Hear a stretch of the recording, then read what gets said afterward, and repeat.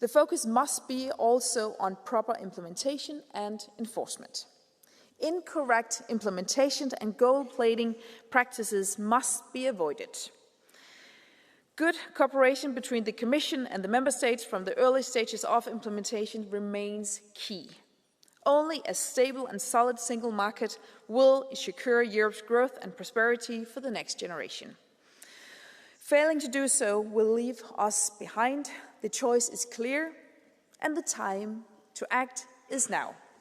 Together. Thank you. Thank you very much, Minister. Now I pass the floor to our Commissioner, Stéphane Séjourné. S'il vous plaît, par 5 minutes. 5 minutes. Merci, Madame la. Thank you very much, President, Minister. On behalf of the European Commission, I'm very pleased to take the floor in this debate on the single market and the measures that need to be taken to strengthen it. During the last plenary session, we had already talked about these challenges with the excellent report, and I think this converges with our strategy for the single market. And President von der Leyen also talked about the roadmap, the way forward to complete the single market in her State of the Union speech. She talked about 6 specific areas, and it is on this and on the particular methodology we're going to use that I'll focus on today. We're experiencing a period of economic uncertainties in a geopolitical sense and for trade as well. So the single market is a real driver for growth that is not fully utilized. There are obstacles, and so we need to really make a big step forward, and that requires 2 different types of actions if I want to simplify our method. So first of all, we need work done at a European level, and this is what the President of the Commission announced, which I will come back to. And there also needs to be a everyday commitment, and that was part of the strategy presented on the 20th of May this year. And we need to tackle the terrible 10 as well. My service is preparing a dashboard so that we can look at all of the barriers that exist in the different member states of the EU, looking at them one by one. They might just seem anecdotal, they might seem small in terms of their impact on growth. If we look at the national rules on labelling, for example, they may have a good intention to promote a national product, but then companies then have to adapt this to each of the national or international markets, and that has an economic impact. It's the same for recycling as well. When each of the member states has a different definition, a diverging definition of what constitutes waste, and that is the case, member states put in place extra obligations, declarations when it comes to posted workers, for example. So this accumulates and creates obstacles to the single market, and there are many obstacles here, hundreds and hundreds of barriers to entry to the single market. So what we need is the commitment of all. The Commission needs to monitor the situation, to look at possible infractions, and the Parliament needs to act, and the Member States as well, to avoid further fragmentation of the single market. Within this context, we will be proposing a number of different initiatives so that everybody can be fully committed and in line with our objectives to reduce these national barriers. So let's look at the work that has been planned. So as I said, President von der Leyen set out a roadmap for the single market looking towards 2028. So the Commission's responsibility is to try and achieve this work by 2028. And this is a clear sign of commitment to put this date of 2028 before the end of its mandate. It means the Commission must assume its responsibilities, and we will have to act in these matters on capital, services, energy, telecommunications, and the fifth, freedom, knowledge and innovation. So there will be texts, there will be proposals to strengthen the single market. These are the sectors where the single market remains more national than European, and this is a challenge. It's something the Commission is going to act on, and this level of commitment means strong political will, something unprecedented, I think. And I think it's important for us to work together to define objectives between Parliament, Commission, Council, and how we're going to achieve those objectives. And then everybody needs to assume those responsibilities. The Commission will present the proposals within an agreed timeframe. The co-legislators will deal with this within the correct timeframe. And then together we will monitor and follow up on these proposals to get rid of these disproportionate national barriers. So this is the proposal I'm making to create an integrated single market. Let us build this together. Let us make that commitment at the highest level of our respective institutions, come up with an interinstitutional agreement, perhaps a declaration, so we can really create ownership and a political momentum. Thank you very much. Thank you very much, Vice President Séjourné. And now I would pass the floor to Andreas Schwab on behalf of EPP. Bitte schön, Andreas. Herr Kommissar, Frau Ministerin. Thank you very much, Commissioner, Madam Minister, colleagues. Let me tell you that I think you did a very good job this morning reminding us that if we announce that we want to change the law, that we have also deliver on it. And I cannot hide to you that I'm myself a bit frustrated that this takes too much time. You're absolutely right. If you don't like it, it's announced. We have to find majorities and we have to go for it. And I take this initiative very, very positively. Thank you so much for this. Now, turning to the point that this discussion this morning is about, I would like to thank Commissioner Séjourné, and I would like to point out that on a lot of issues, it's very complicated to show what practically the single market means. And I think that's all the time a bit the problem of our discussion. It's very general, and we have to try to make it very precise. So the example, and I'm very grateful, Commissioner, that you have gone forward with that proposal. Concretely, it means that if you transfer a worker from one country in the European Union to another one, that this can be done easily. We don't want to deregulate, but we want to make it easy. He has to go for an A1 form, and at the same time, his employer has to make an employment declaration on 2 different forms, on 2 different systems, in 27 member states, every time a different way. That's not feasible. This takes too much time. It's pure bureaucracy, and we should look for a system that we can merge both declarations into one, that this goes much faster. Secondly, we have been speaking also about customs. We know that we are at the moment invaded by millions per day, by millions of packages from Far East, and no control is happening. We are discussing about it since months, since years, I would like to say, and we have also here to go for action. Our single market merits a uniform control at its borders to make sure that no country can offer privileged access to specific goods that are dangerous.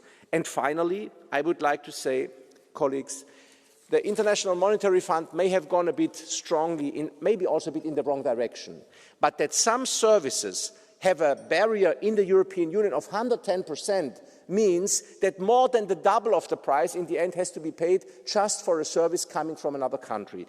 It's a delicate question, but we have to work on it, and we are looking forward to your roadmap. Thank you very much. Thank you very much. The next speaker on behalf of S&T is Laura Bayarin Ceresa. Muchas gracias, Vicepresidenta Séjourné. Thank you, Vice President. Mr. Séjourné, 30 years after its creation, the single market is still the main driver for prosperity and cohesion in the EU. But it's a promise that is not yet fulfilled. It's extremely fragmented. There are too many obstacles that prevent our businesses, particularly SMEs, to build beyond their own national borders. In the era of digitalization, fragmentation is costs businesses dear.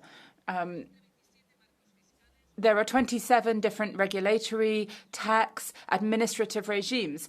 And so what happens is clear. We are losing talent and creativity. The single market is something that we, of course, all support, but we have to go beyond that. The single market has to be based on three principles. One, interoperable framework which will allow any European startup to set up from Warsaw to Lisbon. Also, to ensure that SMEs have access to financing at European level. And thirdly, ensure that we have a more digitalized public administration that is based on the principle of once only, which means providing data only once. Europe has to be autonomous in the face of other economic actors who do not share or support our values or our vision of the world. The legal insecurity and political insecurity, we need to have cooperation and solidarity. The big technological giants and economic actors do not protect consumers or SMEs. If we want to protect our social and democratic model, then we have to do that on the basis of a dynamic, digital and cohesive economy. So completing the single market is not an option. It is necessary if Europe wants to be a leader in global prosperity. Thank you. Very much. The next speaker is on behalf of PFE, Klára Dostálová. Vážená paní ministryně, vážený pane komisaři. Thank you very much, Commissioner, Madam President. The Commission has presented a list of the 10 major obstacles in the single market. But who created them? In many cases, it's the Commission itself. It has these regulations that suffocate businesses, it fragments energy, transport, and then it's proudly announcing it's going to get rid of them. Yes, digitalizing is good, helping SMEs is good, but the problem isn't the lack of strategies, it's too much regulation. The Commission is making new rules faster than it's repealing them, and it creates a lot of confusion for businesses and national authorities. If you really want the single market to work, we need to revise different objectives such as the Green Deal, affordable energy. We need to support industry. The principle of mutual recognition must be safeguarded. Food needs to be affordable and food of the same quality across the EU. I call on the Commission to simplify the existing rules, to listen to the Member States, to businesses, and to focus on their real needs. The single market can't function without proper enforcement of the rules. We should not cling to outdated ideologies and dogmas. This will not help the European economy. Of ECR, Piotr Müller.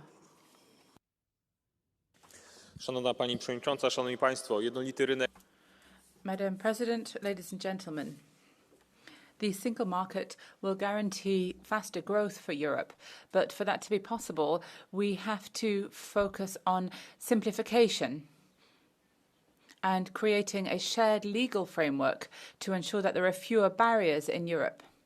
Sadly, in recent years, we have gone in the opposite direction. Poland, for example, the Polish transport sector, if they want to operate across Europe, we've actually seen that it costs more for them to do this, and there has been a drop in competition. At the same time, Chinese products are flooding into Europe without any types of restrictions, and we don't pay any attention to what China is doing in terms of human rights or environmental standards. Today, we need to be clear. We have to build the single market in Europe, but at the same time, we have to protect our borders against unfair competition coming from China or other Mercosur countries. Next speaker on behalf of Renew, Ms. Svenja Hahn. Go ahead, please. Präsidentin Ursula. Commission President Ursula von der Leyen likes talking about competitiveness, but let's look at the reality of the situation. Let's look at all the regulations of the taxonomy and look at the bureaucracy, because Europe is not saving the world. We're simply ruining our own economy, and we are finding the brakes being slapped on by over-regulation. But we have to try and do away with national protectionism. We need a genuine single market for services, and we need in that way to boost our sovereignty, but not via subsidies. We need to have greater competitiveness, not something handed down by the Commission.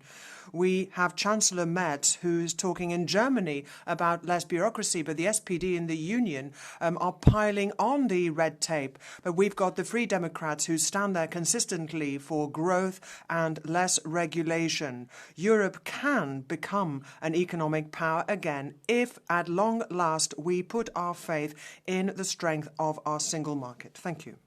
Als nächste Rednerin. Next, on behalf of the Greens, Anna Cavazzini, the chair of the Single Market Committee. Herzlichen Dank, Frau Präsidentin, liebe Kolleginnen. Thank you very much, President. Dear colleagues, the single market is a real success story. 18% of global trade, 450 million consumers. This is our response to Trump's trade wars. We need to give fresh impetus. We need to take a number of steps. When we have these problems in global trade, we need to look to our European market, how we can make this a leader through measures, through investments. There are a lot of people going in the wrong direction, so we need to look at the geopolitical aspects of the single market as well. And we need to protect it. I think it is long overdue that we have these protection instruments from the European Commission, but we need to protect consumers as well. So we need a proper European market surveillance. We need a stronger focus on innovation, and we need to overcome the existing hurdles or obstacles in the single market. But that will only work if we have acceptance among the citizens for this. And that means high standards of consumer protection, data protection, social protection, environmental protection. These standards, they're part of our future business model. And that's what differentiates us from the USA and China. And this acceptance by citizens, there's still attacks on EU rules from the EPP, even from some people in Renew. But what's problematic is having 27 different rules. That's not strategic. That doesn't make us. That doesn't help us advance. It creates more bureaucracy. I think it's.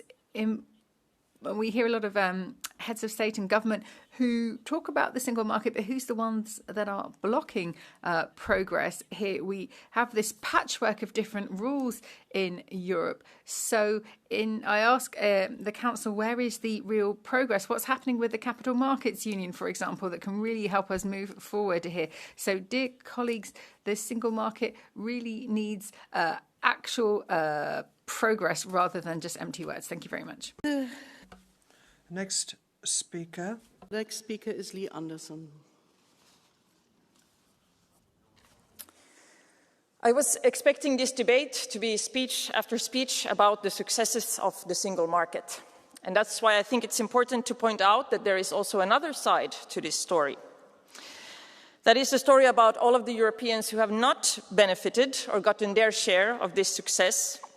It is the story of workers who have had to leave their homes to work elsewhere because there's not enough jobs and no services.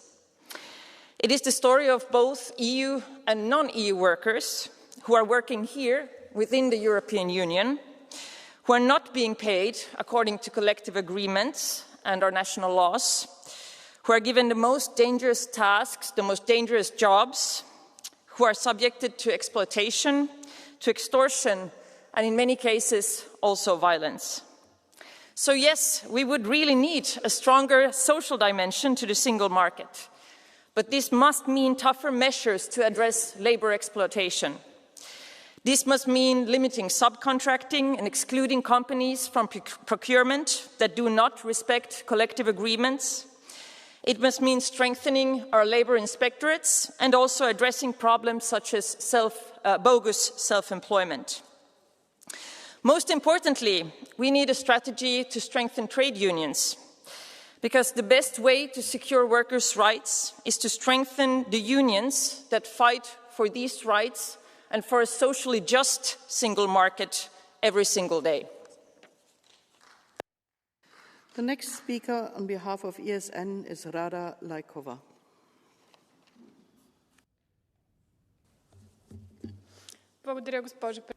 Thank you, President. Free market. It was created to help trade. But now Brussels is using it to force Bulgaria to adopt the euro. With your economic policy, you brought France on the brink of bankruptcy, Germany, recession, Italy, stagnation. You couldn't get it that Europe is not just a single state.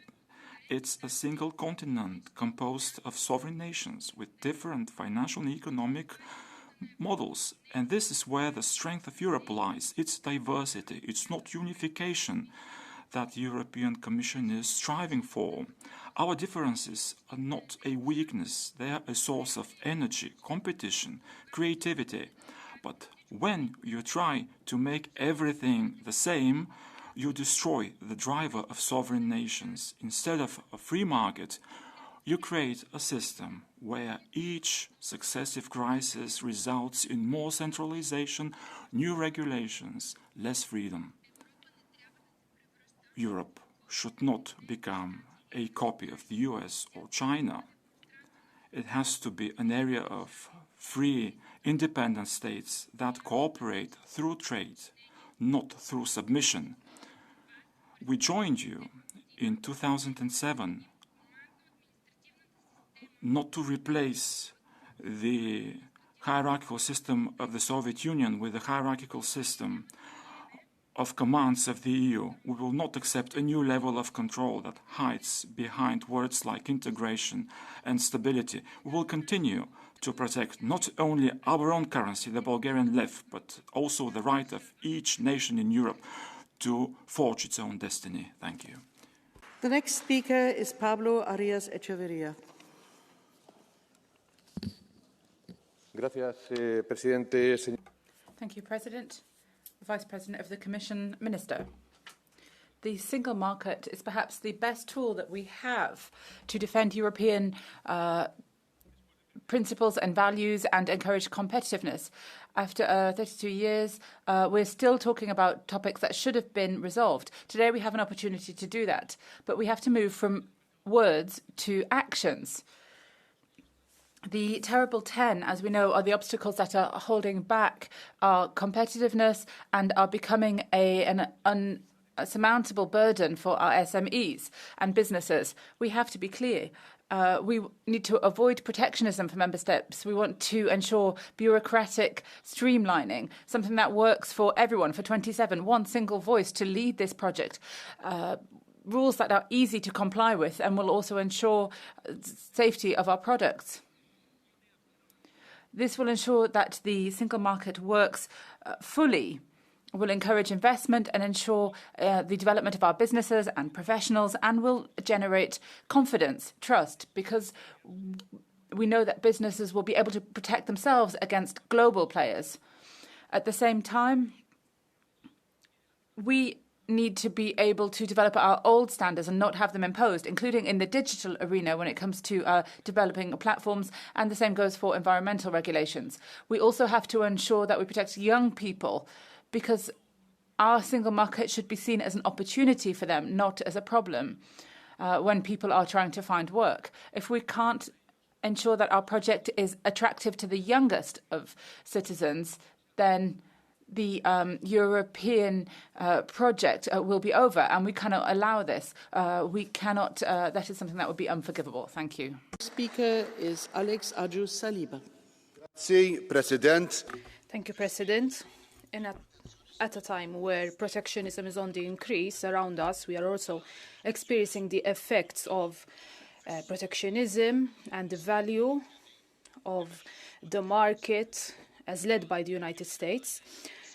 We should open our eyes, we should look at reality and also appreciate the value of the integrated single market. Eliminate duties between one state and the other. We also need to regulate our standards. And in small member states like Malta, we appreciate the value even more because we import a lot of products. However, at the end of the day, we need to appreciate, we need to ensure that the single market is equal for everyone, especially for smaller member states like Malta, Luxembourg, when comparing the prices between essential products, prices between in Malta and other countries. This is also relevant for medicinal products, where in Malta we experience big problems with the list of medication available in our country. Therefore, we also need to look at the availability of medicinal products, especially for our patients, who are the most vulnerable people in our society. Therefore, we need to strengthen the single market. We need to ensure we have a level playing field in terms of prices, but we also have to expand the single market for medicinal products to ensure that we give patients the best service possible.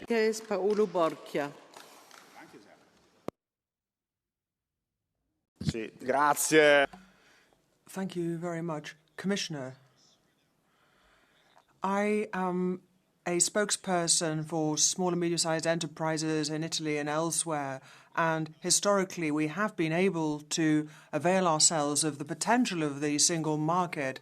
But I am very much struck by the fact that you have given to states the job of dismantling the barriers to the single market, whereas I actually think that our focus should lie elsewhere, and that is that we should look at excessive regulation. We account for 60% of barriers to the market in services, certainly as compared to 20 years ago, particularly when it comes to the relationship or comparison between the US and Europe when it comes to startups. We're talking about being outdone to the tune of billions.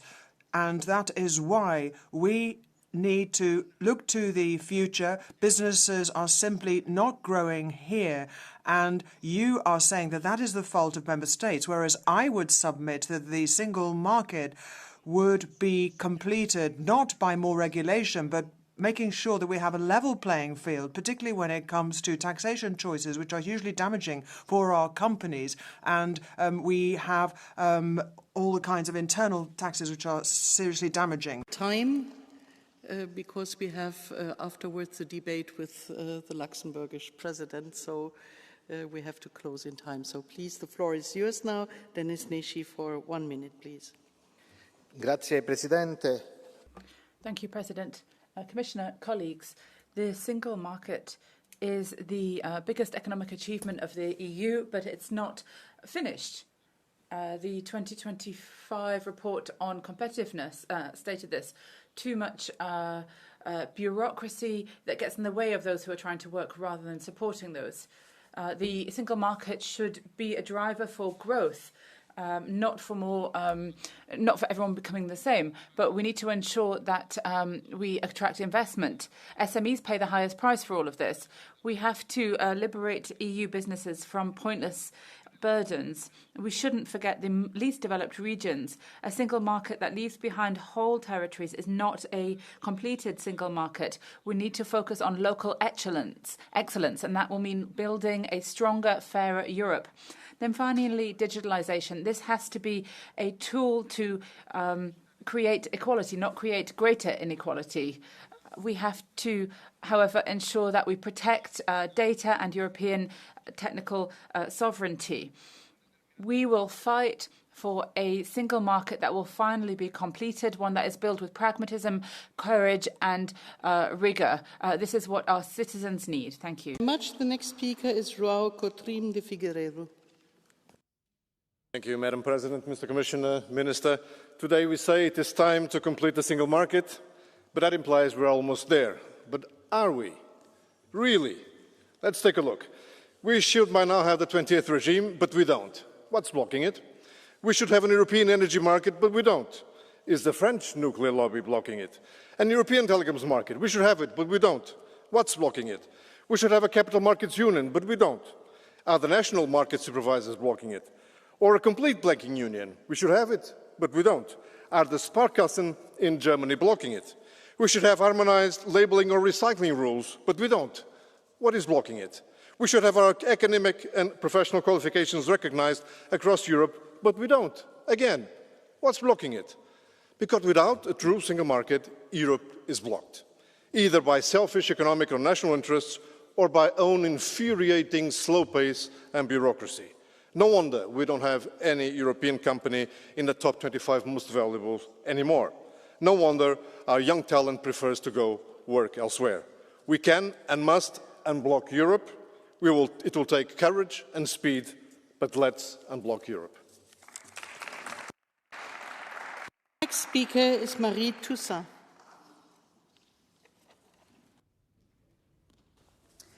Chers collègues, Monsieur. Dear colleagues, Commissioner, we're here this morning to talk about the European single market and its contribution to our shared prosperity. Now, Letta and Draghi felt that the single market was our trump card in a chaotic world as long as we had a robust social and environmental model. But what has become of those crucial concerns? Europe doesn't need more deregulation. It can only survive if our single market is such that it does not drive us all in a race to the bottom. We have a ban on member states going further when it comes to reining in polluting industries and digital platforms. We will have a 28th regime which will be there to drive down our hard-won social rights. But we need to be harmonizing our laws on pesticides, the taxation of the rich, and harmful environmental practices. Let's take the best of Europe to build our shared future. Our real compass should be an assertion that Europe's strength resides in its capacity to protect human beings and their health and all living creatures. Mark Botenga.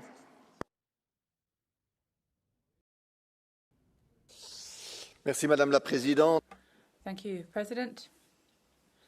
Representatives of the Council, Commissioner. Fewer rules to complete the single market. This wonderful market. I think we're all used to hearing this chorus. It's always the same thing for at least 30 years now. But I can sum everything up here in seconds. 25 years ago, the Commission said that with fewer rules, we would have the most competitive knowledge-based economy in the world. 25 years later, we're behind not just the US, but also China. This promise of better services. 30 years later, we're seeing that post offices are disappearing. Look at the state of the railways. Are things really better thanks to your market? Industry. In 4 years, we've lost 1 million jobs in European industry. Congratulations. Posted workers that you always talk about.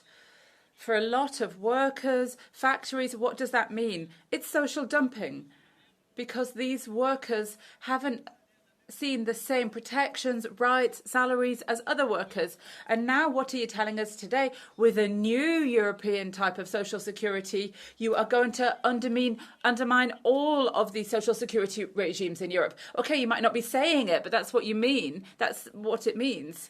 This next regime is just going to mean undermining social services. And again, Mr. Sergenet, you're here.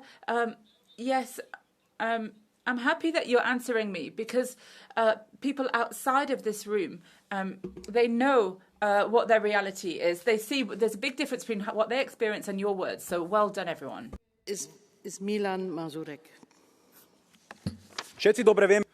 We all know very well why you are forcing upon the member states of the European Union these strict uniform rules, because it's you who want to centralize from one place, purchase vaccines worth of tens of millions of euros, and to impoverish people by stealing huge amounts of money and then cover this corruption together from the eyes of the European public. It's you stealing hundreds of millions from the European farmers and putting the money into defense together with big companies in defense to procure armaments and arms, and to the detriment of the European taxpayers, and then to scare them with potential war conflict. Nobody takes you seriously when you talk about the development of single market or the economy of the European Union, because if you would be taking it seriously, you would first of all stop the nonsensical energy policy, which is making the lives of people more expensive in each single consumer decision they have to take. You would never come up with nonsense such as ban on combustion vehicles and the new Euronorm, which totally destroys the European economy. You would never allow flooding EU with illegal immigrants who destroy and impoverish our cities, turning them into jungles full of violence and crime. You would never have the approach towards EU with this kind of hatred, and you would not be introducing the system ETS2, which will make the life of every single citizen more expensive. How is this that you want to talk about lifting their lives higher, that you want to improve the economy, when day by day you're adopting decisions to make their lives more difficult, to destroy their lives? You have to be stopped. You have to be made rid of the power. That's the first step we have to take. Speaker is Kamila Kaziuk-Pichowicz. Szanowni Państwo, wyobraźcie sobie, że chcecie otworzyć. Thank you very much indeed.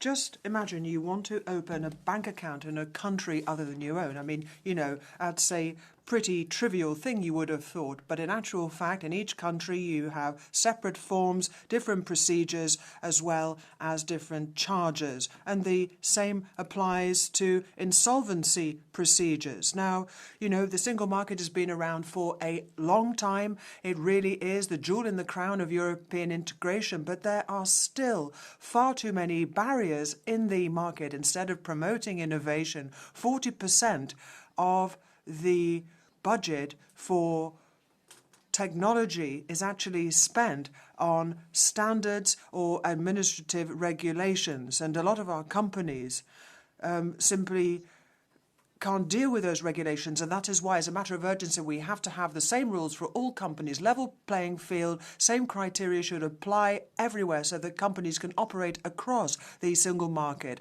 On top of all of that, we absolutely need to improve the single digital gateway, because we have an opportunity and all entrepreneurs must be given access to it in simple, straightforward language, and make sure that all the rules which they need are accessible. And finally, we need to put an end to gold plating. In other words, let's not pile on extra European regulations instead of having greater simplification, because we've got more and more rules, more and more detailed rules. You know, let's stop hiding behind all these different pretexts, because our common struggle is to improve the state of our companies in a globalized world, which is speeding up and against a more and more difficult backdrop. That's what we need. Présidente, Monsieur le Vice-président. President, Vice President, Minister. Yes, we have to ensure a full integration of the single market, because it's the best way to counterweight the United States. Yes to all of this, but we can't even finish the banking market or the capitals market. And this is not because of bureaucracy or the European Parliament or the European Commission. It's because of the Council. It's because of the member states. It's because every time we try to do something, it doesn't work in the Council. We have this kind of legislative Frankenstein. We say something, and then the Council does, and then, of course, everything gets deleted. But who is to blame for all of this? We talk about bureaucracy, but that seems to be finding an excuse when really it's the Council and the Member States. If we want to have a single market, then we're going to have federalism. The banking union, without that, we're going to lose 40 billion per every year. So if things don't work, it's not because of the Commission or the Parliament, it's because of the Council. We have to be clear on that. And then we need to have legislation, regulations rather than directives that will allow us to go much more quickly and finally actually complete the single market. Speaker is Jorge Buxadevi-Alba. Gracias, presidente. Ustedes no pueden. Thank you very much, President. You cannot talk about a single market because you're the ones who have messed this up. We're talking about trading emissions allocations, for example, that are impoverishing everyone. This has been damaging in all of the sectors. There's unfair competition with third countries. There are not trade agreements which really they favour imports and not European manufacturing. we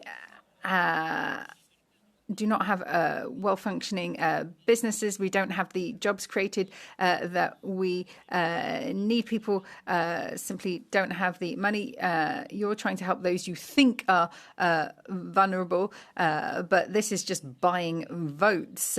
There isn't a real market. We see migrants coming in with their families, taking jobs. It's affecting wages. It means housing costs go up to unsustainable levels. These are not people that are contributing. They're parasites in the social system. Ursula von der Leyen will not act. Go back to France and call new elections. The next speaker is Chris van Dijk. Dank u, voorzitter. Thank you, President. Completing the European single market is crucial for growth and strategic resilience. We need to ensure that we focus on energy, capital, digital services, that they remain within the EU and are independent from external players.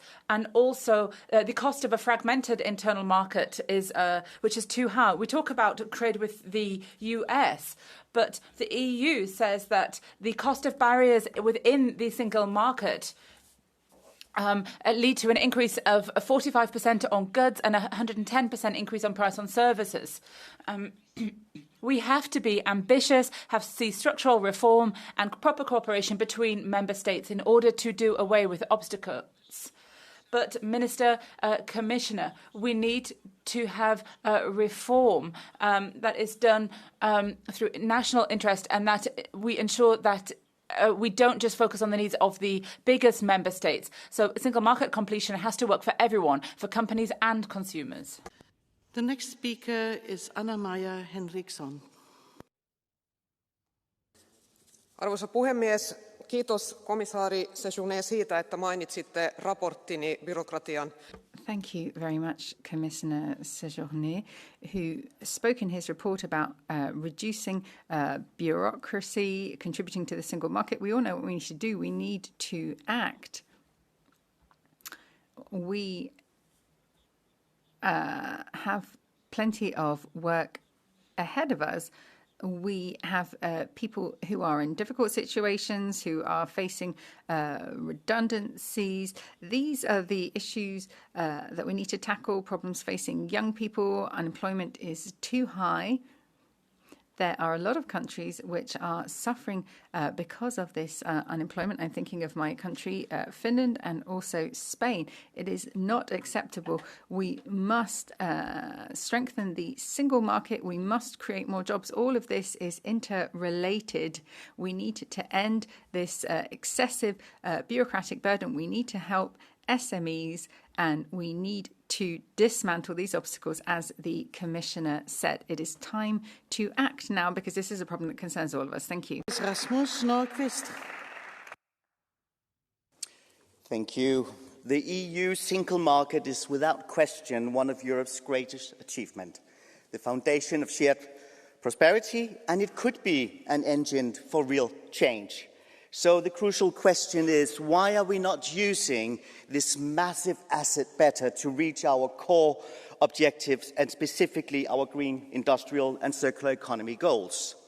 The single market is not just about moving goods, it's about optimizing the future. Talking circular economy, that means removing barriers so that the circulation of products and materials can be smart, fast, so they can be repaired, remanufactured and recycled. Commissioner was talking about waste definition, but also when it comes to, for example, the extended producer responsibilities, how can that be better aligned between the member states? Right now, the reality for businesses is discouraging when it comes to circular economy. And we need to fix that. We need to fix that to create jobs for our competitiveness, our security, and not least for our planet. Thank you. The next speaker is Nicolas Farantouris.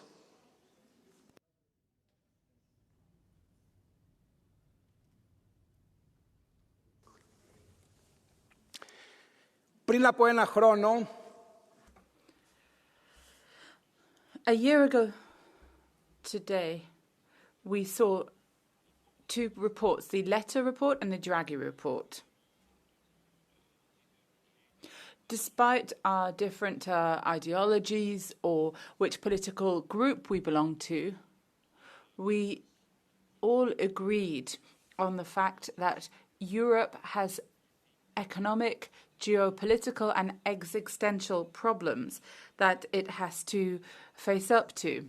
1 year later, the Commission, who is supposed to have adopted 300 recommendations based on these two reports, has only taken measures on 10% of those recommendations. Mr. Draghi himself thinks that the EU is on the edge of the abyss because of the untargeted spending. We have to pay very close attention to this.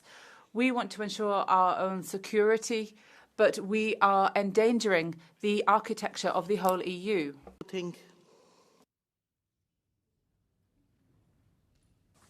Thank you, Ms. President. What are we talking about? Completing the single market, as if we are almost finished. It's like saying we have a customs union, but in fact we only have an external tariff and the rest is all national. Colleagues, words matter and we should stop fooling ourselves. And I think many others have also mentioned the same point. On the customs union, it means giving customs officials the instruments and the data to do their work. We need to scrap the de minimis, and I really hope that the Danish presidency will push for this in the next ECOFIN. We need this as an outcome. It is on the table. The Commission has already proposed it. We can do this now. We need to higher the entry barrier to the European market. We also need to start charging for getting onto the EU market with a handling fee. Commission, €2. Is that it? Is that what the European internal market is about? €2 to get onto the market? I think we can reflect on that. Most importantly, we need to make economic actors that put bad products on our markets liable. Liable. At the moment, the consumer is liable for the products that they order online, and that is absolutely crazy, because there's a wildfire going on the single market. Chinese e-commerce platforms are flooding the market. Last year, 4.6. It will be much more this year because the Americans closed the shop. With massive advertising spending, highly aggressive marketing and ridiculous prices, these platforms sell huge amounts of non-compliant goods. They don't pay enough taxes. They don't respect our standards. So, Commissioner, now Shein has opened the shops in Paris. How the hell is this possible? They want to be next to our high-quality shops to make us think that they're also high quality. It's not like that. So we need the instruments to start protecting the single market urgently. There is a blue card. Do you accept a blue card from Brigitte van den Berg? Meneer Grotink, u bent de rem. Mr. Grotink, you are holding this back. You're speaking about the internal market, but you are holding it back because in your manifesto, you said that we want to have budgets that will remain our own to ensure sovereignty. So you're holding this back. Your party said, for example, that we need to recognise diplomas across Europe. When are you going to take your foot off the brake for the internal market? Madam van den Berg, I find it very strange that you give me this kind of power that I could hold back the whole continent. If we're talking about economic integration, there is no break, including in our elections manifestation. We are full steam ahead, particularly if we're talking about protecting the security of Dutch people in the Dutch market or Europeans on the European market, because they are under serious pressure at the moment because we are not cooperating enough. We need to ensure strengthening reinforcement where it's necessary and do less where that's necessary. And Draghi has said that. And your side of the aisle makes this very difficult because we can do some things less but better. Next speaker is Elisabeth Grossmann. Danke, Frau Präsidentin. Ja, der Binnenmarkt ist... Thank you very much. The single market is the crowning achievement of our economy. It is important for our growth, our well-being, and solidarity for all. It should be at least. But decades after its creation, it has not been fully realised, and it's really run aground in a number of areas. There's unfair trading practices, territorial supply constraints, and that is particularly bad for citizens in smaller member states. It affects their spending. Things are more expensive or simply not available.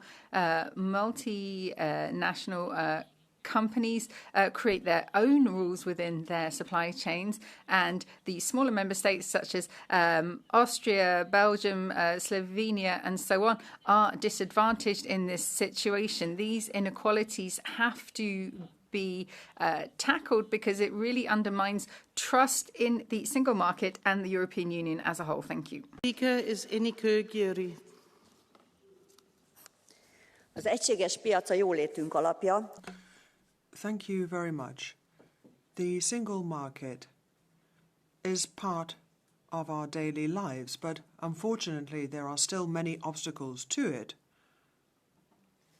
particularly when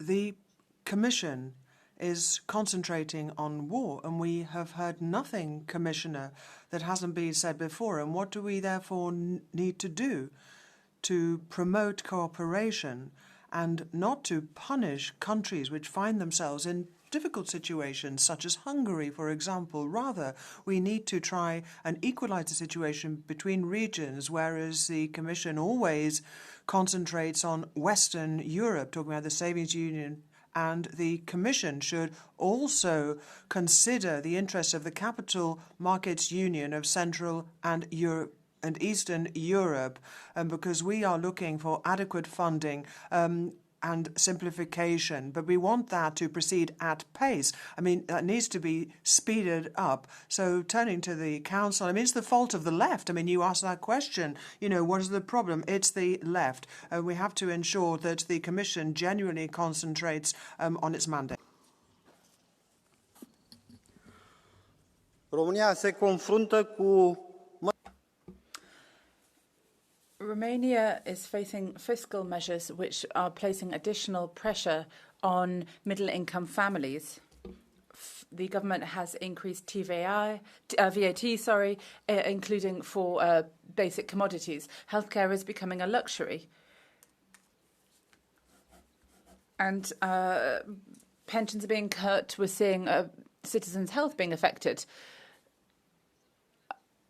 So in Romania, the reality is really quite different. You don't hear quite so much talk of this single market. If you look at people's day-to-day lives, we see their challenges. So this is a social and economic challenge. We are losing competitiveness and facing competition that is only growing. And this is leading to problems with our market. The single market can only be completed if we don't leave countries like Romania left behind.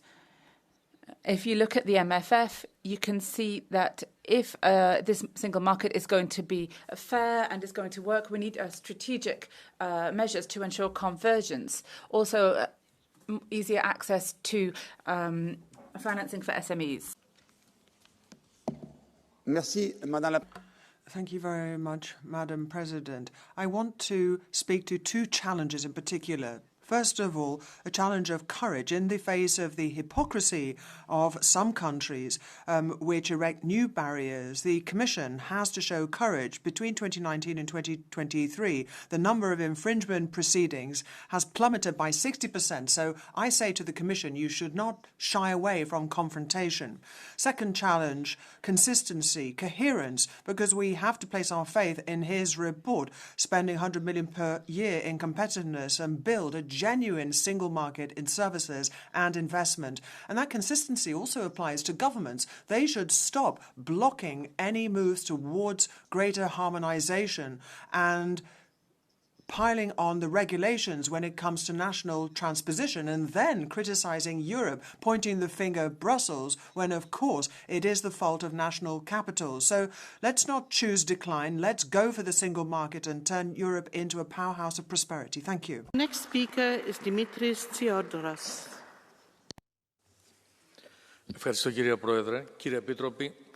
Thank you very much, Madam President. Commissioner, dear colleagues, the single market is a success of the European Union. It can provide jobs and bring a competitive advantage.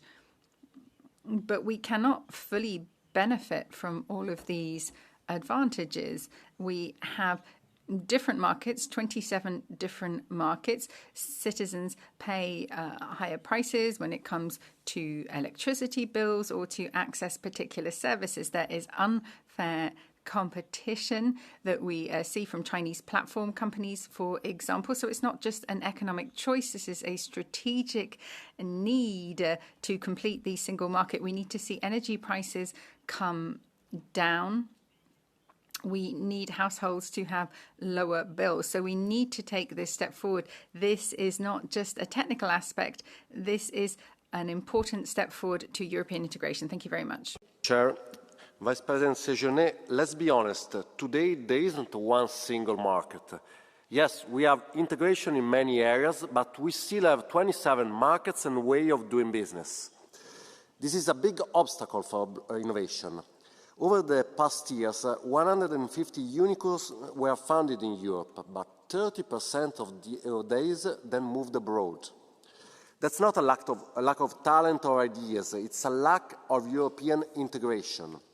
We don't need a new digital ID for companies. We don't need deregulation and social dumping. What we need is one set of rules and capital market union to help our innovative companies move and raise funds across our continent, to make them be European from day one. Vice President, you asked our support, and I tell you, you will have it, but only if the 28 regime becomes a step toward completing the single market. Let us tell those who want to invest in and start companies here that Europe is one and not 27. Thank you. The next speaker is Tomasz Buczek.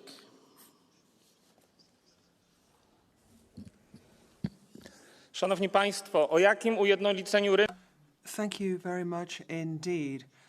What kind of single market unification do we need? I mean, does a single European market actually exist? You here in the European Parliament seem to feel that we should look more to the economies of other continents rather than Europe. Now, Brussels' scenario is to have wholesale unification. Well, you know, convince the farmers of Ukraine and Latin America then to comply with just half of the kinds of rules we impose on our farmers. Let's not apply double standards here. Either we have a single market or else we have unbridled competition with other parts of the world. Now, if we go for the second option, then let's not put even more obligations on our steel industry, on industry generally, and on agriculture, because we're all entitled to the same care, because it's our companies, after all, which create jobs. What do they get in return? Well, only basically... And van der Leyen must go.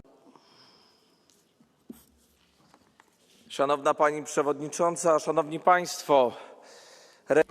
Thank you very much. So, what is the recipe for a successful single market? That's something we can start work on from this Thursday by voting out President von der Leyen. Now, they can count how many tons of CO2 are being emitted, but not jobs lost in Europe at the Commission. We are paying more on this continent than elsewhere. We are paying for this ideology. So that is the best response when it comes to the vote this Thursday. We must kick out von der Leyen. There's no more emissions in Europe because there's no more jobs, there's no more factories.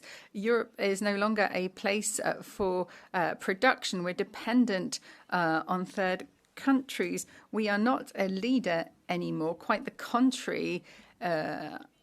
Our continent is agonizing. We have the major challenges of Mercosur. We have raw materials that we have to import from outside of Europe. This is the situation we have, and you can respond on Thursday by voting against von der Leyen. Voorzitter, Europa laat miljarden. President, Europe is spending billions not to support our businesses. We are making rules, barriers, but we also think nationally. We have 27 member states, and we're trying to make it one market.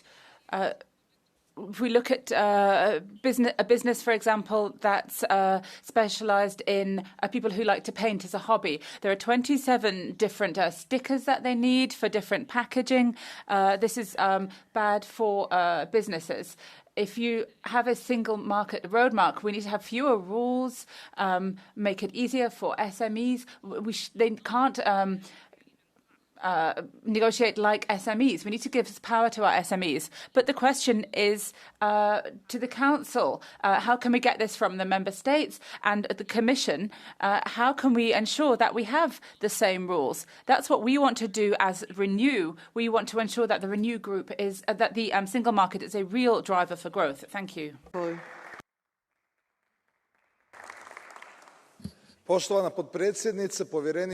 Madam President, Mr. Commissioner, colleagues, single market is one of the biggest successes in the European Union and the foundation for our competitiveness. However, we haven't realized its full potential. I'd like to emphasize that we need to strengthen the services market, which is still underdeveloped. This is a problem that I, as the rapporteur for the services on the single market, have warned several times. We also have unfair practices that are a huge problem. The same products in the same retail chains are as 3 times more expensive than in other member states, and there are no reasons for this. This is what we see in Croatia. This is a violation of the competition through price arrangements of the big companies. These practices are not to be allowed and they need to be sanctioned. Only by doing this we can secure the trust of our consumers and the single market. This is why I welcome this new strategy that was presented in May and recognizes the terrible 10. Colleagues, only a fair and solid single market can secure the prosperity that we need for our citizens. Thank you. Frau Präsidentin, Vizepräsident. President, Commissioner Sejourné. Now, we are scratching our heads rightly throughout Europe about our foreign trade relations, but we haven't actually yet got a completed single market, and we're looking at, sending a package to another member state. I mean, you've got all the postage costs, for example. Same applies online as well. So it's not genuinely a single market. Yet it is the jewel in our crown because it has helped us to create growth, prosperity and jobs. But we need to look at the other EU states and look at the US federal states and look at all the gaps in our system and where the potential lies. So let's not just look at goods and services, because you've got capital innovation which also flow across borders. And so you need to make sure that, you can get capital in Leipzig as easily as you can from New York. So we need political courage to tear down these barriers when it comes to supervision and when there are tax discrepancies. And we also need member states to pull together, because they all talk about harmonization, but we need to look at deepening the single market, and we're prepared to roll up our sleeves and do just that here in the European Parliament. No. Blue card. No? And the next speaker is Salvatore De Meo. Grazie, Presidente, signor. Thank you, President. Commissioner, the genuine strength of the EU has always been its single market, which is a driver of prosperity, growth and economic well-being. But we're seeing that it's being held back by too much bureaucracy, too many overlapping rules that confuse our businesses, particularly the SMEs. Lack of proper investment and competition from foreign technology means that the EU is strategically vulnerable. So we need to change direction to see more harmonisation, simplification and genuine digital integration. We don't need to just write new rules. We need to genuinely change, particularly when it comes to e-commerce. This is a challenge for our young people. The fact that there is no uniform regulation, it means that we can see unfair competition. We don't need to see yet another European regime which will allow these to grow over the EU. We need to ensure that we can save time, money and increase certainty. Only a fully integrated single market will ensure that we can have an economy which will compete, innovate and help us all grow together. The Catch the Eye, and the first speaker on Catch the Eye will be Matej Tonin. 1 minute, please.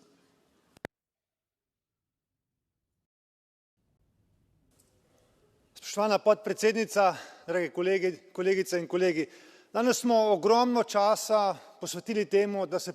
Thank you very much. We have complained for a long time now about the way in which the single market fails to work and how big the market is, 450 million strong. Yes, that's true. We need real steps. We need to work at pace. So what are those steps? We've got the 28th regime. That's something we have been promised, and that means that a company established in Slovenia can operate across Europe, but we're still waiting. I mean, still a long way off, and a company from Slovenia finds itself faced with many obstacles in seeking to trade with Germany, Austria, or wherever. So these are real, tangible steps that we need. So let's not just talk about cutting red tape. We want real steps to make sure that companies really can engage in commerce. I mean, just the same as in the case of smartphones and roaming. You know, telephones we can use everywhere. Fernando López Aguilar. Presidentin, Vicepresidente Sejourné, ya lo...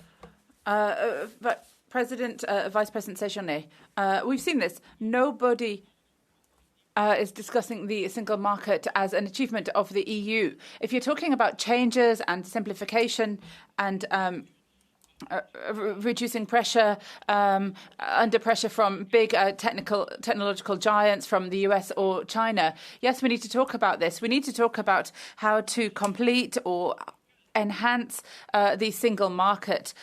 But the single market is not compatible with tax havens. This tax regime shopping is not something that's compatible with SMEs.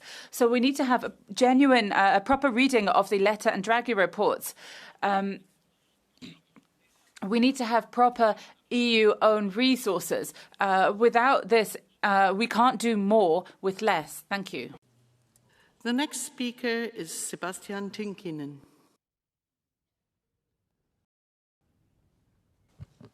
Arvoisa puhemies, monta suomalaista huijattiin äänestämään EU-hun liittyen. Thank you. We have asked the Finnish people to vote in favour of the European Union. We told them a single market would mean the prices would come down and it would make business easier. And we also, of course, bet on economic development. What we've ended up with is the destruction wrought by Europe. I mean, just look at the car industry. Banning combustion engines is going to spell job losses. And then we've got Ursula continuing to legislate here, there and everywhere. I mean, it's crazy. I mean, this really is an abuse of the situation. We wanted greener cars, and now we find ourselves outpaced by China. And then just look at the levels of migration. Again, extremely harmful for our labour market. You have created two types of markets in actual fact, two types of labour market. But if you want to be competitive, compete with China and the US, you need to change course. Martin Heusig. Thank you. Mr. Executive Vice President, I think that it's finally time for the Commission, and let's be honest, colleagues, also us to step up and stop this favourite game of member states' government, blaming Brussels, or in this case, Strasbourg. Because honestly, it is them who are putting obstacles in the way of a single market. The European regulation is setting up the same rules across the one market, but then come member states' government who put extra provisions on their own, down to really silly things like having different colours for waste separation between the member states. Now imagine what it means for a scale-up in the clean tech from Slovakia in the construction business, having to go for certification of their product in every single member state, and in Germany, of course, in every single Bundesland. What we are putting in front of us is more than what Trump is doing to us. More than 40% de facto tariffs on goods and more than 120% de facto tariffs on services. Let's not kid ourselves. Let's get finally a single market. Thank you. The next speaker is Maria Grappini. Doamna președintă, domnule comisar Séjourné, discutăm despre piața. We are talking about the single market here. I have been here since 2014. When are we finally going to make progress? We need to have something that makes a real difference. We have all of these directives. None of this is working. Directives for active to financing for SMEs, that doesn't work.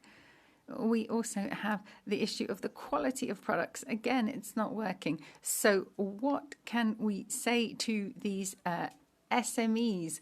We are debating. At some point, we actually have to give a response to our citizens. What are we really doing here, Commissioner? We need to act in a tangible manner. If we can't really simplify things, we're not making things any easier. There's different customs, different rules, different regulations. We have a flood of products coming in from Asia. And if we don't act now, the single market will never exist. Thank you. Is Nicola Minchev.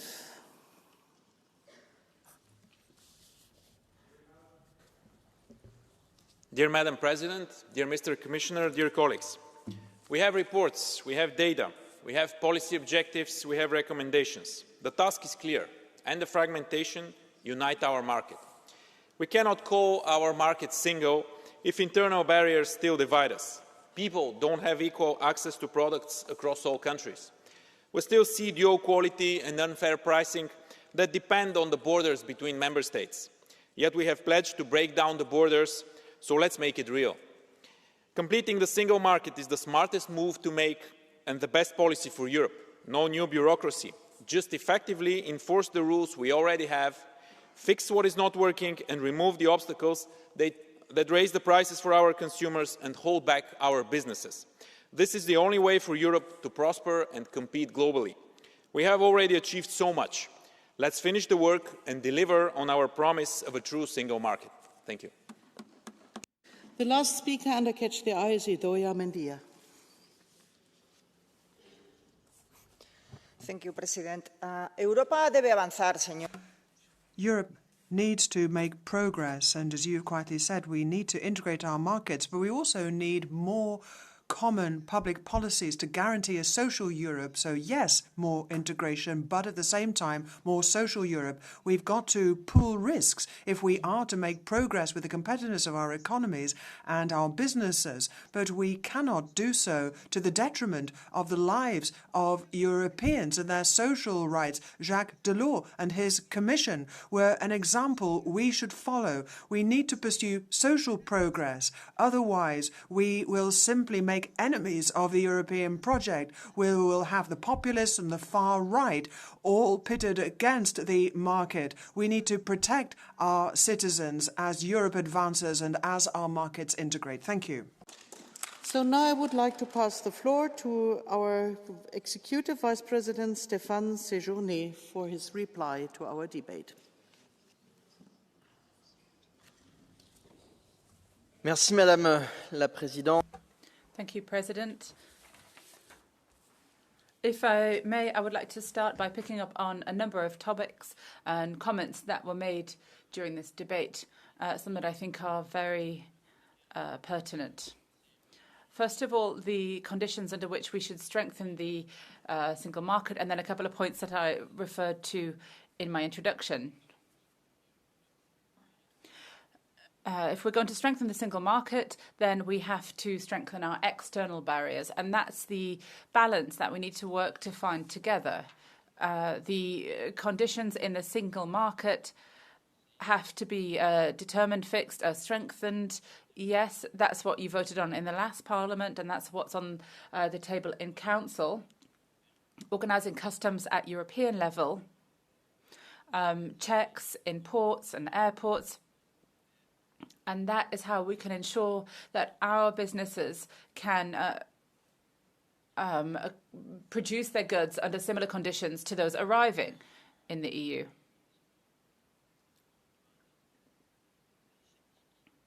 And that's how we're going to convince skeptics, perhaps not entirely, but it is, and it's necessary if we're going to make progress.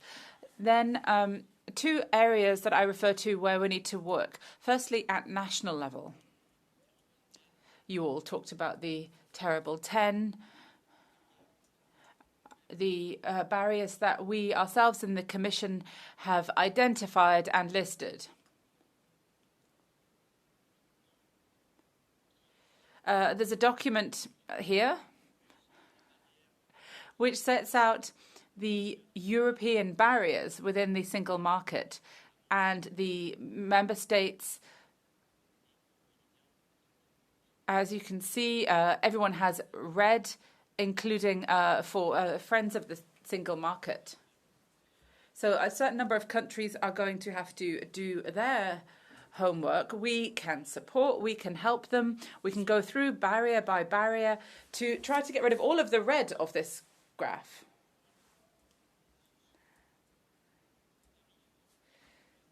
Again, these are tariffs and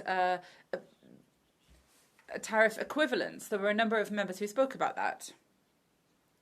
But these red boxes all represent a cost for a business, the cost of operating in another country. And it will have the biggest effect on small and medium-sized businesses, our real business fabric, and it will prevent us from creating growth. So that's the first area where we have to work. So I would suggest that the Council work at ministerial level to follow this and do concrete work on the barriers.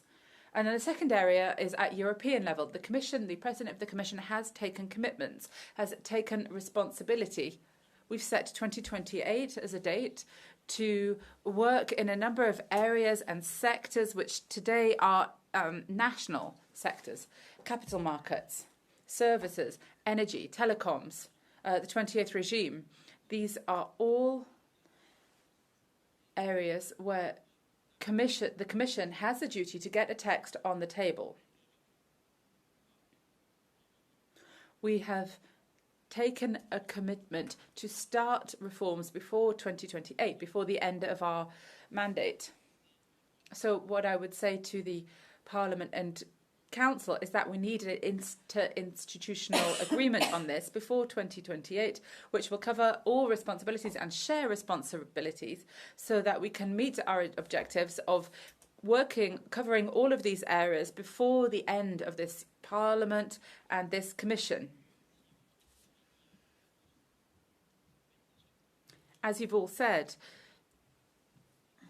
this is not just something that the Commission has to do. We need to see strong commitment from all institutions. The European Parliament, we have to be able to make quick progress, and the Council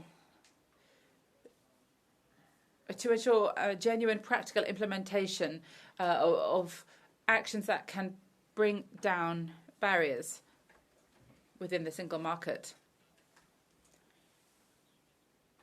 I've shared this roadmap with you, and then it has to go to Council. We need to get their opinion, recommendations, perhaps amendments to a certain number of criteria, and then the European Parliament has to play its role in the single market.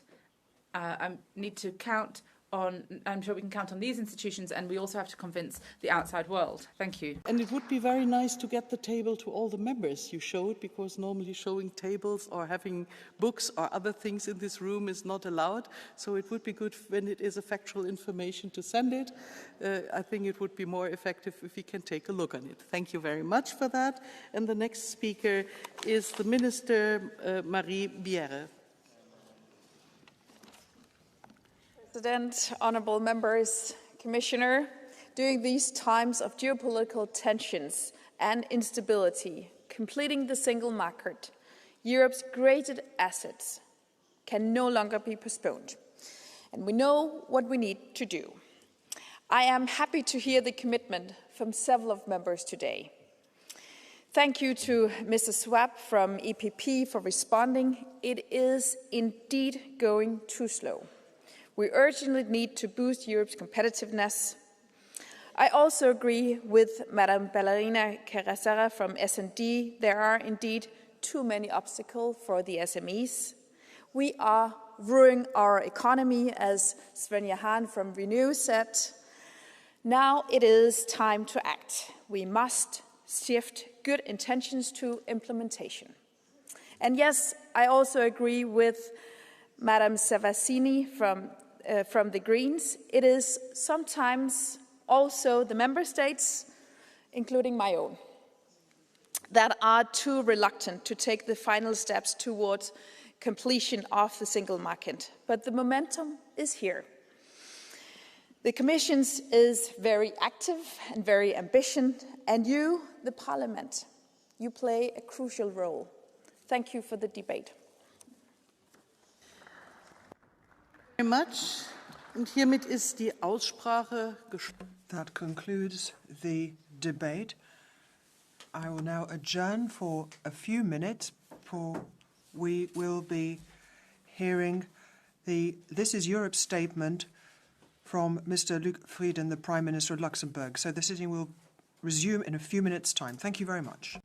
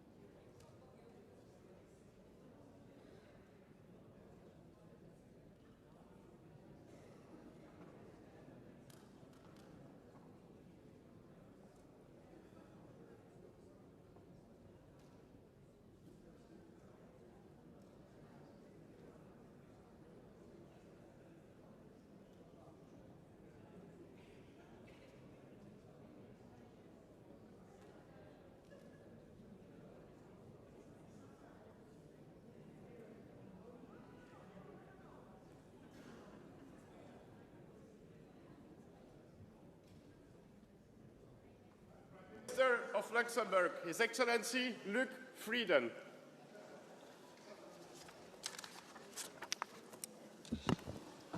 Good afternoon, good morning, dear colleagues, dear Prime Minister, dear Luc, dear colleagues. I am delighted to announce that the Prime Minister of Luxembourg, Luc Frieden, is joining us today. Dear Luc, welcome and thank you for accepting our invitation to address this House as part of our This is Europe debate series. As a founding member of our union, Luxembourg has been a driver of a better Europe from day one, from the birthplace of the European Coal and Steel Community, the European Economic Community and Schengen Agreement, all the way to this Parliament, where elected representatives of Europe shape our collective future. I had the honour of visiting Luxembourg last week for the accession to the throne of Son Altesse Royale le Grand-Duc Guillaume, where I was reminded once again of your country's unique identity of heritage and tradition combined with a bold, forward-looking perspective, a true embodiment, if you will, of the European spirit situated at the heart of our continent. Dear Prime Minister, thank you for bringing the spirit to our Parliament today, because your leadership and initiative are key to building a more secure and sovereign Europe, while your economic expertise is crucial to making our union more competitive and our citizens more prosperous. And when it comes to major challenges of our time, from strengthening our security to deepening our single market, I know that this House can rely on Luxembourg to lead, because Luxembourg has always proven that geography is no limitation to vision and leadership. Europe needs this shared vision and ambition more than ever before. And the people we represent are clear in their demands. They want a union that does more to protect them. They want a union that is stronger, that is safer, that is fairer and more united, that acts decisively on the issues that make their lives better and less complicated. And it is up to us, collectively, to deliver that. And I know I speak for everyone here when I say that I very much look forward to hearing your thoughts on these not insignificant challenges that we face, but also on our shared European future. So, Prime Minister Frieden, dear Luc, the floor is yours.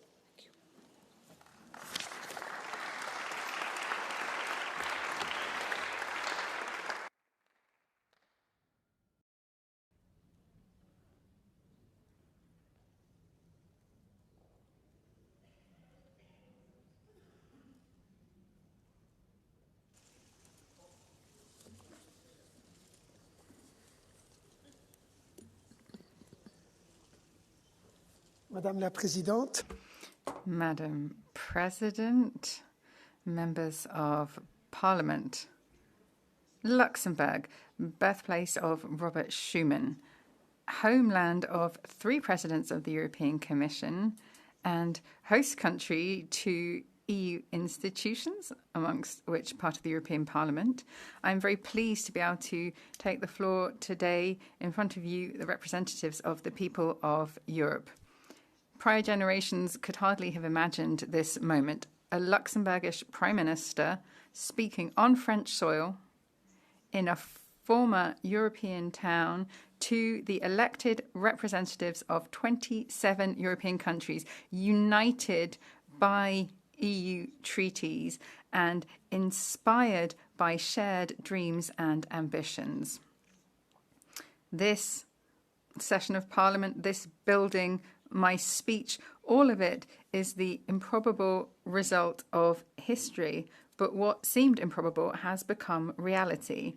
A continent torn apart by war and division has become a success story of peace and understanding.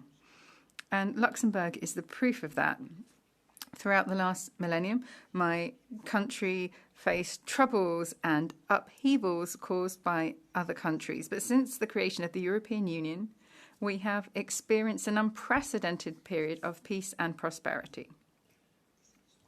This history is the shared history of all of the member states of the European Union, a treacherous cycle of war and ceasefire, of invasion and retreat, of destruction and reconstruction, has finally been broken by human courage.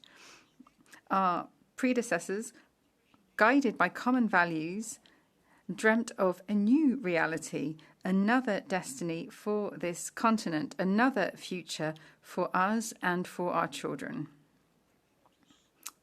And all of us, we are their descendants. Peace has replaced war, prosperity has replaced stagnation, and liberal democracy has replaced totalitarian ideologies. Unfortunately, today we find ourselves once again at a turning point, facing forces which wish to reshape our world. Internationally, we are facing turbulent times, technological revolution, economic shifts, climate change, and migratory flows. It is up to us now to dream of a future for our children. And that does not happen by abandoning our values, but by renewing them. It is through these values, liberty, democracy, rule of law, that we will create Europe. This is what makes up Europe, our Europe. Our identity goes beyond simply geography. It is made up of our history, our culture, but particularly our shared values and convictions. It is a choice. It is more than a marriage of convenience. It is a union which is freely chosen.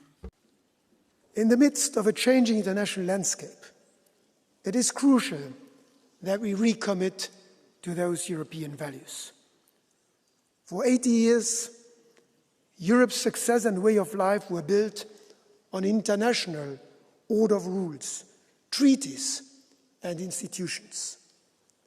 Today, that system is under pressure like never before. Too few defend it, too many have lost faith in it. But Europe cannot give up on the rules-based system and international law. We must remain the voice of those values.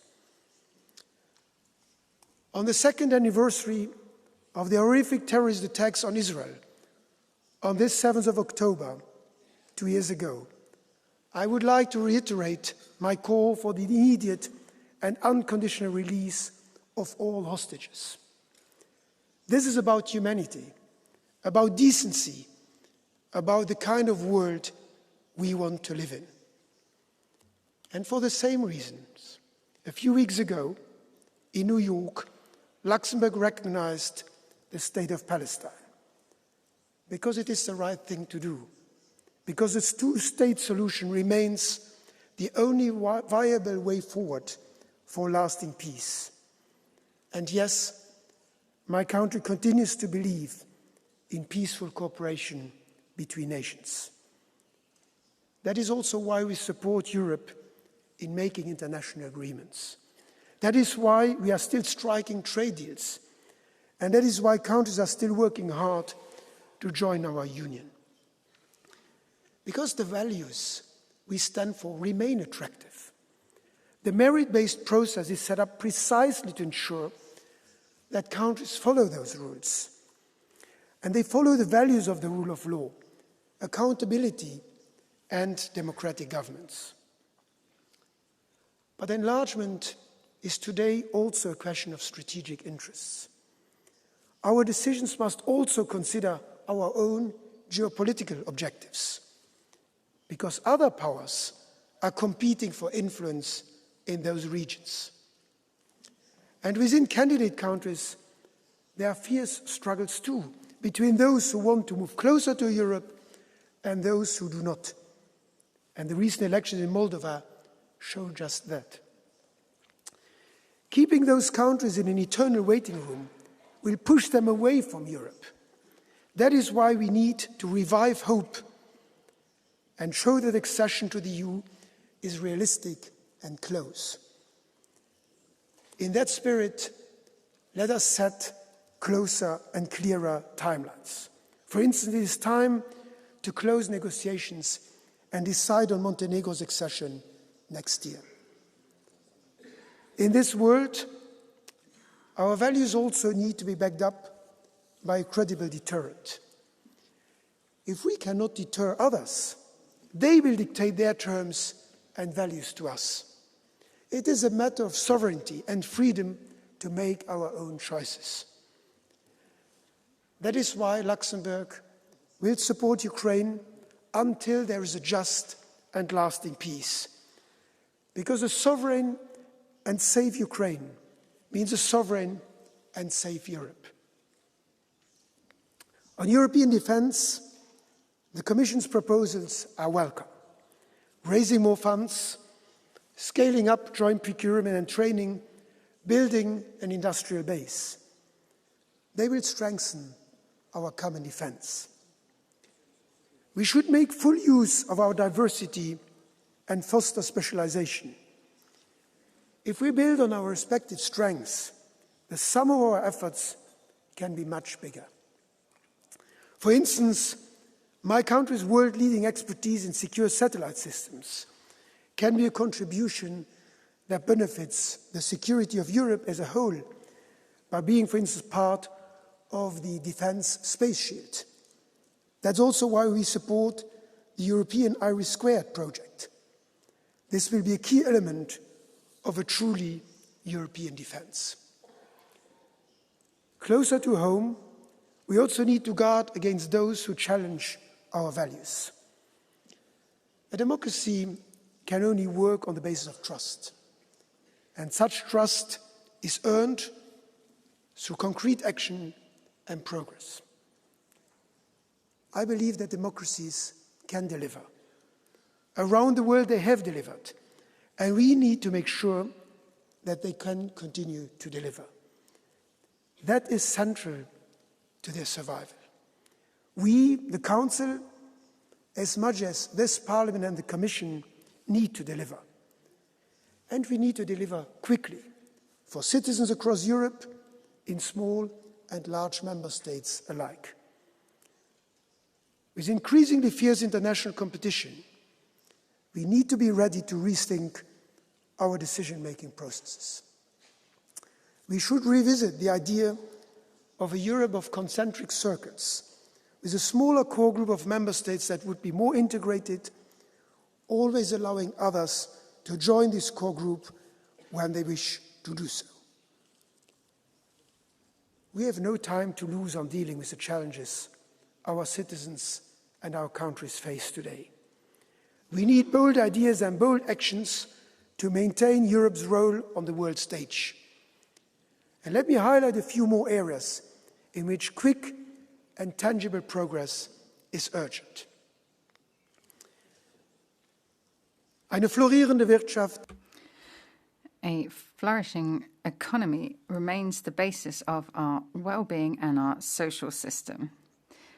Therefore, it is important that we boost our economy and create jobs. This must remain a priority. We do not lack in analysis. The Letter report is very clear. The Draghi report is clear. Europe needs to remove bureaucracy.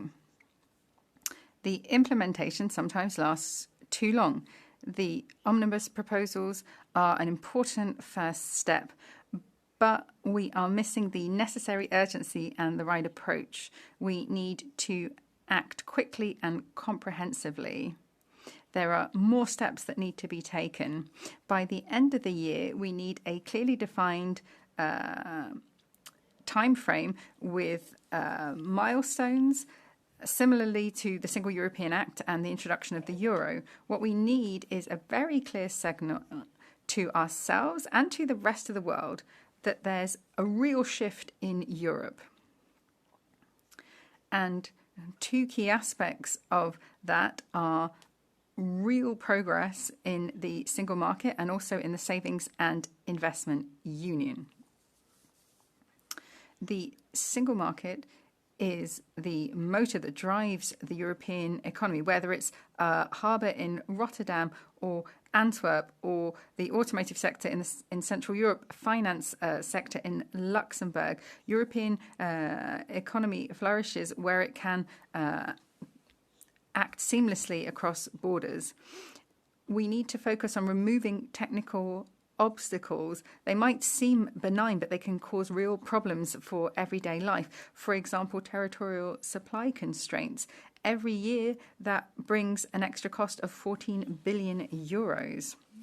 Or the fact that we have different consumer protection regulations that particularly affects our small and medium-sized companies that have to run supply chains across borders.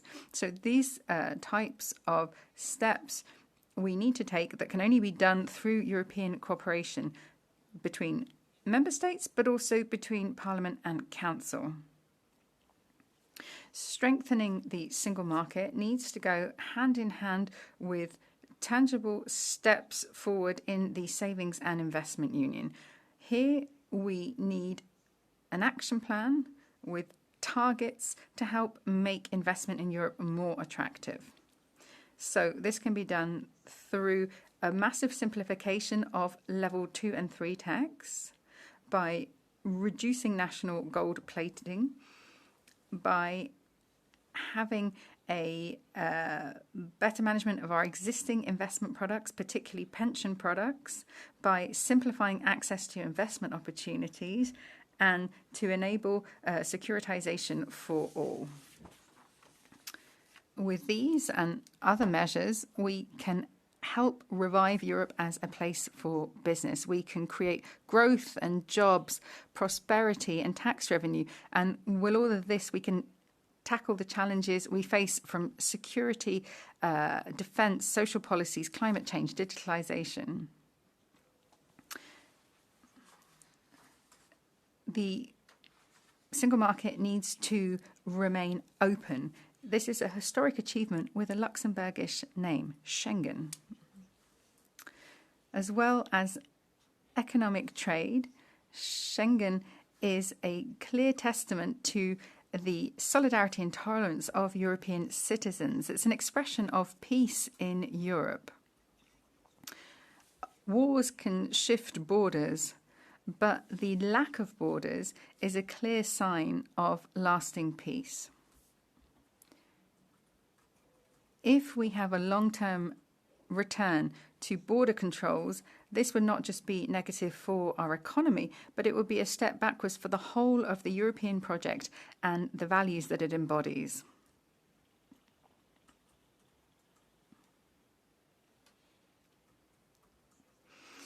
It is therefore in our common interest to find a way to permanently remove these internal border controls.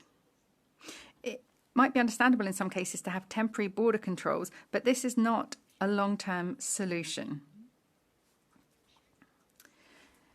Schengen is made up of 3 equally important components: free movement within the EU, police cooperation, and common controls at our external borders. Having real controls over irregular migration can only really be ensured at our external borders. We need to have a policy that brings the heart and the mind together.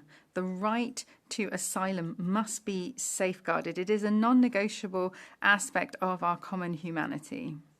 In individual countries in Europe, regular migration is needed for economic development. What we need is a quick and full implementation of the Asylum and Migration Pact in our member states. What we need is a political action plan so that we can slowly phase out internal border controls. With all of these actions, we can help strengthen our values. We can strengthen these freedoms, freedom of movement in Schengen, economic freedom in the single market, ideological freedom as part of our democracy. These are our strengths. In a world where a lot of people wish to build walls once again, the EU stands for openness, solidarity, and cooperation.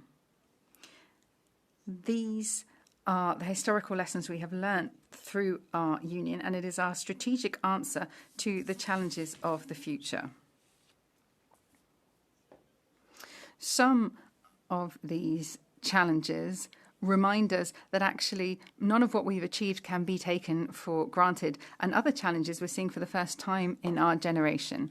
But the solutions come from a union of two strengths which have carried us this far: our values and our unity. That is the real meaning of European success. A country alone, no matter which country, cannot overcome these challenges, whereas no challenge cannot be overcome if we work together. This is a responsibility that falls on all of us: Council, Parliament, Commission. It is a heavy responsibility, yes, but it is also encouraging, because it means that we are the masters of our own destiny.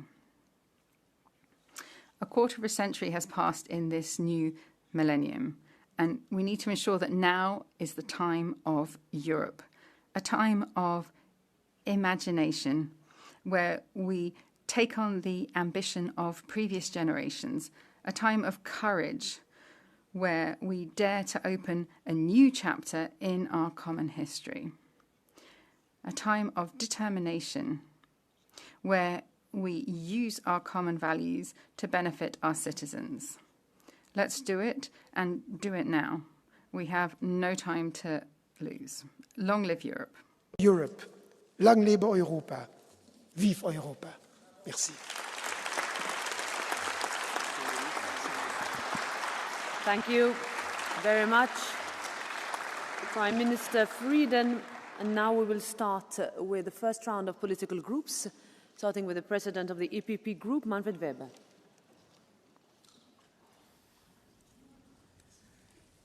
Frau Präsidentin, Madam President of the European Parliament, dear Prime Minister, dear Luke, colleagues, first of all, I should like to thank you, as well as the people of Luxembourg. Wish you congratulations for the new Grand Duke, and wish him every success in his new duties. And he represents Luxembourg perfectly, because he sets no real store by pomp and ceremony, but rather by support for the people, and embodies Europe's and Luxembourg's strength, and pays homage to Europe's unity. Luxembourg has always been one of the most European countries in the European Union, and just a few years on from the end of the Second World War, which for Luxembourg meant occupation by Nazi Germany, Luxembourg made the choice for Europe, which was a courageous choice on the part of your politicians, and Luxembourg has always been part of our defence union and Schengen. In 1985, Luxembourg was one of the founding members of Schengen, and that has meant 40 years of freedom of movement for us all. And Luxembourg has for many years been one of the leaders of Europe in the shape of Jacques Santer, Jean-Claude Juncker, and of course Schuman, with whom the idea of Europe was born. Now, as a finance minister in your own country, you oversaw the transition to the single currency, and you, of course, guided the people of Luxembourg through the financial crisis and did what you could to protect jobs in very difficult times. And as Prime Minister, you have shown that Luxembourg can rebuild and become more resilient. And over many years, you have shown it's important to think collectively when it comes to our social and economic resilience. And now you're trying to boost house building, something which matters most to people. And you have shown real leadership, and leadership in the best EPP tradition. Luxembourg has always served as a bridge between nations, as well as a symbol of European unity. And quite rightly, you have written that Europe is a necessity. Let me remind you what you've said. And you said that if we opt for national solutions, then we will be unable to proceed. What we need is a stronger Europe. That is the way you have put it. And that is why a defence union is something which is centre stage for us at the EPP. We really are poised on the brink of a historic turning point. We have to work towards a defence union because in terms of cybersecurity, people readily understand that it's only by a common European vision that we'll be able to protect them. And you've described our technological challenges as well. We have to become independent. We have to look at the situation of drones, for example, which overshadowed the meeting in Denmark last week. I mean, we are being put to the test by Putin, and it's important that we determine which measures are now necessary. But we are all well aware of the fact that Luxembourg is poised to play a leading role in this process. Jacques Santer and Jean-Claude Juncker created the euro, and now Luxembourg will help us bring into being a European defence union. It is essential, but we are building on a strong Luxembourg. Thank you. Now, on behalf of the S&D Group, Marc Angel. Madame la Présidente. Madam President, Prime Minister, Commissioner, colleagues. On behalf of the Socialist and Democrat Group, I would like to welcome the Prime Minister here to this House of European Democracy. This is a place that incarnates history, but more importantly, the future of our Union. Luxembourg and Europe are a historic couple. We are joined by a shared destiny. Luxembourg is a founding country and has been through all the major phases of the EU, often in the vanguard of progress that's been made. And it has seen that its fate will be a shared fate, and it has to place its confidence in Europe to do that. Europe has always taken our country further. Today, once again, faced with uncertain and tumultuous times, we have to once again restate our confidence in a strong and united Europe. Together, we will be able to face up to the threats we face, protect our continent, and breathe new life into our economies and industries. Sometimes that will be done through simplifying our regulatory framework, but we have to be reassured that the socialists will never sacrifice our environmental and social ambitions on the altar of blind deregulation. Together, we will defend our values and the rule of law, which were the founding cornerstone of Europe. To face up to these challenges, Europe needs an ambitious MFF that meets our objectives, but also is up to the expectations of our citizens. We also need to ensure that we can work more effectively, overcome blockage, try to avoid attempts at blackmail and prepare for the future. And here, Prime Minister, that has to be done through targeted treaty change. Europe also has to respond to the cost of living crisis, the housing challenge, and strengthen social rights. Colleagues, the Luxembourg social model has for a long time been a source of inspiration for Europe, and I'm proud of that. But I'm extremely concerned about some recent decisions that have been taken by your government, Prime Minister, which call into question this model and weaken social harmony. I hope you will reconsider those changes and will come at European level in Brussels and Strasbourg to ensure that we see a deeper, fairer social Europe. Finally, Prime Minister, I would like to welcome your support, your courage, that of your party, to ensure that the right to abortion is written into the Luxembourg Constitution. Against a backdrop of women's rights being attacked, this is key progress. I hope that Luxembourg will inspire Europe and that you can convince your friends in the EPP and in the Council to ensure that this fundamental right becomes part of the Charter of Fundamental Rights in the European Union. Prime Minister, I'm counting on you and on Luxembourg to continue to be at the vanguard of Europe and to support the European project. Long live Europe. Thank you very much. Now, on behalf of the PFE Group, Kinga Gál.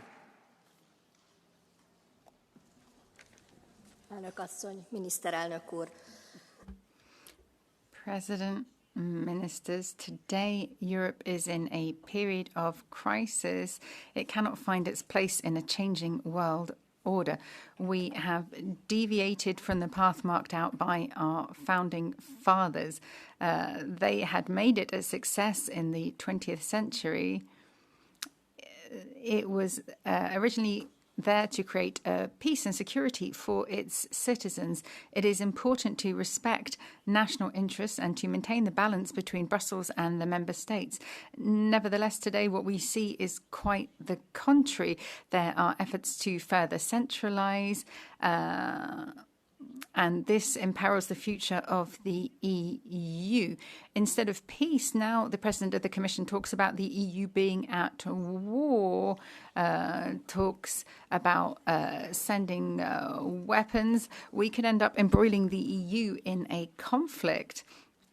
And we also see the consequences of the far migratory policy of Brussels. It endangers our women and children. We see increased anti-Semitism. Instead of prosperity, there's a lack of competitiveness due to all of these green policies. Brussels bureaucracy is negating the sovereignty of the member states. This is in complete contradiction to the cooperation between sovereign states. If there is no change, the EU will end up disintegrating. There are those who want change, who want the EU to deal with real problems. And I think the Czech elections show that the only real alternative to protect Europe is today the Patriots. Thank you. Patrick Yaki.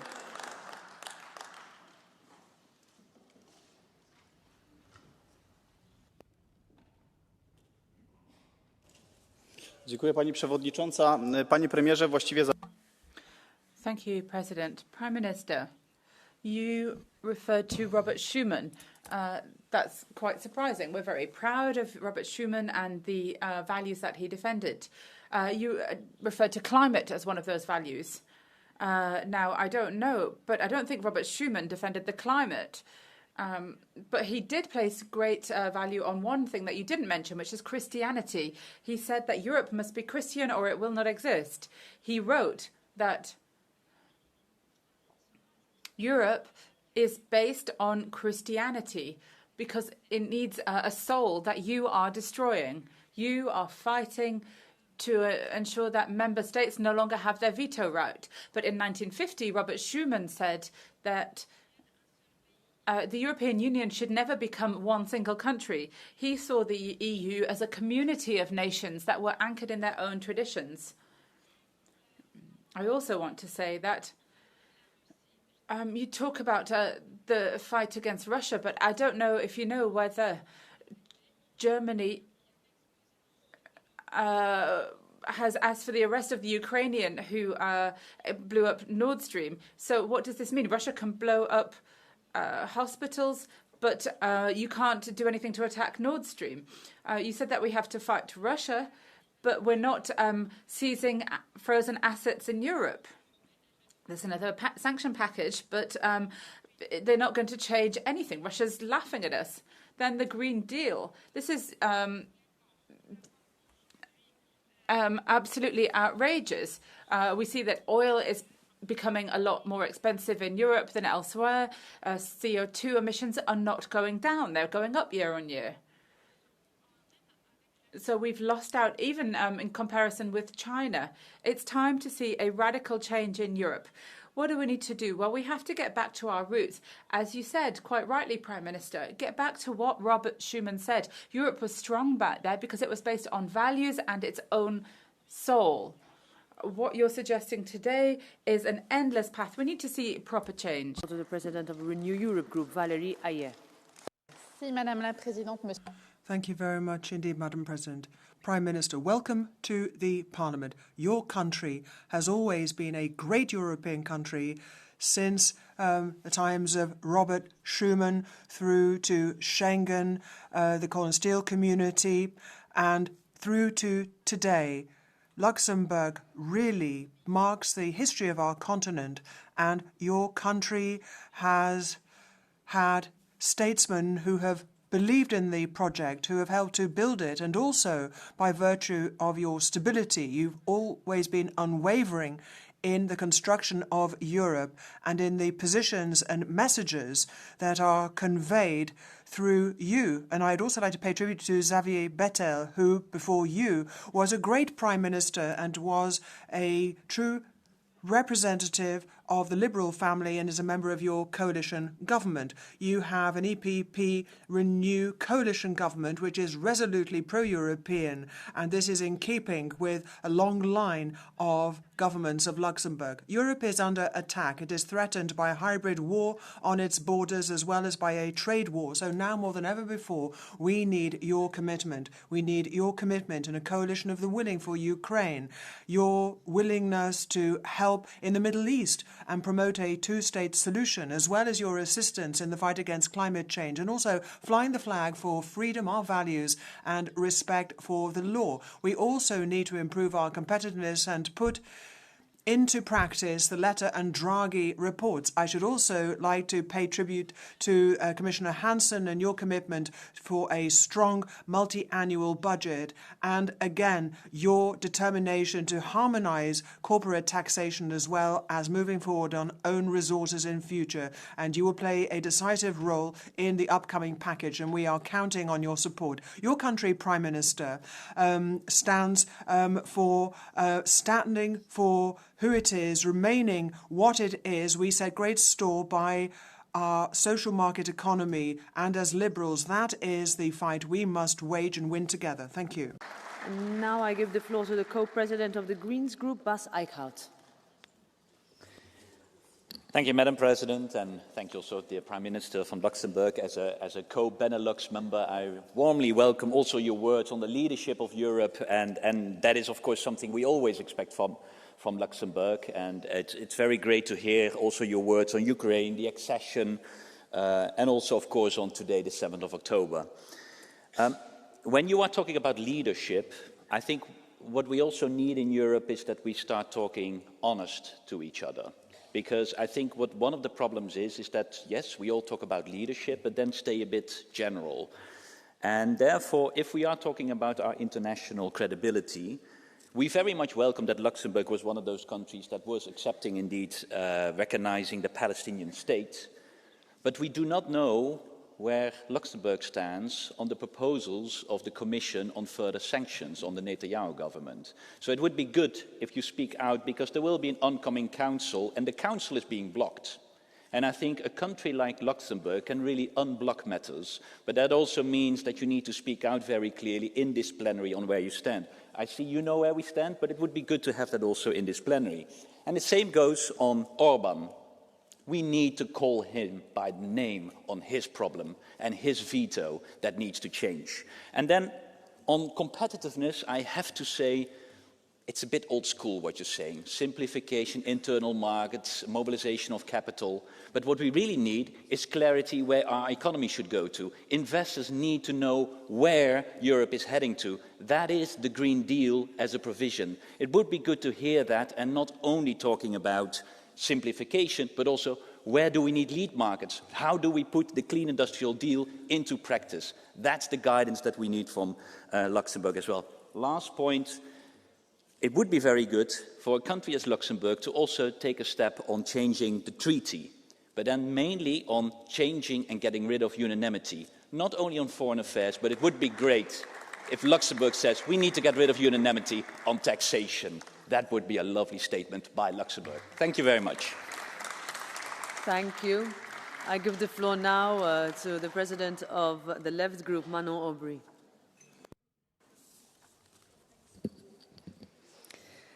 Merci, Madame la Présidente. Thank you, Madam President. Prime Minister of Luxembourg, you are the head of a gang. I don't know how to put it otherwise.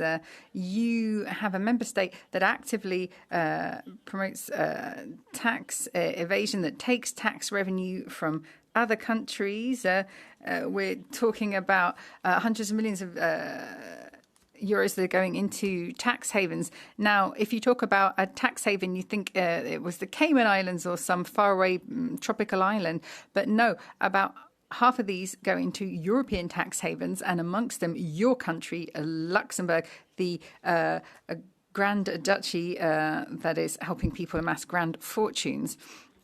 You were the finance minister during the LuxLeaks scandal, so you are directly complicit, but you have never answered for that. Since that scandal, you became president of a bank in Luxembourg. I can hear you respond that all of this is in the past, that Luxembourg has changed, but that is not true. OpenLux showed that a large proportion of Luxembourg companies were shell companies, and 9 out of 10 CEOs were foreign. So I might be naive, Prime Minister. Are you in favour of these models of tax invasion? Your neighbouring countries are paying the price for this, losing 20% of tax revenue in Europe. And this tax evasion has transformed all of our member states. In 75, the Commission had looked at corporate tax revenue of 40 to 45%, and now we have a minimum rate of 15%. That, of course, is not without consequence. Multinational companies are not paying their fair rate of tax, and so it's European citizens that have to make up that difference. So rather than pillaging from European citizens, let's go and get this money back from tax havens. Let's end unanimity in matters of tax havens so you don't have your right to veto, you and others who are head of these tax havens in Europe. We need to tax billionaires because in all of these types of scams, we have to end those who are in charge and get back the money they've stolen. Thank you. Of the USN Group, René Aust. Sehr geehrte Frau Präsidentin. Madam President, ladies and gentlemen, well, this is Europe. This is supposed to be the subject of debate this morning, but it's more about what Europe was. Europe was once a powerhouse of progress, a continent of inventors, engineers, artisans and entrepreneurs, a continent in which ideas were born and global markets were conquered.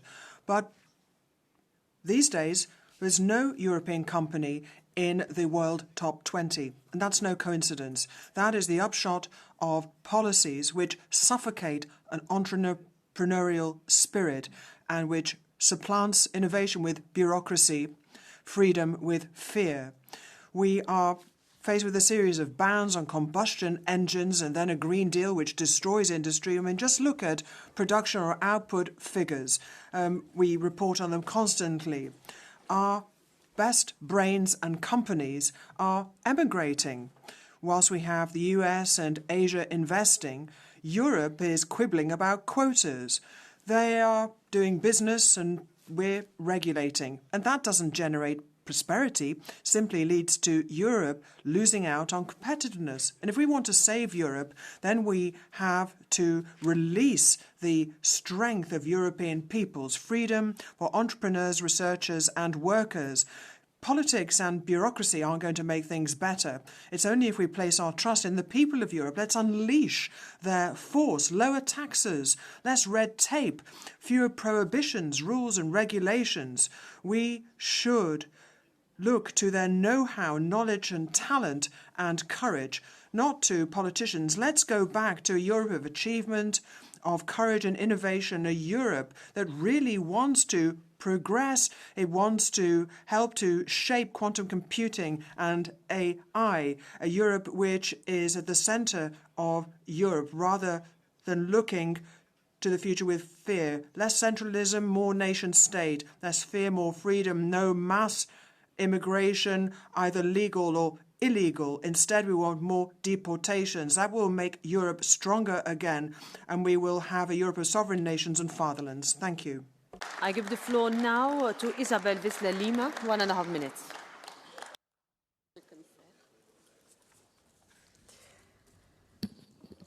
Monsieur le Premier ministre, merci. Prime Minister, Thank you for having focused on the values that unite our European Union. Today, they are particularly at risk because totalitarian ideology is gaining ground. We have to be clear. Where we see illiberalism setting up, then democracy falls away. We see an undermining of rule of law. They want to ensure that we change politics and undermine justice. And it will be the arbitrary that will reign and will win. We have to fight against the existential threats around us. We need to have common rules about social medias and these opaque, polarizing algorithms. This social media is used by criminals, by unscrupulous people, foreign powers who want to destroy our democracy and our freedom. We can't allow that to happen.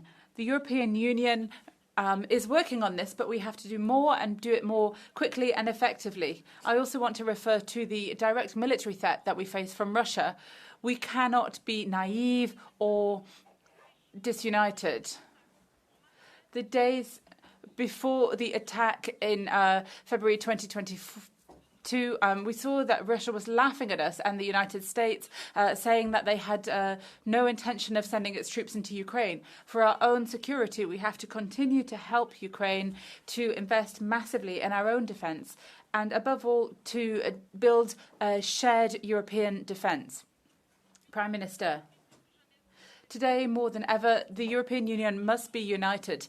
Through its history, Luxembourg can act to bring European countries together. This is something that we need greatly right now. Now, Elio Di Rupo, 1 minute. Madame la Présidente. Madam President, Prime Minister, dear neighbour, I think both our countries have contributed significantly to the evolution of the European Union. But what our citizens want now is some serenity.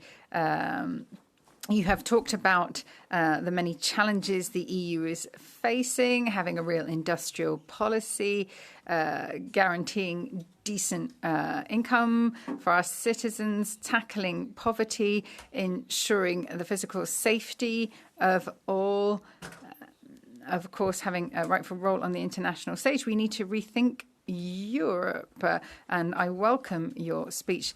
Now, how do we do this? We are 27. Now, you talked possibly about other modalities, but how are we going to actually achieve this? Because I think it's impossible with 27. I think we need to recreate a new dynamic to move forward. You're such a good listener. You have the heads of the political groups here. We're all listening and we're counting on you, Prime Minister. Thank you. Monsieur Di Rupo, now Harald Wilimski, 1.5 minutes. Thank you very much indeed, ladies and gentlemen. Madam President, I should like to start with all of you. And unexpectedly, perhaps, I'd like to thank all of you for having observed a minute of silence for the tragic death of Charlie Kirk yesterday evening. I really do think that that is the best way for us to treat with one another. And I think that that way we can gain in balance and fair-mindedness. So I just want to thank all of you for that. Now, this weekend, of course, have seen the re-election of Andrej Babiš in the Czech Republic. We've not said much about that. And if we cannot prevent that, then the incoming Prime Minister of the Prime Minister will be just him, and Viktor Orban is somebody who will want to see that reform alliance, and it will be strengthened. I mean, we are seeing chaos now in France. We're seeing what can happen then, and we've got Jordan Bardella and Marine Le Pen as well. And with all of them, I think we really can turn the situation around. And we've got Herbert Kickl, of course, in Austria, got far more support than any of the other parties. And so when you're talking about, who should be chancellor, well, certainly, we can push all of this forward in Austria as well. And then just look at the situation. Alice Weidel in Germany, somebody who is really in the hearts of people. And, with the right support, she could go right to the top. And so I know you don't want to see that come to pass, but you've just got to accept it. That is what the majority of the population think. That is the way they want things to go. And I think that you would be smart if you were to realize that. You were to realize that we've got ever-growing circles from our electorate, and we, the patriots, we see the way forward. We've got the numbers, we've got the figures. We have seen otherwise that the continent is going from bad to worse. Prime Minister, you spoke about a concentric circle of Europe to stand to the challenges of agility and swiftness that European decision-making needs in the international context. Indeed, we must stop trying to do everything with 27 member states. We have to respect the democratic choices of each individual member state and not go to the Jacobism of the European system. And that would go even farther with the end of unanimity, and that would round counter to the democratic choices of member states. You talked about de-bureaucratization as a priority, and taking apart the Green Deal, which is a catastrophe for our industrials and for our farmers and for everyone. Now, just a few seconds ago, it was disgusting. We heard Luxembourg accused of being a tax haven, but really, what we note is that many countries, like France, first and foremost, we know that Europe has become a regulation nightmare. We must put an end to that. We talked about border checks. That is needed, indeed, because the external borders of Europe are a sieve for migrants and for unfair trade amongst businesses. Thank you. Now, minutes.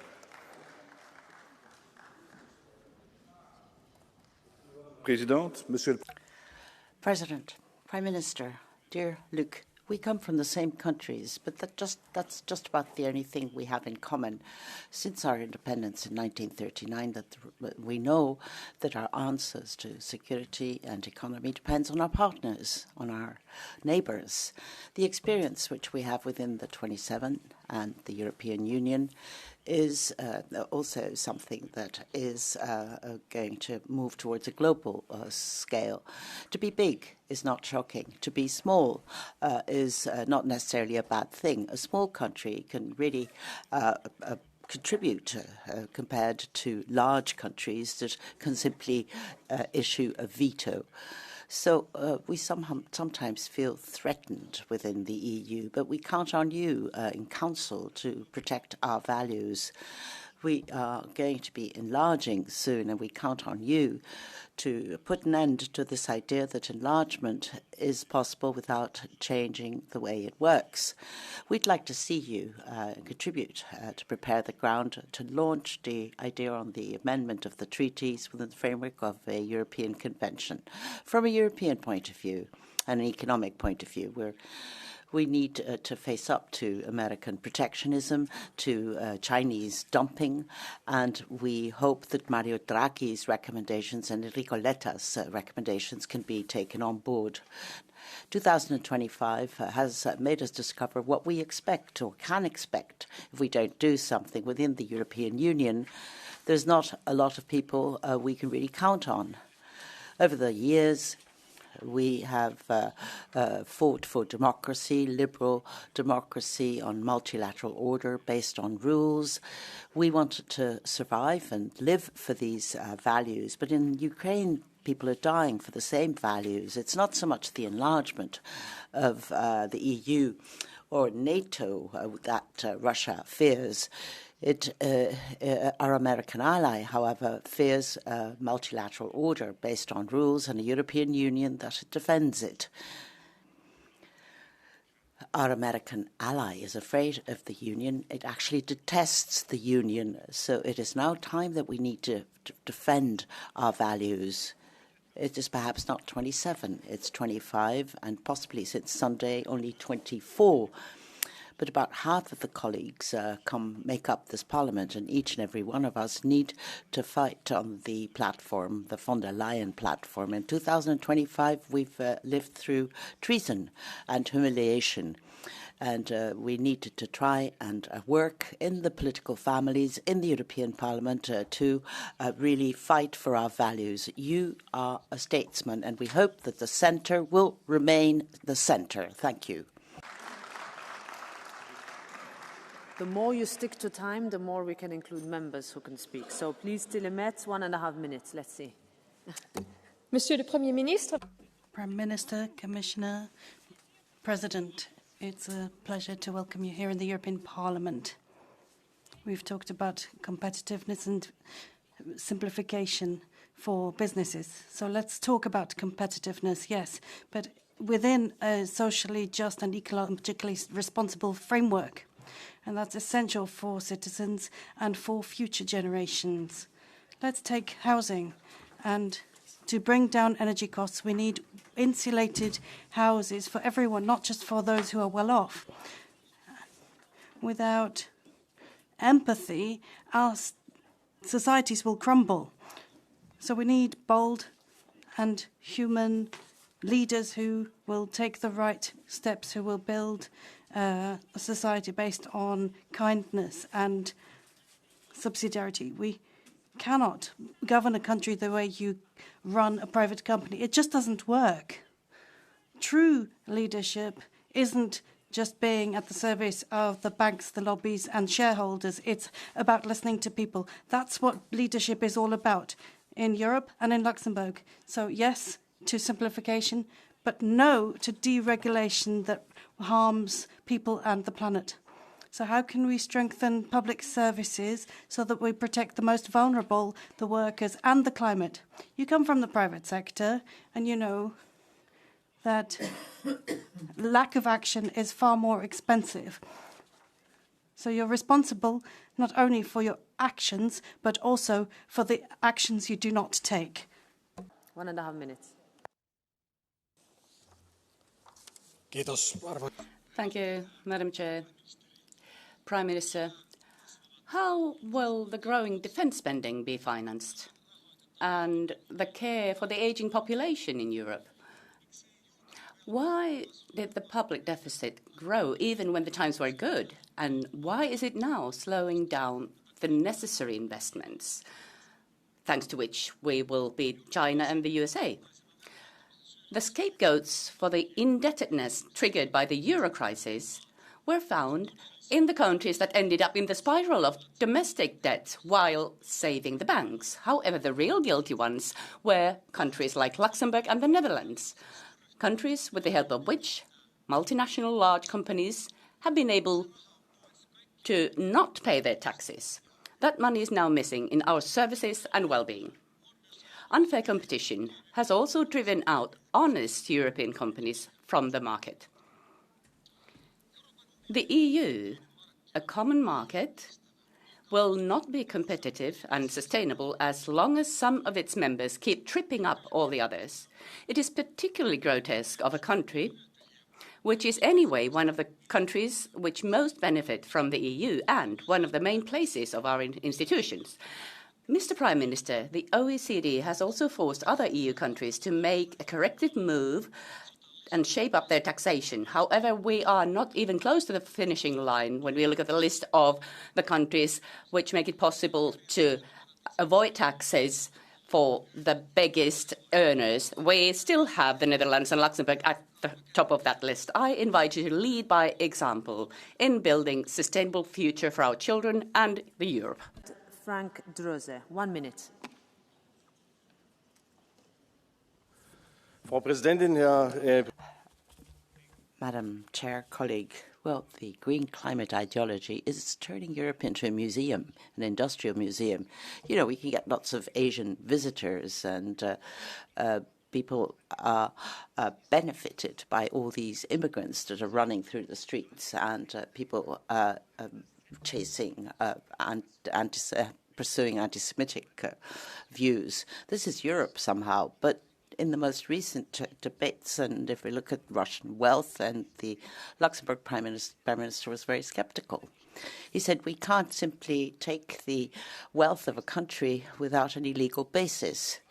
And if we take Russian wealth, assets, the Europe in the long term will no longer be a reliable financial market. So this type of mafia politics, at the end of the day, the taxpayer will be paying the bill. And our immigration policies and economic policies don't work. Europe, we need to move in the right direction, and Europe should look more like the United States. Thank you. Heiser, 1 minute. Madam President, Prime Minister, welcome to our chamber. Today, you should have spoken in Luxembourgish, at least for a small portion of your speech. Of all of the countries represented here, Luxembourg is the only one where the representatives do not have the right to speak in their own language. Therefore, I should like to call on you to swiftly to come up with an administrative arrangement with the Council and the Parliament, much like has been done by the Council conclusions of 2005, negotiated under the auspices of Luxembourg. Luxembourg has met all of the conditions. It is constitutionally recognized, it is our administrative language, and it is spoken throughout the entire country. Now, as pertains to Europe, it is time to review the treaties via an intergovernmental conference followed up by a referenda in the member states. The Commission and other member institutions continue to gobble up the authorities, for example, in defense, health, or housing. Moreover, the Commission is not transparent. Therefore, we must act. Europe cannot be a federal construction. It must be developed as a Europe of sovereign nations. Thank you. Give the floor now to Siegfried Muresan, 1.5 minutes. Thank you, Madam President. Prime Minister Frieden, welcome to the European Parliament. Luxembourg has been at the heart of European integration for more than 70 years, a founding home of European institutions and a symbol of unity, stability and confidence in the European project. You have recently stated that Europe is a necessity. I think this is now more true than ever. We are seeing autocrats cooperating closer around us. It's clear that we, those who believe in a strong, in a united European Union, those who believe in the ideals of the European project, have to cooperate even closer and have to deliver on what the people of Europe expect. That is, of course, firstly, safety, stability, security, and secondly, a prosperous, modern, future-oriented, innovative economy. And we can only be safe if we all contribute to this. And on this note, I would like to thank you, Prime Minister, for the contribution which the people of Luxembourg are making to the security of all of us. Luxembourg is deploying European soldiers. In my home country, Romania, less than 200 kilometers away from the border to Ukraine. And we have there Luxembourgish soldiers with soldiers from other EU member states training together soldiers and making sure that our national armed forces from all over Europe are becoming stronger and can protect us. That effort of Luxembourgish soldiers keeps Luxembourg safe, makes Luxembourg safer, and makes all of us safer. And just a word on enlargement. You're absolutely right in your appeal that we take leadership when it comes to enlargement. Candidate countries, the more they reform, the more they modernize, the better for our security and stability. They should become EU members only once they fulfill the criteria, but we should do more in helping them to fulfill the criteria, and once they fulfill the criteria, the message needs to be sure the door is open for them to join the European Union. Thank you very much. Thank you very much. Marit Mai, 1 minute. Yes, thank you, President. Dear Prime Minister, dear colleagues, the cooperation between Luxembourg, the Netherlands and Belgium is special. For decades, the Benelux has seen economic, political, cultural and social cooperation and integration at our border regions and between our countries. And this cooperation ensures that these three founding member states have a strong say in the European Union, also thanks to this Prime Minister. And I would like to thank this Prime Minister for something else. My body, my choice. The right for women to make our own decisions, for bodily integrity and bodily autonomy. As a Christian Democrat leading a centre-right coalition, you support embedding abortion into the Constitution. Christian Democrats and Conservatives in this Parliament can learn from the Luxembourgish Prime Minister. And so can the government from the Netherlands, where abortion still officially is a criminal act. Abortion should be decriminalized. Access to safe abortion should be acknowledged as a right in my country and in the European Charter on Fundamental Rights. Thank you, Prime Minister. My body, my choice. I give the floor now to Alexandre Varro. 1 minute.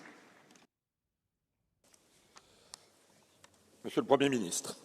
Prime Minister, we see since 2024 in France, the globalist and progressist order is crackling. It's a return to the nations. The very foundation that Europe was built on is fragile, and decisions taken on that foundation are unstable. If the European Union is truly democratic, then it must take note of this change, this sea change, before it makes irreversible mistakes. And that's why I want to raise the question of enlargement. If you're going to have a forced solution for the benefit of 6 or 7 countries, well then, from our perspective, for Montenegro and Ukraine enlargement, we're going to see a Trojan horse for European federalism, a pretext that's going to be used to reopen the treaties and pursue federalist policies and to ever increase Europe's powers. I'd like to hear your position on that. Tovani, 1 minuto.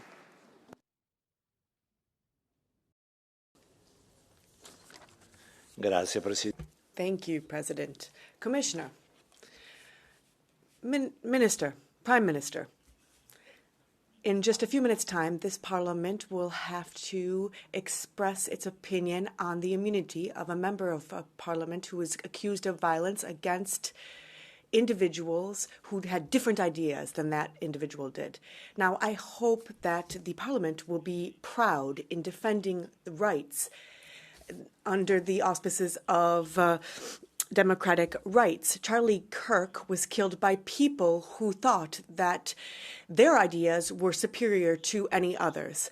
Now, Joseph Beck in 1957 said, "In no place in the world these ideals come to our minds or our eyes in the splendid way and spiritual way and material way as they do in Rome, in this supreme of antique Christian civilization, back to eternal values that form the foundations of this civilization. European states should live in the dignity of their wonderful past." Thank you. Mantovani, now Damien Boselager, 1 minute. Prime Minister, let me ask you quite plainly, will you support the United States of Europe? You said it yourself, this table here, this House only exists because before us, people thought about a better future. They understood that they don't want to stay in the horrors of the Second World War and build something that brings Europe together.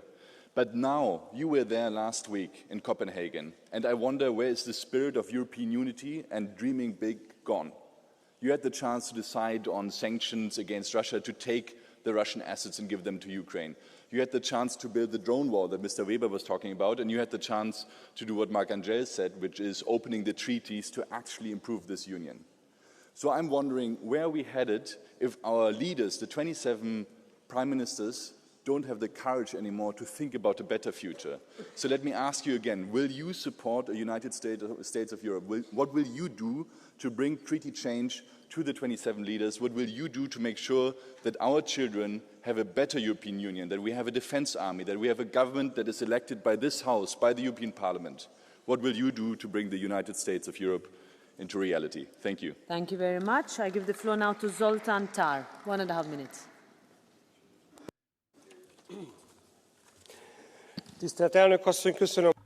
Madam Chair, thank you very much.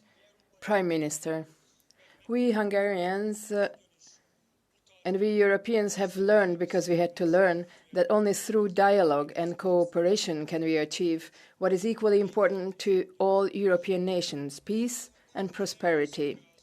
What the Union was not prepared for, however, and didn't believe possible for a long time, was that the leader of a country, the outgoing Prime Minister of my country, would abuse this dialogue and cooperation and unlawfully use what belongs to all of us for his own purposes and interests.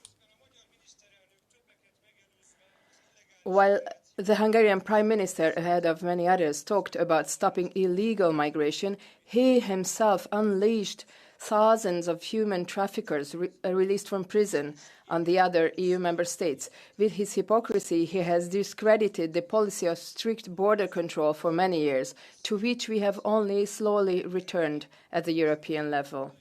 I hope that we will soon reach the point where the EU will also provide funding for the fence protecting our common border. And while the current Hungarian government talks about a European economic downturn, all the data shows that this is a peculiar phenomenon, and they are abusing the Hungarian economy with 60 different types of taxes. The TISA policy is legal certainty, low taxes, increased pensions, and decent standard of living, because Europe has to be strong and Hungary has to be strong to be able to contribute. Now, Nicola Zingaretti, for 1 minute, please. Thank you, President, for your words. This palace was not built by happenstance, but because of the foresightedness of the post-war period, and Europeans must be more courageous, open a door of change. The Europe that we have known to date has maintained peace, development, and democracy, but it's not enough. The danger is decline, going back to nationalism, and the uncomfortableness of those who see the future as worse than the present. Now, we know that nationalism is not the solution. It is an expression of anger, something that requires courage from Europe. We have to move towards innovation, re-establish our social model, bet on common policy, making sure that we are front and center, and not towards a war amongst ourselves, but common defense. Act, therefore. We need federalism, peace, against nationalism and against war. What we need at this time and this moment in history is to transform Europe into a rhetorical world. We don't want it to become something that's just a word for doing nothing. Thank you. Mr. Vanacci. Ministro. Prime Minister, you gave us your vision of Europe, but the image that we have looks cloudy and distorted. Look, I advise you to find another optician, because you know the situation that citizens suffer from on this continent is complete failure. Social democratic leadership failure, which has flooded us with illegal immigrants which commit crimes and erode our rule of law. Europe of energy, which is more expensive than anywhere else in the world. Europe of the Green Deal, which has desertified our industrial network and has made us poorer. Europe of insignificance at international level, as you can clearly see, especially in the case of the Russian-Ukraine conflict and the huge tragedy in the Middle East. Because of this reality, Prime Minister, we patriots feel that we need to change this Europe, and we will see you again, hopefully, when the fog has lifted. Thank you. Now, Diego Solier, 1 minute.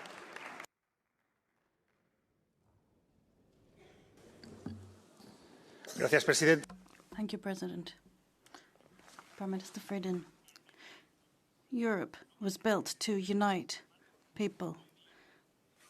But today, millions of citizens feel that they're not represented by Europe, and they feel that they're being drowned by regulations, by rules. They can't farm. The farmers can't farm. Young people have no future. Borders not being checked. It can't be a system for collective fiscal tax punishment. We need to have a Europe that serves people on a daily basis. We do want a Europe that's strong. We don't a Europe that doesn't silence, a Europe that cooperates and listens to the needs of member states. We want a different Europe, a better Europe, a more humane, secure and freer Europe. Paolo Cunha, 1 minute.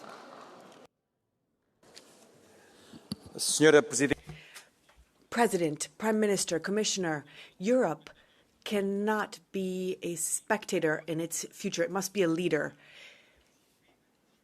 The many thousands of Portuguese that live in Luxembourg work hard in dignity, and they are proof that mobility is strength, not a threat, that Europe is stronger when it welcomes with rules and integrity, but Europe needs more ambition. The world context means that we need technology and security, and in Luxembourg and Portugal, we can work together with the Azores, and the Atlantic can be a new strategic hub for Europe. Today, leadership is innovation, and we must unite in sovereignty, security, and growth. Europe must be a leader led with responsibility and ambition for the future. Thank you. Very much. Now Javier Moreno Sanchez, 1 minute. Bienvenue, Monsieur le Premier ministre. Welcome, Prime Minister. Your speech was full of hope, and you, as a citizen of Luxembourg, a founding member of the European Union, has always been at the very heart of the European Union. To go back to nationalism and the times of the past is not a good approach. We have decided to face up to a common destiny. So there's only one answer to nationalism. The answer is more Europe. To face up to poverty, to climate challenges, to housing problems, to matter approaches and immigration. The European Social Fund and the Common Agricultural Policy can help us. Going back to national states is a very dangerous paradigm. We need a united Europe to keep peace and democracy in the face of threats, and to face up to the trade wars, the senseless trade wars. And we will stand behind you moving towards this European soul. 1 minute. Frau Präsidentin, Herr President, Prime Minister, colleagues, smaller and medium-sized states in Europe can do much more. They can punch above their weight. Luxembourg is a prime example. It's economically very strong. It's committed above and beyond the call of duty, and that's the way Luxembourg has been working for tens of years, and we need to do the same to strengthen Europe's economic standing. It's only in this way that we can really tackle the problems that we face, whether it's a social model that needs to be funded with an aging population. Luxembourg, a founding member state, has made many steps forward, but the last wave enlargement goes back a long way to 2013. So we need to enlarge now to the Western Balkans, and we need to strengthen Europe, not go back to nation states as mistakenly is being advocated by the patriots. Thank you. Saliba, minuta. Grazie, dear Prime Minister. Government's AI strategy to achieve digital sovereignty by 2030. Soon we will be halfway through the evaluation of the European Digital Decade, and unfortunately we are not meeting our targets. We need to learn fast, because the digital transition is not waiting and we need to catch up. The fact is that Europe has become overly dependent on foreign technological infrastructure provided mainly by big US tech corporations. One of those, Amazon, is based in your country and by now is the biggest employer in Luxembourg. It makes me wonder how you deliver on sovereign cloud solutions and other infrastructural aspects that underpin your AI supercomputer ecosystem. What is the interaction between Amazon Web Services and the sovereign technological stack that you are aiming for?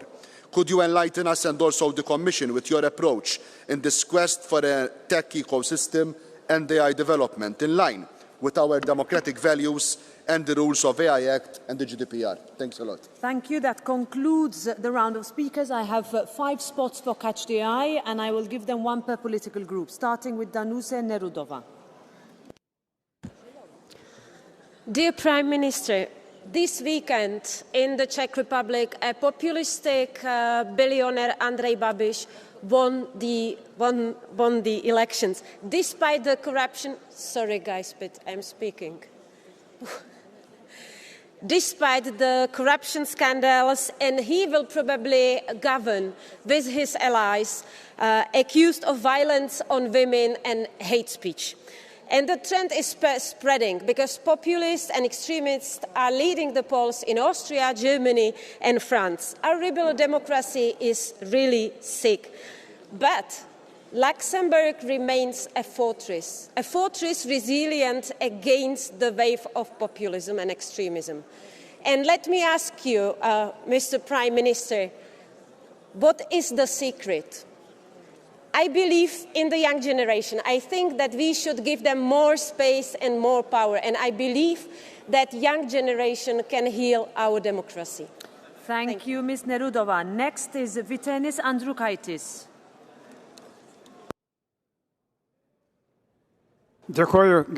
Thank you, Prime Minister.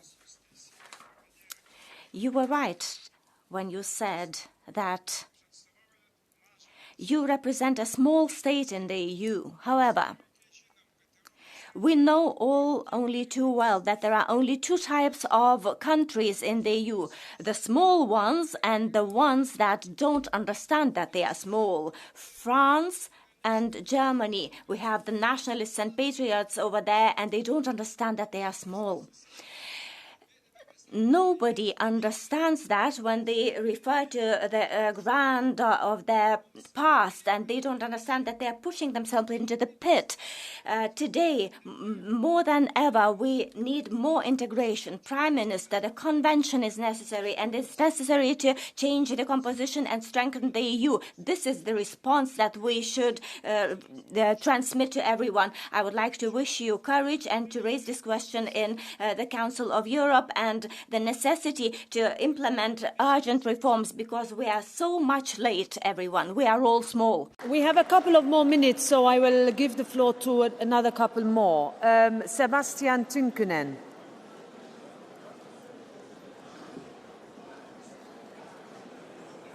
Madam President, entire neighborhoods of once great cities taken over by people who are neglecting our values.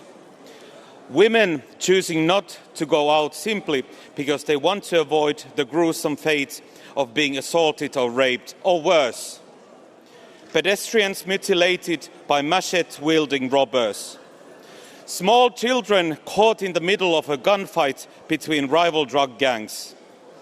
Teachers beheaded by radical fundamentalists.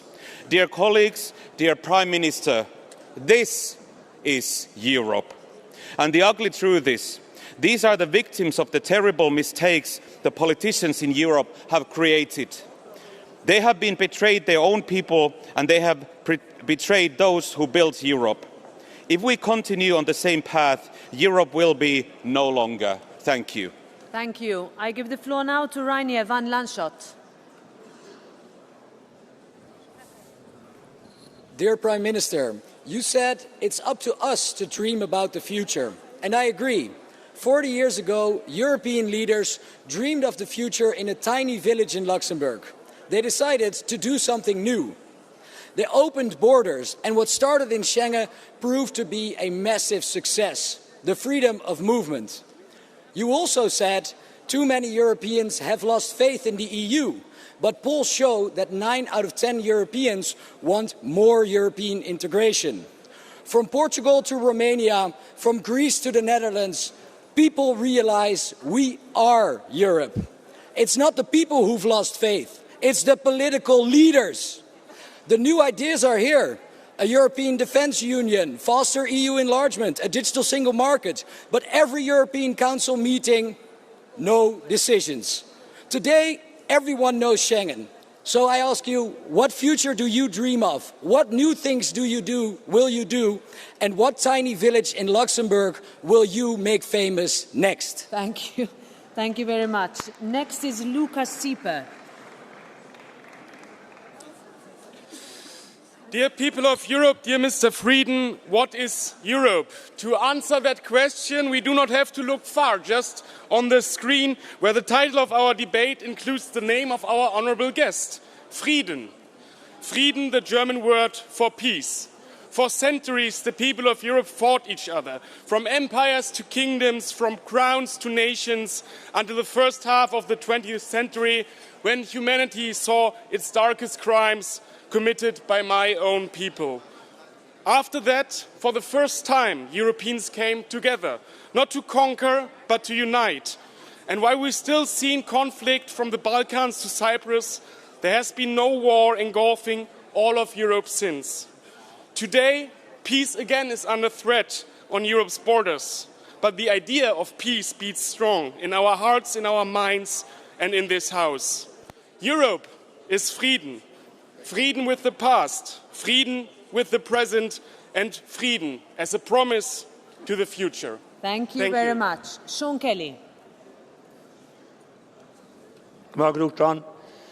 Europe is made up of big countries and small countries, and often the small countries think the big countries dominate. And yet we had one of the biggest countries, the United Kingdom, leaving the European Union under the pretext of lack of sovereignty, which they are now beginning to realise is a mistake. On the contrary, small countries can make a huge contribution, and you yourself, being President of the Parliament, like Pat Cox from Ireland, shows that, as do, for instance, David O'Sullivan and Catherine Day becoming Secretary-Generals of the European Commission. And then, of course, we have Robert Schuman, the father of Europe, and Jean-Claude Juncker, who became President of the Commission and had a very successful tenure. And indeed, it shouldn't be forgotten that it was under Jean-Claude Juncker that the Juncker Plan was introduced, which revolutionised investment financing in the European Union, which helped us get over the economic crisis. So big or small, we can be very successful. As the Prime Minister of Luxembourg said, Era Luxembourg agus onentas. Ireland, Luxembourg and the Union forever. Thank you very much. Juan Fernando López Aguilar. Gracias, Presidenta. President, thank you. Prime Minister, a Europeanist Luxembourg in a union where there are no big or small players, where we all have shared tasks. Luxembourg is the home for two federalist institutions. We cannot do that, however, on their own. We need the European Parliament to do its part. We have to have the regulations on unanimity revised. Then Schengen, of course. Freedom of movement is important, but we also need to complete the internal market and perfect it and do away with unfair tax competition. So we have to definitely support tax harmonization. Prime Minister, show your Europeanist vocation and show that you can act as a great European nation, Luxembourg. President, Commissioner, colleagues, I have to say that it's been quite some time since I've listened to an opinion so clearly articulated with regards to the future of Europe. Congratulations, Prime Minister, and I'm sure the Commissioner being here will tell the President of the Commission that, yes, we do have solutions. To pick up on what you said, democracy is founded on trust. Prime Minister, don't you believe that we will have more trust if we have social cohesion, social fairness, if we truly build that single market and have the same opportunities for citizens? That's how to grow trust. And please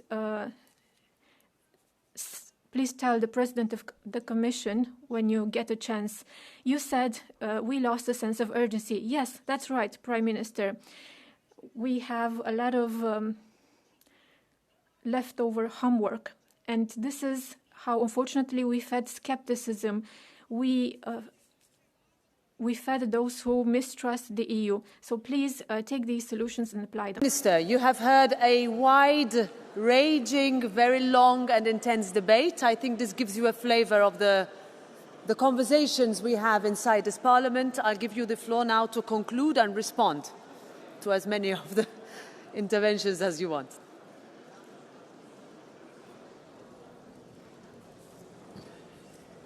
Merci, Madame la Présidente. Madam President, thank you. I am very proud of the Luxembourgish language, but I also want everyone to understand what I'm about to say. So I chose the language, a beautiful language of a neighbouring country, the French language, to address you. The European project remains a beautiful peace project, a project for prosperity and democracy. And I think everything we heard this morning just reflects the diversity we have in Europe. And I think we can be proud that in Europe it is possible to speak freely, to express one's views freely. And so what I observe is that alone we are weaker, together we are stronger. And that goes for our populations, but also our countries. We need to dialogue and progress together.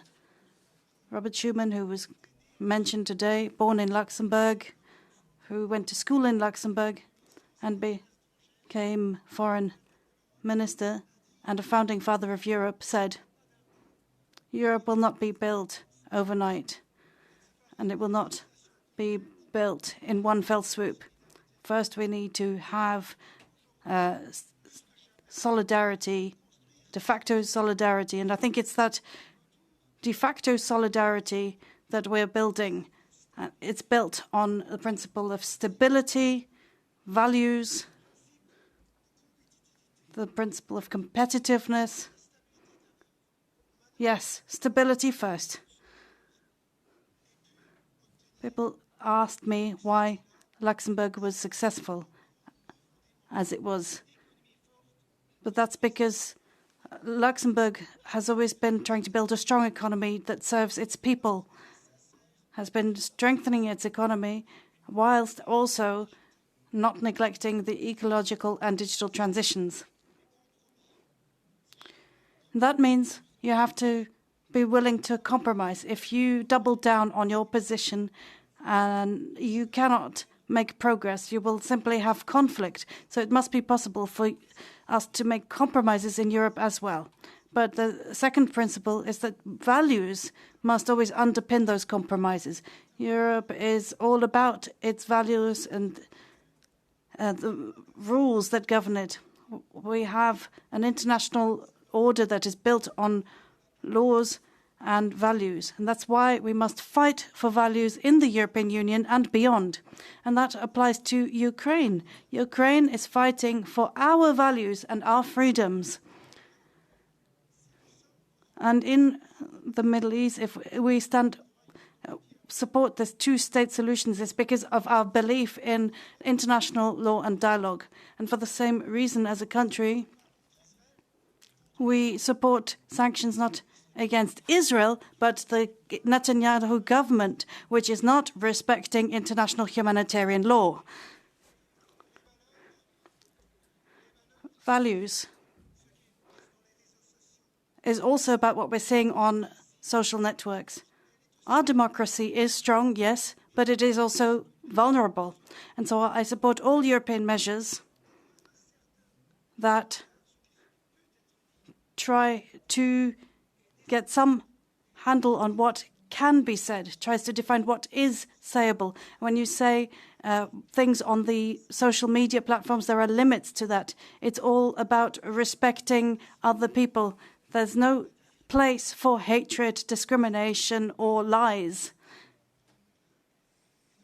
And so I also believe all initiatives that seek to rein in the contents and what's being said is worth supporting. And I say that to all parents and all children who are now trying to build their own critical thinking skills. It's the task for parents, for schools, but also for us as European legislators.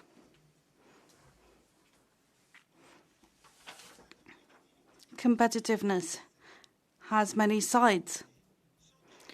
But without competitiveness, without job creation, we cannot have a strong social welfare state. So we must ensure that legislation is streamlined and less complex. I don't accept this dichotomy between deregulation and simplification. Of course, we must have regulation. When we layer one regulation on top of another, there comes a point when you have to ask yourself whether we're still meeting the objectives of the legislation itself. I had some time out from politics before coming back to politics, and I was seeing that in the businesses that I was active in, we've got almost as many people dealing with compliance and legislation as the number of people dealing with customer service, innovation. And I think that is something that needs to be rebalanced. It needs to be a healthy balance. You should have more people dealing with development, research, innovation, and then those people dealing solely with compliance.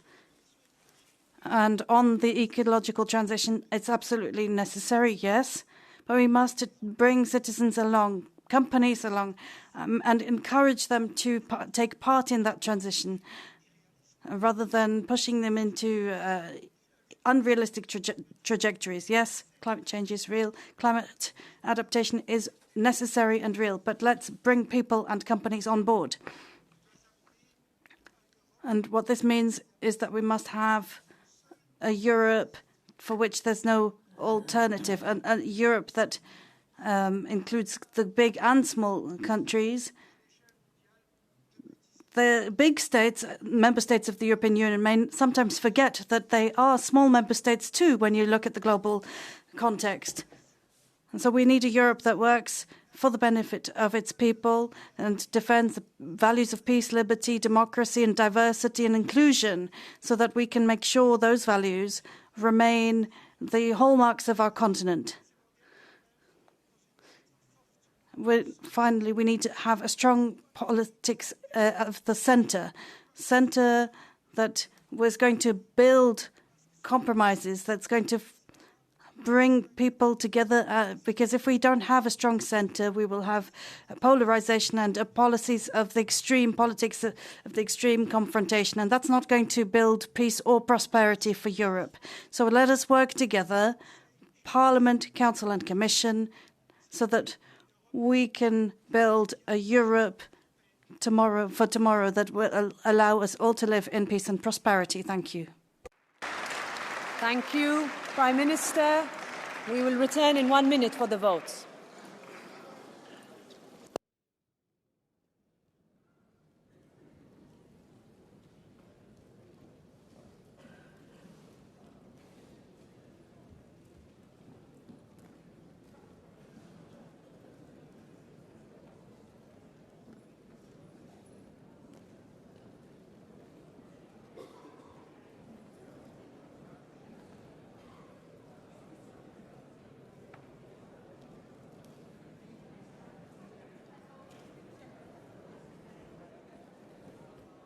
We now come to the votes.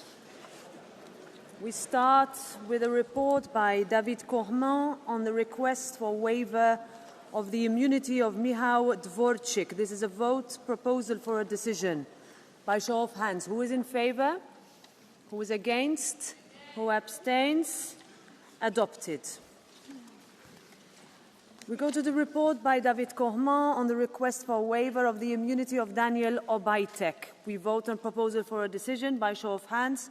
Who is in favour? Who is against? Who abstains? Approved.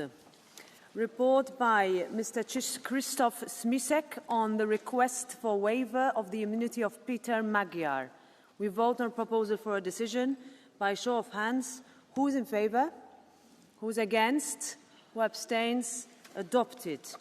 We move to the report by Ilhan Küçük on the request for waiver of the immunity of Peter Magyar.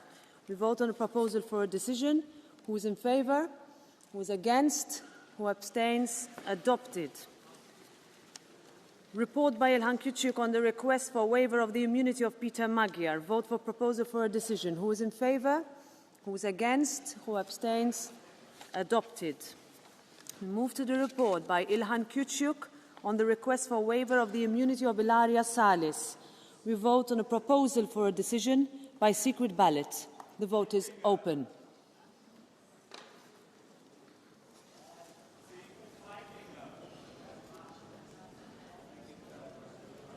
Vote is closed.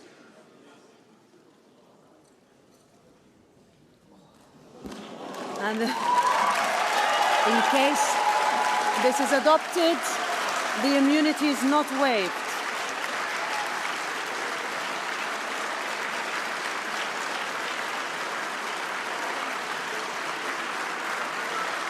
We move.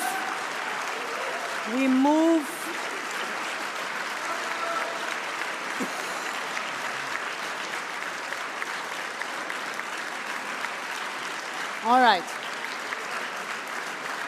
We move to the report. We move to the report by Ilhan Küçük on the request for waiver of the immunity of Klara Dobrev. Mr. Zdechovský, do you have a point of order?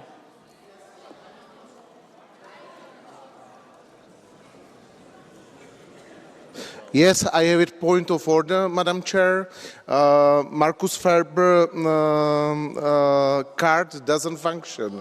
Also, it's really shameful that we have it here, technical problems. Also, we will call for a repetition of the vote. Okay. The vote stands. The vote stands. We move the report by Ilhan Küçük on the request for waiver of the immunity of Klara Dobrev. Vote on a proposal for a decision. Who is in favour? Who is against? Who abstains? Adopted.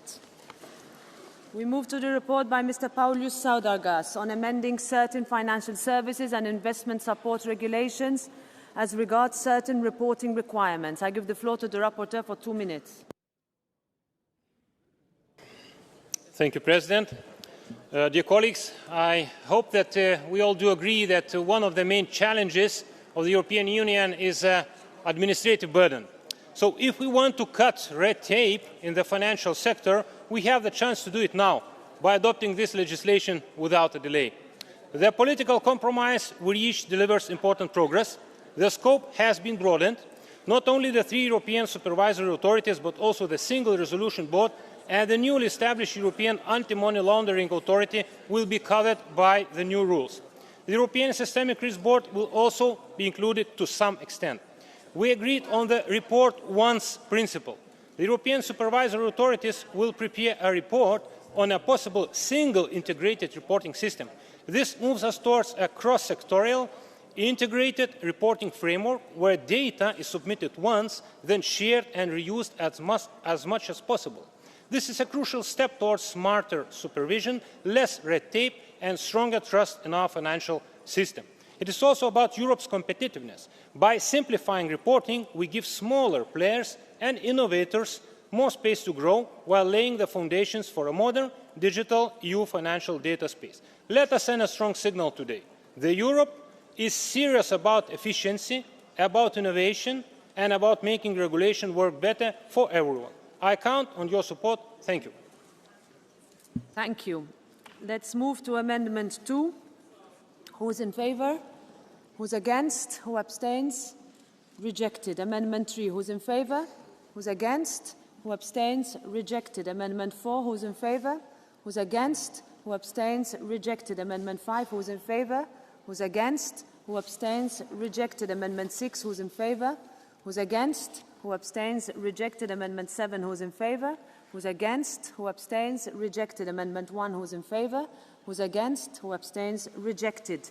The European Parliament has therefore concluded its second reading and the legislative act has been adopted. We move to the report by Mr. Matthias Nemetz on the revision of the visa suspension mechanism. This is a provisional agreement. Amendment 52 by roll call. The vote is open.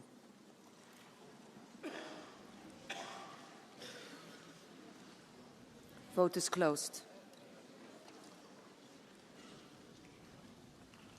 Adopted. The first reading of Parliament is therefore closed. We move to the report by Tom Berenson on the inland waterway transport, river information services. I give the floor to the rapporteur for 2 minutes.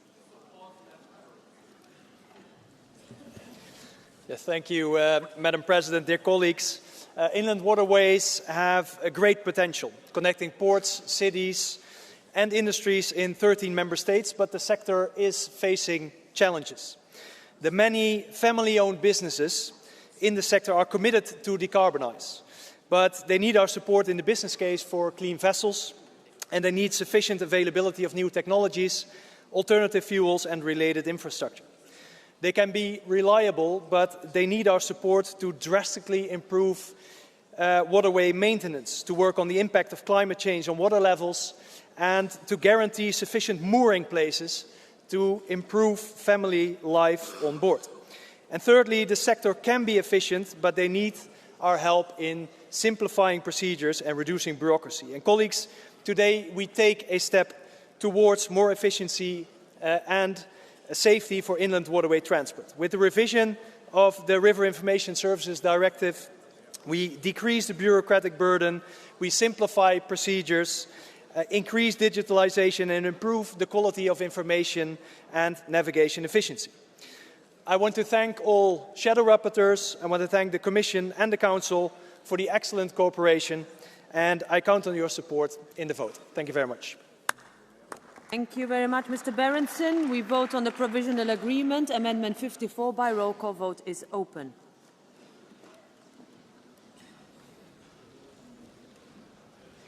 Vote is closed. Adopted. The first reading of Parliament is closed. We move to the proposal on the extension of the derogation for heavy-duty vehicles with zero emissions. Proposal to reject the Commission proposal. Amendments 1 and 2 by roll call. Vote is open.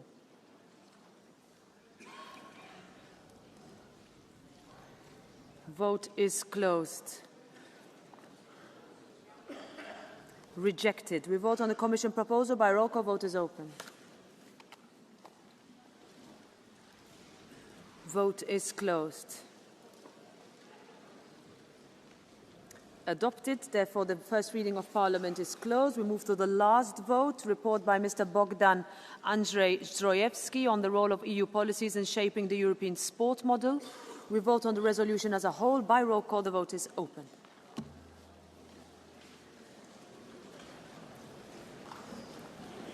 Vote is closed. Adopted.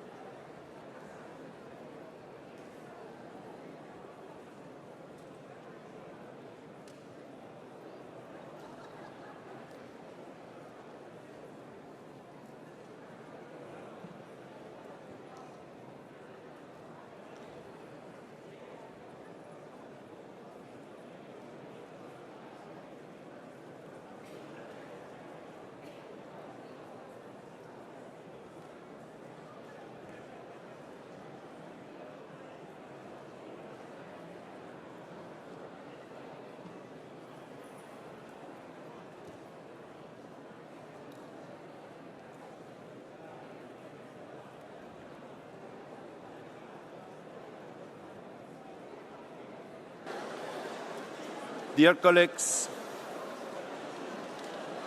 Please, if you have to leave the room, but we have to continue with our work.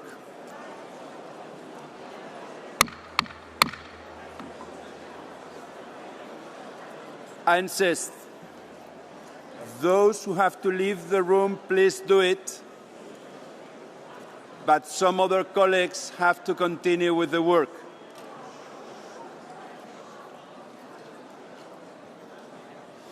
Thank you very much. The minutes of yesterday's sitting and the text adopted are available. Are there any comments? The minutes are approved. I beg you again to leave the room if you want to continue with your talks. Think that there are some colleagues that have to continue the debate. Next item on the agenda is Council and Commission statements, the EU role in supporting the recent peace efforts for Gaza and a two-state solution. It's not an easy issue. I think that a signal of respect, please, you are too worried about what's going on in Gaza, but you are not showing any respect for the debate that we are going to have about it. So, my first speaker is Madame Bier, on behalf of the Council.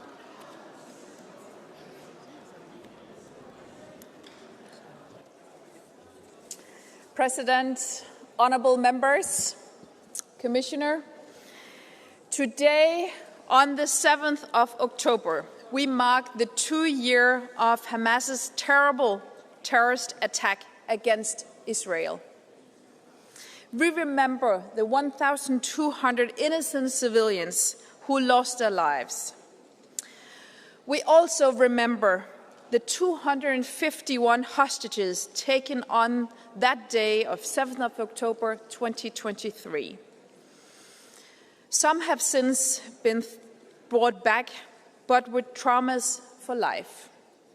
Others have sadly been killed, and some remain in cruel captivity for now 2 years. Our thoughts are with all the hostages and their loved ones. Some of you family members are here with us today. I have no words for your pain. Thank you for being with us in Strasbourg. The EU welcomes the US President's commitment to ending the war in Gaza, and we are hopeful for the negotiations currently taking place in Sharm el-Sheikh in Egypt. Finally, there is a renewed hope for having the hostages released and putting an end to the tremendous suffering of the civilians in Gaza. We strongly urge all parties to seize the opportunity, not least Hamas. We desperately need a ceasefire, the unconditional release of all hostages, and unhindered humanitarian access to Gaza. Once conditions are in place, the enormous task of reconstruction lies ahead. The EU stands ready to play an active role due to our consistent commitment, including as the largest humanitarian donor in Gaza and biggest provider of assistance to the Palestinian Authority. We must also build on the political momentum to find a credible pathway towards a two-state solution, where two states, Israel and Palestine, can live side by side in peace and security. Thank you for your attention. Thank you, Madam Minister. I give the floor now to Madam Suica, Commissioner. Thank you so much, Chair, dear members of the European Parliament. As you heard, on this day, 2 years ago, we woke up to the terrible news of an attack that caused at least 1,195 victims and led to 251 hostages that have been held captive by Hamas. I want to welcome the members of the families of hostages who are present today in the Parliament, maybe not in this chamber. In these 2 years, pain and suffering have been the reality of Israelis and Palestinians. Heartbreaking images are spreading all over the world. In these 2 years, violence and war have continued, causing more than 65,000 reported Palestinian victims and instability in the broader Middle East region. In these 2 years, the humanitarian situation in Gaza has become unbearable. President von der Leyen recalled during her State of the Union address 1 month ago that what is happening in Gaza has shaken the conscience of the world. The European Union has continuously called for a ceasefire, for the release of all remaining hostages and the resumption of the humanitarian aid to the Gaza Strip, working tirelessly with regional and international partners. Honourable members, I would like to once again reiterate that the European Union has been and it is the largest humanitarian donor in Gaza. 2 weeks ago, the Commission announced an additional €50 million in emergency humanitarian aid to deliver life-saving assistance both in Gaza and the West Bank. This will bring the total humanitarian allocation to Palestine to almost €220 million this year. Returning from an exceptionally important UN General Assembly week, it is clear for me that we need to be unequivocal in our support of the multilateral system. In this context, we believe that only with the United Nations and its agencies in a central role, the badly needed humanitarian surge can work. In this regard, the Commission takes good note of your plenary resolution of the 11th September, where you called for the mandate and funding of UNRWA to be reinstated in full with strong oversight and accountability. Guaranteeing immediate support in the short term is essential, but we need to keep the longer-term political perspective in mind. Europe's goal has always been the same: real security for Israel and a safe present and future for all Palestinians. We are now at the key moment of decision of whether this terrible war will finally come to an end.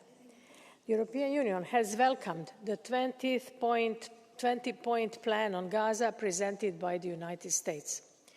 We remain a steadfast proponent of peace in the Middle East. The plan presents a credible framework in this direction. The European Union stands behind the plan's critical elements.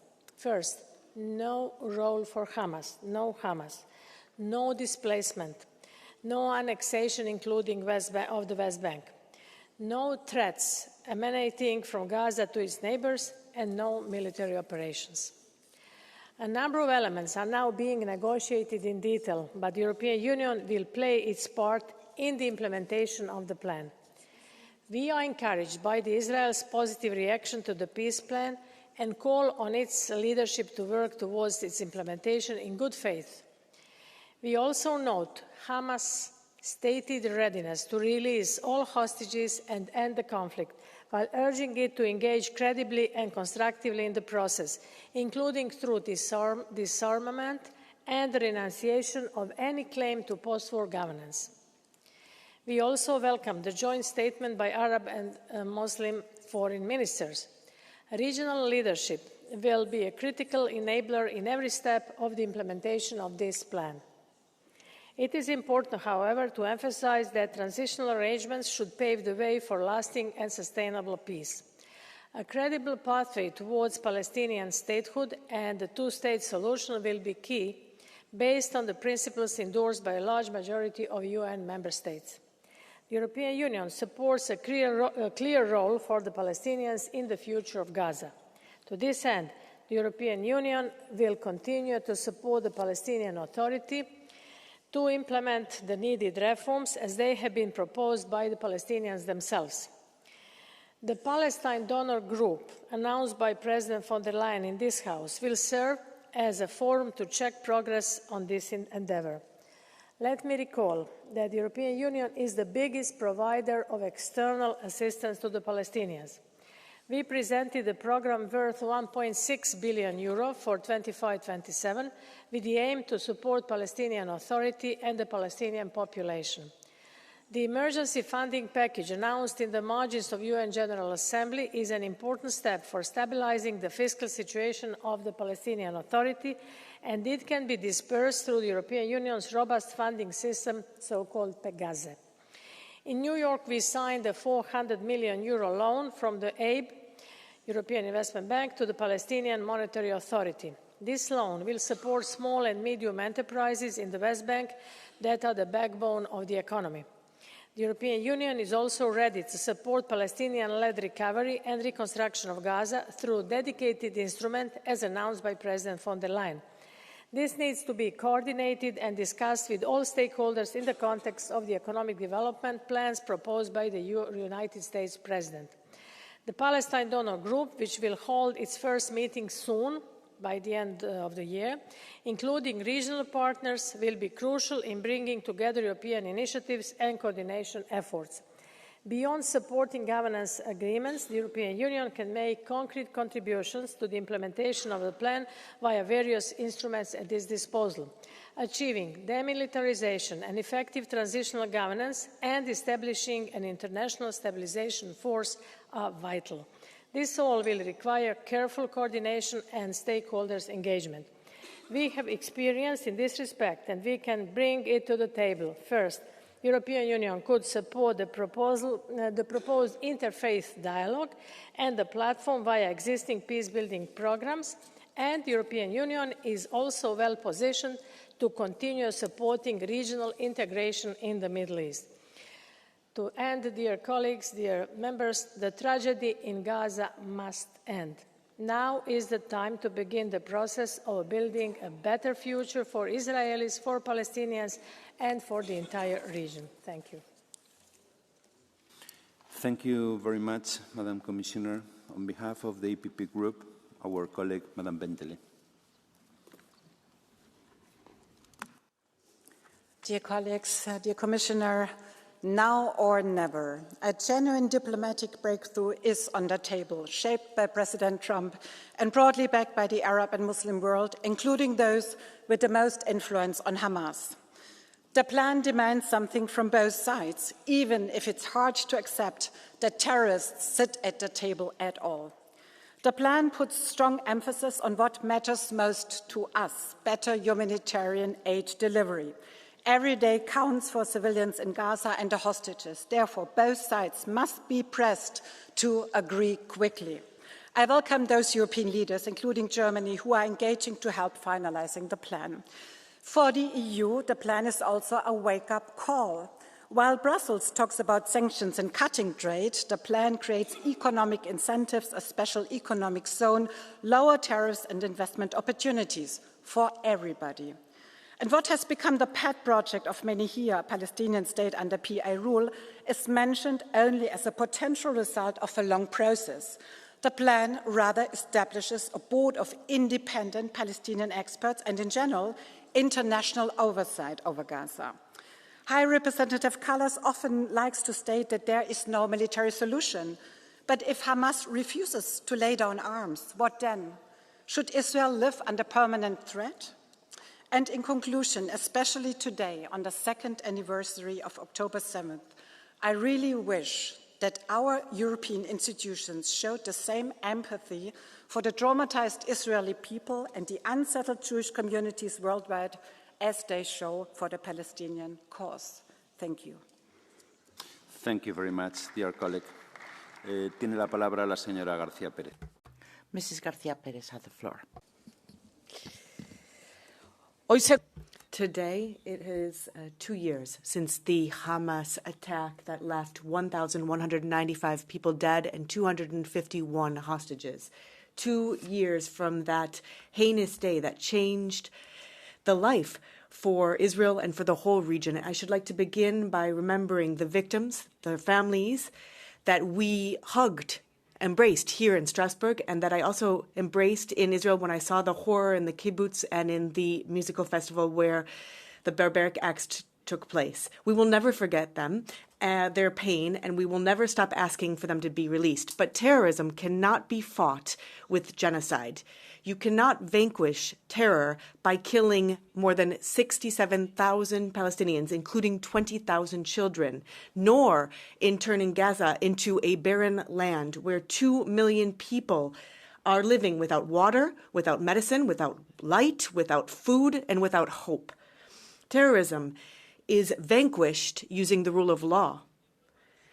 Europe knows this. We have vanquished terrorism in all of its forms. We have done it with justice, and we have not done it with vengeance. And that is why, with the millions who have taken to the streets in our cities, calling for the end of genocide, the European Union cannot stand idly by.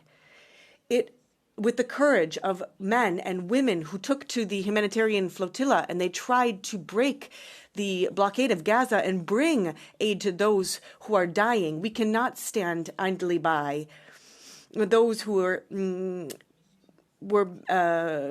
put in custody by the Israeli government.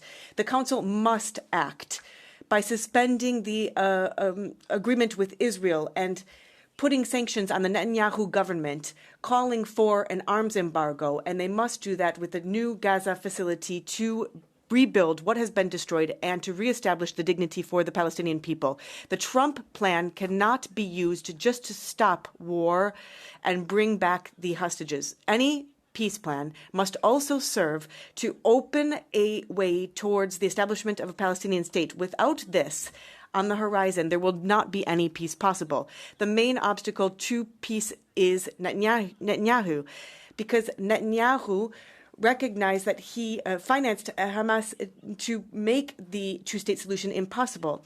So Europe must decide either being accomplice or being courageous. And courage is the only way that we can defend the two-state solution, two peoples, two states living in peace and in equality. Let us put an end to genocide. Let humanity speak. Thank you. Señora García Pérez. Our next speaker, Mr. Tanger Correa. You have the floor. Señor Presidente. President, Minister, Madam Commissioner, honourable colleagues, hallelujah. There's light. For years now, an international solution was being sought for Gaza, and now the Americans have found this solution. I think it's absolutely positive, because without this, we won't have peace or stability. This is the path we must go down, not just for Gaza, but also for the West Bank territory. The European Union has been falling short of expectations regarding Middle East policy. It's been giving money, European money, that's not reaching the people. People are going hungry. And the aid that Madam Commissioner mentioned is going to go through who? Is it channeled through the United Nations, through Hamas? Let's not forget that we have a real risk here that large populations in Gaza and Palestinians will be still close to Hamas. So what's going to happen? How is it going to be done? There can only be a state for Palestine if that state recognizes the state of Israel. And that has been the stumbling block for all these years, this lack of recognition of the state of Israel. Thank you.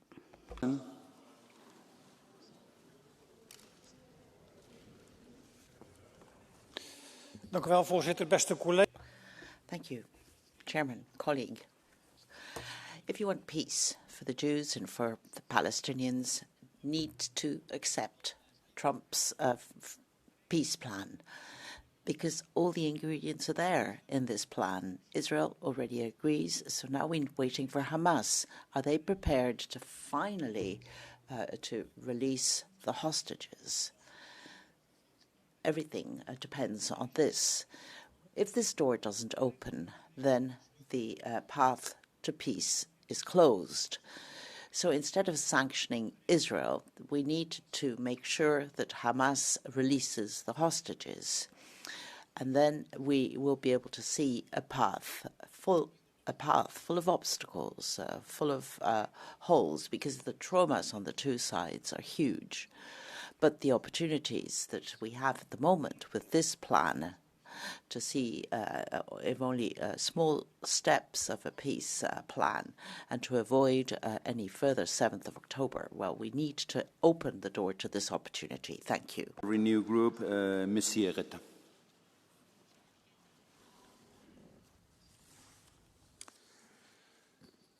La paix. Peace, two states, not yet. But if it were at least an end to shelling, a ceasefire, and a release of hostages, how wonderful that would be. Let us cross our fingers. Let us hope. But let us also try to understand, why has Donald Trump decided to twist Netanyahu's arm? Why did he give the U.S. its role of arbitrator that he had given up until now under his presidency?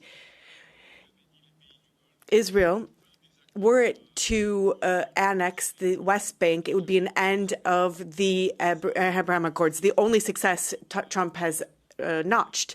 And it was also added that it would be the end to the contract between the Gulf states and the White House. And France and Great Britain decided to change the stakes by making the movement towards recognizing Palestine. Humiliated by Putin in Ukraine, Trump was at risk of losing his footing in the Middle East. Suddenly, he was isolated, and he, like all, realized that strength was needed, and we as Europeans should learn that lesson.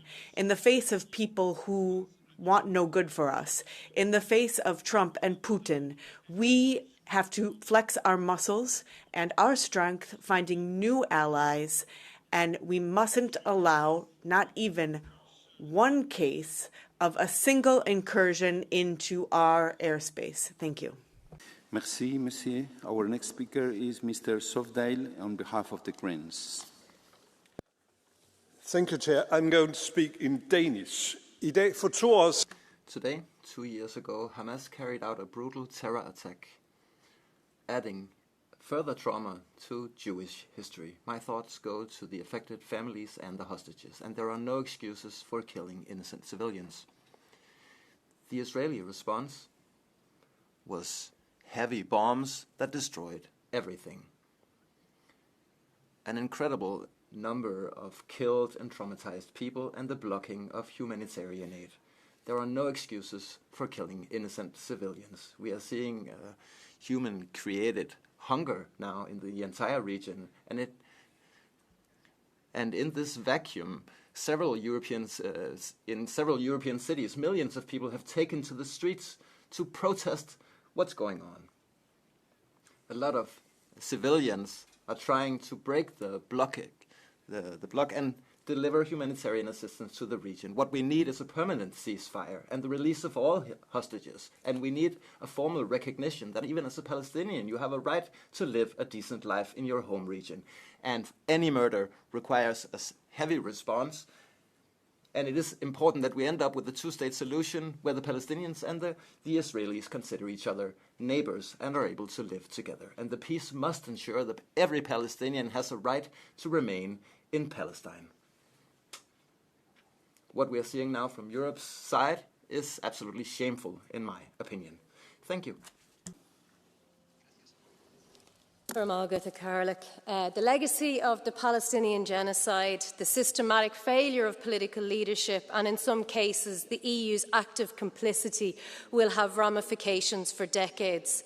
First and foremost, the profound trauma of mass displacement, of the loss of multiple generations of families, of tens of thousands of orphans, of forced starvation will be catastrophic. Palestinians may never be able to forgive the Western and Arab world. But it is not just Palestinians. Across Europe, young and old have taken to the streets in ever-increasing numbers. They have been beaten and criminalised for standing up for international law. More than 100 civilians, EU civilians, and 3 members of this House were illegally abducted by Israel for trying to do what their governments should have been doing, which was to end the illegal blockade. And neither the Council or the Commission thought to mention them today. How is it that a small, oppressive foreign regime built on racism and violent ideology has been able to infiltrate our institutions and dominate our foreign and domestic policy, to create a situation where the freedoms, interests and wishes of our own citizens have been trampled on? We absolutely need the killing to stop, but this peace plan is colonialism. Gaza does not need a viceroy, and certainly not one who prosecuted an illegal war in Iraq. Gaza needs to be free from occupation, and Palestinians need to be treated with respect and given the autonomy for their own future. International law is the only framework for peace. Palestinians need more than EU money. They need justice. Thank you very much. On behalf of the ESN Group, Mr. Schell. Donald Trump hat einen Friedensplan für den Donald Trump has presented a peace plan for the Middle East, and Merz is being asked to get his checkbook out and pay for it. And it's the same with Afghanistan or Ukraine. Americans do the deal, German pays the bill. We've got the aid for Syria, 17 billion for Afghanistan, and 15 billion for Palestine reconstruction. So it's checkbook diplomacy. Germany has nothing to say, but they're going to be footing the bill and signing checks. But there is a big gap in the budget, new debt being taken on, and the Chancellor wants people to work until the age of 70, increase taxes, and get rid of care for elderly people so that he can continue to dole out the cash outside Germany. It's not going to keep going like this. We're going to bring things back down to earth and ensure that we prioritise national policy. Mr. López-Iturriz, you have the floor. The horrible terrorist attacks of the 7th of October, we honour the memory of the victims, and we say that we want the hostages back home in Israel. While European politicians were picking sides, using the pain of the Palestinian and the Israeli people for their political games, on the other side of the Atlantic, President Trump was engaged in serious talks trying to negotiate the terms of a peace plan that could bring a new era of progress and prosperity for the Middle East. That same person who in his first mandate, while many in Europe were criminally silent about it, was working for the normalization of relations between the Arab countries and Israel through the Abraham Accords. This peace plan brings to the table the possibility for a stable ceasefire which will put an end to the suffering of millions of civilians in Gaza, including the much-needed access to humanitarian aid. It will also allow the return of hostages to their families. It will create a solid foundation for peace and the implementation of the two-state solutions by removing the terrorist organization Hamas from the equation. I know it's difficult for Greta Thunberg and the Barbie Spanish of Gaza and so on, and on those boats, screaming and partying in front of the cameras. So is over. No more excuses for socially accepted anti-Semitic behavior. The Arab countries in the region, are very much aware that further confrontation is not the solution. Normalization, dialogue and trade is. They seek peace and progress. Let us Europeans do the same. Thank you. Thank you very much, Mr. López-Iturriz. La señora Corrado.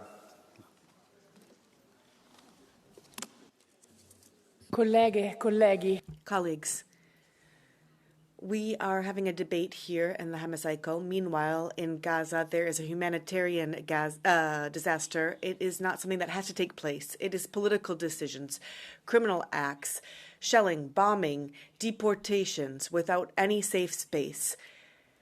hunger used as a weapon of war, this parliament, these institutions cannot pretend like there's not an ongoing genocide that has been denounced by the UN. We can no longer fail to hear the millions of citizens that have taken to the streets in recent days. The responsibility of the Israeli government cannot be hidden by aiding and abetting through silence. And in fact, we are on thin ice with this peace plan promoted by the U.S. Fine, we must look for any way forward, any diplomatic act. Yes, we should look to those, but we cannot have illusions.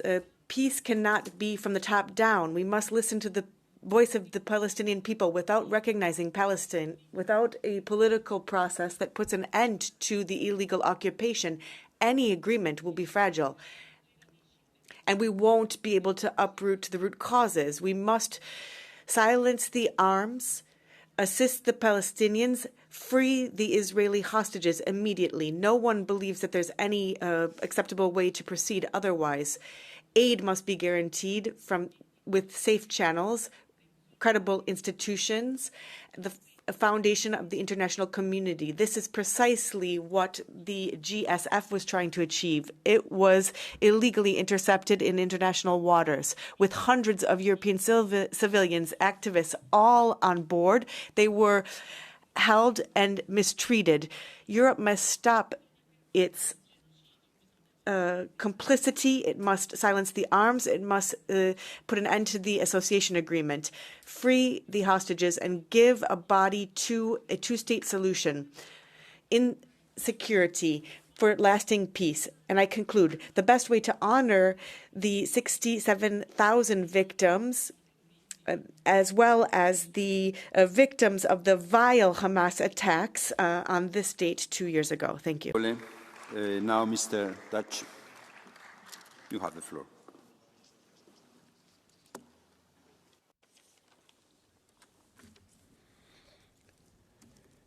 .2 years ago, Hamas terrorists broke into Israel and attacked innocent people without any discretion. They killed entire families, women, infants, children. This is the bloodiest attack against Jews since the Holocaust. The world was shaken. We have to call this devilish act what it is. Hamas is a cruel terrorist organization fighting not for its people, but for its own power. Its objective is to kill the Jews. They are hiding behind civilians. They are starting rockets from behind schools and hospitals. They have flooded the world with Hamas propaganda, with manipulative reports from what's happening. This is a fake news campaign turning the victim into the perpetrator and vice versa. In reality, Israel is engaging in rightful self-defense. It's fighting against terrorism, against manslaughter. Whoever questions this is on the side of terrorists. Guarda from the Greens, do you accept it? Madame Guarda, you have 30 seconds. Grazie infinite. Yes, thank you. Thank you so much. You spoke of the very serious terrorist attack. You talked about Hamas. You talked about the evil committed by Hamas. But what about what Netanyahu said in 2019 in a public conference of your party? He says, whoever wants to put an obstacle and I'll start again. Whoever wants to stop the creation of a Palestinian state needs to support the strengthening of Hamas, the transfer of public money to Hamas. That is part of our strategy. That is to isolate the Palestinians of Gaza and to support Hamas. So what is your view on that? What is your view on that? Thank you. Ask Mr. Dutch. Engedje meg, tisztelt. Dear colleague, I would like to draw your attention to the fact that 2 years ago, what happened shook everybody in the world. The Hamas terrorists broke into Israel, killed more than 1,000 people in a barbarian act of slaughter. Israel is fighting against this terror organization by act of its self-defense, and I think we are obliged to support such an effort.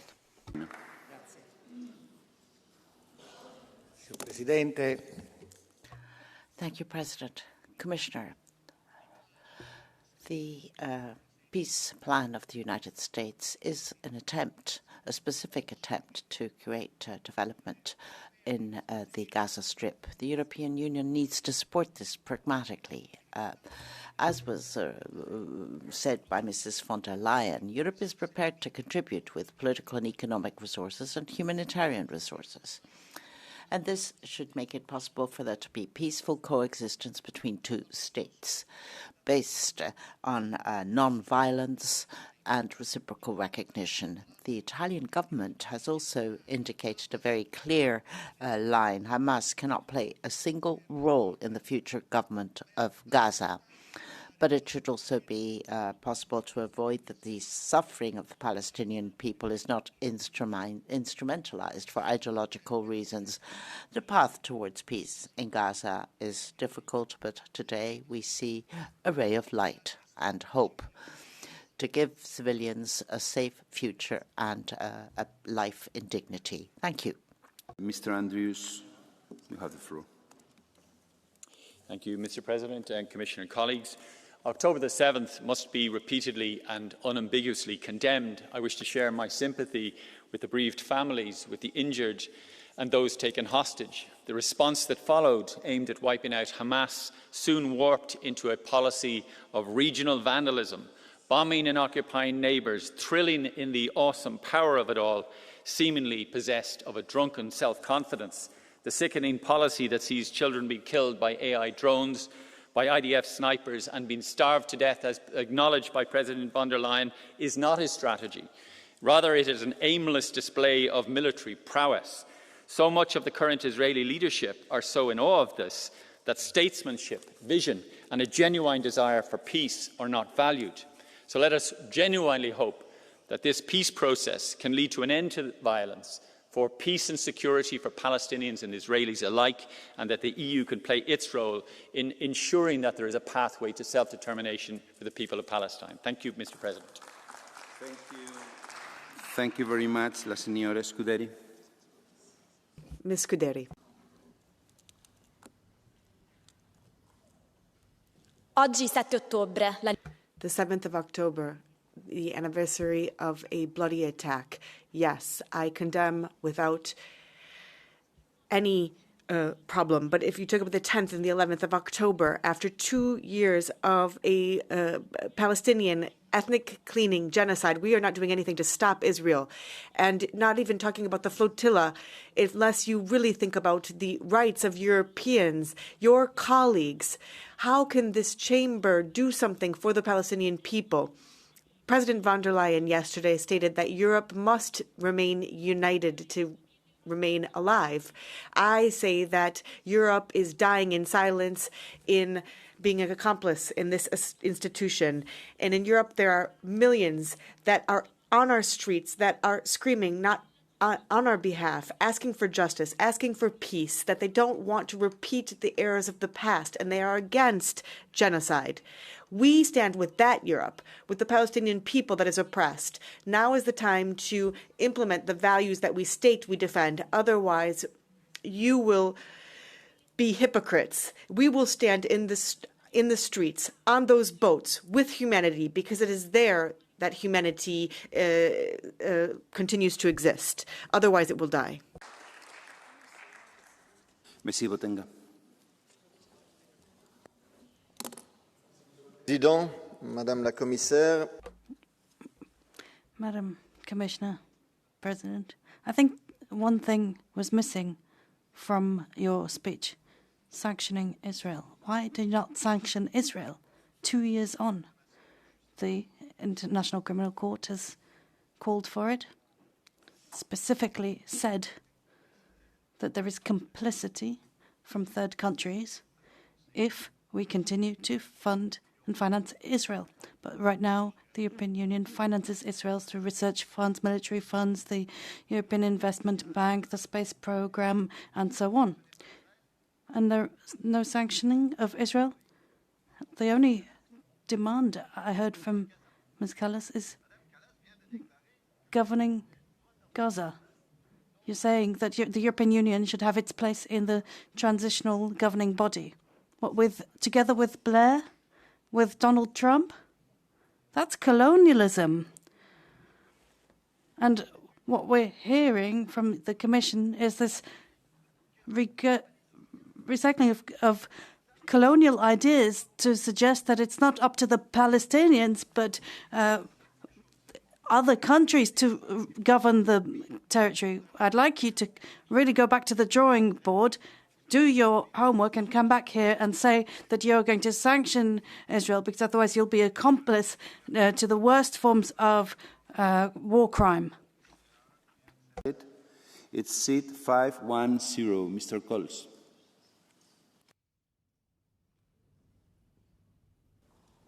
Yes, thank you very much. Mr. Botenga, your colleague Boylan in her speech mentioned the necessity to provide aid, humanitarian aid.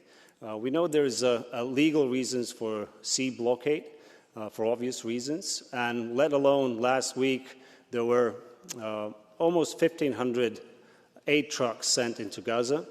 But could you please elaborate, and have you asked your colleague who apparently were detained by Israeli defense forces, what was the reason for MEP Hassan and others to toss their mobile phones over the board into the sea? What's so incriminating in her phones where that they had to do such a thing? Thank you. Thank you very much, dear colleague. You can answer now. Yes, first of all, please go back and study international law before you mention it. There's a right of free passage, especially for humanitarian aid. So go study and don't come like you waste our time with this kind of ridiculous questions.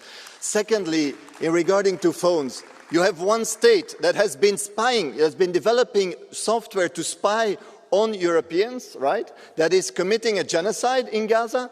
Would you hand over all of your private data to them? No, you wouldn't. No one would. So rather than accuse the humanitarians, as you generally do, start accusing the genocidal maniacs that are today in Israel and that are killing Palestinians. But no, you want to shoot on the boats with humanitarian aid. Go shame yourself.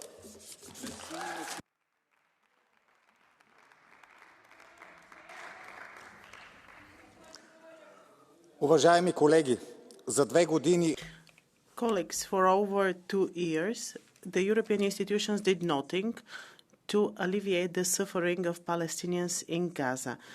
This lack of action is one of the reasons for the death of 10,000s of Palestinian women, kids, and adults. The main responsible person for those things that a lot of people call genocide is the government of Benjamin Netanyahu, but the responsibility is also falls to the so-called civilized Europe. While the elites in Brussels were afraid to say anything, the normal European citizens were strong in their support to those suffering in Gaza. There were tens of thousands of people on the streets of Rome, London, Barcelona, Dublin, Amsterdam, and Sofia. The leaders of Europe were afraid that they will be called out on the basis of anti-Semitism, but Jews throughout the world are not the same as the government of Benjamin Netanyahu. You can like Jews and not like this government. Our citizens understand this, but our leaders seem not to understand this. Thank you. The next speaker is Mr. Papadakis. Καταδικάζουμε την πειρατική επίθεση ενόπλων Ισραηλινών δυνάμεων σε διεθνή... We condemn the attack of the Israelis on international waters against international law, and also the bad way they treated the people in the flotilla. The European Union and the Greek government they promoted the strategic alliance with the State of Israel and covered its behavior.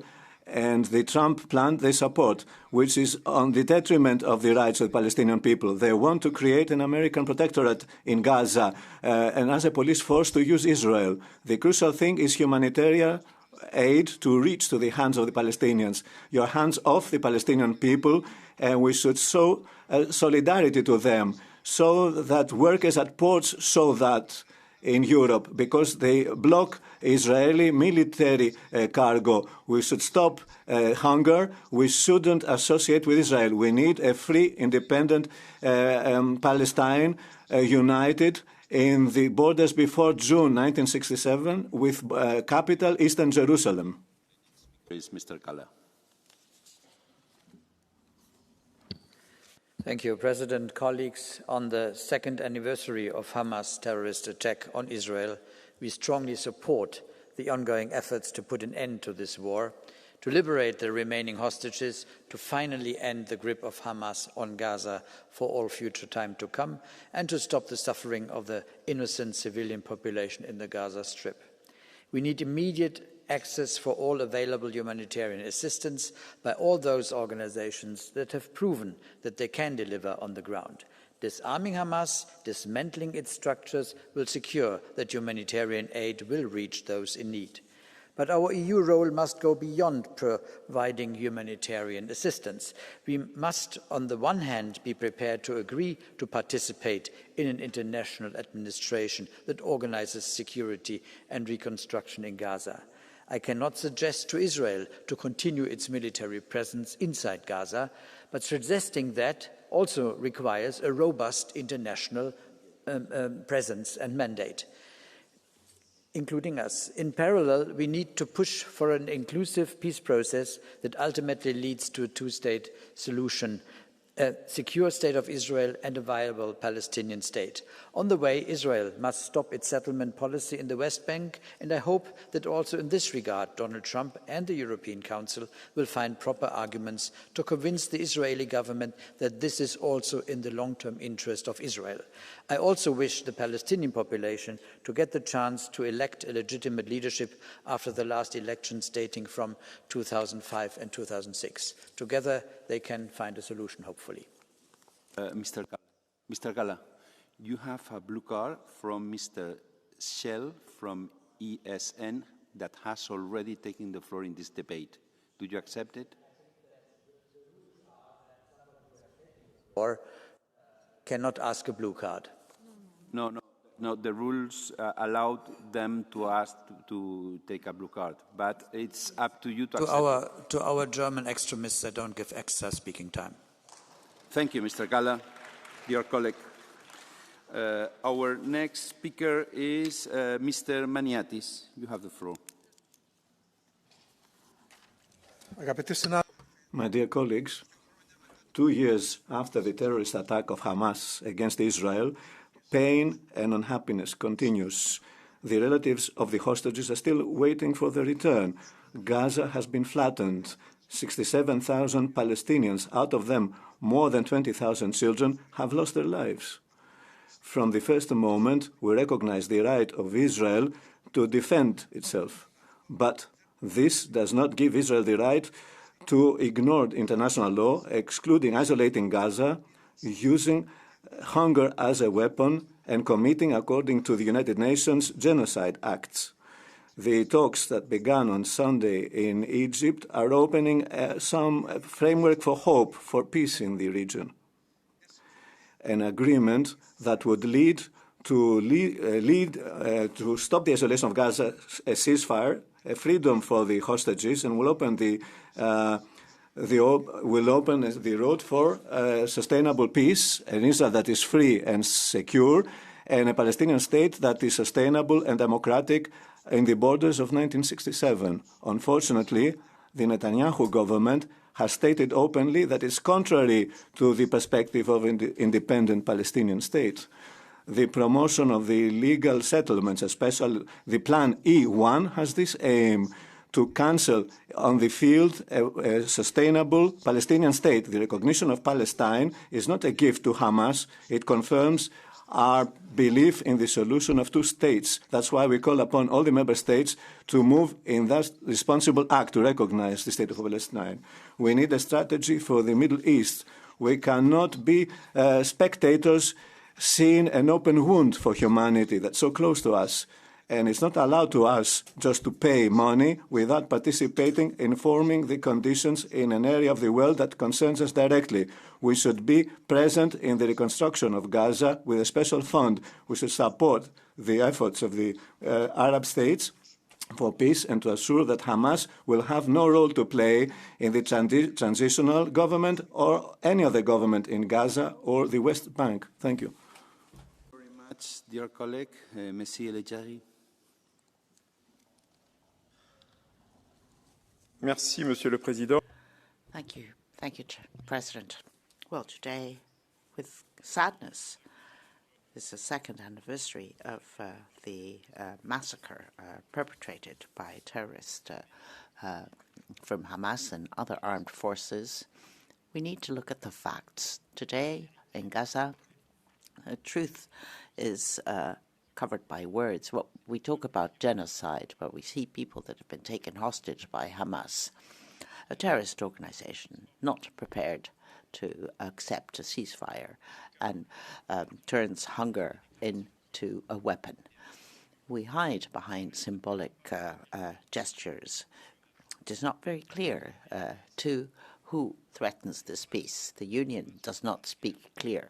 Hamas chooses war rather than life.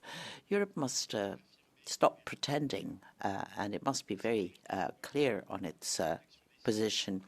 Protection of civilians will never be guaranteed as long as terrorism plays a role in the Middle East. Thank you.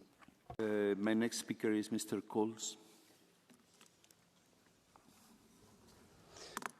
Dear colleagues, you don't have to be pro-Israeli or pro-Palestinian, but you should be pro-fact. We must not confuse immediate conflict management with long-term political solutions. The peace plan is a response to war. It outlines tactical steps: ceasefire, humanitarian aid, hostage release. A two-state solution may sound noble, but what is being built? A state with no functioning institutions, no elections in nearly 2 decades, and a systematic corruption? This plan does not create a Palestinian state. It explicitly rules out Hamas, as it must. No serious state can emerge under shadow of terrorist organization. Rebuilding Gaza will take at least a decade. The question is not only who pays, but who leads and guarantees the process. Because it certainly cannot and should not be the European Union. Regional countries, Egypt, Jordan, the Gulf, must take responsibility. Peace cannot be outsourced, nor can it be financed endlessly by Europe. The EU's role must be principled, realistic, and conditional, tied to regional ownership and genuine reform. Anything else is wishful thinking. Thank you. Thank you very much, dear colleague. The next speaker is Mr. Kyuchuk.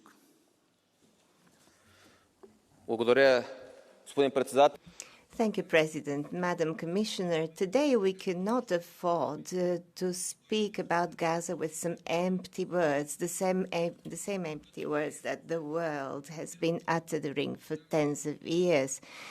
While people are dying and the humanitarian crisis is growing in front of our eyes. Over the last days, thousands of people poured into the streets of European cities from Barcelona to Sofia to show that human life cannot be a token traded among influences.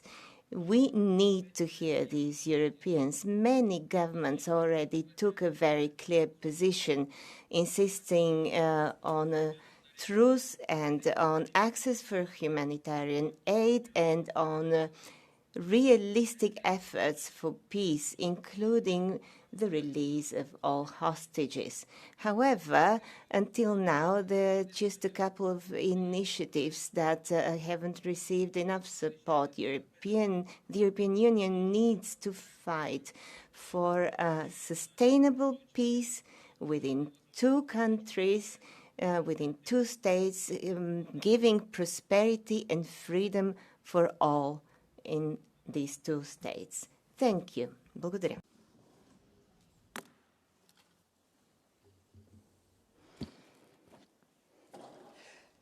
As we speak, families in Israel mourn the victims of October 7 while hostages remain in captivity, enduring hell. As we speak, families in Gaza cannot grieve, more bombs are falling and settlers terrorize those in the West Bank. As we speak, Jews in Europe face anti-Semitic attacks, racism against Muslims is rising, and Palestinians worldwide wonder on which day their victims will be mourned. Dear colleagues, we all hope for a deal to end this suffering. But negotiations do not feed the starving. We need to increase pressure for more humanitarian aid to reach Gaza. And even if an agreement comes, our work will not be over. Rebuilding will need resources. Peace will need protection. Healing will need specialists. And justice will need accountability. Europe was too divided to pressure a ceasefire. Let us at least be united and lead to protect and nurture whatever fragile hope may soon emerge. Thank you, Madam. La señora Montero tiene la palabra.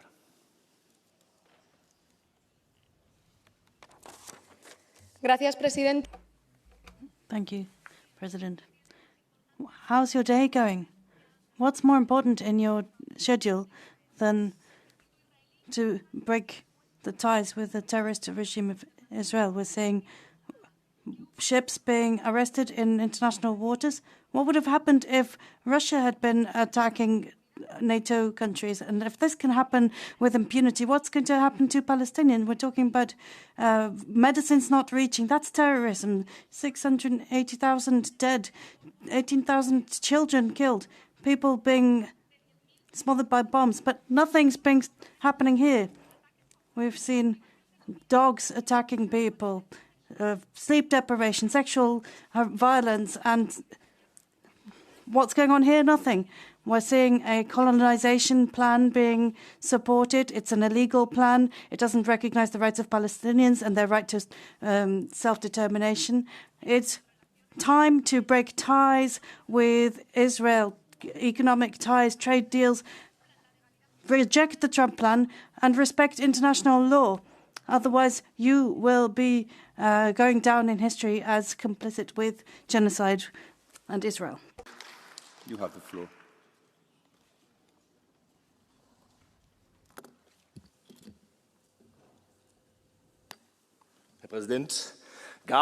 President, well, Gaza is the hell on earth. Children are starving, the cities are bombed, the humanitarian situation is destroyed. That's the reaction of Israel. Over 1,000 people have been tortured, massacred, hostages taken. There is terror on the two sides. Trump's plan could release the hostages, could establish a peace. No persecution of Palestinians, but a two-state solution. That is correct. For us, European, there is one thing that's important, stability in the Middle East, because we are the ones who are going to be paying the bill, the consequences, mass immigration, terror. That is what we don't want. So therefore, the Palestinians cannot possibly be persecuted and forced to leave their land. So we believe that the Palestinians need to have their own state, but in Palestine, not in Europe. So that is the plan, Trump's plan. That is what we need to support, because an incompetent and impotent Europe can't do anything else. Thank you. Madam Yuncheva, you have the floor.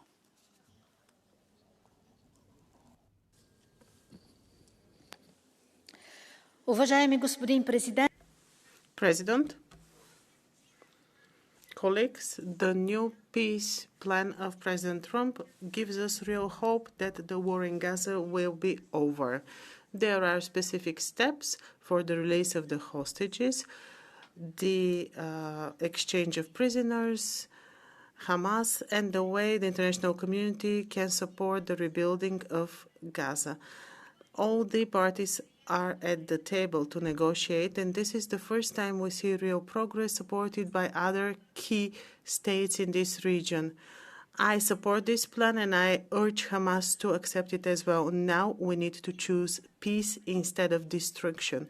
And I call on the European Commission to come up with your own set of proposals and to have a more active role in this process. We need to do more because even after we have peace, Europe will be needed.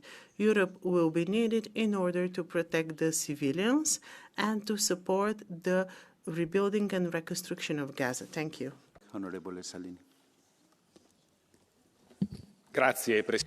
Thank you, President. The evil sown by Hamas and terrorism since '87, so a long time before the 7th of October and culminating in the 7th of October, merits a reaction, but that reaction cannot be a new type of occupation of the Gaza Strip, because annexing the Gaza Strip or plan thereto would just be fertile ground for new evil to be born. So yes, we welcome a plan for an agreement, a peace agreement, as proposed by the U.S. administration. However, it's not enough. And I'd like to thank the Commissioner for having raised this point. We have a further task. That agreement, yes, will lead to a arms bloc and a bloc to war, but it won't lead to peace, because for peace we need policy, politics, dialogue amongst cultures, religions, and countries. And I think that we should take up the Cardinal's words in a recent interview, stating that there's a need for an individual to recognize another individual through their culture and through their humanity. That is peace. Peace is generated when an individual accepts that that individual is not the only victim, but accepts to see the pain of the other. And that is really where Europe, if it wants to play the role of politics, will have to begin. Thank you.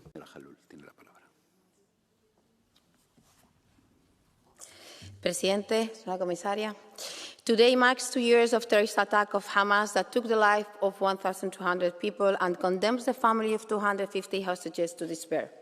I want to convey our solidarity with the families of the hostages that are with us today. Believe us, we want more than anything hostages to be released, peace and security within two-state solution for Israel and Palestine. In this already declared genocide by the United Nations, not only we are seeing the far-right government of Netanyahu killing more than 77,000 Palestinians, but destroying the last resort of democracy in Israel. Israelis are protesting in the street.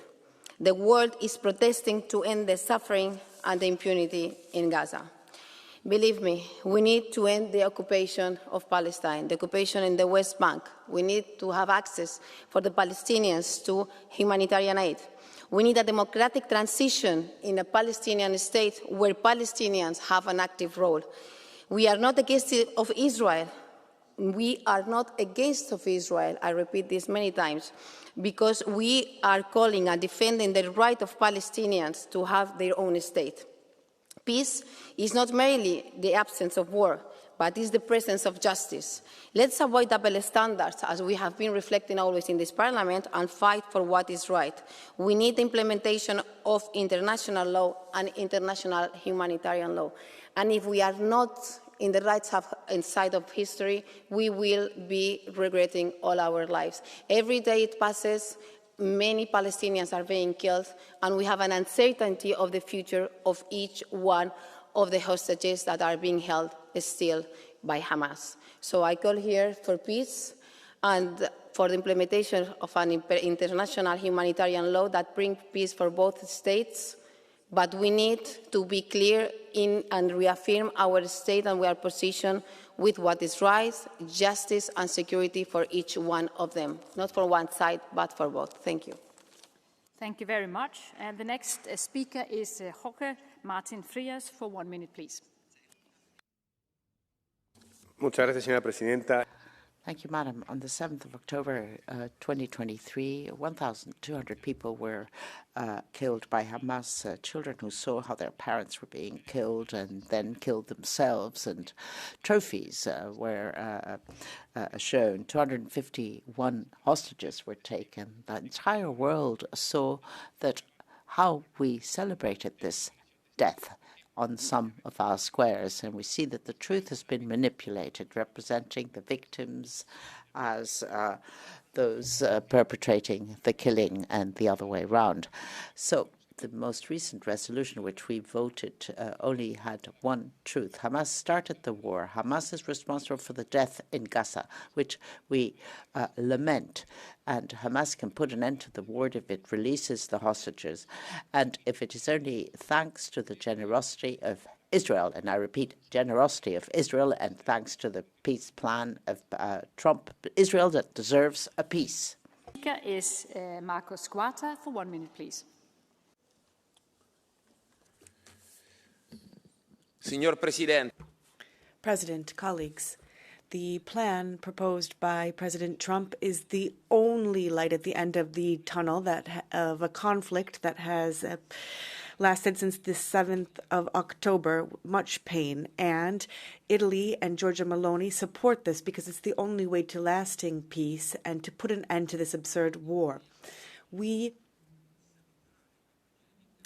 have to accept that the tragedy started with Hamas, but we also cannot close our eyes to the response of Israel, which was disproportionate and unacceptable. Therefore, Europe has a duty to support the peace plan and not get distracted by dangerous and instrumental steps like the flotilla that doesn't assist the Palestinian people. It takes advantage of their suffering to raise awareness, and it makes no sense in Italy or Europe. So we must accept responsibility, peace, and not taking advantage of pain.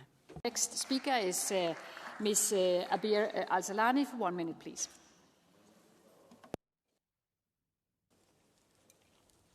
Thank you, Madam President. Today we are thinking about the victims of the terrorist attack on the 7th of October and their families. Peace is needed, and it has been needed for the last 70 years. So let's talk about the peace plan then. And here I really need the Commission to listen, because this plan comes at a time when several international organizations and bodies of authority and human rights organizations have concluded that after 2 years of violence, the atrocities in Gaza meet the threshold for genocide. What are the risks with this plan then? First, it risks locking in impunity, because how can two parties that are deemed by the International Court of Justice being war criminals actually will lead to responsibility? Secondly, it risks to rewrite the responsibility of the attack, of what's going on. Thirdly, the outcome will be for the powerful ones and not for the victims. Fourth, the gains that are won on the battlefield will be permanent political gains. We all know that there cannot be peace without justice. Thank you. Because it's very much needed. Thank you very much. Thank you very much. Thank you very much. The next speaker is Mr. Munir Satouri for 1 minute, please. 2 ans après le 2 years after the 7th of October, we pay our respects to the victims of the massacre, the hostages still being held, and the family members who are still waiting. Our commitment for their release is total, but we've seen the instrumentalization of the suffering of family members, and they've neglected this in order to adopt the eradication of the Palestinian people. Now, we're talking about a so-called peace plan without the Palestinians, and we're seeing colonization being pursued. How can we talk about peace when international law is being trampled on, when We are seeing genocide unfolding in front of our eyes. It's documented and undeniable. A life is a life, and if we neglect this, then we are saying goodbye to our humanity. We cannot be complacent. We cannot close our eyes to this. Let us not forget the need for sanctions, and we can. The next speaker is Katarina Martins for 1 minute, please.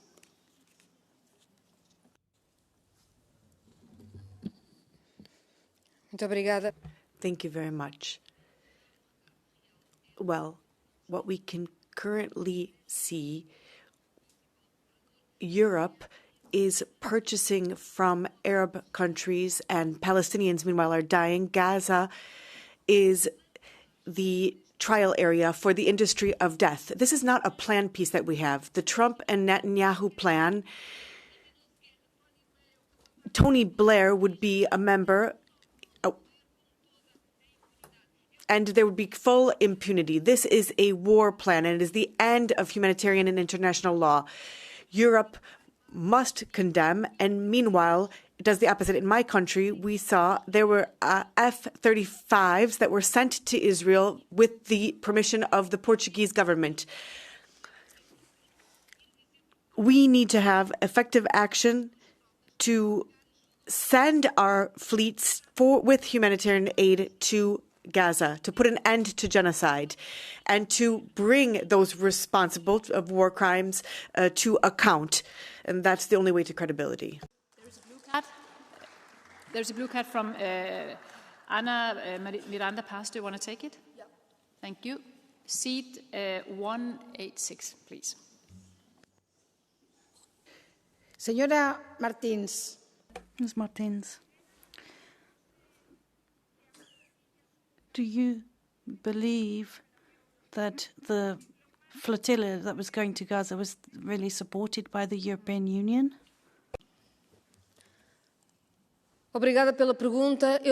Thank you very much for the answer. Now, I am sure that the European Union didn't do what it should have done. The European Union does not do what it should to support the GSF. We know that there are Frontex boats that could have assisted and accompanied the flotilla boats to bring the humanitarian aid that was needed. The European Union did not do what it should have done to defend the flotilla. And it shouldn't have accepted the criminal detention in international waters and the inhumane treatment of those who were trying to bring the assistance. Now, I know that the European Union did not do what it should have done. Thank you. Thank you very much, colleague. Thank you. It is a very important topic, and there's a lot of people who want to take the floor, so we need to respect the speaking time. The next speaker is Mr. Phidias Panayotou for 1 minute, please. Finally, we have a peace plan for Gaza after millions of citizens across the world took the streets and put pressure to their governments. Even though this is overall good news, we still need to be very careful. This is because we shouldn't forget that the creators of this peace plan are Trump and Netanyahu. These are the same people who are still committing the biggest genocide of the 21st century against the Palestinians. The same people who are absolutely opposed to a two-state solution. The same people that might be ready to start a new colonial time in Gaza if this peace plan is not implemented properly. So our role as the European Union should be to keep pressuring the governments of Israel and the United States to respect all the points of the peace plan and make sure that the final result is the long-awaited two-state solution. I love you all. Thank you very much. The next speaker is Alice Teodorescu-Move for 1 minute, please. 7 oktober tog aldrig slut, inte för dem som mördade. Well, October doesn't end, not for those who've been killed, those who've been taken hostage, and those who are holding their breath to waiting for one of their loved ones to come home, possibly in a body bag. The peace plan, which the President Trump has developed and supported by Turkey and the Arab countries is the only option. Hostages need to be released, disarmament of Hamas, and a new security force for Gaza, supported by the world. The European Union needs to support the existence of the two peoples and at the same time to remove terrorism, remove the ideological ground for terrorism, because Gaza must go through exactly the same process as Germany after Nazism, because if not, other radical forces will take over under new reasons. Those who are against this agreement because they don't want to speak about Hamas, they're hypocrites. They feel that peace is only possible when the Palestinians hate more than the Hebrews. Thank you. Speaking time. The next speaker is Even Insir for 2 minutes, please. I am at the loss for words to express my outrage at the passivity of the EU to put an end to the genocide in Gaza and to bring home the Israeli hostages. 2 years have passed. Passivity is complicity. By refusing to suspend the EU-Israeli Association Agreement and rejecting calls for a weapon embargo, the EU is choosing complicity over conscience. Now, regarding the so-called peace efforts, all peace efforts must be welcomed. But there is no genuine peace effort when those most affected are excluded. The extremist Israeli Prime Minister Netanyahu and his far-right ministers have made it clear that they will not allow Palestinian Authority to have a role in Gaza. True peace cannot be achieved by excluding the Palestinians, while Hamas must not be part of the governance in Gaza. The Palestinian Authority must be, if the peace efforts are to be genuine and credible. Let us also remember the old saying, peace is not the absence of conflict, but the ability to cope with conflict by peaceful means. The people of the West Bank understand this deeply.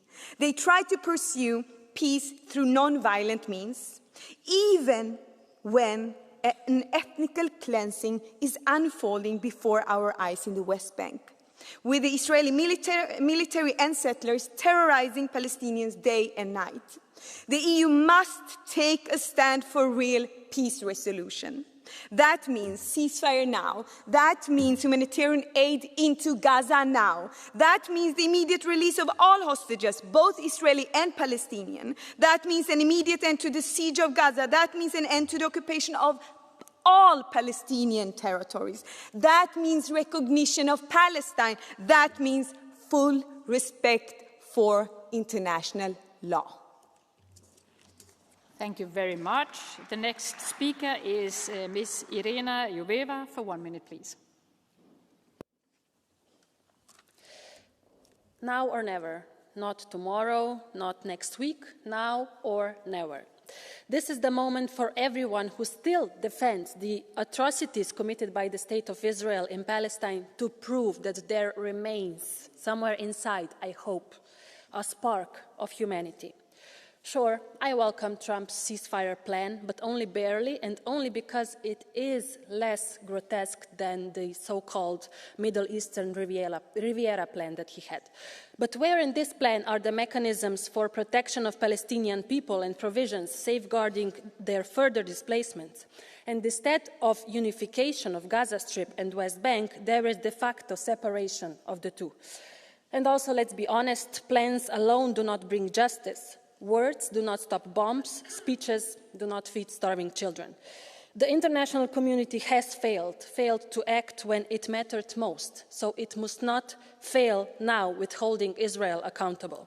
So I say again, colleagues, now or never. Let us prove that we are not just commentators or just witnesses to tragedy, to a genocide. Now or never to stand on the side of humanity. Thank you. Thank you very much. The next speaker is Tineke Streek for 1 minute, please. Thank you, Chair, Council, Commissioner. Across Europe, Record numbers of people have taken to the streets. Rome 1 million, Madrid 400,000, Amsterdam 250,000, Berlin, Barcelona 100,000. Hundreds of vessels sailed to Gaza to break the unlawful humanitarian blockade. Evident opinion polls express people's frustration. So all over Europe, we see an unprecedented disconnect between the people and politicians, because they simply reject that their leaders and the EU remain silent and even facilitate the genocide in Gaza and the ethnic cleansing in the West Bank. This is in no way compliant with international law, in no way leading to peace, in no way what European citizens want. Our citizens don't allow you any longer to cowardly hide behind Trump or even ongoing negotiations. We need to go all out to stop the genocide, to enforce international law and include the Palestinians in any decision about their own land. Thank you very much. The next speaker is Mr. Danilo Della Valle for 1 minute, please. Grazie. Thank you. We want to help Palestine. Palestine is shaking our consciousness. I met someone, an activist in Rome, during a demonstration, millions of people in the squares, and I'd like to thank all of them and the 400 activists that went on the flotilla. Some of them were our colleagues, and they are demonstrating to support the Palestinian people. Meanwhile, you continue to be complicit in the terrorist state of Israel by standing in silence with trade agreements, with military trade, with Netanyahu, and supporting Trump's plan for Gaza. It seems that it was written by a noble in the 19th century. Not a minimum amount of input from the Palestinian people about their land or their future. And they are continuing to be second-class citizens. And so we stand with those who have gone to the streets to try to save the honor of the Western world. And what we realized is just what we were able to do. Someday we will look back and ask ourselves where we were during this genocide, and you will realize you were complicit. Free Palestine. Speaker is Lucas Folas for 1 minute, please.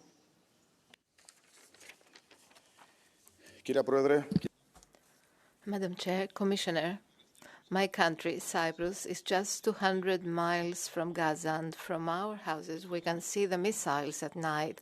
We are the closest to the battlefield, and our responsibility in the humanitarian sector is huge. We have done what was possible for human suffering at our doorstep. We have been doing that for 2 years. We condemn the terrorism of Hamas, and we have defended the right of Israel to self-defense. At the same time, we cannot close our eyes when we have tens of thousands of victims. A ceasefire must take place straight away, and all hostages have to go back home. There has to be access to humanitarian aid that is needed by this area. At the same time, I am concerned because different players determine progress in the area, and the European Union is not playing the leading role. The European Union has to lead and not follow. Thank you. Thank you very much. And the next speaker is Ms. Kathleen van Brandt for 1 minute, please. Dank u wel, voorzitter. Thank you, Commissioner. Council. 2 years have elapsed, and we are witnesses to the cruelty that is taking place in the Gaza Strip and the action taken by Hamas and the Israeli government. We need to be realistic. The peace plan is still far removed, certainly far removed from the creation of a Palestinian state. Daily, people are dying in the Gaza Strip and in the West Bank. So I don't think the Commission should stop taking action. Yes, I think the trade agreement needs to be interrupted. We need to introduce sanctions against the extreme right government of Netanyahu. And we need to make sure that we contribute to this peace process. We want a sustainable peace. We want a two-state solution with a Palestinian state and the recognition of the right of the Palestinians to have a future. But there are many Europeans, especially in Amsterdam, who have demonstrated the Commission needs to listen to its own people. So take action. Speaker is Billy Kelleher for 1 minute, please. On the anniversary of October 7th, we must remember the 1,200 people killed, the 251 hostages taken by Hamas, a terrorist organisation. We now need a ceasefire, a release of all hostages and humanitarian aid to flow into Gaza. And we need to support a two-state solution and a peace plan. But let us be under no illusions. This conflict did not start in the last number of years. This has been ongoing for decades. The continual undermining and encroaching of the Palestinian territories by Israel has been continually allowed by this institution and many others in the European Union. As I've said previously, Israel acts with impunity because we have granted it immunity. It is absolved from all its obligations under international law, under basic decency and humanity. And it continues to flout. And we continue to bow our head and pretend we don't see. It is a shameful, shameful stain on this Parliament and on the institutions that make up the European Union. We have to act and stand in solidarity, support a two-state solution and insist that Israel is held accountable. Thank you very much, dear colleague. Thank you very much. The next speaker is Ana Miranda Paz for 1 minute, please.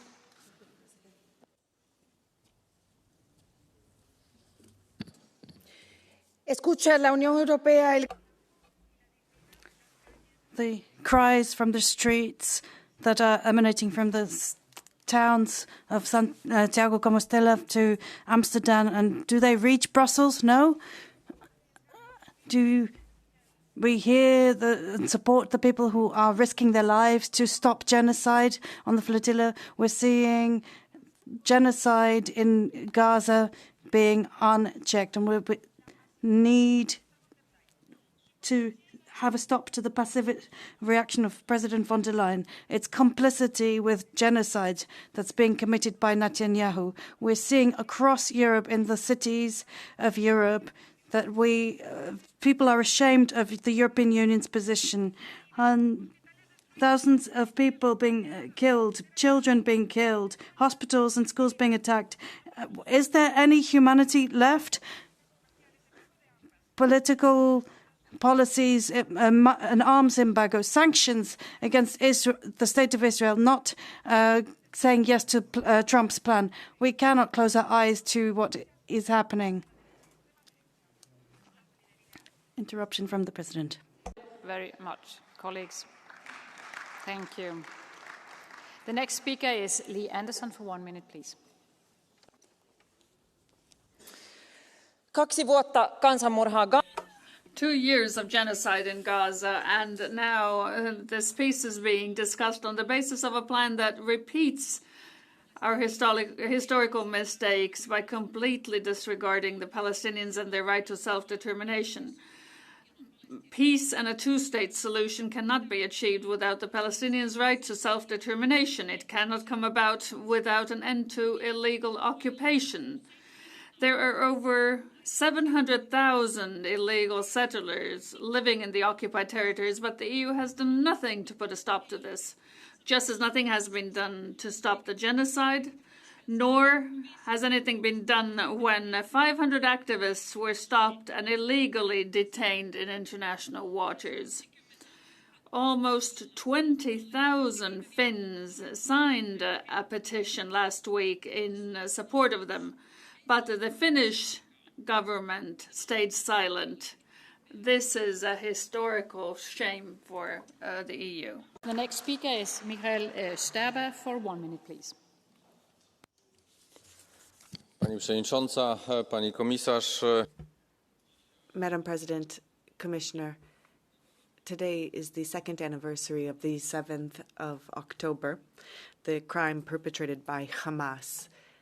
And we must state as follows: we must end war, the dramatic consequences of war, and establish lasting peace in the Middle East. Hostages must come home. The families also have a right to bid farewell to those who lost their lives, and that is the responsibility of the international community, including the European Union. I have much hope when it comes to the peace plan from the US.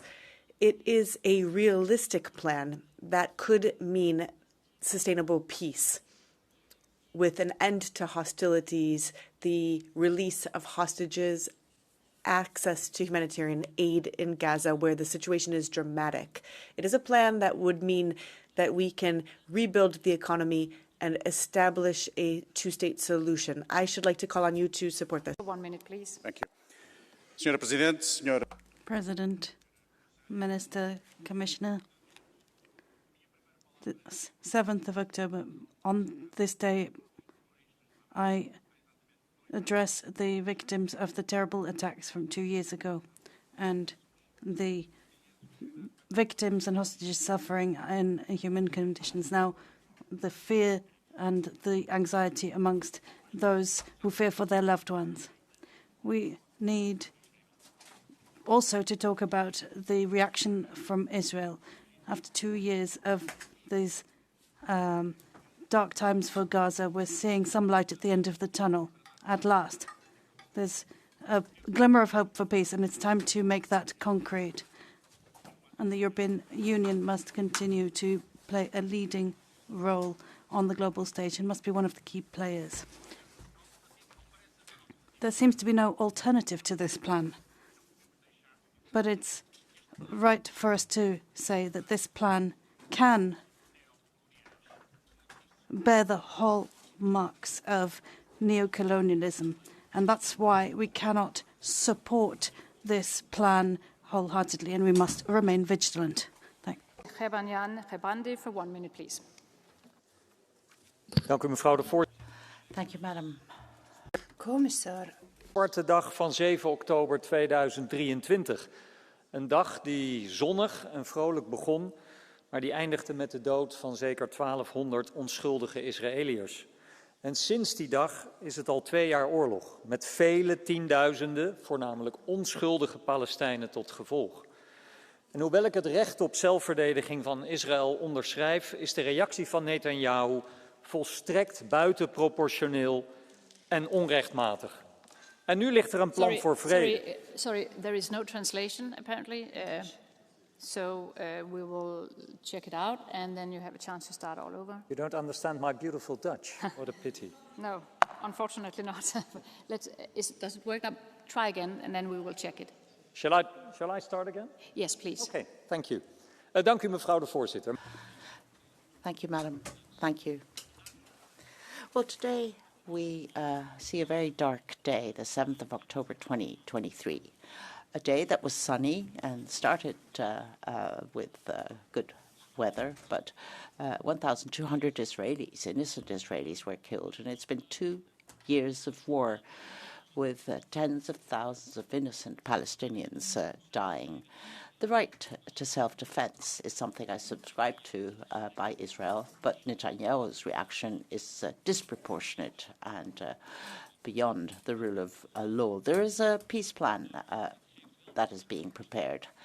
But for the first time in 2 years, we can see a ray of hope that there is an end can be put to the bombing, that the hostages are finally released. But Europe cannot be seen. Europe needs to insist, however, that an agreement with the Palestinians needs to be reached, and not about the Palestinians. There is no peace. No peace can be signed without active participation of the Palestinians, because if not, that will be the only way to see a two-state solution. Thank you. Is Saskia Brigmont for 1 minute, please. Plan en 20 points colonial. Well, a plan with a colonial plan of 20 points. The European Union here should act to stop the Israeli blockade and stop the genocide. Here we have a moral duty to act. It's an obligation as well, with sanctions against Netanyahu's government, who have then drawn all this attention by their actions. Millions of citizens have gone out on the streets to demand the end to the genocide and the occupation. The terrorist attacks by Hamas on the 7th of October will be indelibly marked in our memories forever, but we need to make sure that 2 years later, it's the Palestinians who are not paying the price for that. Thousands have died, millions are in danger, and we have the duty to protect them. It's something we have to do. The European Union has to make sure that peace applies to everyone. Thank you very much. The next speaker is Hannah Shedin for 1 minute, please.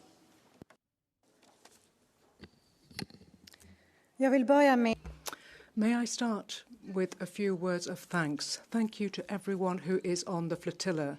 Thank you to the millions of people around the world who have taken to the streets, who are demonstrating. Thank you, because you've taken on the responsibility that the world leaders have failed to take on. You have been mocked for what you do in this chamber, but also from some governments, including the Swedish government. We're talking about genocide against Palestinians. And I think what's happening right now is going to go down in history. It is a betrayal, and it is unforgivable. We're actually witnessing genocide in real time. You can see it, I can see it, everybody in this chamber can see what's going on. Now we need to put the pressure on, even more on Israel. Even more people need to take to the streets. We need to have political sanctions against Israel. And those who are committing war crimes must be tried before the courts. Our purpose, our aim is to have a free Palestine that can grow out of this disaster. Thank you. The next speaker is Davor Ivo Stier for 1 minute, please. Commissioner, let me first express my solidarity with the families of the victims and the hostages still held by Hamas. Today, 7th of October, we have to remember that Hamas, with a terrorist attack on Israeli citizens, started a new tragic chapter of war in the Middle East. Hamas cannot be rewarded for this. Hamas has to leave Gaza so that Palestinians can be free and Israel is safe. Hostages have to be released and negotiations from Egypt implemented. But solutions will not be reached by speeches, declaratory speeches here. We have to support the White House plan because this is the best chance for peace, for release of hostages, for ending the suffering, ensure safety of Israel, and ensure the right of Palestinians to be at home. Matthias Nemec for 1 minute, please. Spoštovani visoki zbor. Posledice, ki jih je prinesla. Colleagues, the atrocities committed on the October 7th 2 years ago will go down in human history as one of the darkest and most cruel periods perpetrated and allowed by our generation. Hamas' attack deserves all our condemnation, but Israel's disproportionate response to it, which continues to this day with relentless destruction of life in Gaza, is completely perverse and a grave crime against humanity. Peace negotiations are underway again these days, and they deserve our full support to bring back the hostages. My message is clear. The Union has a moral duty to recognise and act. The Holocaust is no excuse for decades of apartheid against the Palestinian people. And October the 7th is no excuse for the genocide in Gaza. Thank you. Thank you very much. The next speaker is Nela Riel for 1 minute, please.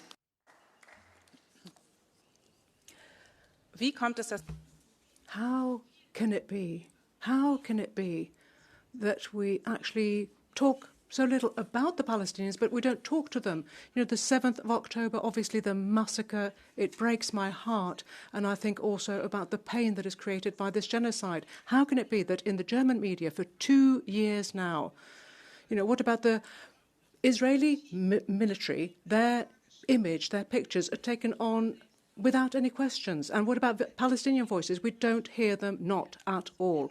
Now we have a peace plan from Mr. Trump. You know, it's not a question of Palestinians being sovereign over their own land, their own territory. No, we're talking about some kind of advisory body. I think it's difficult to not think of colonialism in this context. So I really wonder, why is it that free self-determination isn't the very bedrock of this decision going forward?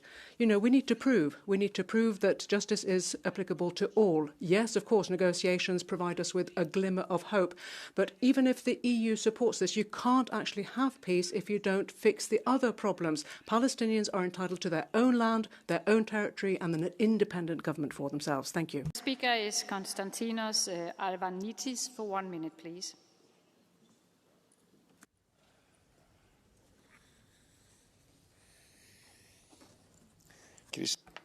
Dear colleagues, today is a difficult day, a difficult anniversary.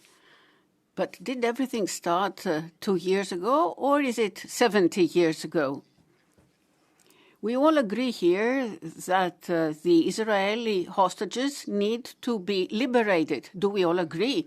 Because that is something we demand, just like we demand the release of all the freedom citizens who have been arrested and the release of the members of the Palestinian who are being held by Israel. Of course, you can sometimes, if you do not recognize Palestine, the occupation of Palestine or in the future of Ukraine. This is just a deal for you.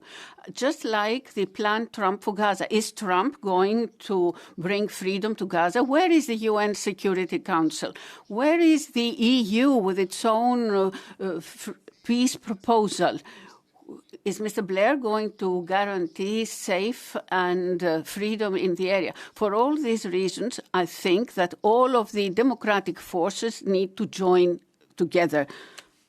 Is Mr. Nicolas Pascual de la Parte for 1 minute, please. Gracias, Presidenta. Thank you, President, Commissioner. 2 years ago, there was a cruel, savage killing of Israelis. We've now seen suffering in Gaza in the meantime, and the US peace plan is now a ray of hope, and the EU and member states must unconditionally support it. It's the only viable, realistic scenario for putting an end to the suffering of Palestinians. It's complex, it's multi-stage, it's dependent upon various factors, but we need to support it right away. The Israeli government, Muslim and Arab states in the region, the UN, all support it. It is the only hope, as I say. International conflicts can be dealt with through diplomatic efforts, hard work by leaders who are willing to reach political compromises rather than engaging in stale rhetoric and absurd adoption of extreme positions which are unfruitful. Alex Ayosaliba for 1 minute, please. Thank you, Chair. I was proud, so proud yesterday when on the Maltese embassy for the first time I saw the Palestinian flag being raised, and we recognized formally as a country the Palestinian state. And at this stage, right now, this is important. Before we talk about a two-state solution, we have to appeal to all our member states to, as soon as possible, do so. And this is the clearest message, to recognize the Palestinian state, because it is important for the Palestinians to have a voice in all this and to find an equitable and fair solution after this humanitarian tragedy in Gaza, after the genocide that we've witnessed, the most brutal killing of children, young people, women, innocents in these last weeks, months, and even years. So it is truly important for us to see the Palestinians having a strong voice and to find a way ahead so that in the Middle East we have peace. Thank you. The next speaker is Shaum Assens Lodra for 1 minute, please. Thank you, President. Commissioner, this isn't a peace plan. This is a business plan for Trump, for his son-in-law, to then come after this genocide. He's going to turn it into a theme park. It's all rather macabre. But once again, it is just for business. And they're going to need cheap labour to build all of this. That's possible.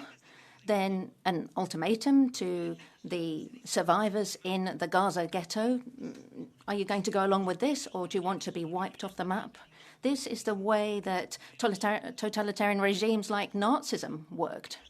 But as socialists, then we would have to then defend the law, defend NATO, defend human rights. This isn't justice.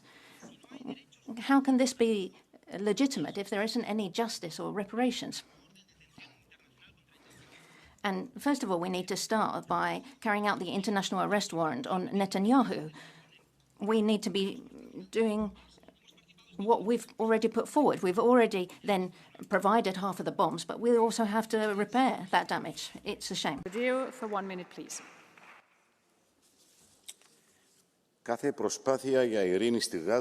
Every effort to bring about peace in Gaza is most welcome, but let us not fool ourselves. The Trump plan is designed on the basis of Israel's wishes, and it cannot remain so. The genocide that we are watching live cannot be forgotten, and also the implication of the US and the EU.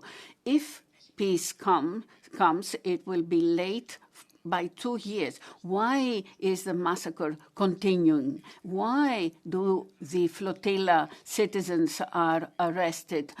What are the guarantees offered by the Israel army? Is Trump going to continue the process? Is Blair going to support with his lies?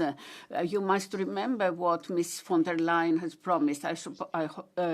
And most importantly, is the state of Palestine going to be recognized? Because the Israeli extremists, the hawkish members of the Netanyahu government say no. What do you say? Celiana Sovko for 1 minute, please. Thank you, Madam President, Madam Commissioner. Exactly 2 years ago, hundreds of innocent Israelis were brutally and tragically killed, raped, and taken as hostages. This horrific massacre was not a random act. It was a meticulously planned terrorist strategy aimed at erasing any possibility of coexistence between communities in the region. Hundreds of hostages were taken in acts reminiscent of medieval barbarism, shamefully broadcasted online with the intent to spread hatred and destroy any hope for peace in the Middle East. Those who call for the disappearance of Israel and those who reject the two-state solution are the only ones who benefit from such heinous crimes. Fortunately, President Trump has presented a peace plan which constitutes a crucial step towards building lasting peace and stability in the Middle East. This is our last real opportunity to end this conflict and to secure the safe release of the hostages. The European Union must take an active role in supporting the success of this plan and in laying the foundation for viable two-state solutions. I wish you good luck, Madam Commissioner. Thank you very much. The next speaker is Chloe Riedel for 1 minute, please. Chers collègues, Colleagues, 2 years ago, 7th of October, Hamas attack, chilling, really chilling. And now I'm thinking about all the dead, the hostages, Israeli hostages, their families, and I'm also thinking of all those Israelis who are struggling for peace. For 2 years now, the European Union has been powerless. It's not put enough pressure on a genocidal Israeli government. It's just standing by. It's looking on. Donald Trump has come up with a peace plan. Let's put that in inverted commas, shall we, because we're far from peace at this juncture. The plan would allow for the Israeli hostages to be released. Could it also allow for famine to end in the Gaza Strip and no occupation of Gaza, in which case, yes, by all means, let's support it. But, you know, this ceasefire, will it actually lead to any kind of relief for people in Gaza, Israelis? Not necessarily. What we want is justice for Palestinians, and for that to happen, European Union has to make a choice. It should be bold rather than complicit. It's important for us, therefore, to make sure that the Gaza Strip is not governed by non-Palestinian technocrats sent in by Trump. Also, when it comes to the association agreement between the EU and Israel, we need to suspend it. We need to have an embargo on weapons shipments. Thank you. Thank you. The next speaker is Rudi Kennes for 1 minute, please.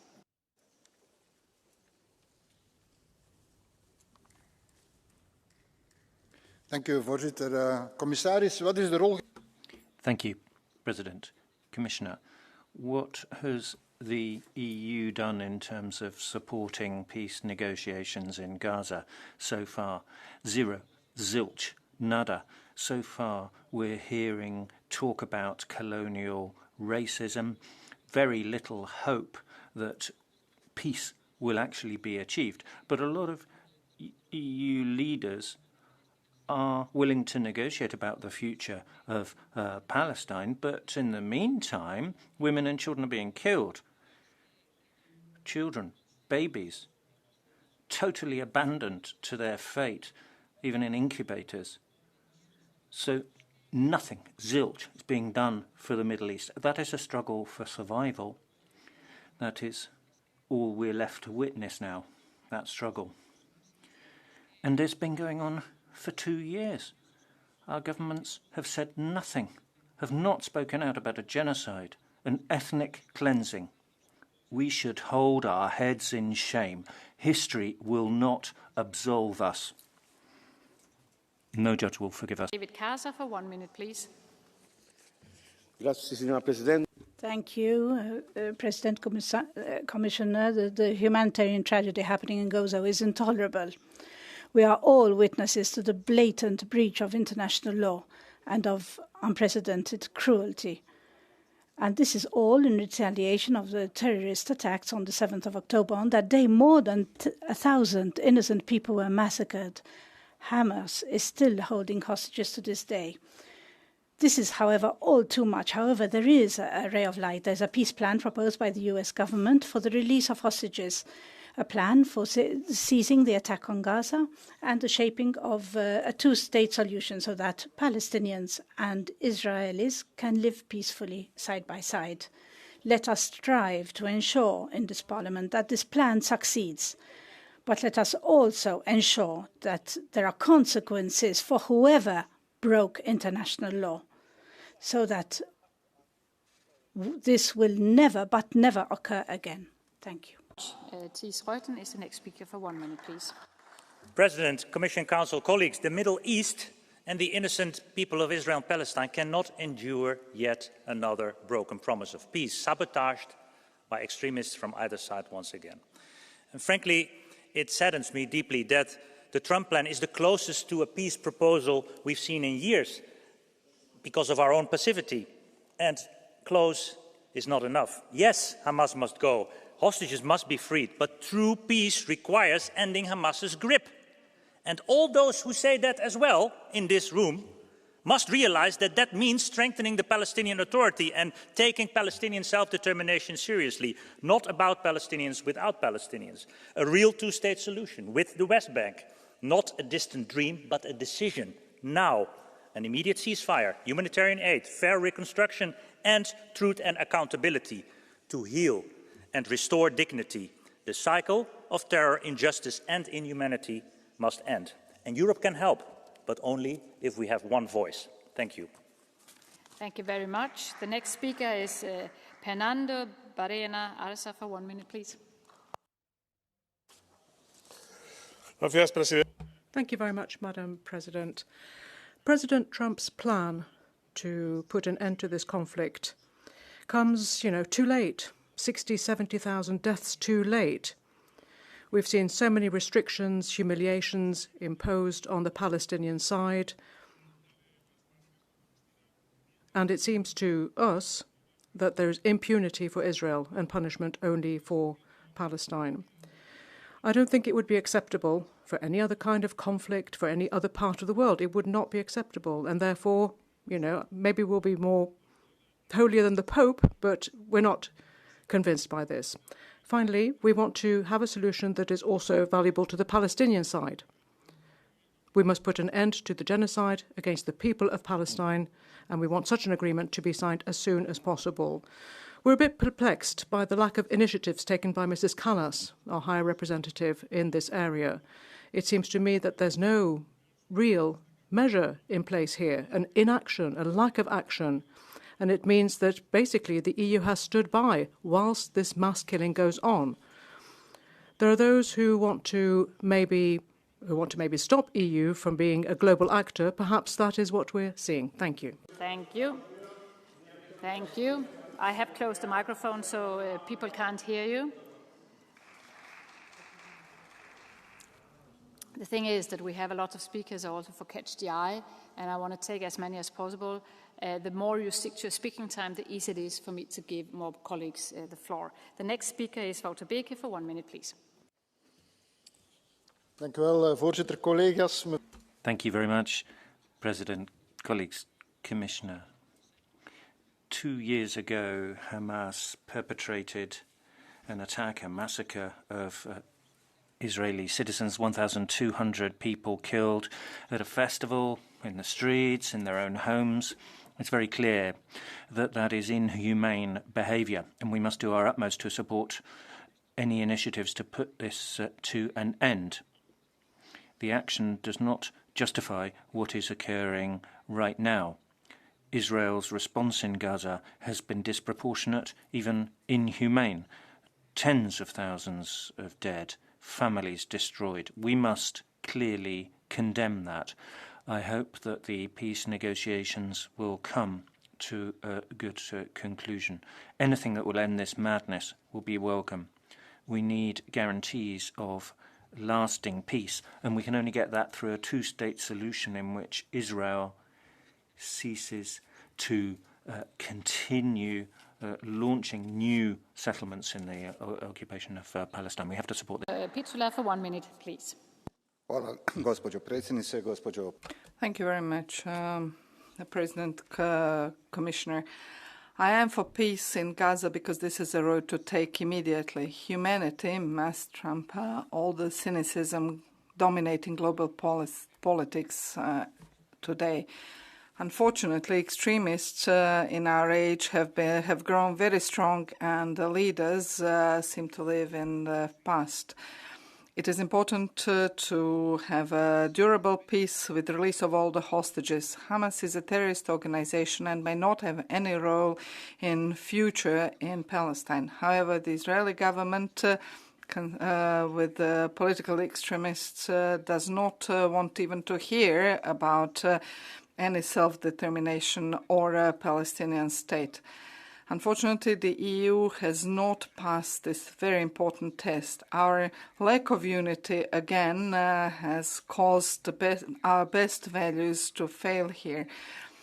The political responsibility of all member states has not come to the test of protecting the people of Gaza. Please. Commissioner. Today marks 2 years since Hamas's violent and brutal attacks on Israeli citizens and the taking of 251 hostages. We remember the victims and their families, as well as the innocent civilians of Gaza who continue to suffer as collateral in this conflict. Yesterday's talks in Egypt under President Trump's Gaza peace plan offered a glimmer of hope. The plan centres around urgency and immediate results.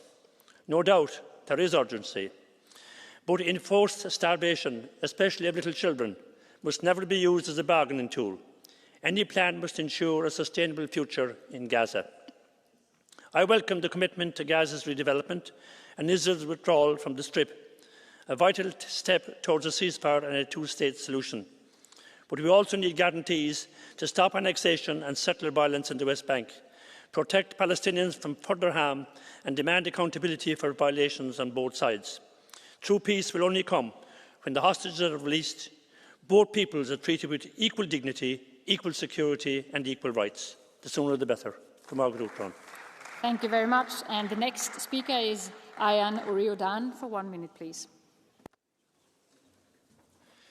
Europe, the world's greatest peace project, must not stand by as Trump and Netanyahu design a toxic plan for Palestine. Europe must take inspiration from the humanity of the summit flotilla, not the cowering submission of President von der Leyen. Her failure of leadership is why I will support Thursday's motion of censure from the left. We must return to the vision of a two-state solution where the national aspirations of Palestinians and Israelis can coexist, and never again fall to the depths of Hamas depravity of October 7th or the monstrous actions of the Israeli apartheid regime over generations and the genocide of the last 2 years. Israel rejects the concept of a Palestinian state, which is why we must stand for it and lead international isolation of Israel until that happens, on every level, diplomatic, cultural, economic and sporting. FIFA must ban Israel. Europe must sanction Israel now. Thank you very much, colleagues. Now we have reached Catch the Eye. I have too many speakers, but I will take as many as possible. I will do it based on presence during the debate and based on the order of when you ask for Catch the Eye. And we will begin with Daniel Attard, seat 383, please.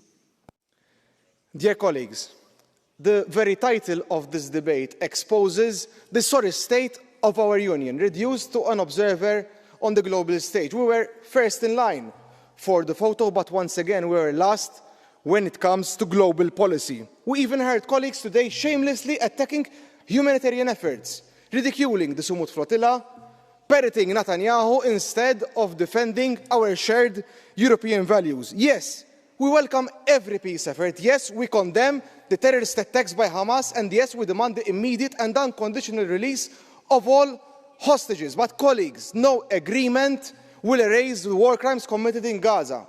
No agreement will bring back a future to the thousands of murdered innocent children. Of course, we want peace, but equally we want justice, because there is no lasting peace without justice. The EU must stop reducing itself to an observer, and we must stand up for our own values, insist on compliance with international law, enforce sanctions and enforce our own treaties. Thank you. Colleagues, Catch the Eye is 1 minute, and the more you stick to the speaking time, the more people I can give the floor. The next speaker is Silvia Sardone, seat 699, please. La Commissione Europea attraverso The European Commission spokesperson service has said that it supports the flotilla, recognising the humanitarian efforts of the activists. But what humanitarian assistance has actually been provided? There's about half a lorry's worth, so no real attempt at humanitarian aid. This was a purely media-orientated event. No child in Gaza was helped by it. To be quite honest, many of the participants in the mission are actually opposed to Trump's action plan, whereas almost everyone else is in favour worldwide. So the Commission has expressed support for people who say free Palestine from the river to the sea. In other words, destruction of Israel, supporters of Hamas. Seat 210, please. President, Trump did what the left never achieved. His peace plan for the Middle East brought the first concrete step towards peace. Let's be honest, dear left wing. What was more useful to the Palestinians? The symbolic recognitions of the state of Palestine made in haste and the leftists' influencers' performance trips, or Trump's concrete diplomacy? It must hurt, but Trump won this battle. The US didn't need to recognize the state of Palestine to promote peace. They didn't start complaining on sanctioning Israel opposite to the European Union and von der Leyen.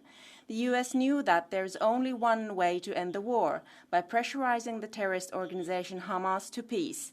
Europe must now provide its full support to this plan. Terrorists must be removed from Gaza. Thank you. The next speaker is Ms. Oihane Agirigiotia Martinez, seat 253, please.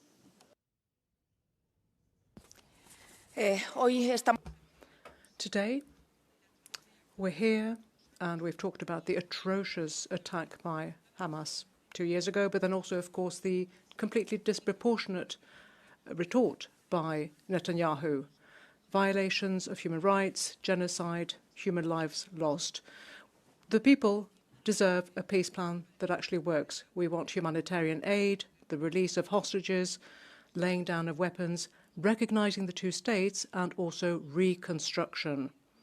Hamas and Israel have this in their hands. It's up to them to make this dialogue move forward. So we're asking this chamber to do whatever it can, no excuses, whatever it can, in order to guarantee a peace process that is lasting and that will guarantee the rights and the voices of the peoples concerned. We need to send out hope to all these people. There are people around the world who are saying, basta, yeah, that's enough now. Thank you very much. The next speaker is Volker Schnurbusch, seat 616, please. Ja, vielen Dank, Frau Präsidentin. Thank you very much, President. We see this horrendous number of civilians who have been killed in this conflict. But according to reports, over 200 journalists have been killed in Gaza since Israel invaded 2 years ago. The number of reporters from Al Jazeera who were killed, that was in August. Here we have the reproach of targeted killings, which the Israeli military has denied, as it has in similar situations in the past. Since it's impossible to have neutral reporting, we don't have any evidence for this. But it's very important that representatives are able to travel to Gaza to be able to report on conditions there. And I'm calling on the Commission and the Council to have neutral reporting from Gaza. Thank you. Next speaker is Diana Ivanovici Sosuaka, seat 858, please.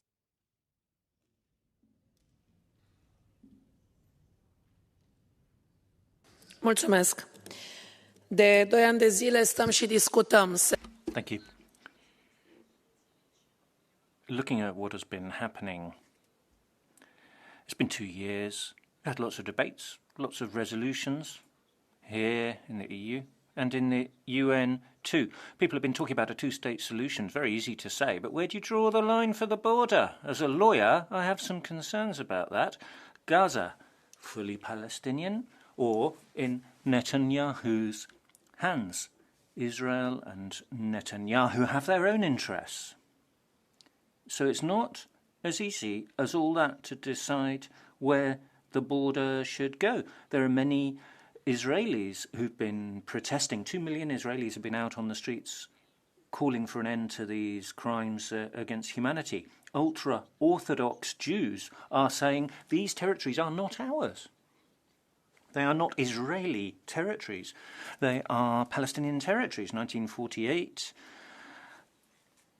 handover by UN of certain territories is a topic that we're still not allowed to talk about in Romania. 79, please. Dėkoju, pirmininkė. Thank you, President, dear colleagues, Commissioner. Let me say that today we are marking the 7th of October and 2 years. However, today we can also remember an event of 30 years that shattered the world when Yitzhak Rabin was shot by the Jewish extremists because he laid foundations for the appearance of the two-state solution, for the Oslo Agreement. That's what he said. Fought against you, the Palestinians. We say to you today, in a loud and a clear voice, enough of blood and tears, enough. And he was shot for these words, and at that time Netanyahu rejoiced. I don't believe in the change of Netanyahu. He is against the existence of the two-state solution, similarly as Trump. Therefore, in agreeing to this plan, we have to be very active and require the recognition of the two states. That would require us asking for guarantees to move forward. Seat 647. Oh, there. Microphone, please. Merci. President, Commissioner, Europe and this Parliament prides itself on complying with international law, championing the rule of law. A few questions, therefore, for the Commissioner, President von der Leyen and High Commissioner Kallas. Is the continuation of the EU-Israel trade agreement compatible with EU law? No. Is Israel interfering with EU aid and aid infrastructure? Yes. What are the EU Commission doing about protecting taxpayers' funds? Nothing. Is the arms trading with Israel by certain countries in the EU compatible with EU law? No. So why are we waiting? You need to play your part, Commission. Suspend the EU-Israel trade agreement forthwith. Halt the sale of arms to Israel by certain EU states. Stop prioritising dialogue over action in the face of abject genocide. Do your job. Do it right. Do it right now. Garmagi.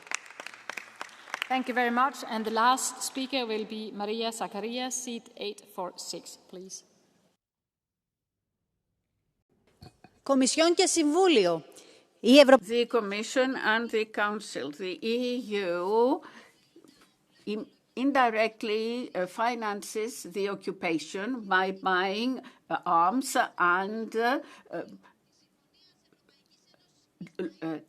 software. Greece is the first one, while the Commission has refused access to documents that prove your complicity on the basis of the EU legal service. Today, you talk about 2 years anniversary, but you forget the fact that Israel is systematically attacking Palestine since 1948, when they sent away thousands of Palestinians.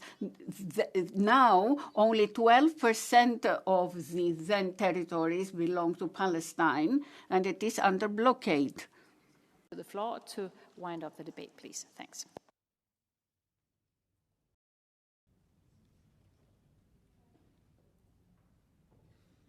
Thank you so much, Chair. Thank you, dear members, for your remarks. I was listening carefully.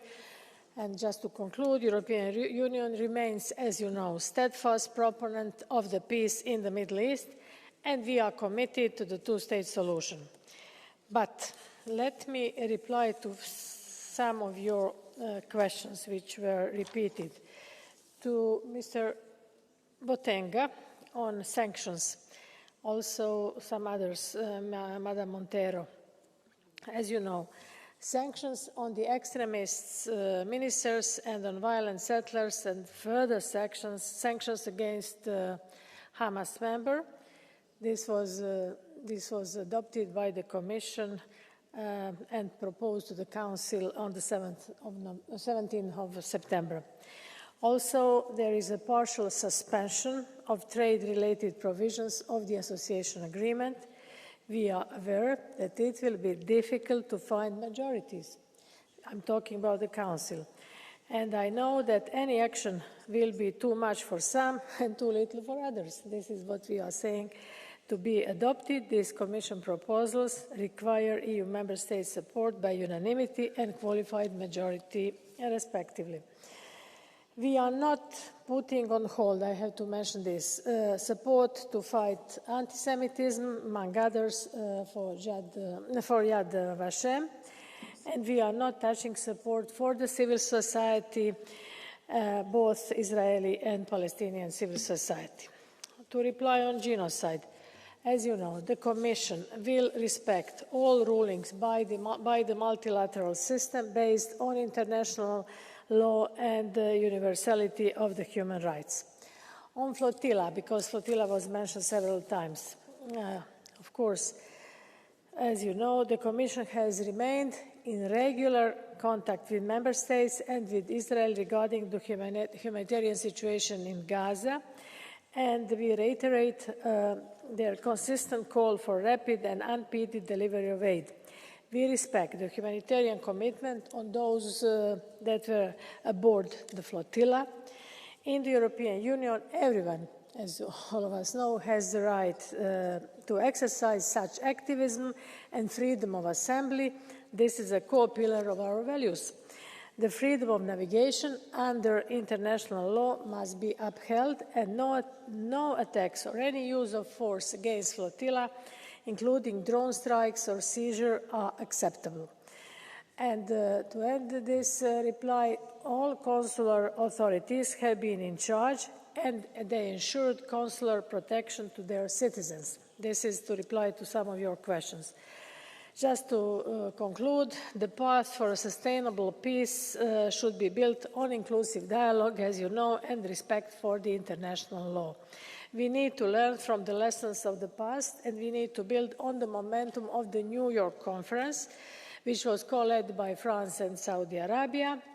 I have to mention Global Alliance for the implementation of the two-state solution. It is supported by the European Union and is best placed to sustain the political horizon and credible pathway to the Palestinian statehood, which includes both Gaza and the West Bank, with the Palestinian Authority as the only viable partner.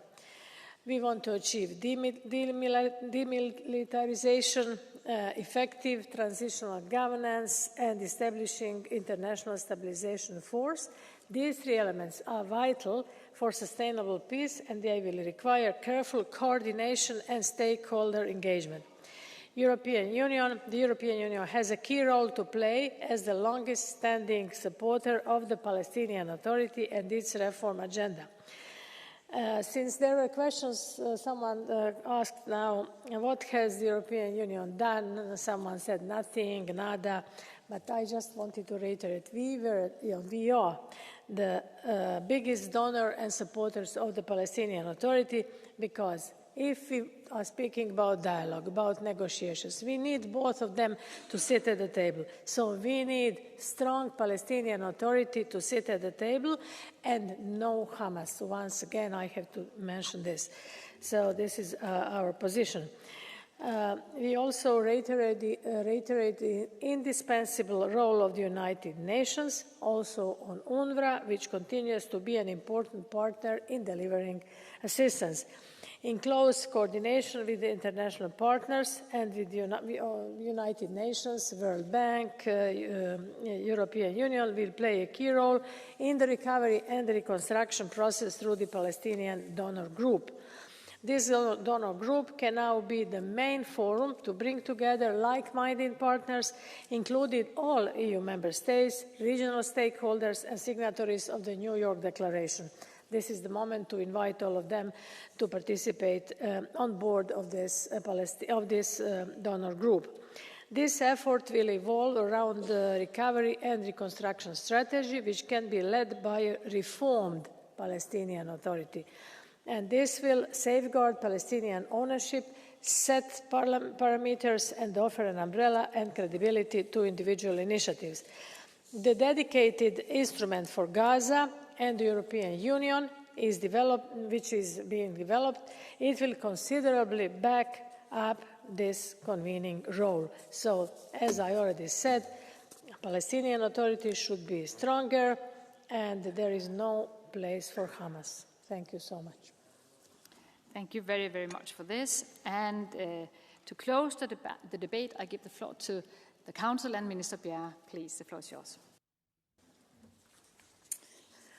President, honourable members, Commissioner, thank you for today's debate. It showed again that we are all committed to addressing the ongoing crisis in Gaza. We will remain dedicated to a peaceful resolution of the conflict, and we will contribute to the new momentum towards peace. In the Council, Member States are currently discussing the measures that the Commission proposed in September. Based on our continuous commitment to the Palestinian and Israeli people and our support to regional integration, the European Union is well positioned to offer valuable contribution. We will work jointly with our long-standing partners in the region and with our partners through the Global Alliance. The two-state solution remains our commitment. Thank you. Thank you very much for that. The debate is closed. The next item on the agenda is the joint debate on the Common Agricultural Policy. We have the report by Mr. Rodriguez amending certain CAP regulations as regard to conditionality systems, types of intervention in form of direct payment, types of intervention in certain sectors, and rural development and annual performance reports, data and interoperability, governance, suspensions of payments, annual performance, clearance and control and penalties. And the second report, the report by Ms. Imad, strengthening of the position of farmers in the food chain. And we will begin with Rapporteur Céline Imad. Please, the floor is yours.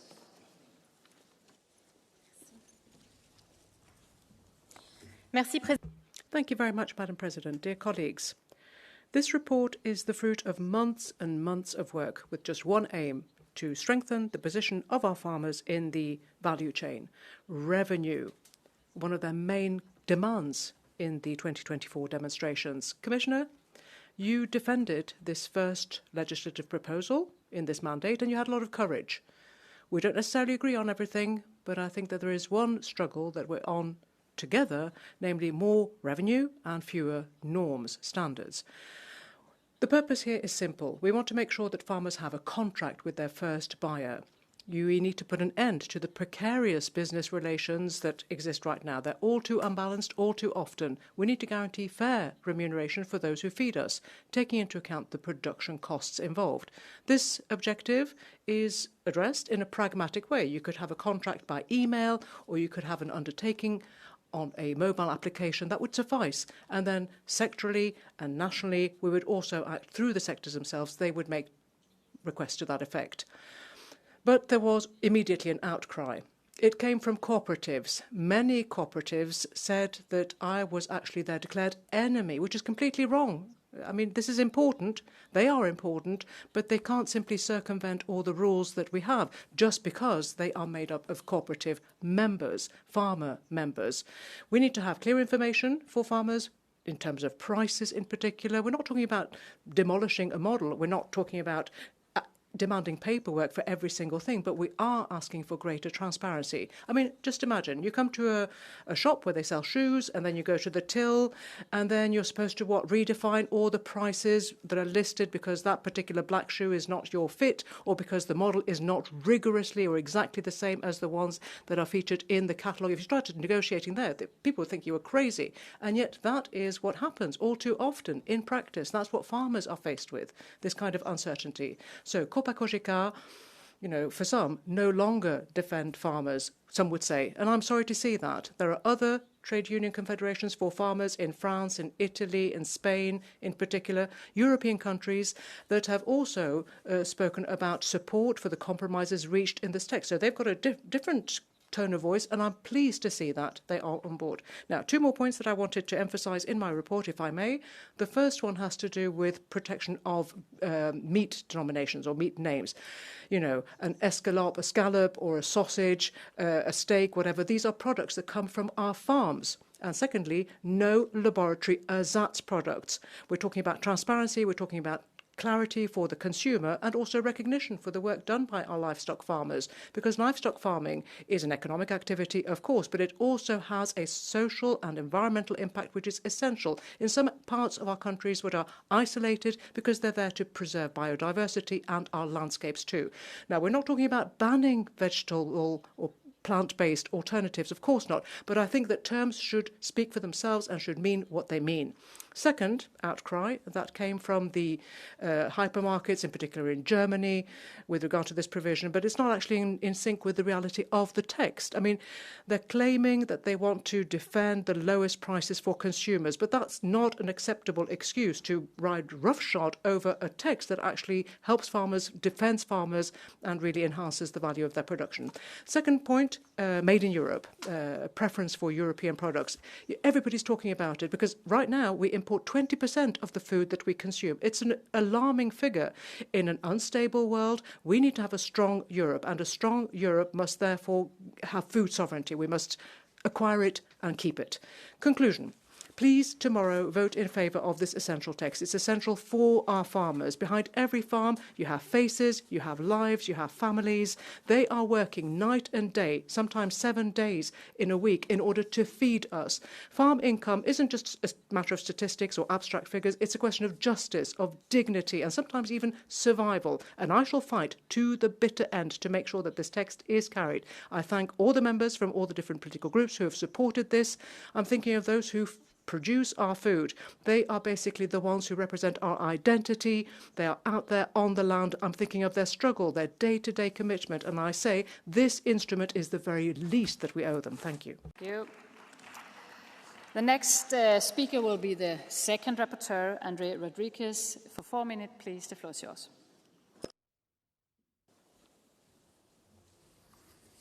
Senhora Presidente, caros.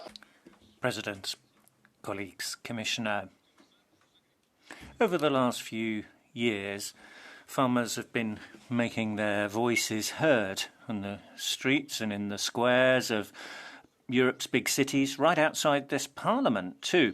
They've been very clear that they want to produce food with less duplication of paperwork, less red tape, stable regulatory environment, predictability for the people who put food on our tables. They're custodians of our landscape, and they keep rural life going. It's not a rewrite of the CAP, it's just making it simpler and more accessible. It may not be perfect, but if you look at what reality people are facing on the ground, it's better to have something now which will achieve something than to endlessly strive for something perfect. We want to gain in efficiency without sacrificing protection.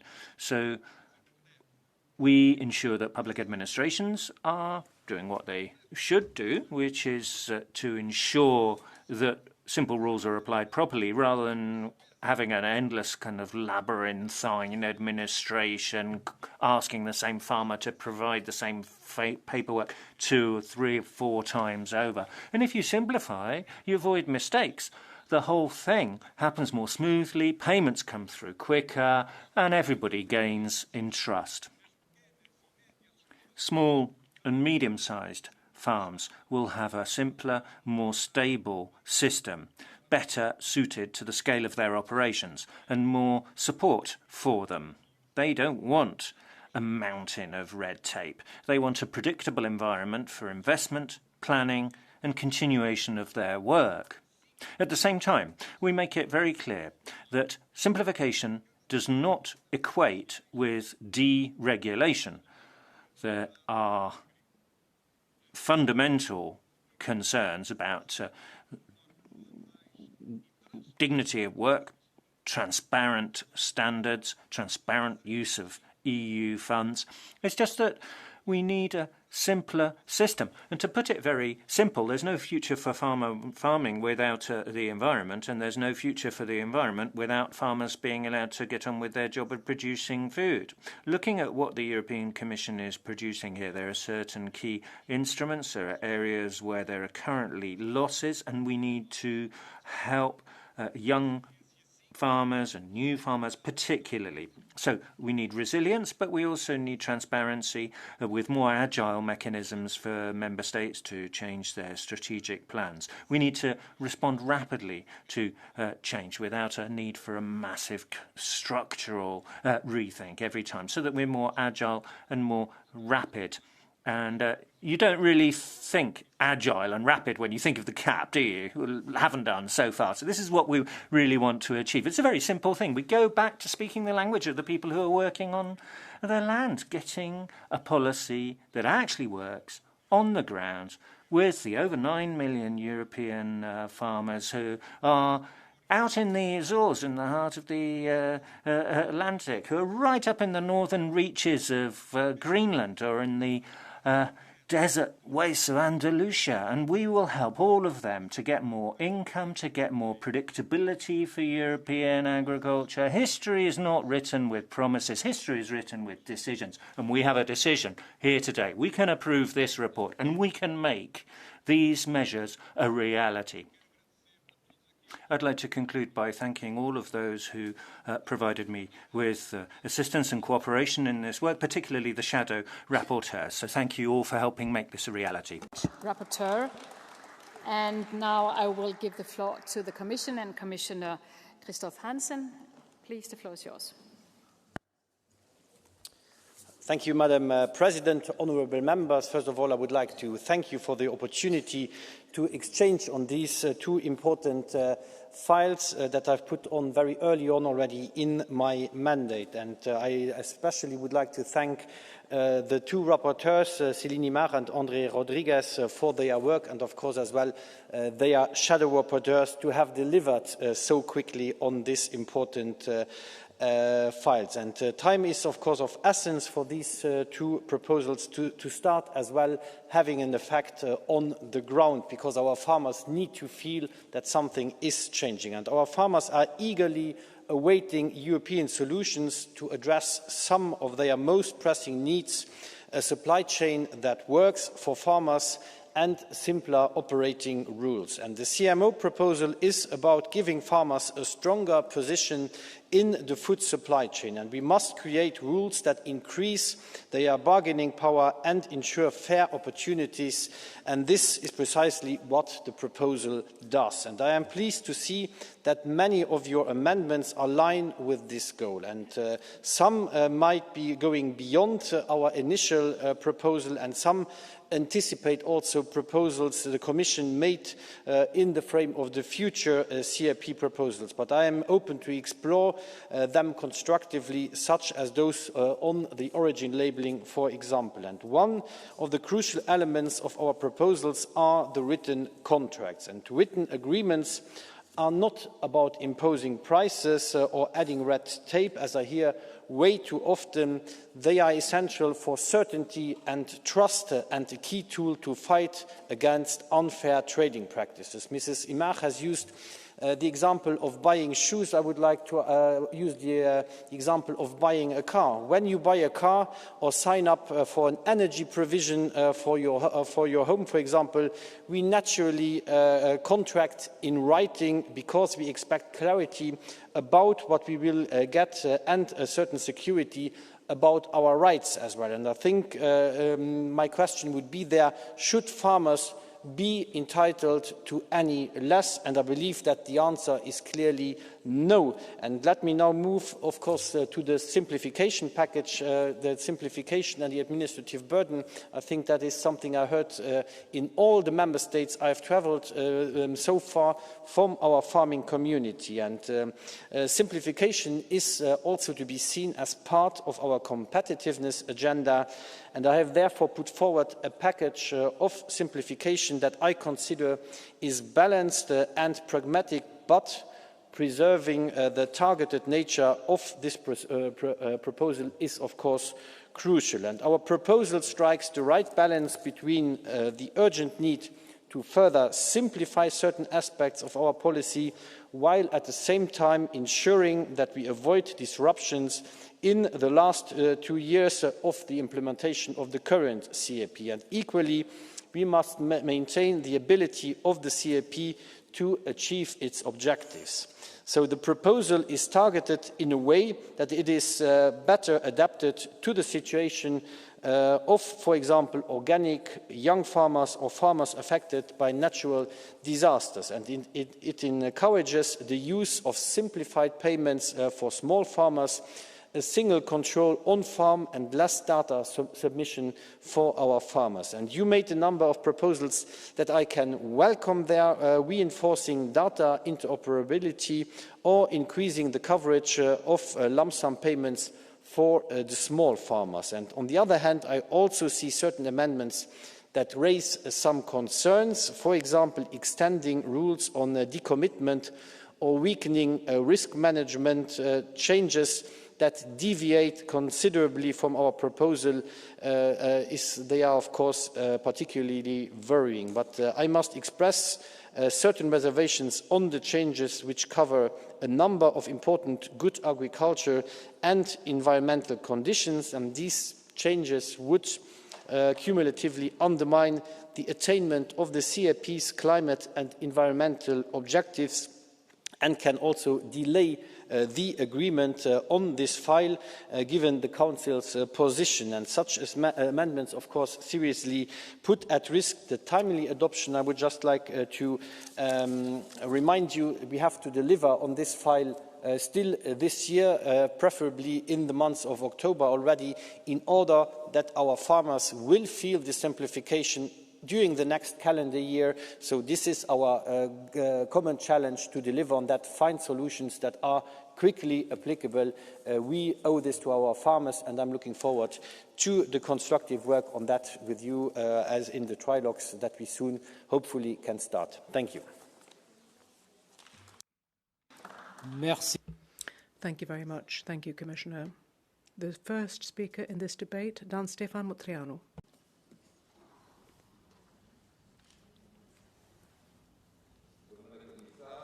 Stimați colegi, încep prin a mulțumi. Commissioner, colleagues, I would like to start by thanking the European Commission for its proposal to simplify the CAP. I'd also like to thank my colleagues in the Agri Committee for their contributions. We've succeeded in cutting red tape, clarifying the rules, and including animal diseases in the list of situations eligible for crisis payments, reducing the loss threshold from 20 to 15%, and, very important, to increase support for small farmers up to €5,000 per year for small farmers, and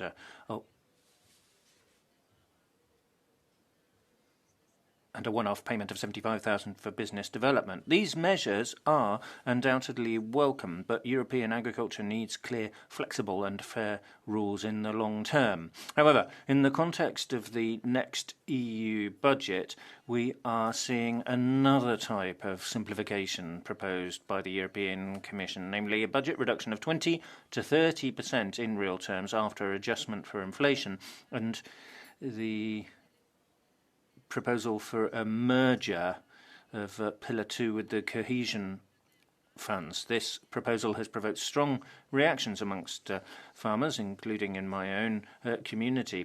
Their discontent risks being exploited by populist forces. Farmers are calling for real simplification, concrete support, and citizens expect quality food, healthy food at fair prices. That is why we need a truly common, simplified and properly funded agricultural policy that ensures the dignity of farmers and protects the identity of villages, traditions and quality food. Thank you. Next speaker, Cristina Maestre. Muchas gracias. Thank you very much, President. Commissioner, welcome again. We're talking about a reform on the common organisation of the market. It is quite unique, and it's supposed to support the position of farmers in the supply chain, the value chain. I think we need to prove that this will be the case, and I think that that is what the vote will tell us as well. I have a question, really. I was wondering whether all the members of the EPP in this chamber actually are on the same line here, because it seems to me a little bit strange, if not incomprehensible, at this stage of progress, the fact that there are some MEPs who are opposed to written contracts. I'm astonished because, Commissioner, I would find that essential. We've heard that from you. We've also heard it from the rapporteur, Mrs. Imart. You know, surely we all want contractual relations. You know, last week, for instance, I hired a car. I had 6 or 7 pages of a contract just for hiring it for one day. So that is a given.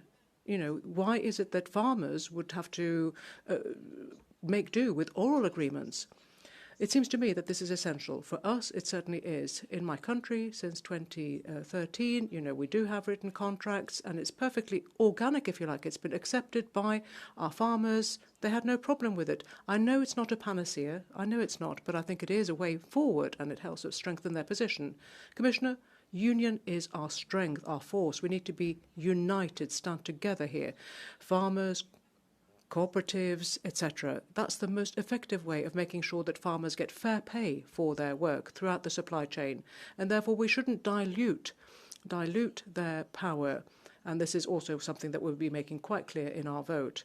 I think that in the general report there's a good balance, and I commend the rapporteur, Céline Imar. I know she's made a real effort here, particularly in the final stages of the procedure. So thank you for the agreements that's been reached with colleagues regarding written contracts. Thank you for that.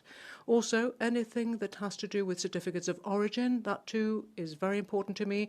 I know that, Commissioner, you've incorporated this into the reform of the Common Organisation of the Market for 2 years' time, and I appreciate that. Finally, thank you to the rapporteurs and also Andreas Rodriguez. I would like to commend him in particular for his great work on simplification. It's really important. Together with the reform of the Common Organisation of the Market, we're sending a good message to our farmers, we're listening to them, and we're responding.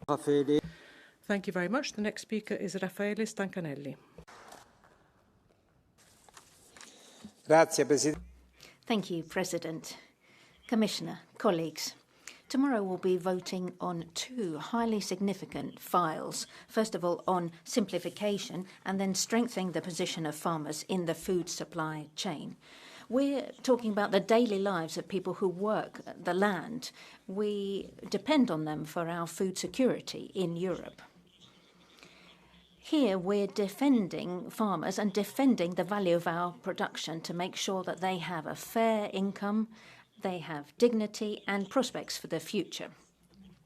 We need to make sure that they have security, otherwise red tape weighs them down.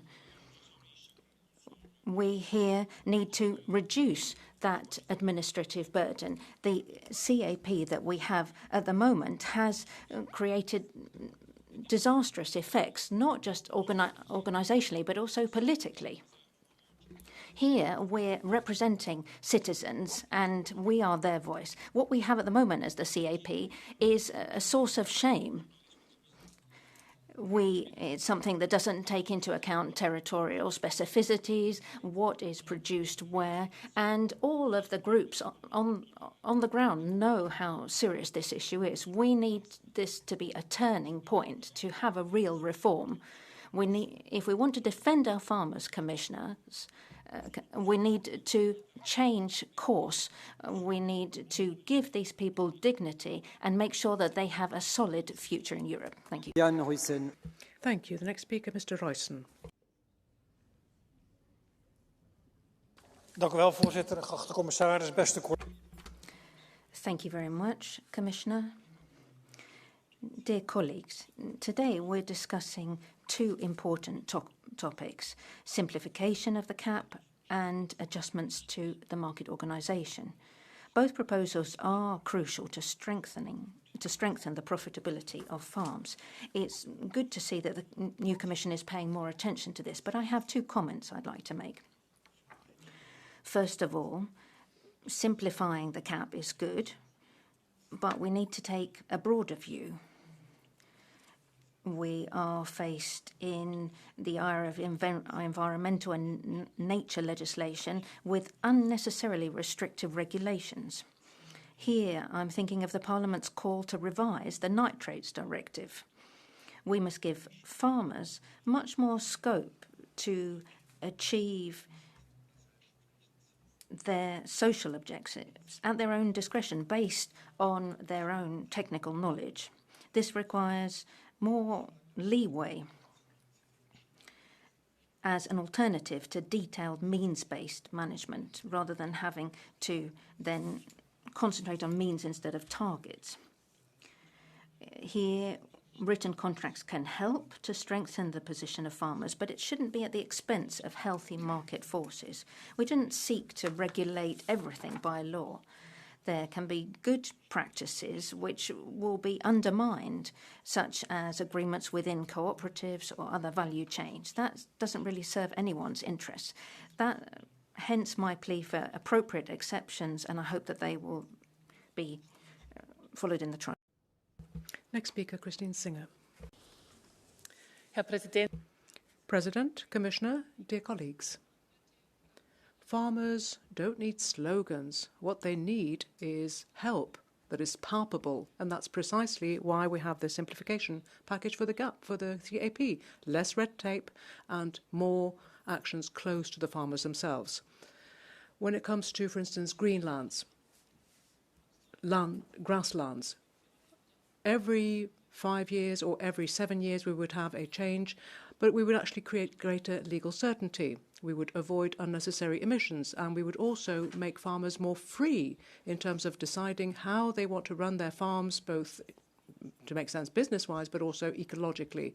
This is very sensible, and it's a win-win for all farms, whether they're small or large, whether they're conventional, whether they're organic. So we are in favour of that. And we also think that farms that are organic farms in transition should also be supported. That's another way of really helping out these farmers who are getting involved or on board with organic farming.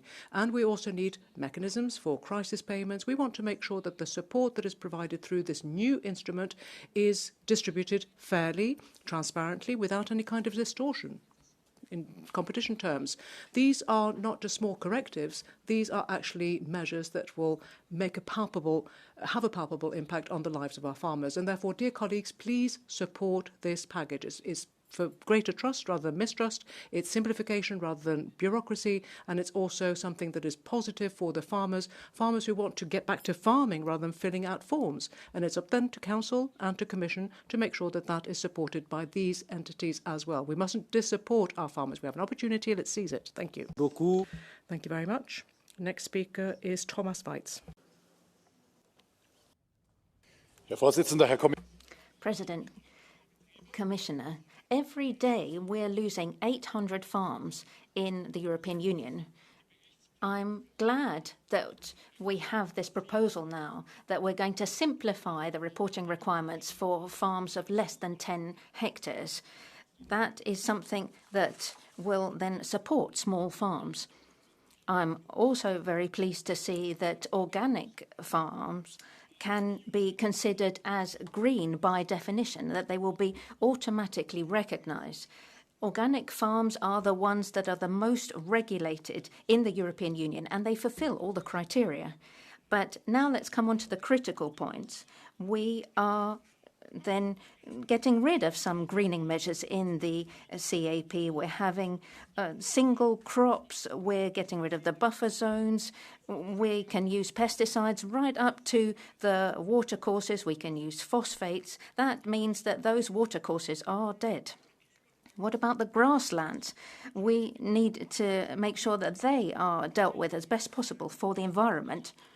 And the list goes on. Now you have your new allies in the right and the far right, and you're getting rid of one environmental measure after the other. Then we say we all love the bees, but we don't then want to then put in place the right measures. All of this is just, from a technical point of view, wrong. If we want to support farmers in the supply chain, then of course with contracts, but with these veggie burger amendments, you're just distracting everyone. Do you think people are stupid when they go to the supermarket and they can't tell the difference between a vegetarian product and some meat? Then really stop with that, because the food specialists are telling us we should be eating less meat, and you have to then stop boycotting those vegan and vegetarian products, which are also produced by farmers. Thank you. Merci beaucoup. Thank you very much. The next speaker is Luke Flanagan. Commissioner, we meet again. This time I'm agreeing with you. Everyone should get fair remuneration for their work. It's fundamental. It's a human right. And as things stand, many farmers do not get fair remuneration. This proposed improved CMO regulation goes some way to improving the lot of farmers. It attempts to enhance the existing provision on contracts, written contracts. It shouldn't be that amazing. Some people seem to think that's amazing. 2, to reinforce the bargaining powers of producer organisations. 3, to simplify their recognition, and many other areas. Unfortunately, though, we have MEPs who claim to represent farmers that want to water all of this down. We have amendments that allow member states to do nothing, and it is my experience in Ireland that if we may do something, we will never ever do it. It will be the case here if they're allowed to make that choice. We also see amendments which would see exemptions given to member states for the milk sector, and I'll quote, at the request of an organisation deemed largely representative. That is wide open to abuse. For example, in Ireland, the IFA potentially could get such a power, an organisation that has worked against this improved regulation. So I'll finish by saying none of those amendments should be passed. I'd like to congratulate the rapporteur, Celine Eimert, on this. I have to say I was sceptical about her at the beginning, but I have to say I really admire her determination on this. And most of all, I admire her calling out Copa Cogeca, long overdue. Merci beaucoup, cher collègue. Thank you very much, dear colleague. The next speaker is Mr. Stoyanov. Господин председател, господин комисар. Thank you, President, Commissioner. Farmers throughout Europe are under huge pressures. They're dealing with new jobs that they have to do, then more instability on the market, and what we have at the moment then creates unfair trading practices with countries that have much lower production standards. This is something that's very difficult to understand. With what we have at the moment, Commission, then farming is really suffering in Europe. That means that rural areas are deteriorating. The CAP that's been put forward at the moment is actually going to worsen this crisis. Farmers need to be allowed to still sell their products on the market, but they're constantly being restricted. Europe is leaving farmers to their own devices. It's hanging them out to dry, and without them, we don't have Europe. Thank you. I'm afraid I shall have to be much more strict going forward in terms of speaking time. Next speaker is Herbert Dorfmann. Dear colleagues, Commissioner, this regulation on the simplification of the CAP allows us to deal with the overwhelming bureaucracy that we have. Unfortunately, we created it ourselves. It's of our own making. But this doesn't mean deregulation. Simplification. Simplification means getting rid of red tape where it's just a burden, lots of costs, and no particular advantages. In terms of farms, farmers don't tend to have an office that will spend all day filling out forms, in particular if you're looking at small holdings. That's why it's so important for us to focus on them. Organic farms as well. I think it's absolutely right for us to simplify things. For all of these farms, particularly those in transition towards organic farming, conditionality, the necessary checks, the whole question of certification and the authorities responsible for that, making sure that that's all in order. And then grasslands. We want to be more holistic, perhaps. In the past, nobody really wanted to turn their hectares into permanent grassland. But, of course, once you've done it, it's very difficult to go back on that. Virtually impossible. I think farmers are well educated. They know what they're doing. We don't need to constantly be on their backs telling them what they need to do and how they need to do it. Also, common market organisation, any kind of regulation that will help the position of farmers in the supply chain is something that we should support. Of course we should. And also, by way of conclusion, I think that we should afford farmers more possibilities, more opportunities going forward. Let's make life a little bit easier for our farmers. That is why I will support this report, or these reports. Thank you. Thank you very much. The next speaker is Dario Nardella. President, Commissioner, colleagues, if we really want the CAP to serve farmers in future, we really need to tackle the problem of simplification. Right now, farmers are spending more time on red tape than they are in the fields. We need to support income simplify regulation and the balance between member states. And that doesn't mean having fewer controls. It just means giving farmers time, dignity and trust back. Simplifying the CAP doesn't mean reducing social conditionality, which is absolutely vital. Obligatory written contracts will be a step forward in addressing the imbalance which has affected farmers badly for too long.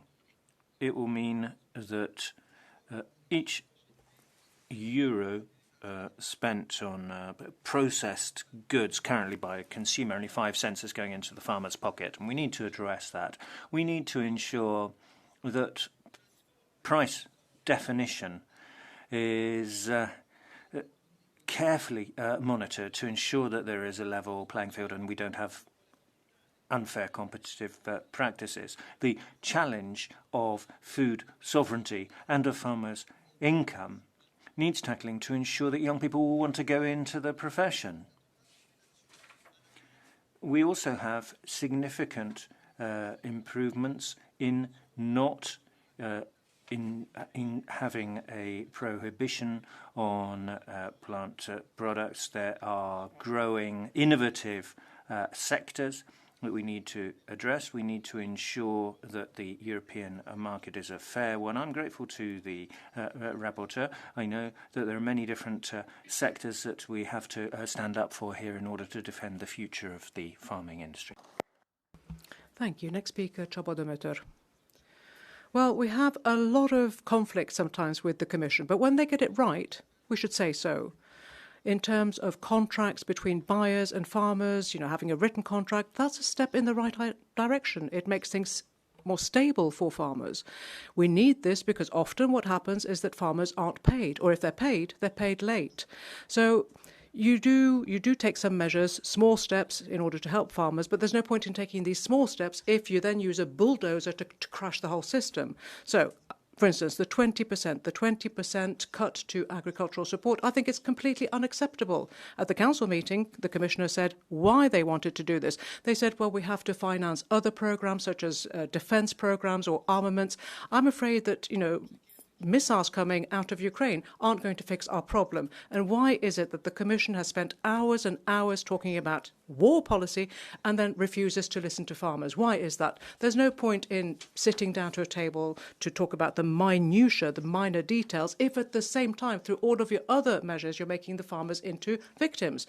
I think we need genuine support. We need to do more for farmers. So please withdraw these proposals in terms of the cuts to funding. And one more comment, if I may. Thursday, there's going to be a motion of confidence. If you stand by Ursula von der Leyen, then I'm afraid you're standing in favour of a dismantlement of the CAP. It's as simple as that. Thank you.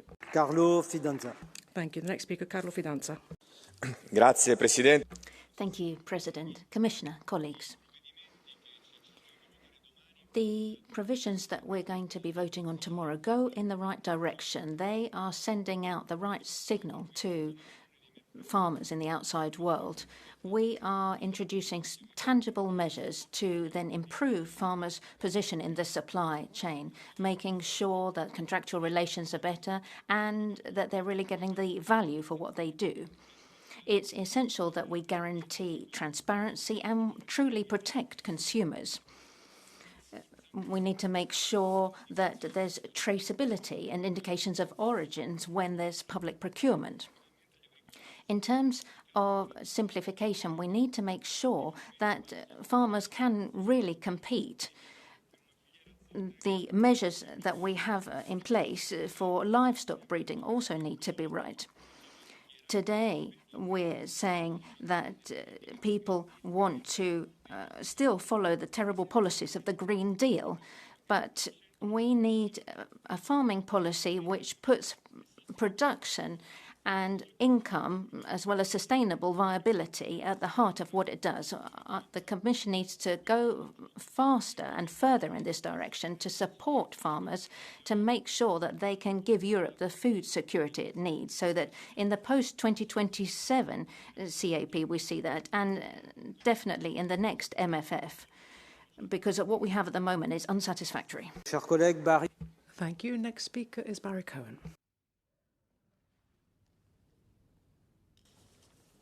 Thank you. Commissioner, colleagues, tomorrow we're voting on two hugely important CAP files.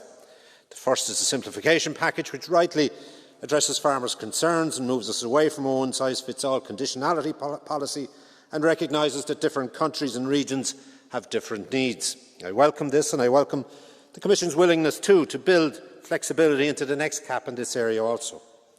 But that same logic has not been applied in the second file we vote on, as alluded to by my colleague MEP Flanagan, the Common Markets Organisation. Instead of maintaining the market-orientated approach, the Commission has proposed rigid contractual measures that risk undermining what are successful cooperative models, especially and particularly those in my own country of Ireland. This, I believe, is a clear inconsistency, and we must have flexibility in this regard. And it's because of that I'd be proposing amendments catering for Member State opt-outs where majority farm organisations request them, and clear derogations for cooperatives, so that systems that are already working well are allowed to keep succeeding. As I said, the EU should be about building on successful models, not necessarily undermining them. Thank you. Merci beaucoup, cher collègue. Thank you very much, dear colleague. Next speaker, Anna Strahlenberg.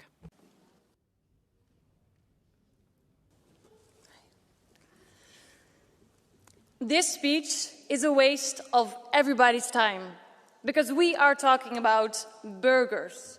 We're talking about banning the word burger if it's made of plant protein instead of animal protein. But I wonder, what if the burger is made of 51% animal protein? What if it's 50-50? What if it's not made in the region Hamburg? We could have spent this time debating the fact that our planet is on fire, the fact that we have a brutal war on our borders, and that our societies are getting angrier and more divided. And instead, when Europeans look at their leaders, what do they see? They see us discussing burgers.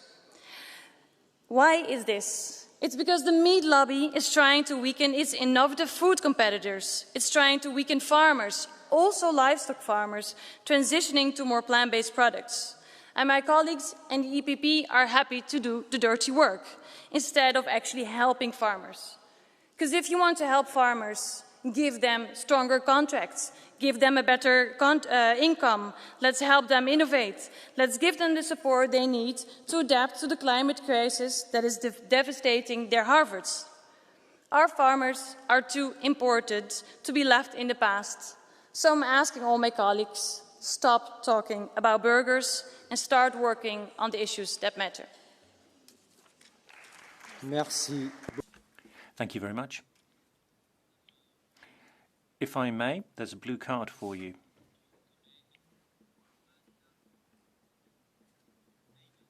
From our colleague Van Nalen. Can you accept? You have the floor. Thank you. Thank you, Chair. Dear colleague, I just have one short question for you. Actually, you are questioning this waste of time of this debate because apparently we're discussing burgers. But you are the first one mentioning this topic. It's only one amendment of two very important reports. So actually this, I believe, and I mean this respectful, but this part was not a very useful contribution to this debate. Thank you.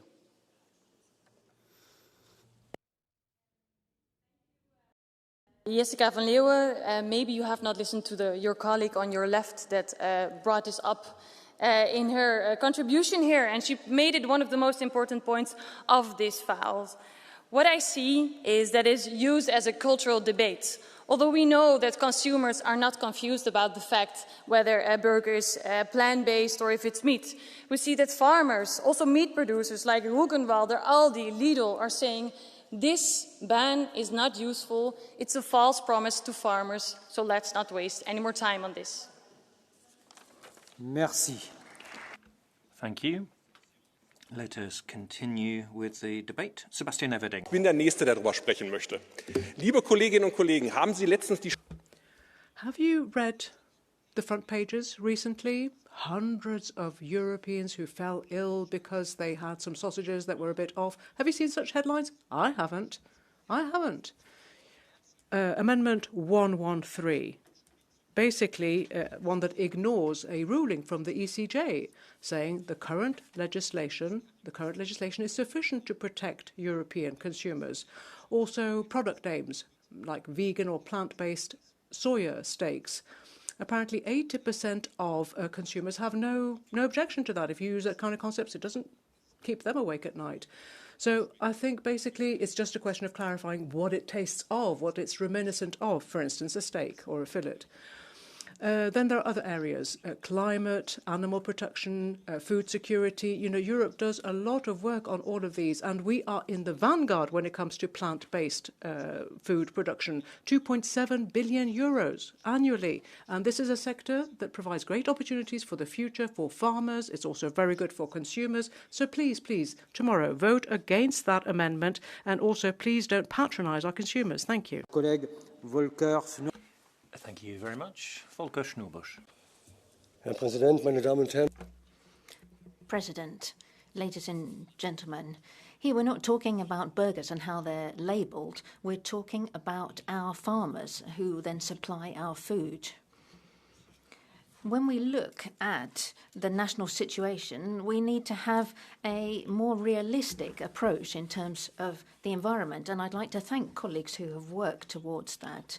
We need to make sure that we have fair contractual conditions, and with the price, amount, and the delivery conditions, all of that needs to be sorted out in advance. These were the core calls from the farmers in the protest last year. The CMO needs to have the right protective conditions in place to stop unfair trading practices, to make sure that there are no unclear rules and controls. We need to make sure that it's not just European farmers who are having to comply with all these rules. We are standing side by side with our farmers in the interest of having that food security in uncertain times. Thank you. Thank you. Katarina Roth-Nevedalová. Thank you very much.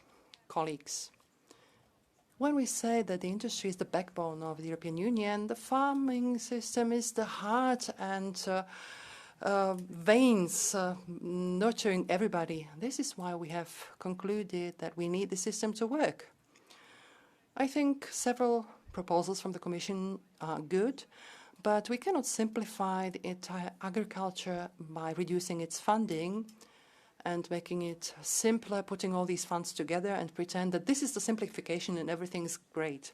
This is the first thing I want to say, that agriculture and agricultural policy deserves its own program, its own funding, independent of others.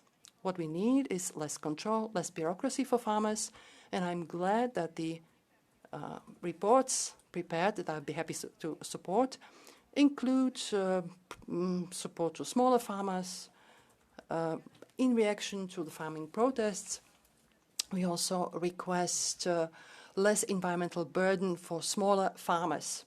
We certainly need to promote and support farmers bringing value added, and I'm very happy that the Commission is going this way. Thank you very much. Daniel Buda. Domnule Hansen, mulțumim pentru propunere. Commissioner Hansen, first of all, thank you for your proposal, and thank you also to our rapporteurs, Rodriguez and Imart. Thank you for your work.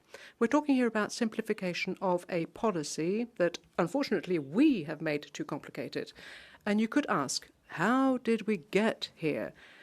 Why is it that people were taking to the streets to protest against what we've done? But what's the point in pointing the finger? Ultimately, we need to take the right measures to allow farmers to live, to work, and let's try to avoid repeating the mistakes of the past.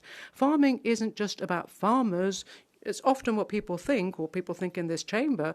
No, we're also talking about food security for Europe as a whole. That's what it's about. So we're talking about enough supplies of food and also, of course, affordable prices for all our consumers. Farming is 2% of our economy, and yet it is a sector that employs 8 million people one way or another. They work in the farming sector to feed 450 million EU citizens.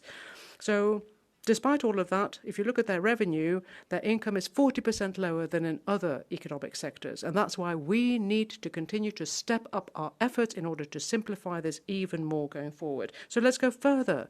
Let's stop, stop messing with the farm subsidies, and let's also try to, stand by people when they're negotiating with big chains. We need contracts for farmers. They are a sine qua non.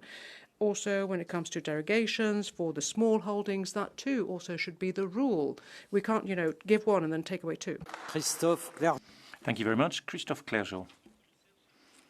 Commissioner, colleagues, the CAP is in danger. I'd like to thank Andre Rodriguez for defending useful simplification of this, keeping social conditionality and avoiding non-alignment of CAP with the EU environmental legislation. Thank you for taking on that battle, and thank you for doing so, despite the fact that the EPP is consumed with a deregulation fever, and Europeans may be wondering what is left of environmental conditionality. We now hear an EPP right-wing commissioner express concern about EPP right-wing amendments, and hope that the Council, EPP right-wing, will actually help out and correct the amendments. We can help, but we're concerned. We're concerned about the future of the CAP. Looking at these proposals for the future MFF, one cannot help wondering whether the CAP is not endangered entirely. Its very existence is endangered. A 23% cut in the budget, putting farmers in competition with the rest of society, absence of new instruments to assist the agro-environmental transition of the CAP, crisis management for dealing with climate crises, coming under the same budget envelope as direct payments, so less and less for farmers. But the squeeze has got to hit somewhere. That's not what we want, and I hope we can reject the MFF in a few weeks' time. Thank you very much. Tomáš Kubín. Dobrý den, pane předsedající, kolegyně. Mr. Chair, colleagues, Mr. Commissioner, it's good to admit one's mistakes and make them good. The simplification in that sense goes in the right direction, but the Commission was only forced to do that step when possibly the farmers who went to the streets and protested shouted loud enough. But it's not about the Commission only. The Member States were not prepared to proper dialogue. Farmers were literally ignored out of the debates. In my country, in the Czech Republic, the ministry has prepared a strategy, but nobody ever met the farmers' representatives, despite of them having a lot to say. They then prepared their own document in parallel. This is not the right way. That's why it's good that the Agri Committee had as a duty to meet the farmers and to work on them and to consult them. The member states have to be obliged to include all stakeholders, including professional organizations, including those who are concerned, into the final text. There is one more step that needs to be done. They need to have the duty to consult while transposing it. That will make us listen to those concerned and not just to our fellow office workers. I would like to thank Mr. Rodriguez. The debate was really constructive and brought us quite far. Waldemar Buda.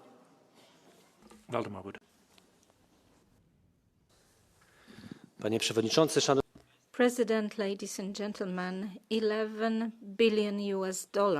Commissioner, do you know, are you aware of this number, $11 billion? This is the amount that year in, year out, 3 years, has been the volume of imports from Russia to Brazil. Brazil is the largest by far importer of Russian fertilizers worldwide. Moreover, after the outbreak of war in Ukraine, it started imported crude oil. and increased crude oil imports by 460%. So now we are speaking about trading, doing business with Brazil. So are we really in favor, Commissioner, of a situation where we buy drones and UAVs and aircraft to Putin, because this will be the bottom line. This will be the bottom line.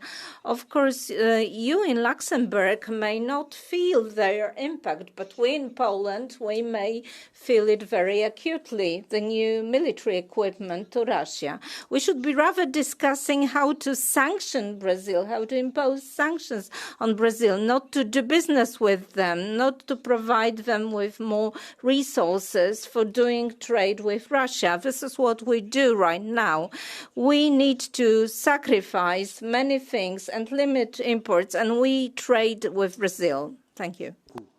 Thank you very much. Elsie Katainen. Kiitoksia puhemies. Thank you, President, Commissioner.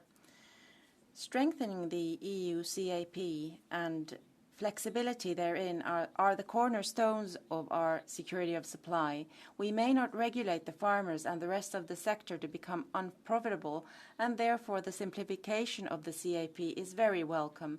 A simplification emphasizing correct allocation and future regulation must be our aim. In addition to reducing administrative burden, it's important that the farmers get more income from the markets. This can only be achieved by strengthening the farmer's position in the food supply chain. The current reform goes in the correct direction. I support written contracts, but regulating the content of the contracts on EU level goes too far. The challenges of the food chain differ between countries, therefore a one-size-fits-all solution will not work. I'm sure that in the future negotiations, this imbalance will separate the very different member states. I hope we will find a good solution in favor of the farmers in the food supply chain. Thank you. Thank you very much, Martin Häusling. Dear colleagues, Brussels farmers, what does the Commission do straight away? They say, we're going to cut red tape, but that will have an impact on the environment. It's kind of backtracking on ecological measures. I remember, Commissioner, you were there when I was rapporteur for ENVI on the whole question of farming. I remember our exchange at the time. Anyway, never mind. We're talking about accepting grasslands. That's actually bad for the environment, bad for the land. And then the Commissioner's got some proposals for the next CAP. Again, it's a renationalisation. It's not acceptable. Why should farmers pay the price for the environment? It wouldn't be according to hectares, it wouldn't be according to surface area. Now, what we do agree on is that we need to strengthen the position of farmers in the supply chain. I think there we're all moving in the same direction. But I've listened to German farmers, farmers' unions. What are they telling me? Basically that we're headed towards socialism. I don't know. We seem to be far removed from reality. We could have gone even further, look at the exceptions, etc. Thank you. Merci beaucoup, cher collègue.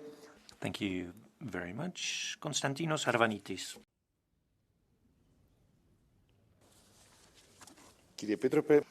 Commissioner, President, if we try to evaluate the current CAP, we will conclude that it has failed because it's too bureaucratic, not linked to productivity of farms and not linked to the farmers' needs.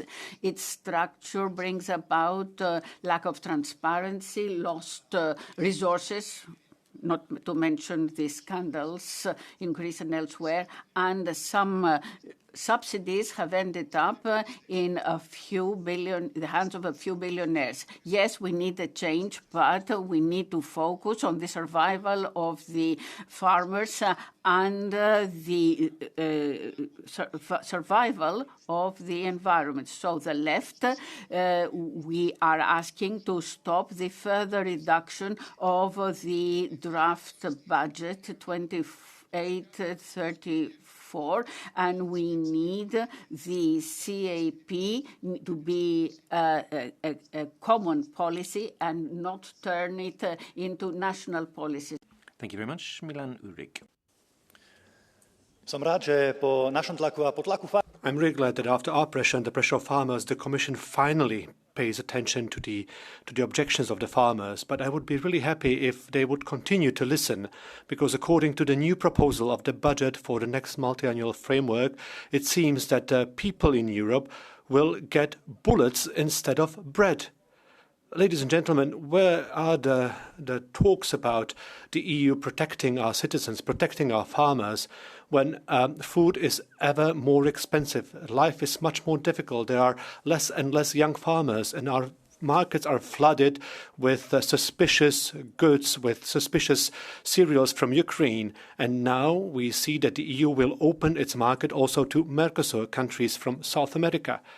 So these are things that we cannot agree with, and we cannot agree with cutting away 100 billion euros from farming to NGOs in the next multi-annual financial framework, to NGOs that will spread EU propaganda, and also to support weapons all over the world. So, Commissioner, return money back to farmers and let's not pay for weapons. This is not what people want. Thank you. Luis Vicentiu Lazarus, next speaker. Mulțumesc, domnule. Thank you, President.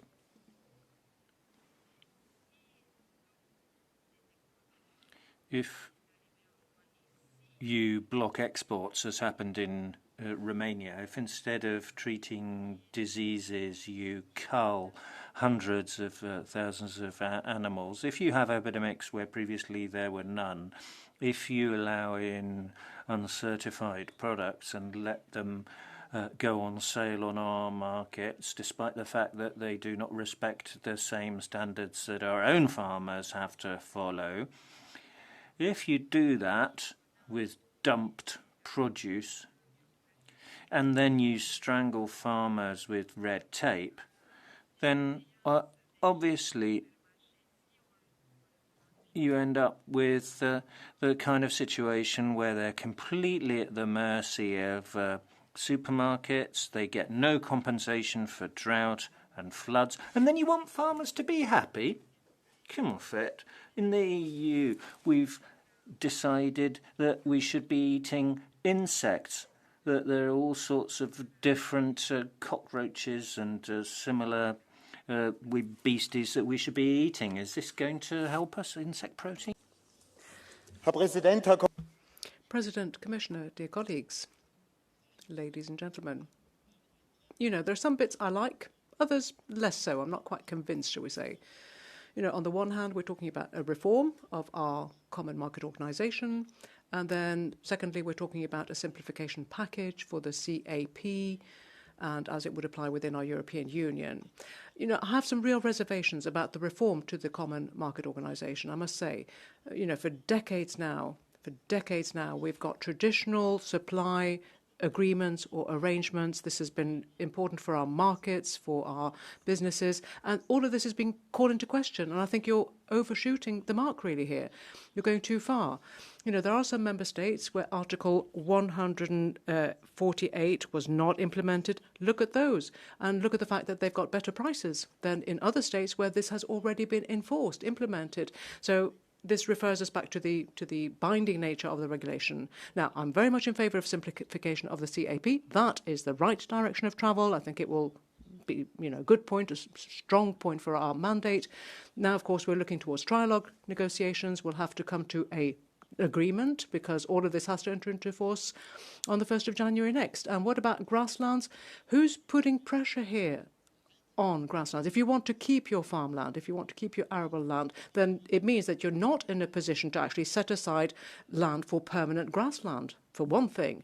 And then, vice versa, if you're talking about cuts, for instance, to our livestock units in the European Union, that actually will also have an impact. So that too needs to be considered when we talk about these grasslands. I think we all need to mull this over quite carefully. Thank you. Thank you. Camilla Lauretti. Thank you, President. Commissioner. Well, it seems here that everything environmental is being taken out of this new farming legislation, and then it seems that there needs to be simplification, less bureaucracy, but simplification can't be a synonym of deregulation. If we here decouple the CAP from legitimate ambitions, then that's not the right strategy. We here shouldn't be taking out the social requirements. Here we're not protecting farmers, and we're not protecting the sector by taking out those restrictions and protections for the environment and the land. We're already in our second round of simplification here. It seems that the Commission then will be proposing something new where they don't really care about the method or the means, and it's not just about funding here, it's just about nation-state agricultural policy. Thank you very much. Gilles Panel. Défendre la place. If you're defending the place of farmers in the food chain, that's all very noble, but can we see the wood for the trees? And is there something menacing lurking in the woods? Our farmers have been abandoned. You're doing away with what would have been a future CAP, future direct aid. You're continuing to impose this grim Green Deal, unique in the world, on farmers. You want free trade with Ukraine today and Mercosur tomorrow. With what aim? To fund a war that Europeans don't want? To fund more immigration that Europeans don't want? Commissioner, don't let our farmers fall by the wayside. It's the most beautiful job in the world. They look after the landscape, they feed us. Do not abandon them, Commissioner. We cannot live without our farmers in Europe. Thank you very much. Sergio Barletto. Signor Presidente. President, Commissioner, colleagues. Here there's too much paperwork, too many rules, too many controls which keep farmers away from their true vocation, from the land. Here we need to make sure that we can guarantee our own food security and guarantee their contact with the land. Let's look at these simplification measures. These are really a late answer to the legitimate protests of farmers who want to have more visibility and fewer obligations, fewer controls. But here there is a fundamental call from these small farms, which represent 2/3 of all the farms in the European Union. We, though, see positively the rules that are in place for generational change, because without changing the rules, there won't be any place for new farmers. However, we can't just have this as a short-term experiment. We need to have long-lasting programs in place, which then guarantees food for Europe. Thank you. Thank you very much. Emma Wiesner. Today, I would like to address you directly, all the farmers of Sweden. I know, we're far, far away, Brussels, Strasbourg, far from your holdings, far from your farms. But let me tell you, I can hear you. I'm hearing you all the way. And tomorrow, we're going to be voting on 2 packages, legislative packages, and they are designed for you, made to measure for you, to make things easier for you back on your farms.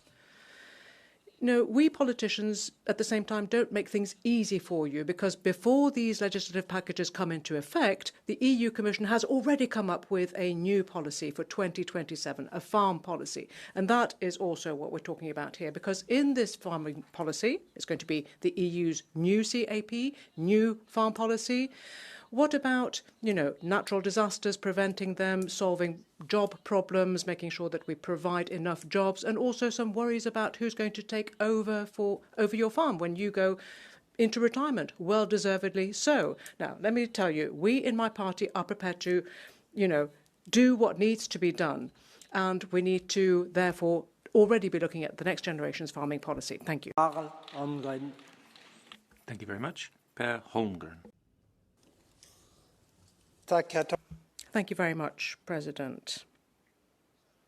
Dear colleagues, please pause off my vegan burger. You know, we have so incredibly much to discuss in this chamber, talking about the common agricultural policy.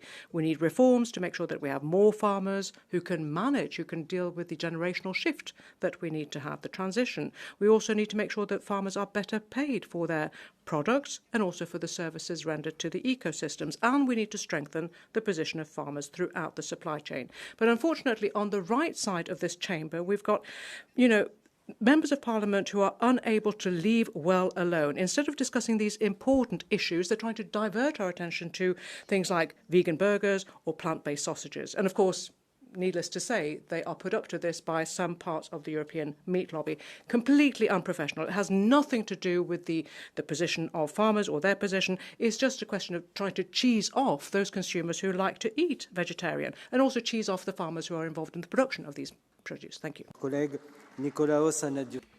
you very much. Nikolaos Anadiotis. My dear colleagues, farmers cannot continue to be subject to exploitation. And the last link of a chain that maintains Europe alive. No, they are being stifled by the big companies, food companies, supermarkets, and by the CAP. They see their income being crushed by all this. So they fight with, they struggle with the land, but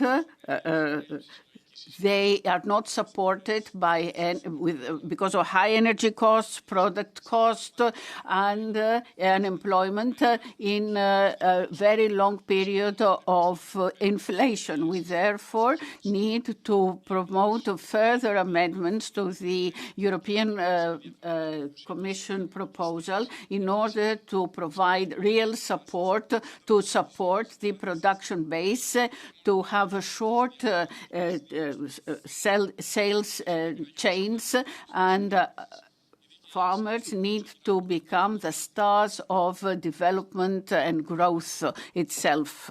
Thank you. Carmen Crespo Diaz. Thank you very much, President. Dear Commissioner. Mr. Rodriguez, Mrs. Imad, well done. Well done. I think that these two objectives are objectives we're reaching now. On the one hand, simplification, and this is one of the most important topics for farming, making things easier for payments for small farmers, conditionality, disaster relief, and also incentives for farming, organic farming, simplification of strategic plans. All of that is super important. And the fact that we're doing this, in time for 2026. Good. Mission accomplished. Secondly, tools also for fair prices to be paid to farmers for their produce, but also for the labour, the work that they do. There's been an imbalance. We know that. And this report is therefore essential. We need to look towards cooperatives. We have exceptional circumstances for them, and this is something that we can see now in the text, in the statutes. This is a law that will reform our supply chain, our food chain, and I think that's important because farmers have taken to the streets, and therefore we've got something that now provides for written contracts. Very important, and that's why we have certain exceptions also to that principle. Thank you, well done, really balanced text. Simplification, strengthening the position of farmers in the supply chain. That's a real achievement. Well done. We need to go beyond that now. We need to have mechanisms when it comes to control mechanisms and checks, an authority to check imports. We absolutely need such an authority. The European Union much needs this. And, of course, the financial framework, not just for this particular case, but also not just for the Commission, but also at the level of the Member States. All of this is very, very important. We need to send out a message to our livestock farmers, to our farmers. Thank you and well done. Thank you very much, Stefano Bonaccini.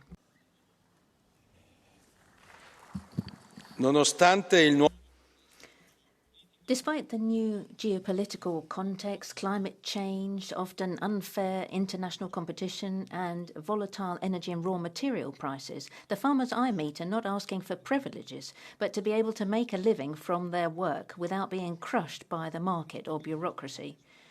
To respond to these requests, we must focus on two objectives: supporting the profitability of farms and strengthening cooperation between farmers to improve their bargaining power and competitiveness. The two texts we are discussing are a first major result: fewer bureaucratic constraints on farmers and more power being given to cooperatives and producer organisations, including through mandatory written purchase contracts. But we also need new tools to build trust between farmers and consumers.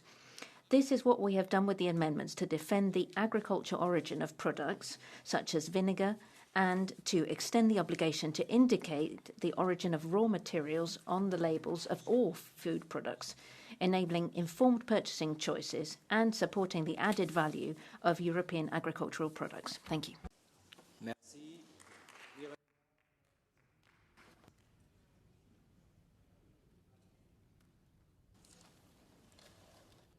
Gracias, comisario. Thank you. Commissioner, it's been almost a year since you and Ms von der Leyen promised that this would be a term of office of dialogue with farmers, that after years of regulatory suffocation, the countryside would once again be heard.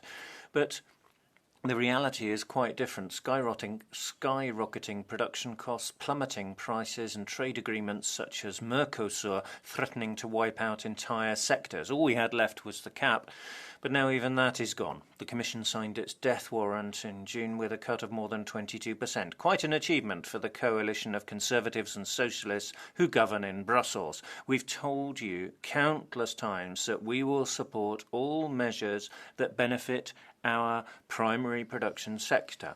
Those that promote its dismantling, no. Therefore, we do support written and transparent contracts to give more security and bargaining power to those who need it most. Yes, we do support the revision of long-term contracts so that no farmer sells below cost. Yes, we do support strengthening cooperatives and producer organisations so that they can negotiate with the best conditions. And of course, we support more incentives for young people, because without generational renewal, there is no future for the European countryside. What we will not do is simply rubber stamp your policy of rectification after seeing that your eco-fanatical policies and your Green Deal only lead to misery, abandonment and depopulation. The simplification of the CAP must be real and total.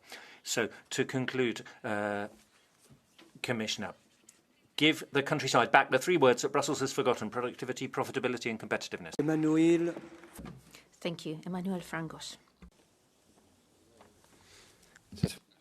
Thank you. Our animal farming does not relate to the cities. Animal farming is our villages, our Macedonia area. Our animal farmers are very scared of the bureaucrats and are afraid that they're going to lose everything they had. The pox that that they are dealing with is scaring them. They are leaving, and so the regulation 687, the member states can provide with vaccinations instead of culling. This is a failure of the ministry, so the Commission needs to approve the rapid distribution of vaccination. So in 2025, the state cannot respond only by extinguishing the animals. The animal farmers are not begging, they are asking for fairness. Thank you, dear colleague. Asger Christensen.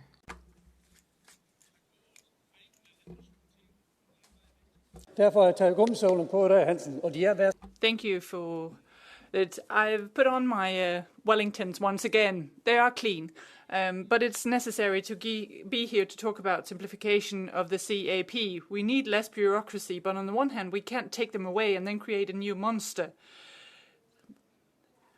The proposal to require obligatory contracts in the dairy sector is a slap in the face of our cooperatives and their owners. That's legislation just for the sake of legislation. I've been a farmer for more than 40 years. We have strong cooperatives where farmers own their dairy plants.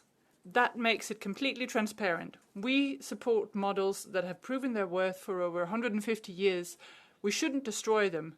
So there should be an exception for cooperatives from the new contract requirements, because that will destroy them. Thank you.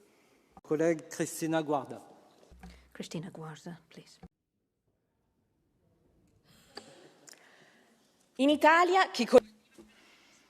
In Italy, if you produce industrial hemp, you're considered a criminal. That is one of the consequences of your European deregulation. Fake flexibility, which actually creates disparities and allows entire sectors to languish at the mercy of national caprices. We want to have an effective, applicable regime for the hemp sector. Thank you. Finally, this allows for a diversification of income. It allows for soil diversification. It allows for greater involvement of young people and women. And it is what we need to do is have bans on below price sales. We do not have infinite resources. But instead of doing this, you're obsessed with veggie burgers and banning hemp. Is this an example of cowardice, or are you afraid of someone? Who are you afraid of? People who are producing plants? People who don't want to eat animals? Why are you scared of them? Thank you. Christoph Hedman. Thank you very much, Mr. President, Mr. Commissioner. Dear colleagues, we hear wonderful announcements of the future of the common agricultural policy: signification, flexibility, less bureaucracy, less red tape, more time to be spent on the field, less time filling out papers and documents. A wonderful bit of news. We have been waiting for it for a long time. Farmers have been waiting for it. They have been waiting also for a more swift reaction to crisis situation. During today's debate, we speak about strengthening the position of farmers. What does it look like in practice? In practice, European and particularly Polish farmers are not able to sell their products. They are not able to cover the cost of production. So what position do we want to strengthen for the farmers? Do we want to allow a situation where Mercosur products and products from Ukraine would flood our market, distorting competitiveness on the European market? In agriculture, our farmers will no longer be able to compete with these products when these farmers in those countries are not obliged to follow the rules that are applicable for European farmers when it comes to phytosanitary rules and other rules. Food security is one of the pillars of our security in Europe, apart from security in the field of energy and our defense. So either we want to support farmers or we want to pretend that we support them, as Mrs. von der Leyen does.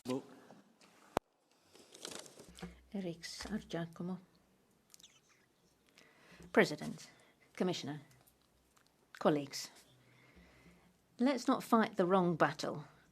The vast majority of farmers, like our citizens, do not want simplification that goes hand in hand with deregulation. What farmers can't stand is being given high targets without being given the means to achieve them. And we can understand them. So yes, we must move from constraints to incentives. That is essential. To do that, we need an adequate budget, and we also need protection against excessively low prices and unfair competition. Céline Imal's report is along these lines, notably by strengthening producer organisations. But what will remain of this if in the next multi-annual financial framework there are no longer any funds earmarked for fruits and vegetables, viticulture and other sectors? Europe cannot stand idly by and depend solely on the generosity of member states. Commissioner, This is a Damocles sword hanging over the CAP's greatest achievement in developing cooperation between farmers. We must find a solution to these legitimate concerns, so that the work that you've done and the work that's been done by Céline Imar and by our colleague André Rodriguez is respected here in this Parliament. Thank you very much. Voorzitter, commissaris, beste collega's. Thank you, Commissioner, fellow members. It appears that the Commission thinks that simplification of the CAP will be like waving a magic wand and it will sort everything out. But I think it's just window dressing. If you look at what's actually happening, farmers are still drowning in red tape. They have so many reporting obligations. And if you compare this to the real needs on the ground, it's absurd. They need way more support, but actually they're being asked to demonstrate their own viability. That is what the Commission has done, and at the same time it opens the door wide to unfair competition, for instance through Mercosur. Farmers don't deserve to be treated like that. They should be able to continue doing what they do best, which is produce and give us food. Less red tape means more time in the fields. They need measures that will help with innovation and ensuring food sovereignty. Let farmers be farmers. Domnule președinte, stimați colegi, President, colleagues.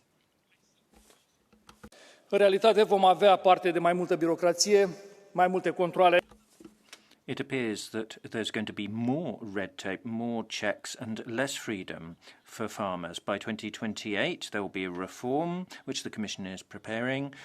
The budget will be frozen and there'll be just one heading for direct payments and solidarity between member states. There'll be a significantly constrained budget, and for countries like Romania this will mean that farmers will just not have enough income. At the same time they'll have all of this red tape, and then as a kind of triple whammy, all these products will be coming in from outside the EU that are not produced to the same standards. There's rhetoric about young people, but actually retired farmers will be excluded from per hectare surface payments, but in Romania there are many retired people who help out, work alongside the rest of the family, and family farms depend on this for their operations. So listen to farmers, don't keep punishing them. Give them... Thank you very much. Sigrid Fries, please. Der er en hel verden fyldt med problemer. There's a whole world of problems. And what are we spending our time on here in Parliament? We're talking about sausages. So these vegetarian sausages, can we call them sausages or not? Who's decided that we could spend our time on this? Well, that's because of you on the right wing, because apparently it confuses consumers if they see a vegetarian burger or a vegetarian sausage in the supermarket. But perhaps you're just afraid of losing your support from agricultural lobbyists. But there seems to be some sort of fear among traditional farmers and their helpers. They're trying to stop the development. Would we have to stop talking about juice with fruit flesh? Do we have to be afraid of peanut butter? I think we're wasting our times. These are not what we should be afraid from. We should make legislation that really makes a difference. Thank you. Jutta Paulus.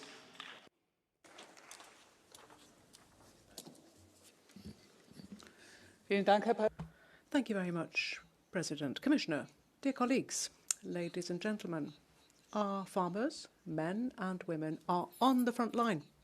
They're fighting extreme weather, price competition from big corporations, land that is ever less arable.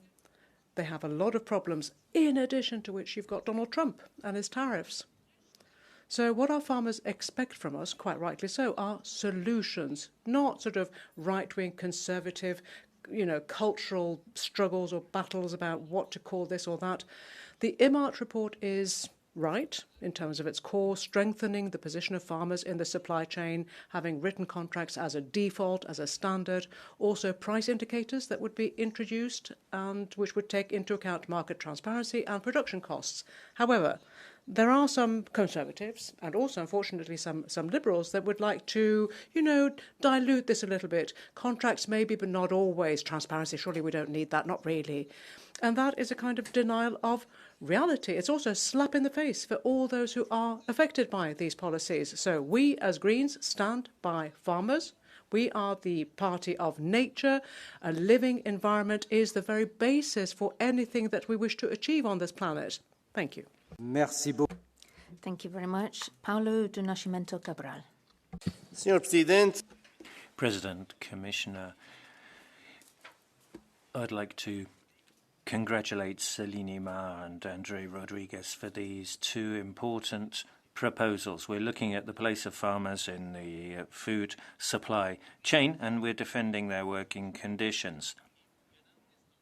The cooperative model is extremely important, and having written contracts is absolutely vital. In the dairy sector and meat too, we need to be attentive too. We need to ensure that meat products are really meat. We also need to ensure that we have proper protection of denomination of origin and other protected produce, that we have support for farmers in the case of crises, that we have the 5,000 per year, with the simplification of the 75,000 euro per year crisis payments. We also need to ensure that smaller and medium-sized farms are exempted from excessive red tape. Same for organic and Nature 2000.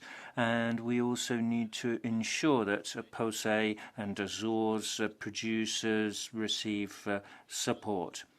We do see a good commitment here to European farmers. Less red tape, more justice, more income, more time out in the fields doing what they do best, producing quality, sustainable food at affordable prices. More time out in the fields, less time in the offices. I'm proud to see that. Thank you, Maria Neuchel. Commissioner, colleagues, Europe is always proud of the fact that we have great consumer protection, and that's something we stand for, that what's on the label is what's inside. But here it says simplification, but that's not what's inside this paper. When you go through the text in detail, then it isn't really simplification. It's actually mislabeled. It's when it says simplification on the outside, and when it's just getting rid of grassland protection. When it's saying in the future, then you're not going to be having to apply environmental laws. And it's something that is actually a retrograde step for farming in the future. If then you look at those amendments tomorrow, the ones that have come from the right and the far right, and if they go through, then it will have been mislabeled as simplification. I don't think that we can vote in favour of this kind of simplification. And then the fact that when we talk about veggie burgers, we're taking the debate in another direction. Thank you. Aphrodite Latinopoulou. I don't know how farmers and animal farmers have harmed you, and I'm addressing those of you who have the majority and make decisions.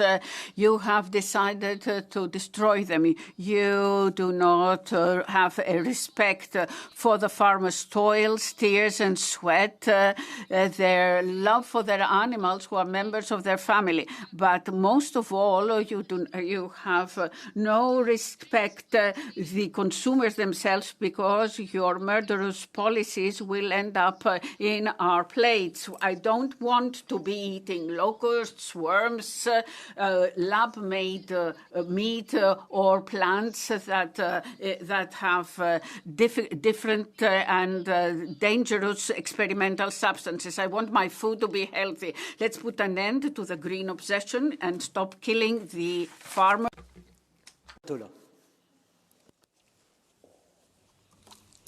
Gentile Presidente, Signor Commissario Hansen. President, Commissioner Hansen. Today, we're talking about the people who work out in the fields, who work with pride to put food on our tables.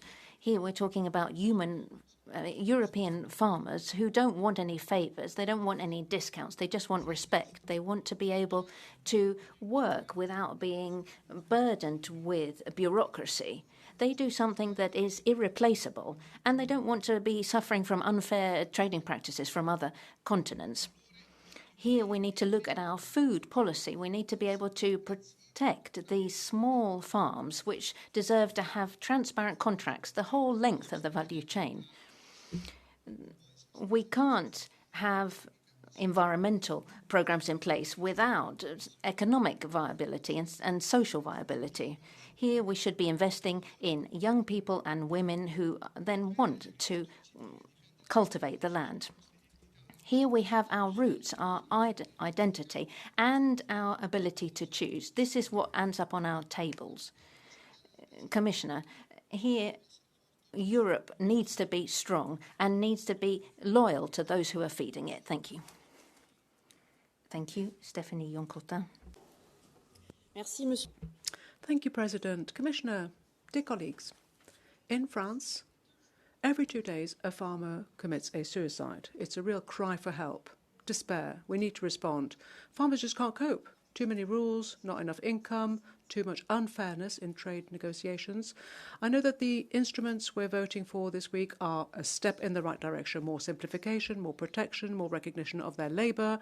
However, a lot still remains to be done. Mercosur, United States, trade agreements shouldn't be signed when farmers are put on the altar as sacrifice. And therefore, for the next CAP, we need to look carefully at the budget. The 20% cut is not acceptable.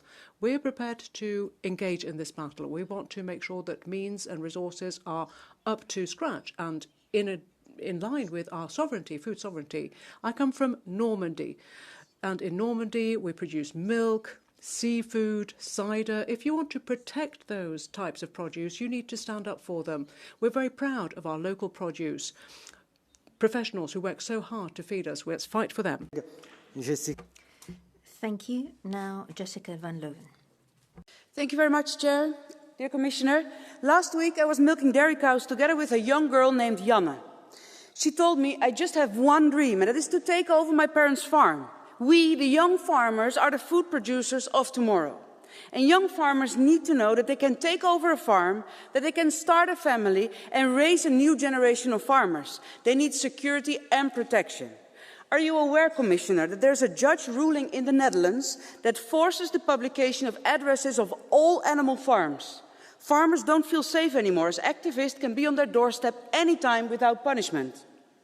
Tomorrow we will vote on simplification of CAP and about strengthening the position of farmers. And this is a huge step forward, but it's not enough. We need you, Commissioner, to step forward. The new CAP proposal is too low and creates an unequal playing field within the European Union.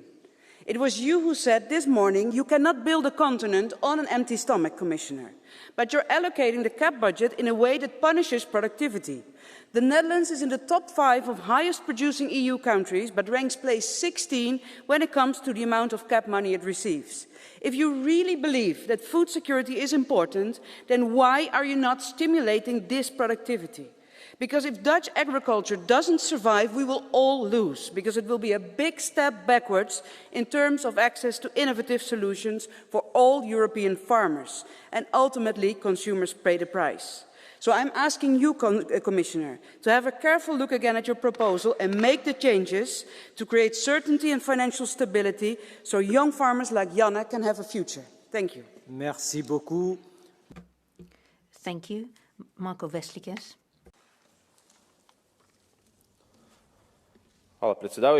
Thank you, Mr. Chair. Simplification of procedures and reduction of administrative burden is of key importance for our farmers. On the field, I daily hear the same thing. Too much paperwork, too much rules, not enough understanding for actual life in the field. Our people want to work in the field, in the barn, in the vineyard, and not fill out paper forms. In Croatia, because of bureaucracy, the vineyard sector only manages to use 50% of the offered funds. Tenders are being changed overnight, there are no clear instructions, and we are forcing people out of the fields. And besides all of this, the Commission is announcing less funds in the CAP. I believe this is a dangerous route. If we want strong European agriculture producing quality food, we need to detach the farmers from paperwork and give a stronger work to cooperatives, local activities, local and regional government, because the documents that we are about to vote on tomorrow do go in a good direction. I will support them, but our farmers need less paperwork, more support and more respect. Thank you. Mathilde Androuet. La politique agricole. Under Queen von der Leyen, the CAP means ever heavier conditionality, reducing the agricultural budget. This is a major danger now. We have a Mercosur agreement and duty-free imports from Ukraine. Our environmental standards, our social standards are not respected by those producing these products, which are now flooding in, and this is a danger for our food sovereignty too. We're accused of rhetoric about wanting to undermine the agreement, but it's we then see the Jordan Bardella motion of no confidence, and we see double standards from those who are saying that we still need to stand by the Commission. I say to the French Republican Party, if you continue supporting von der Leyen, you'll see us everywhere. In every constituency, farmers will stand up. They will know who defended Mercosur and who stood up against it. Thank you. Marion Maréchal. Merci, chers collègues. Monsieur. Thank you, colleagues. Commissioner, I don't need to tell anyone here that agriculture was very much the poor relative in Commission policies in recent years. They're faced with this administrative hell. We need to stand up for those farmers. They spend more time filling in forms than sowing crops. I congratulate Céline Neymar on the report. We want to make life simpler for people, for workers. We want to tell the truth about the products on our shelves, and we want to help with their income. But there's this growing anger around the fields of our countries. It's not enough. It doesn't go far enough. Lowering the CAP budget does not provide protection. Forcing through free trade agreements and unfair competition in its wake is not protection. It's not about protection when you're having to grub up vines and destroy agriculture just to sell a few more German cars to the four corners of the world. If you don't have agriculture, you won't have growth in France. Thank you. Maria Walsh. This week we're voting on two reports that promise simplification and fairness, two things that our farmers desperately need and which, in theory, we should all welcome. But the reality is far from simple and far too complicated. On one side, we hear about easing burdens, cutting some farm-level checks. That sounds great, an absolute step forward. But on the other hand, we risk drowning our farmers and cooperatives in even more paperwork. And then there's the elephant in the room, the uncertainty about the future budget. Our farmers, especially our young farmers, are frustrated, disappointed and downright scared. Questions I've been asked is, will there be a future for us in agriculture? Can we build our lives, support our families and make a living out of the work? Can we really talk about simplification and fairness if the CAP budget shrinks and uncertainty grows? Commissioner, you know this world from the inside, and we all respect the enormous challenge you face, along with other commissioners. But I stand here on behalf of the thousands of young farmers, particularly in Midlands Northwest, where I come from, people whose lives depend on stable, sustainable European agriculture policy and funding that goes with. And I urge you and your budget colleagues to provide the predictability, the financial support and the clarity these farmers so desperately need. Because without stability, the ones already here will stop investing and the ones dreaming of farming will turn away, afraid to take a leap in such an uncertain future. Thank you very much. Vielen Dank. Nächste Rednerin ist die Kollegin. Thank you very much. Next is Mrs. Grappini. Madam Speaker, Commissioner, colleagues,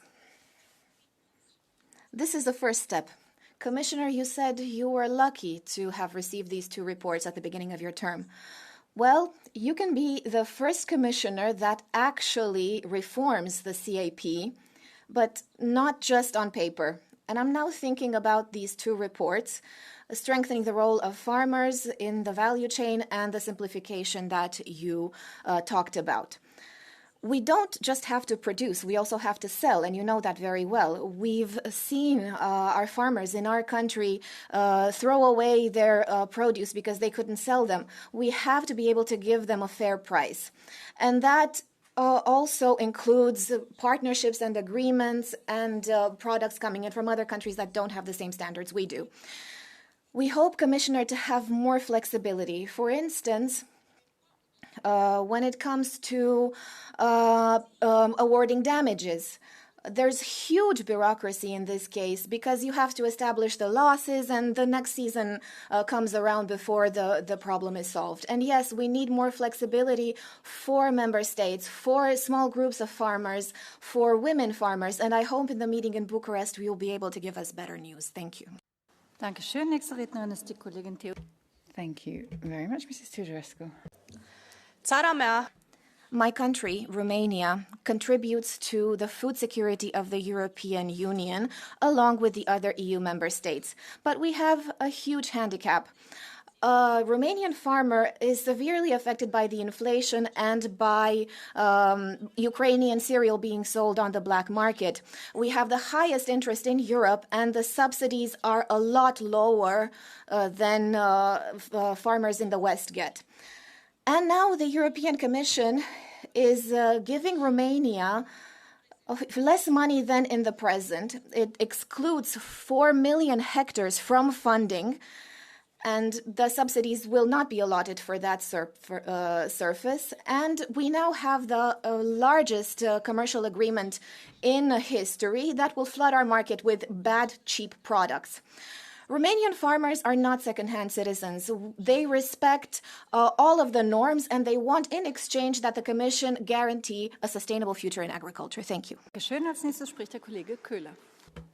Mr. Köhler. Sehr geehrte Präsidentin. President, Commissioner, colleagues, this CAP debate today is lights and shadows, because on the one hand I can sense pleasure, and I think people are very positive about the fact that Parliament's position could be adopted as part of the omnibus legislation. Of course, we want flexibility. I mean, that's something particularly important to us farmers in Bavaria. We've got to make sure that we get through the trilogue as quickly as possible and make sure that farmers can rely on simplification as of next year. And it is most important that we continue with simplification, not just on the CAP front, but contrasted with that, I can see some disappointment because we have been critical of the overhaul of the common organisation of the market right from the outset. I mean, I think people realise that we have to boost farming as a sector, but we can't have these written treaties, and we can't allow that to undermine the cooperative system that we have in Germany, for example. I mean, for example, prices are higher than in France, where the relevant article has actually been implemented, and we have to make sure that we curb the abuse of this regulation, and we don't want this to lead to too much bureaucracy, because of course we've got to try and drive costs down in order to deliver for farmers, and that is why I am opposed to these written contracts and them being mandatory. Thank you. Next is Mr. Sancho Murillo. Gracias, Presidenta. Comisario. Thank you, President, Commissioner. This package of simplification measures is important to adapt the CAP to the challenges that the sector is facing. It will help make adaptations for all of the agricultural workers in the sector. This is something we need to help improve efficiency and proportionality in the sector without forgetting environmental measures or social measures. An increase in the maximum threshold for direct aid to tackle crisis situations or natural disasters. This is an important aspect of this new revision, but we cannot affect the protection of our soils and our fields, because otherwise there wouldn't be any future for our rural areas. We also need to secure the future for our farmers and agricultural workers, and it's important to have written contracts to do this. We need to make sure there is legal certainty and stability for our farmers by ensuring that there is a fairer situation for them in the supply chain. We will continue to work for a simpler CAP, but one that is fairer and more sustainable as well. Thank you very much. Dankeschön. Nächster Redner ist der Kollege Giardi. Thank you very much. Colleague Giardi is next. Η γεωργοκτηνοτροφία αναμφίβολα αποτελεί τη ραχοκοκαλιά. Madam President, farmers make up an important part of our economy. Agreements like the Mercosur agreements are the death knell for this type of sector. We see that small producer, small-scale farmers are held hostage by the big multinationals. We can't keep this observer status. We have to support our lands, not focus on the interests of foreign farmers. We need fair economic agricultural policies that will protect our primary sectors. Working the land, farming should be European national sovereignty. We need to streamline bureaucracy. We have to invest in European production. We need to fight unfair competition and adopt measures that will strengthen and enhance the sector. Thank you. Mr. De Meyer is next. Dear colleagues, strengthening the position of farmers as part of the agri-foodstuffs chain means that we, by extension, guarantee our food security. But we've got to strike a balance between the different stakeholders in the sector. But our position should be based on clear rules, transparent regulations, and written contracts which set out foreseeable clauses, but all too often we find ourselves faced with high production costs, and we have unfavourable competition conditions and a skewed internal market. And all of this is to the detriment of consumers, and a very small fraction of the cost of processed products actually ends up in the pockets of our farmers. We need to pay those who produce. Exports are going up, but farmers' incomes are going down, and we are seeing them pay a disproportionate price. We've got to have genuinely sustainable European agriculture with a level playing field in terms of competition, and we've got to make sure that we are careful when it comes to defining the rules in the field, and we need to have proper incomes in what is a cherished sector. Thank you very much. Mrs. Wieniawska is next. Thank you very much, Madam President. 1 year ago, the Commission promised a reset for the Green Deal. You promised a dialogue with the farmers. Unfortunately, it was just empty words. The situation today for farmers is extremely serious. The rural areas in Poland are in a catastrophic state. Polish farmers are pretty much giving away their products for free so they don't simply rot. The Polish farmers are crying because they cannot pay back their loans. And in this catastrophic situation, the European Commission is talking about a contract with Ukraine, a trade deal with Mercosur. If you approve this, you really will bury Polish agriculture once and for all. You will end short supply chains and end food security. That is why today I call on all Polish patriots to participate in the march in Warsaw this weekend, the protest against the Green Deal, against illegal immigration. All of this is destroying Europe. Thank you. Next is Mr. Bernd Huber. Sehr geehrte Frau Präsidentin. Madam President, Commissioner, I am delighted that we, at long last, will be voting on simplifications to the CAP. But I am worried about the year ahead because the prospects of our common agricultural policy is, for many colleagues, the be-all and end-all. So we've got fewer payments for our farmers, which doesn't take account of the high inflation in agricultural products and compensate for their losses in income. So the budget, as well as the proposal for our forthcoming CAP, are such that they need urgently to be rethought and revised. The current model has to have a commensurate budget, one that takes account of inflation as well as increased production costs. Must absolutely take account of both, because our farmers don't want handouts. They want fair conditions to allow them to produce, as well as proper parameters in the CAP to make that possible, to empower them. We need to allow our farmers to do their jobs. They are the specialists. They produce the best food products anywhere in the world. Let them do their jobs. Next. President, Commissioner, colleagues. Unfortunately, in Europe, we are forgetting who feeds us. We have all these rules, but the fields are empty. Farmers don't need more rules. They don't need more lies. They need to be able to produce in freedom. They need support. The report there that we're discussing today, and I'd like to congratulate the rapporteurs who are going in the right direction, that should be used for this to provide simplification for people who want to be competitive and who want to feel proud of the work that they do in the fields. We have to fight to ensure that our rural areas aren't depopulated, that rural families can continue to live, that they don't abandon that area. We're losing part of our sovereignty, and doing this means that Europe will not be as independent compared with the outside world.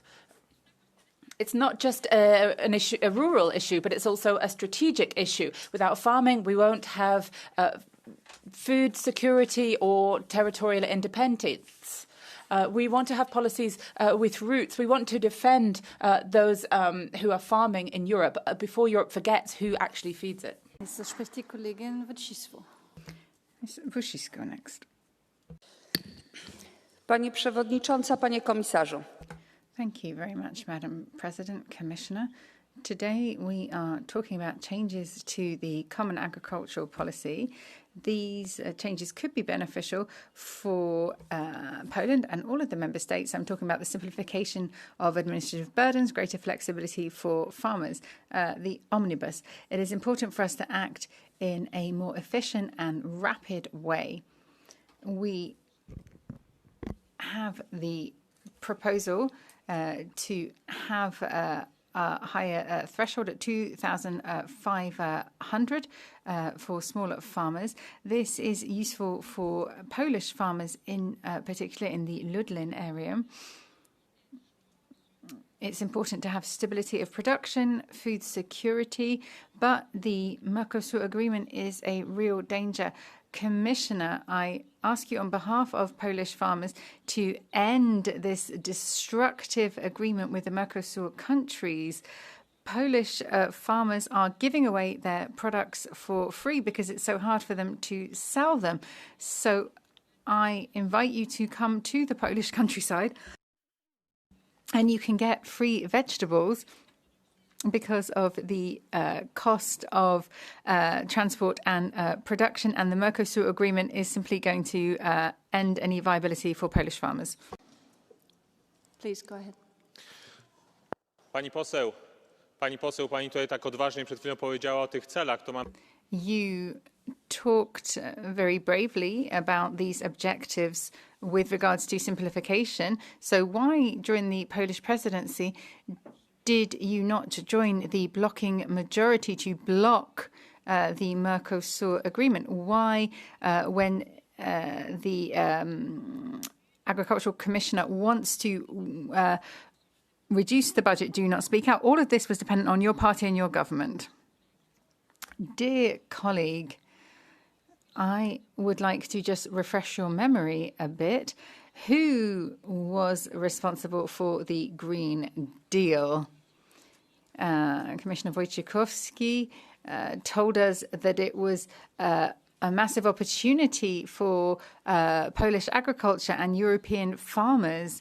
It was you who talked about Ukrainian grains that were then flooding the Polish market. You talked about this as something very positive. It was your minister, your commissioner who said this, and now you're asking me this question. You're the one who lied in Poland for 8 years, and now you dare to ask such questions. Mercosur was negotiated years ago. Where was your government then? Storm. Mr. Storm is next. Ingen landmænd, ingen mad. Sådan siger man jo som et... I think it's important to remember here in Parliament that some people think that our agricultural sector could do with more bureaucracy. I mean, and in doing so, it would destroy the cooperative sector. I mean, our competitiveness is already under siege as a result of EU regulation. And if we attack cooperatives, then we are going to destroy jobs, something that is good for people who buy their farm produce locally. But our sector has to be resilient and competitive. Meat prices should apparently be driven up even higher. You're supposed to heard that Ursula von der Leyen eating salad here in the Parliament yesterday, and we've also heard that there have been emergency rations because meat is something that people don't eat on a daily basis any longer. But I think that we should fight this, resist. We don't want more bureaucracy. Otherwise, life is difficult for everyone. Yes, please. Colleague Fries, the blue card.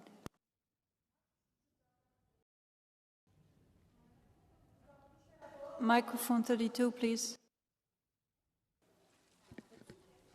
Christoffer, du taler om konkurrencedygtighed, og du taler... Christopher, you were talking about competitiveness and talking about meat, but do you really want farmers to be competitive? I mean, if so, then I think that we should be using new production methods. I mean, more plants. I mean, this is something that we hear time and again. And it is not by any means scandalous if that's something the Commission President suggests. I mean, that is worth suggesting. I mean, a lot of people want to eat more plant-based products. That's what they want. I mean, you know, we could perhaps eat fewer regular sausages and switch to veggie burgers or plant-based sausages. The question was, why is he not seeing this if he wants a competitive Europe or a competitive farmer? Okay, thanks. Jamen, siger, enten så hører du ikke så godt efter. Sigrid, I mean, either you're not listening to what I'm saying, or you are trying to conjure up the impossible. Yes, it's a good idea for us to overhaul agriculture, but we've got to be competitive. And people...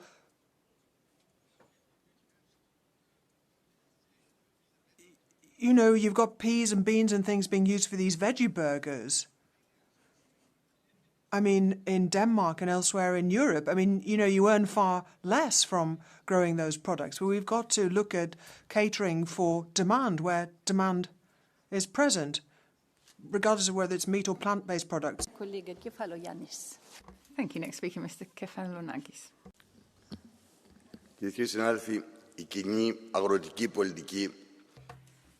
Thank you very much. The Common Agricultural Policy is living history. It's part of European identity.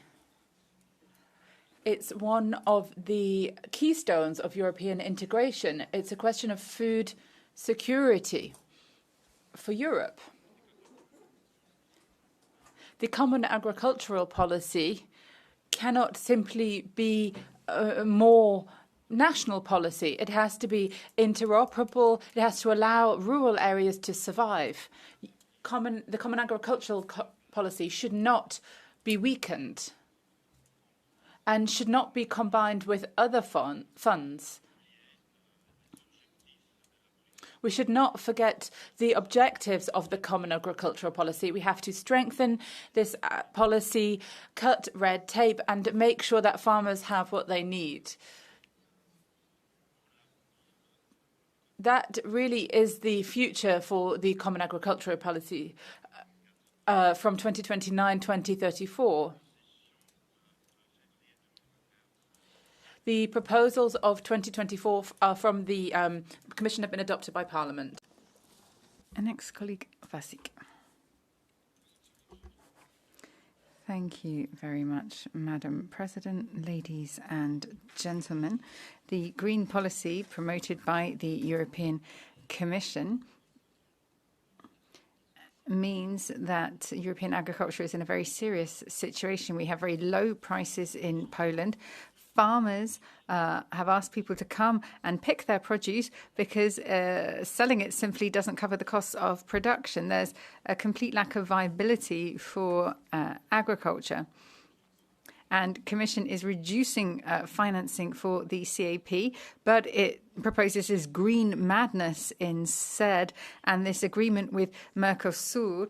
And who is the one who created all of this disaster? It's Ursula von der Leyen. She's responsible for the catastrophic state of European agriculture. This green madness must end. Food security is just as important as energy security or our military security. Those people who are working in our countrysides deserve our support. Polish farmers don't want much. They just want a normal life without all of this green madness, without these lies. Ursula von der Leyen and the Commission are destroying food security, and this must stop. Dear colleague Vajik, do you accept the blue card by colleague Bernhuber? Yeah.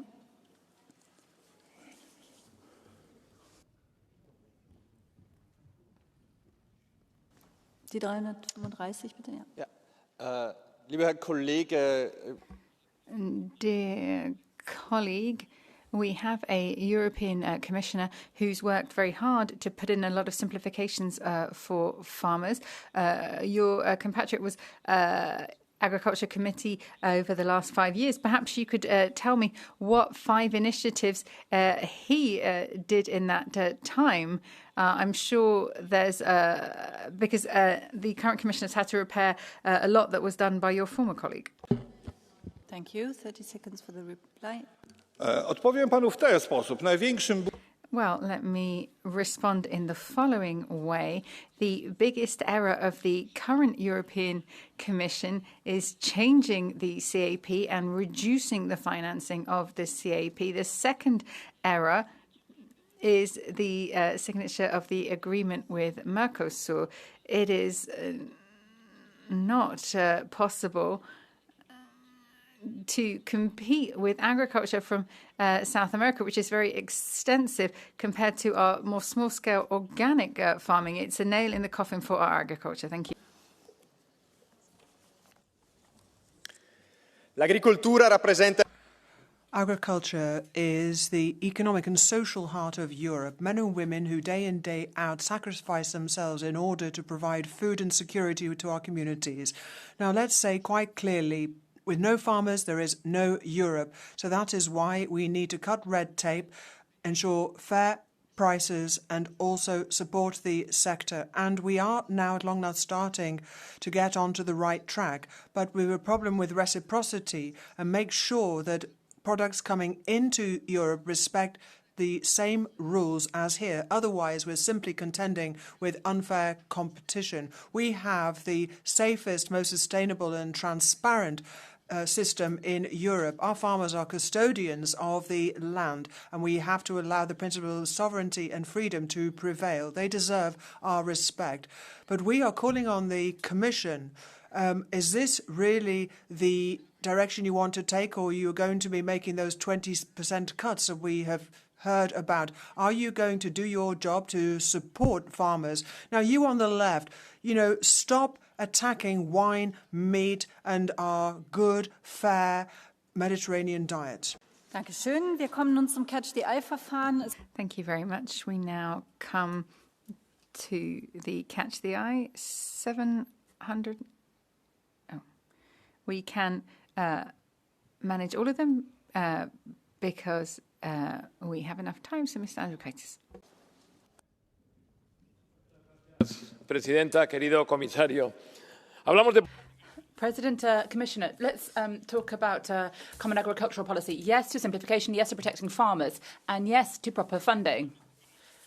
And particularly for the outermost regions, the new CAP has to respect Article 345 of the treaties and have specific provisions for these regions, the islands, because they're isolated and they face higher production costs. And it's fundamental. We can't ensure that the common agricultural policy becomes a luxury. Our farmers have to be able to compete and to survive economically. Ladies and gentlemen, Commissioner, we in the Canaries believe in you. We believe that we have to protect outermost regions because we believe that they are also of the uttermost importance for Europe. Andriukaitis, und bereit machen kann sich der Kollege Müller. Mr. Andriukaitis, then colleague Müller. Thank you, Madam President.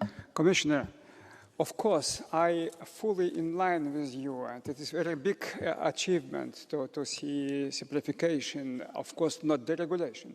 And of course, all package is very important to our farmers. But let me remind you that common agricultural policy should be also kept in the hands of your European Commission, not at a level of national governments. We need to guarantee pan-European mechanism especially. And of course, budget is very, very important. And ceterum censeo, as you know in old style, ceterum censeo, direct payments to farmers must be unified. It's old promise of European Commission, very old one. Equal pay for equal jobs requires unification of direct payments to all farmers in every member state. It is our solidarity. Thanks a lot. Dankeschön. Als nächstes spricht der Kollege Müller. Bereit machen kann sich die Kollegin Stürk. Müller next and then Stürk. Szanowni Państwo, ja mam takie wrażenie, że my w zakresie polityki rolnej zaczynamy popełniać takie same... It seems when it comes to the CAP that we are making the same errors that we've done in the past in energy policy. You're trying to build a future for agriculture, but it means that we're dependent on external producers. I think the best example is the agreement with Mercosur, which is a real danger for the viability of agricultural production in Europe. That's the first thing. Secondly, it is a real scandal, I think, from the Polish Commissioner, together with yourself, Commissioner, to reduce the funding by 25% in the future MFF for the CAP. So this budget cut and the Mercosur agreement, this is a real blow for European farming. I hope that in 5 years' time, we won't hear you say that it was a mistake. It was the same thing. Now you say it's a mistake to have imported gas from Russia, and I hope we won't be saying the same thing for agriculture. Next, colleague Stürk, and then Marta Ivanyi. Vielen Dank, Frau Präsidentin. Thank you very much, Madam President. A beef tomato doesn't contain any beef. There's no cheese in a labour case. Ladies' fingers are not made of actual ladies' fingers. A nussschnecke from snails. There are no pig's ears. pastries don't contain any pork, Baumkuchen any trees, despite what the name suggests, and they're, in a children's schnitzel there are no, well, you get the point. Is that enough baloney for you? Now, the dictionary says that a sausage is a food made of minced meat surrounded by a casing or something that looks like a sausage in the shape of a long roll. So, please, let's trust consumers and stop this hot dog populism. Thank you. Dankeschön. Das spricht als nächstes der Kollege Marta Ibanez. Marta Ibanez and then Zacharia. Presidenta, señor comisario. President, Commissioner. European agriculture is facing a number of problems. First of all, often it's farmers who pay because when their production costs come down.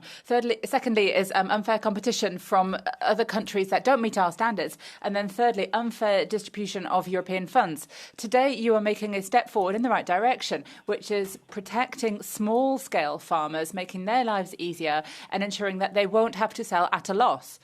This is good, but it won't mean anything if you can't make progress in the other two big problem areas. And in fact, you're actually causing these problems. First of all, unfair competition. Mercosur has to stop. We can't move forward if you have the Mercosur agreement, which is going to lead to more unfair competition. And then secondly, you can't say that you're defending farmers if you are if we're seeing a 22% cut in agricultural policies, like we're seeing suggested in the MFF. So we have to continue to support farmers and move in the direction that you've suggested. Thank you. Nun spricht die Kollegin Zacharia und danach die... Next, colleague Zacharia and then colleague Glabak. Η έκθεση Ροντρίγκες καταργεί ελέγχους δίνοντας έδαφος. Thank you very much, dear colleagues. The Rodriguez report talks about abolishing controls so there'll be a lot of scandals with money being wasted, such as the scandal that we saw in Greece. Around 80% of aid is going to about 20% of beneficiaries. The obligations for large farms will be reduced, but those for small farmers are still the same. This is all problematic.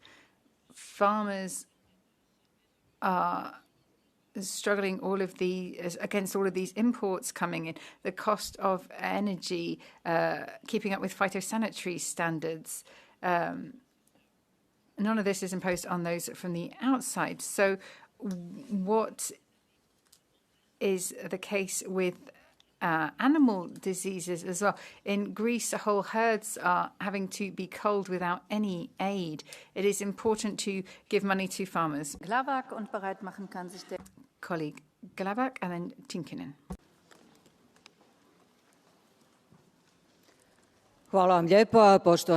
Thank you very much, dear Commissioner, dear colleagues.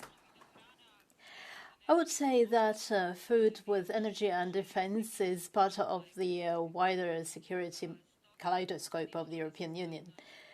So I'm not glad that this very important subject is being talked about in such dismissive terms, mentioning sausages and hamburgers. So I would like to appeal to the Commission to stay within good financial framework when talking about agricultural policy.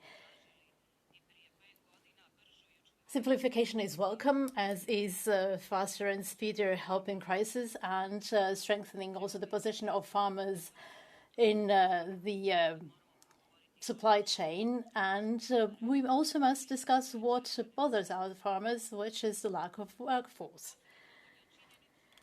I'm especially glad that these changes give a strong support to small and medium-sized farms, and our farmers are living climate change, and they ask us for two things: security and regulatory transparency and predictability. So let's grant them what they asked 4 years ago, because we have to work on their promotion. Thank you. Nächster Redner ist der Kollege Tynkkynen und bereit machen kann sich die Kollegin Niuruhu. Mr. Tynkkynen and then Niuruhu. Puhemies, jos maatalous kuolee, kuolemme mekin. Eurooppalaisille ruoantuottajille tulee... Thank you very much. European producers right now as well as in future, need assistance if they are to guarantee production. They're faced with a variety of different problems. We've got bureaucrats in Brussels deciding on how funds should be used, and behind the scenes, decisions are taken on funding for the climate, and people forget the reality of small producers in Finland. And it is those small producers who run the risk of going to the wall as a result of Brussels. I mean, you are making decisions here on the 25% of direct aid, which are now being switched to the ecological regime going for climate change. I mean, is that going to help security of supplies in Europe? Absolutely not. Let's get to the heart of our agricultural policy here, which is the production of foodstuffs. We need European food, and we should not forget our farmers. Next colleague, Ni Uruhu. Commissioner, President, Thank you very much. It's essential that our farmers have a fair income, not only in Ireland but around Europe. It's projected that average farm incomes in Ireland across all farm systems will reach €48,500 in 2025. This represents a 39% increase on 2024 and an 82% increase on 2023, when an average income was as low as €19,000. I welcome this. Our food security in Europe depends on farmers getting paid fairly for the food that they produce. We do need to strengthen our farmers' position in the food supply chain. We need to protect them against unfair trading practices. However, given Ireland's tradition of strong farmer-led agricultural cooperatives, especially in the dairy sector, I will be supporting my colleague Barry Cowan's amendment. That amendment allows for member states to provide a derogation for cooperatives on the basis that democratic scrutiny is upheld in milk supply agreements and that these agreements include fair contractual terms. Thank you. Thank you very much. Colleague Zieper, to be followed by Tauch. Liebe Menschen Europas, unsere Landwirtinnen und Landwirte stehen. Dear colleagues, our farmers are under pressure not because they have failed, but because the world has changed. Geopolitical tensions, climate change, all of this is very demanding for our farmers. So it's right that we reduce the bureaucratic burden. Our food security should not be caught up in a mess of forms. Now, this frustration can lead to a dangerous reflex to turn towards populism. Now, this change of names is ridiculous. Nobody's going to be confusing vegetarian products with meat. It's aimed at completely different consumers. And what I'm pouring in my coffee in the morning, nobody has to make it clear to me if it's cow milk or not. We, the democratic pro-European forces, need to deal with what is important here as building a strong European spirit in our citizens. Thank you. Thank you very much, colleague Tark, and then colleague Nicolaou. Köszönöm a szót, elnök asszony. A TISZA, mint a President. Könnyíti a gazdák életét, miközben meg. Thank you. We need proposals that will make life easier for farmers and help them with the supply. We need to have a proper system of incentives that will support supporters to continue to produce sustainable, healthy products. We also need proper support for SMEs and to see an increase in this support, as well as an increase in support for young farmers. However, the proposal doesn't go far enough in terms of simplification. It does not reduce administrative burdens for farmers, and this is something that we have been asking for. It's not enough for there to be checks every year. We need to have checks at national level. We want written contracts to be taken into account, but it's also important to adjust all these to reality and the reality in each member state. Thank you, Mr. Nicolaou. Βράζουν οι Έλληνες κτηνοτρόφοι αβοήθητοι μπροστά στην ευλογιά των προβάτων. Απαιτούμε... Thank you very much. Our farmers are really angry. They don't know what to do, particularly in the face of their ailing flock. So we need to vaccinate them, and we need to change our common agricultural policy accordingly. We need to look also at the fate of our older farmers. The prices of energy and of fertilizers have gone up. Everything is more expensive. And even compensation in the wake of natural disasters has been reduced. And we have a number of scandals in Greece concerning the CAP. We've got a number of monopolies, we've got a grip on the market, and farmers simply have to bow to the demands of your policy.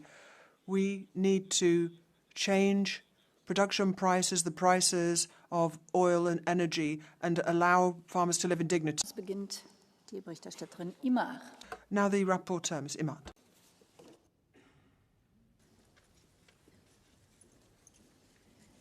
Merci, Présidente. Merci, Monsieur le Commissaire. Merci. Thank you, President, Commissioner, ladies and gentlemen. Thank you for all of your comments, and I will, of course, take them into account into this report on SMO, on interprofessional derogations, cooperatives, and so forth. I'll take all of that into account, and thank you for your contributions. I will focus my responses on the Greens and what they've said, and just a couple of reminders about normal functioning of how a democracy works. Greens colleagues, in a democracy, you don't all have to agree. It's normal and healthy to have disagreements between groups, but that's not a reason to lie.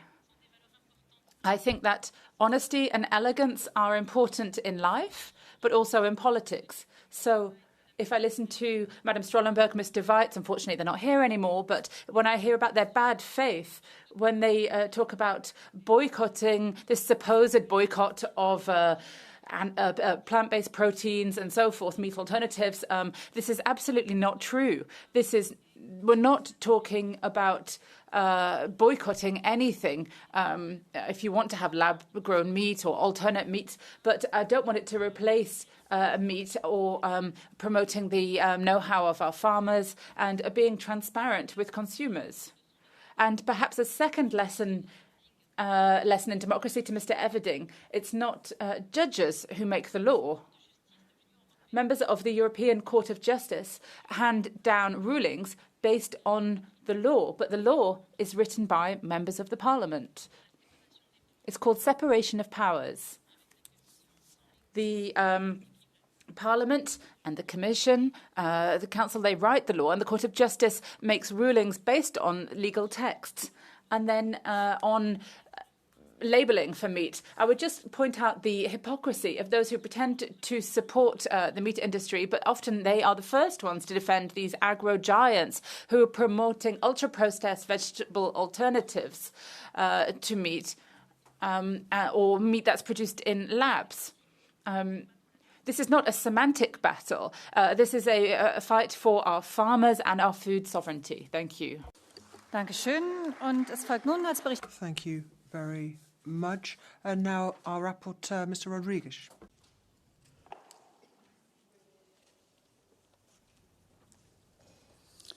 Obrigada, Senhora Presidente, caros colegas, Senhor Comissário. Thank you very much, dear colleagues. Thank you very much for your contributions to this debate. We are talking about this proposal today that opens up a path to negotiations with Commission and Council. This will allow us to see these measures enter into force as early as the beginning of next year. Our farmers are in difficulties. They can't wait any longer. The green transition needs to be done together with farmers rather than against our farmers. That is why we want to see conditionality. It is important to be realistic. We need to help those places which are struggling the most. We need to avoid making these environmental targets meaningless. We have to stop deregulation. Now, some people do not want to safeguard the CAP, but we know what's important to the citizens. Around 92% of our citizens believe that agriculture and our rural areas are vital for the future, and 77% think that the CAP is necessary for our food supply.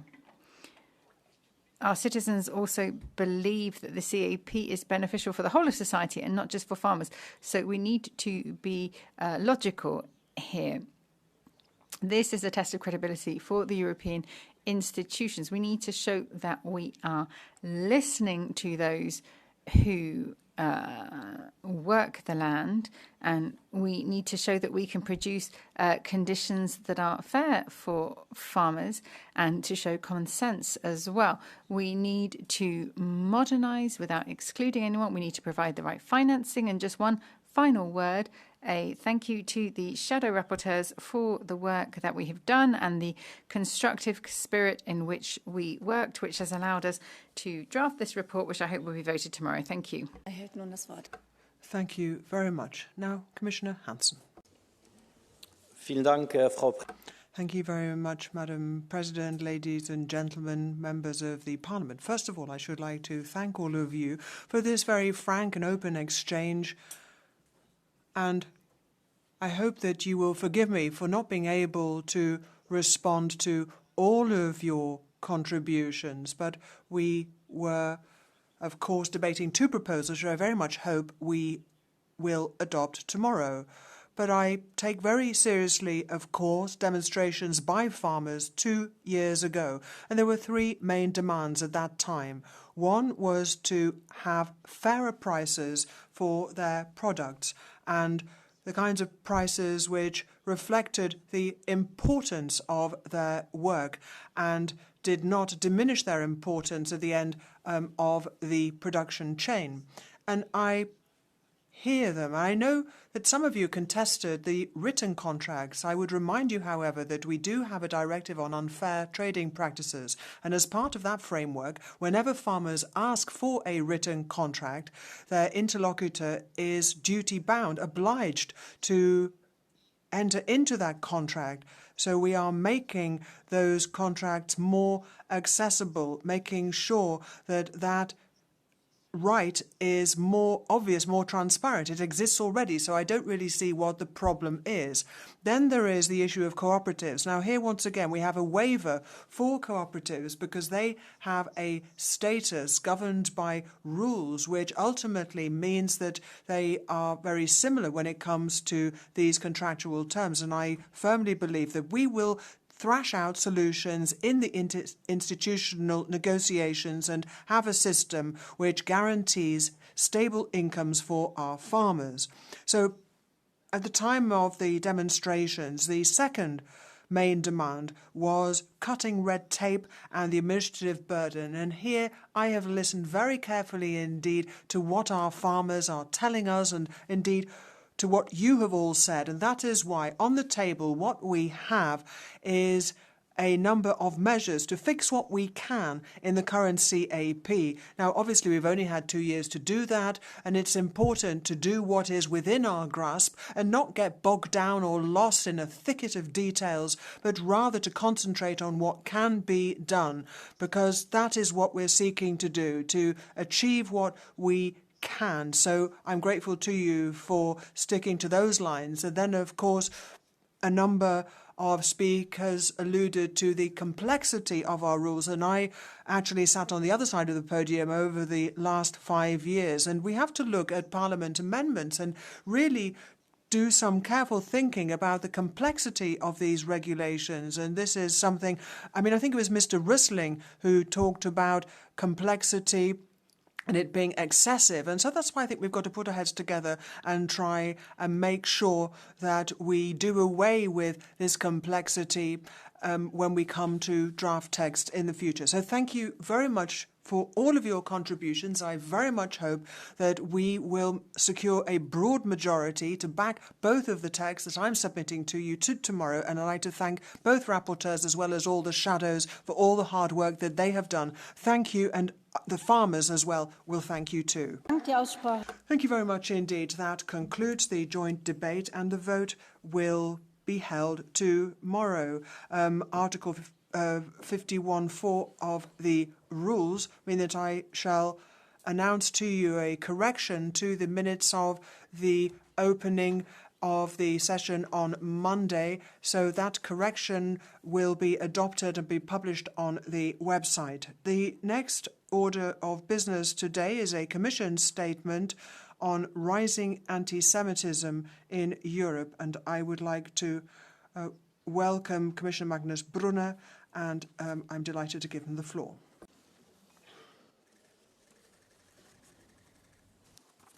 Vielen Dank, Frau Vorsitzende.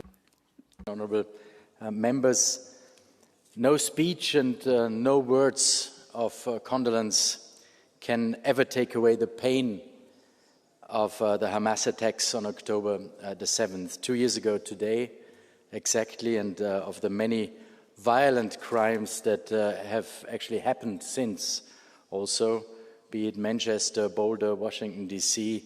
We will never forget the courageous souls that were taken from us. And in that time, the situation for Jewish Europeans have been getting worse. We know that anti-Semitism is now everywhere, in our schools, on our streets, online especially. Jewish Europeans are actually being held responsible for the actions of the government of Israel. And this conflation is just unacceptable.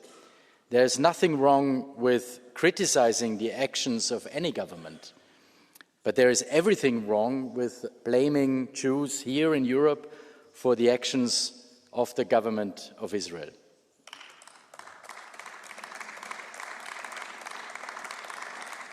And we always have to be crystal clear about this. Many of our Jewish citizens are anxious. Jewish children are moving from public schools to Jewish schools to be safe.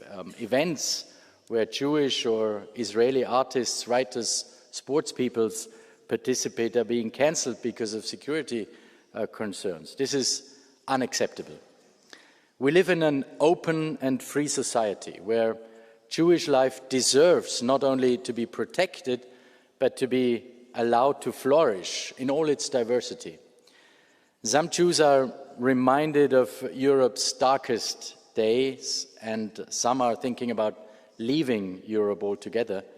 The idea that Europe could return to this point must shock us into action. We must remember also the words of the late Chief Rabbi Jonathan Sacks, who warned this very parliament, actually, that the hate that begins with Jews never ends with Jews.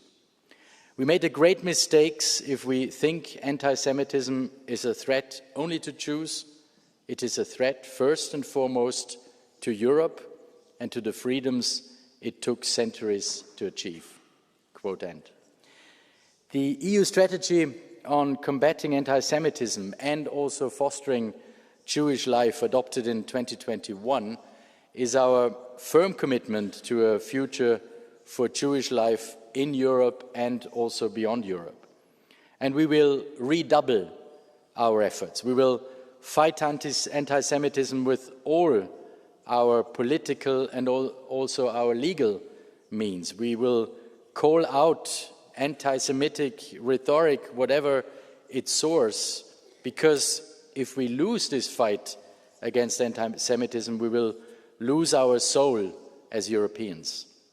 We will continue to address extremism and radicalization online and offline for the sake of Europe, its Jews and all people living in Europe. And we will continue to address hate speech through firmly enforcing the Digital Service Act, because we have no tolerance for intolerance.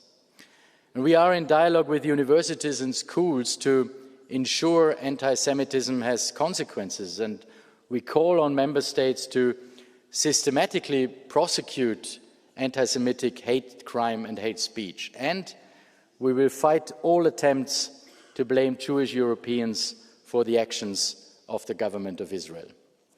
And yet there is one thing we will not do. We will not fight anti-Semitism at the expense of other communities, because the divide is not between Jews and other religions, it is between Democrats and extremists, between those who share our democratic values regardless of their nationality, ethnic origin or religion, and those who want to undermine democracy by resorting to extremism, whether from the extreme right, the extreme left, or Islamism. I ask for unified support on this point when I say the extremists will not succeed. Thank you. Thank you very much indeed, Commissioner. And now, behalf of the Group of the European Party, Mr. Smith. President, Commissioner, today we remember the dreadful events of the 7th of October 2023. 1,200 innocent Israelis killed, a pogrom by Hamas. Anyone who thought that anti-Semitism was in the past is going to have to wake up, because we see that this idea is getting new oxygen. People are afraid. We're seeing once again in European streets and media channels that Jews are afraid. We saw that in the Manchester attack. We see that Israel is being kept out of competitions. A Jew dead in Amsterdam.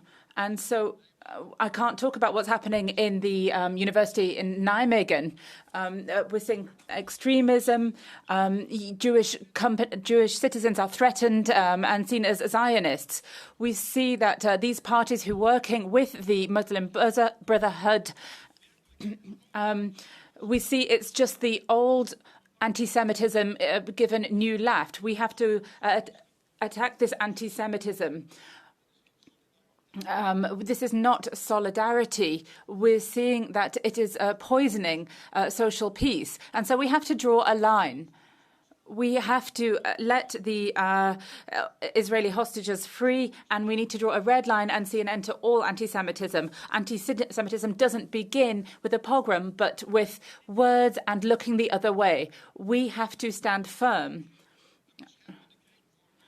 Just like the people in Munich performed a protective ring, we have to do the same. No anti-Semitic hate in our streets. We can't stay silent anymore in this House, and we want to see an end to anti-Semitism. And no more means not yesterday, but now. Thank you. Now, on behalf of the S&D Group, Ms. Picciano. Yes, thank you very much indeed, Madam President, Commissioner.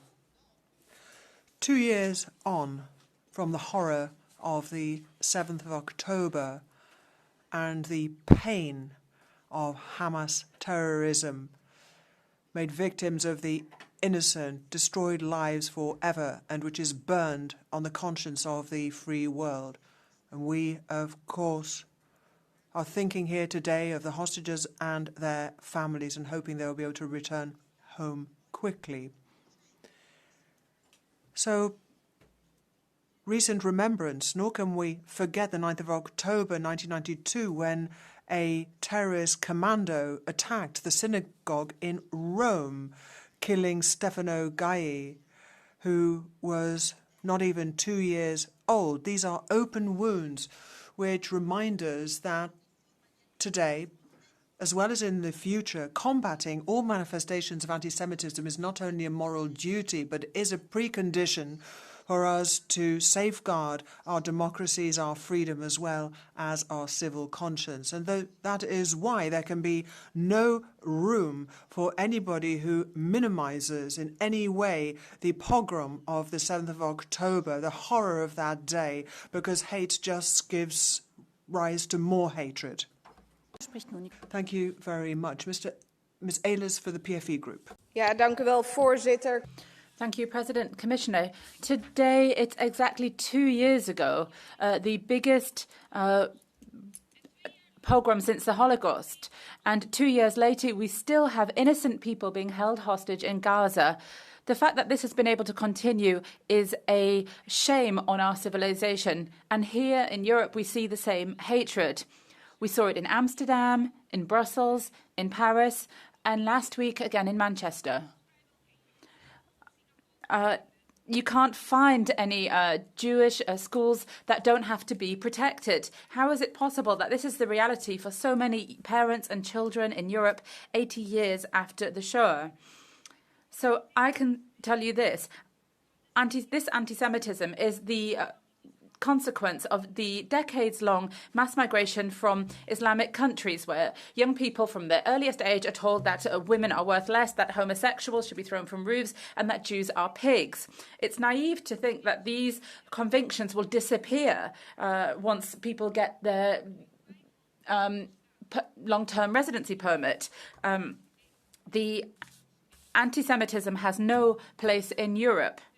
And today, on this fraught date, I want to once again say, hopefully for the last time, I want to end with this appeal. Bring them home now. Thank you very much. Mr. Weimers for the ECR. Thank you, Madam Speaker, Mr. Commissioner. Why are we having this debate? Because jihad, an alleged rapist and British citizen, attacked a Manchester synagogue on Yom Kippur. Because 2 Germans, Abed Ahmad and a Lebanese national, plotted attacks against Jewish sites. Because across Europe, peaceful protesters are chanting Free Palestine, the new Allahu Akbar. What they are really saying is death to the Jew. Why is this happening? As Jimmy Åkesson says, if you import the Middle East, you get the Middle East. The Middle East, the most anti-Semitic region in the world. What should we do then? Deny citizenship, reject asylum, mass deportations. Für die Renew-Fraktion spricht nun der Kollege Körner. Next for Renew, Mr. Körner.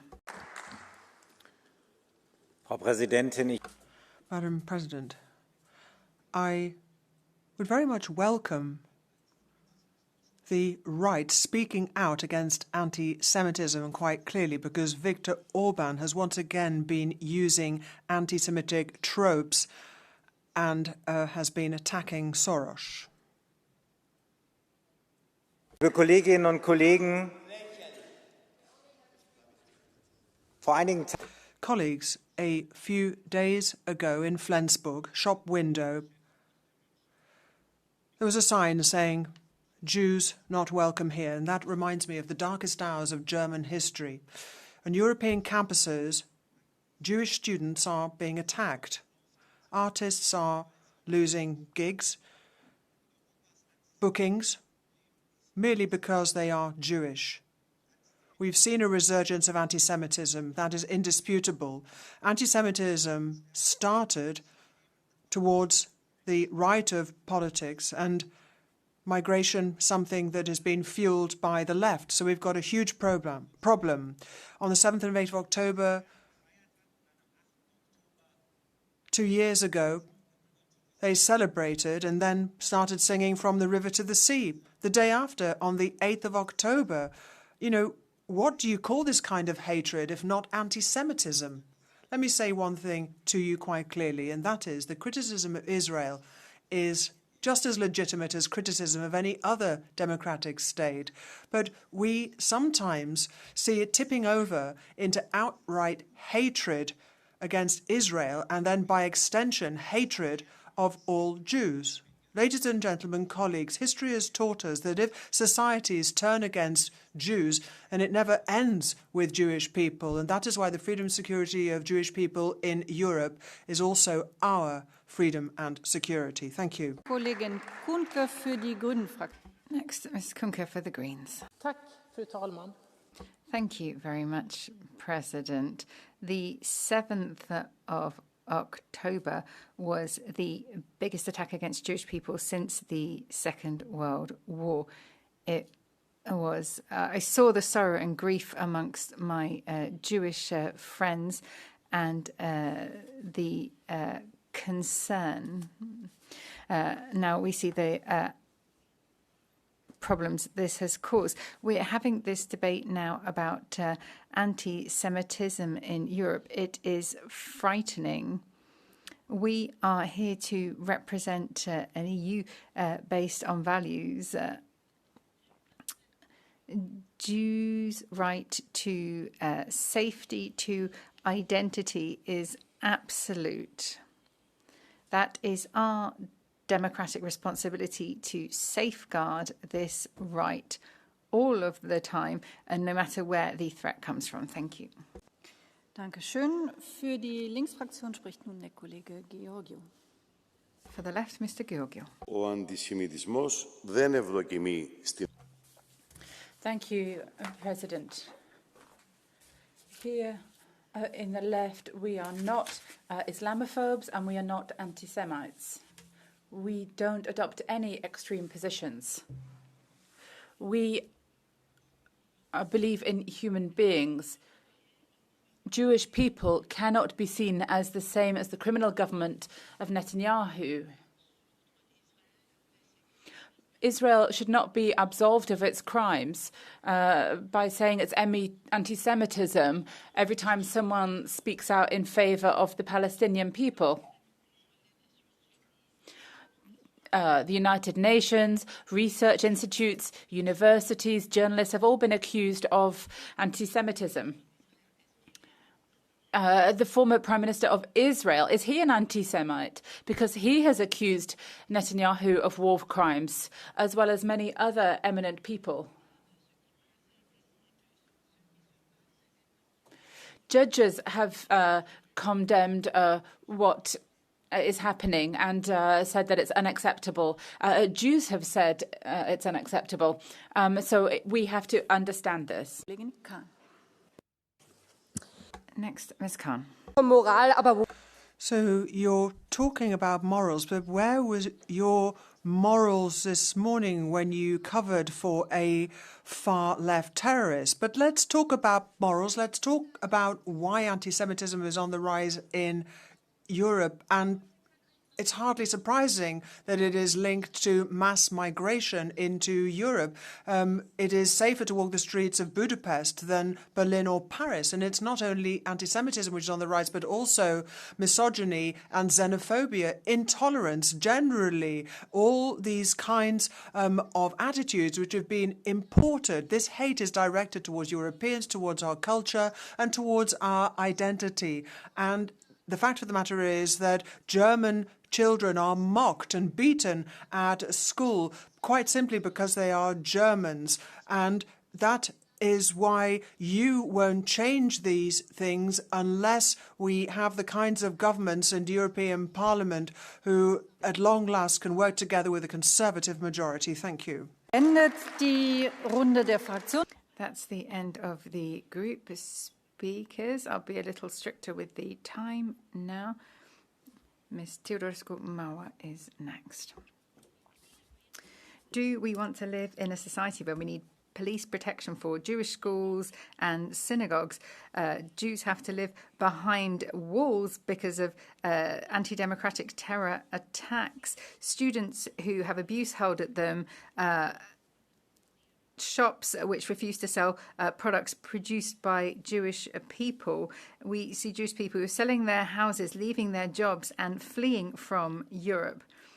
I want to speak out against the politicians who complain that Israel say Israel can protect itself, but not if any civilians die, which is inevitable when Hamas hides amongst civilians. And these civilians aren't allowed protection in their tunnels built with Western aid. I speak out against those, the media that transmits the Hamas propaganda and their statistics. It makes the victims into the aggressors and the aggressors into the victims. You're confusing the consequences and the war with each other, and everyone's forgotten the massacre that started it all. I want to speak out against the hate marches we've seen, the anti-Jewish slogans we have seen since the 7th of October, calls for a global intifada. Jews are divided into good and evil, depending if they've taken distance from their government or not, a government that is the only one that will always protect them. We see Jews portrayed as bloodthirsty, child-killing colonizers. They're conflated with Nazis, which undermines the memory of the Holocaust and legitimizes hate and violence. Europe bears a particular responsibility and can never accept this hate against Jewish people that pushes them into the shadows. So ask yourself what you can do to fight anti-Semitism and make sure that Jews feel safe and included in Europe. Kollege López Aguilar. Thank you very much. Mr. López Aguilar is next. Danke, Frau Präsidentin, Kommissario Brunner. En la Unión Europea. Commissioner Bruno, the European Union has no room for hate or discrimination. We say this in all of the work that we do in the European Parliament. We support you. And the shared understanding of anti-Semitism should inspire all of the work that we do. We need to work on this, and I had the honour of presiding over the group on anti-Semitism and worked on the European Declaration against Anti-Semitism and Jewish life.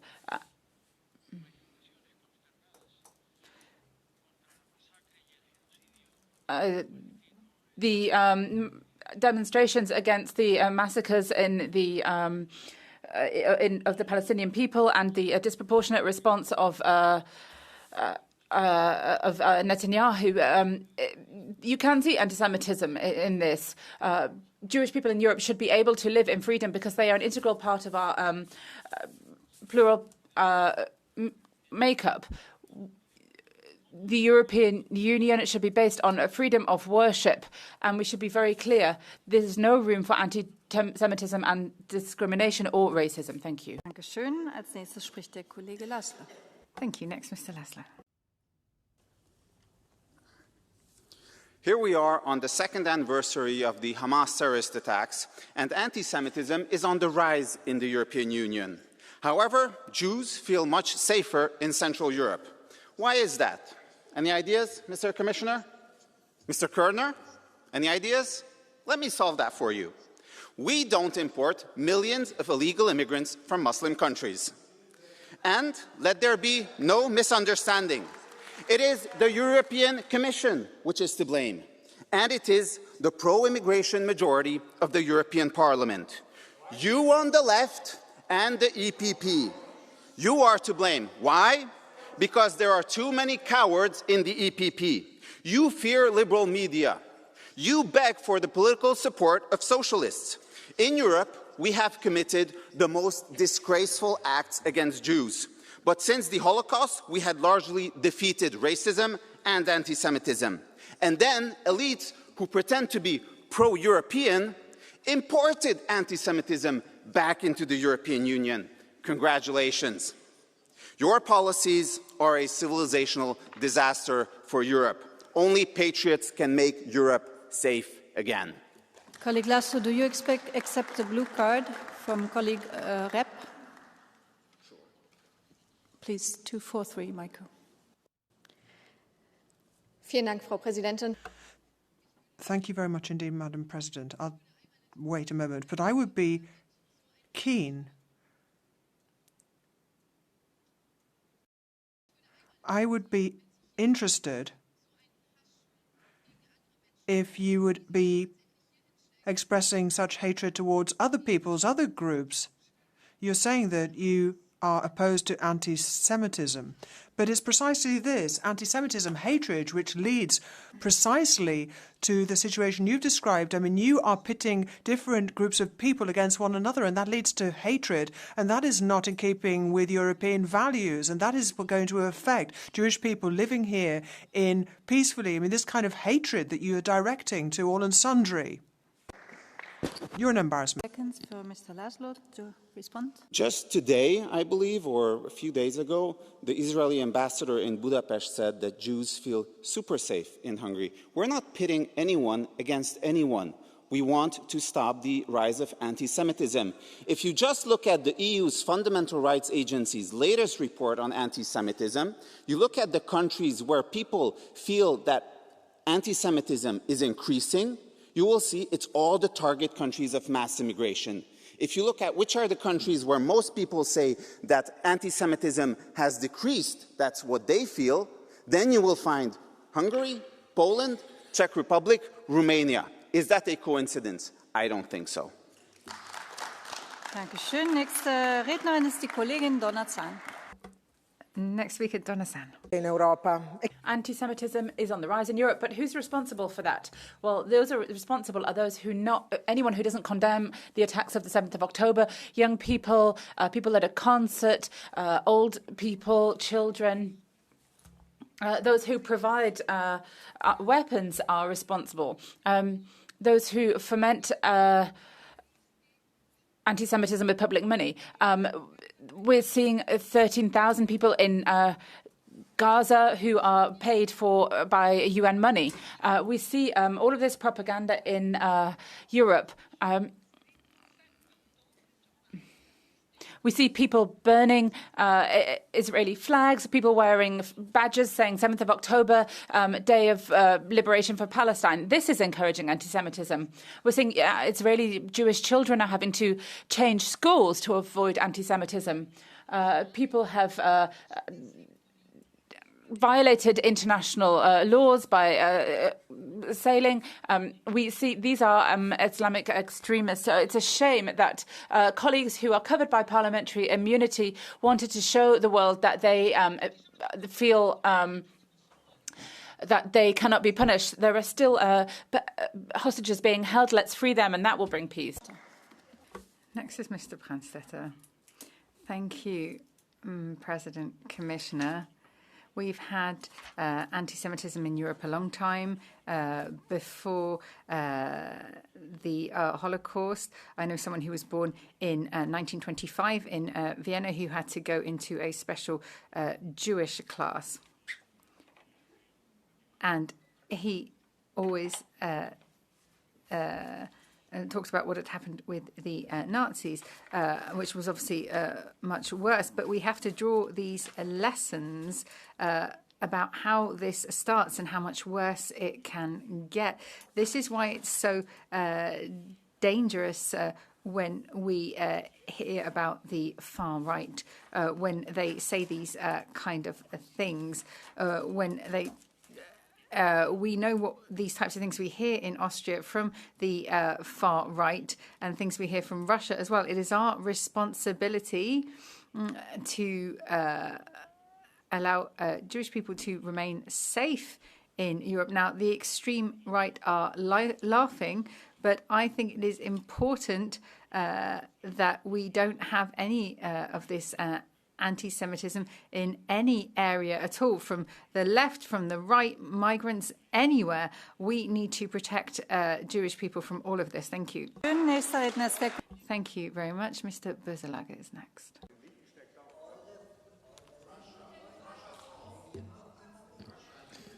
Also schon interessant, wenn hier eine Kollegin. It is interesting when an AFD colleague stands up and says everything will be better with an AFD government. But we've heard what they've said in the past about the Holocaust when they've used quotes from National Socialism. So think about what you're saying. The Holocaust must never be relativized. Today, as we commemorate October 7th, a horrific terror attack claiming the most Jewish lives since the Second World War, we remember the victims.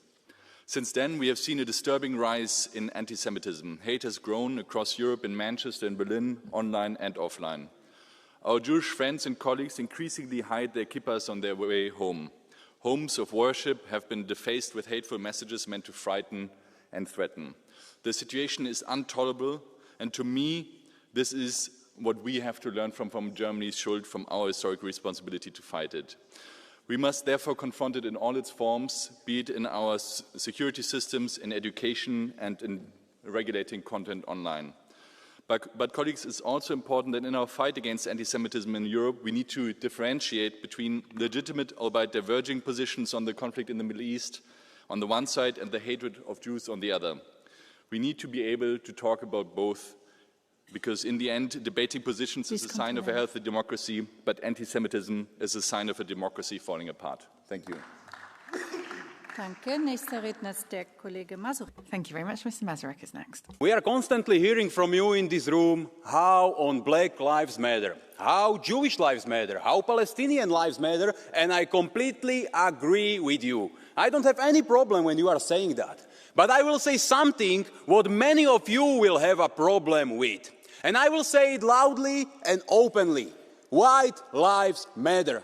Because right now, white people are just tiny minority in this world, and white people are the most hated group in the whole world. Everything is allowed against white people. You can openly spread hatred and racism against white people. You can openly call for a violence against white people, and nobody will ban you from social networks. Nobody will prosecute you or put you in jail for that. Nobody will prosecute you and trying to destroy your life because doing something like that. And that's why I consider it very important to repeat that for you as a white man, as a Christian father of the family. White lives matter. Es folgt als nächster Redner der Kollege Simon. Next is Mr. Simon. Frau Präsidentin, Herr Kommissar. Madam President, Commissioner, colleagues, Mr. Mazurek, I mean, you were spouting nonsense, and you really can't put your place in the place of Jewish people and the kind of pressure that they suffer from. 2 years on from Hamas's barbaric massacre on the 7th of October, Jewish people in Europe once again living in fear. And that is truly not comparable with the kind of things that you have just recited, allegedly, this kind of pressure on white people. Absolutely not. In Manchester, in Berlin, colleagues, we have synagogues under police protection and schools with security measures, and we hear anti-Semitic words, calls for the destruction of Israel, justification of terrorism, and the relativizing of the Holocaust. In our universities and in cultural centres, we hear calls for a boycott, defamation campaigns, and we are having artists and teachers being asked about their backgrounds. And Hafashani, the conductor who was blacklisted in Belgium, is no longer an isolated case because so-called criticism of Israel, which is anti-Semitism, has once more become acceptable. And we have people who have come to us fleeing war and annihilation, and the Israeli ambassador said here that Israel is certainly not doing everything right. Of course it is not. However, it is seeking to protect freedom and democracy. Anybody seeking to do so has to protect Jewish lives day in and day out. Mr. Simon, will you accept a blue card from colleague Kerner? Mr. Kerner, thank you. Ja, Herr Kollege, vielen Dank. Thank you very much indeed for accepting the blue card. I wanted to ask you, because you alluded to the previous speaker, Mr. Mazurek, and I wanted to ask you whether you were aware of the fact that our colleague, during a visit to the Auschwitz concentration camp, laughed at a photo and apparently once said that Jews invented the Holocaust. It was something that they invented. And, how would you assess that against the backdrop of what we have heard in plenary on this subject? Mr. Kerner, I was not aware of that. I did not know that Mr. Mazurek had actually gone to the Auschwitz camp and laughed. And as so often, what we need is more education. I mean, it is profound ignorance which leads to the kind of speech from Mr. Mazurek. I mean, in listening to him, I thought it was just stupidity, particularly on today of all days in which we commemorated in a very moving event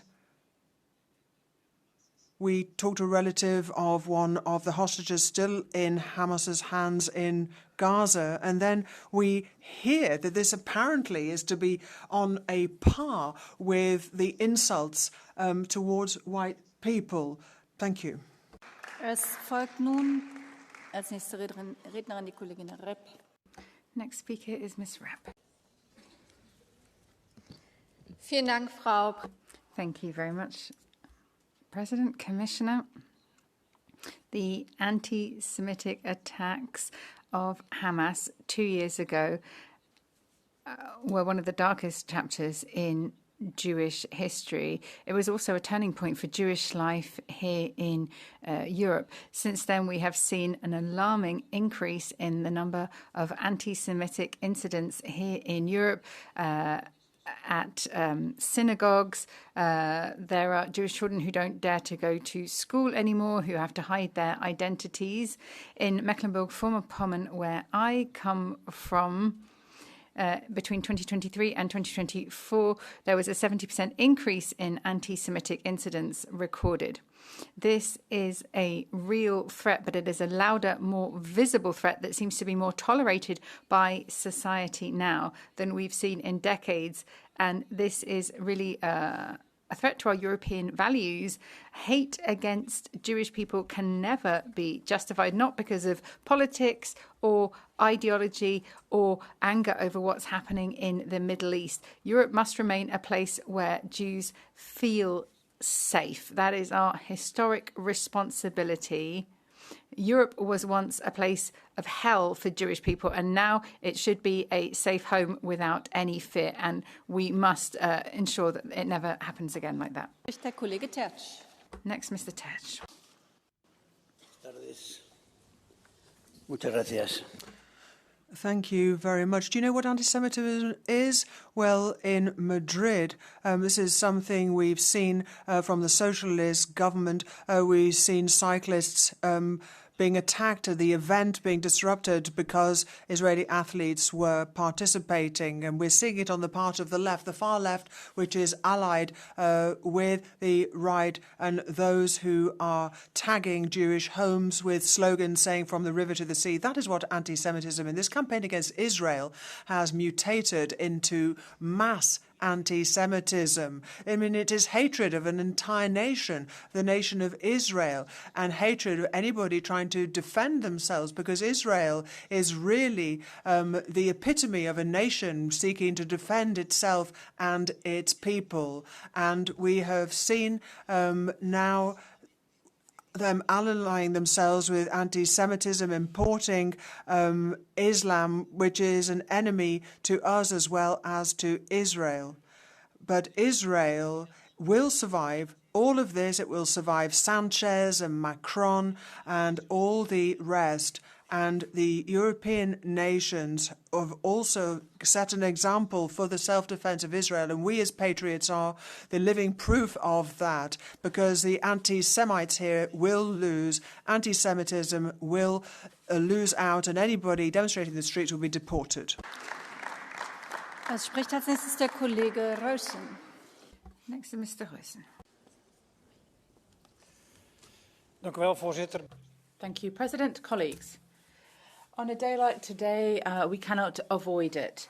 The rising anti-Semitism is entirely linked to the 7th of October, and particularly the incorrect posture adopted by the West in reaction to that. Europe should have stood united around the Jewish community, but instead of doing that, activists are given room to go to stations, squares, universities, and shout the worst possible things against Jewish people.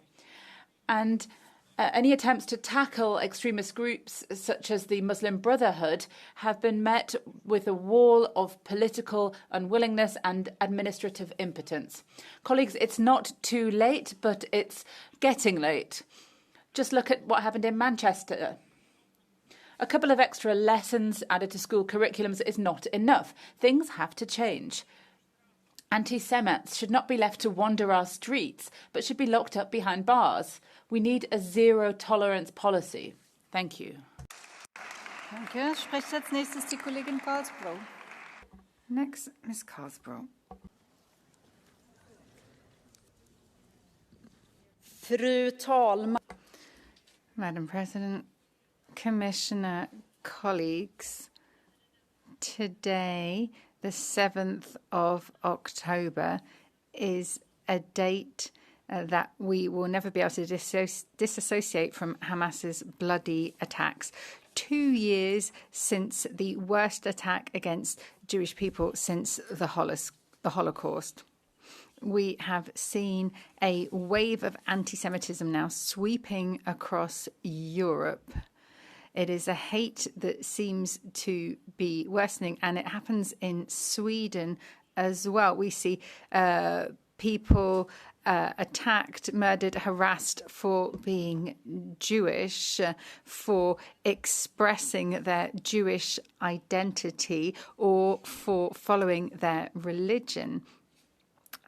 It is a common European responsibility that Jewish people should live in peace and in safety, whether it's a school or a synagogue or on the street. They should be able to have a Star of David or a kippur, and they should wear that as a sign of pride. Thank you. Dankeschön. Es spricht nun der Kollege Jungen. Thank you very much, Mr. Jungen. Next.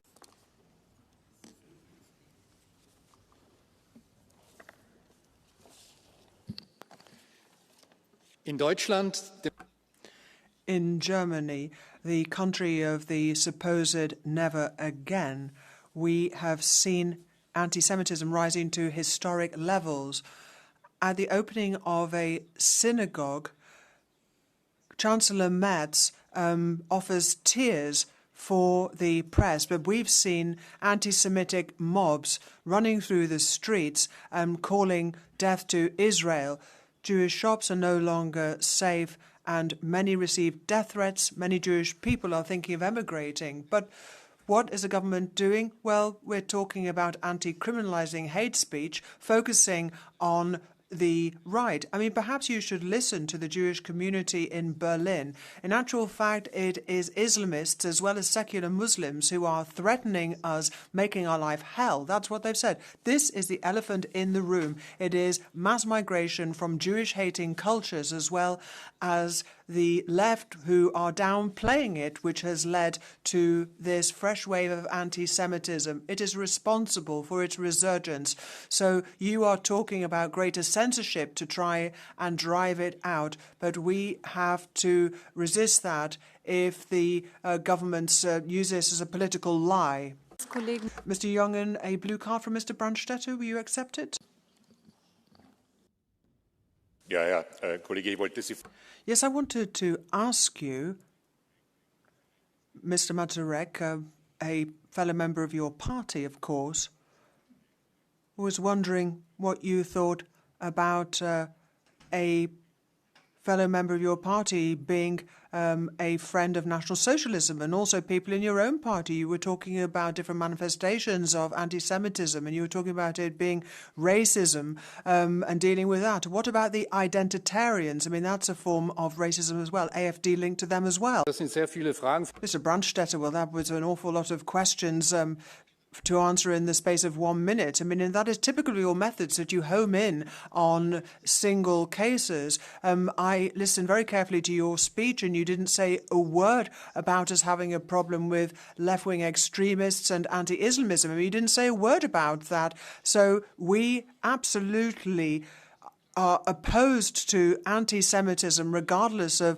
which party it manifests itself in, and certainly we will not be dissuaded by the kinds of statements that you have just made.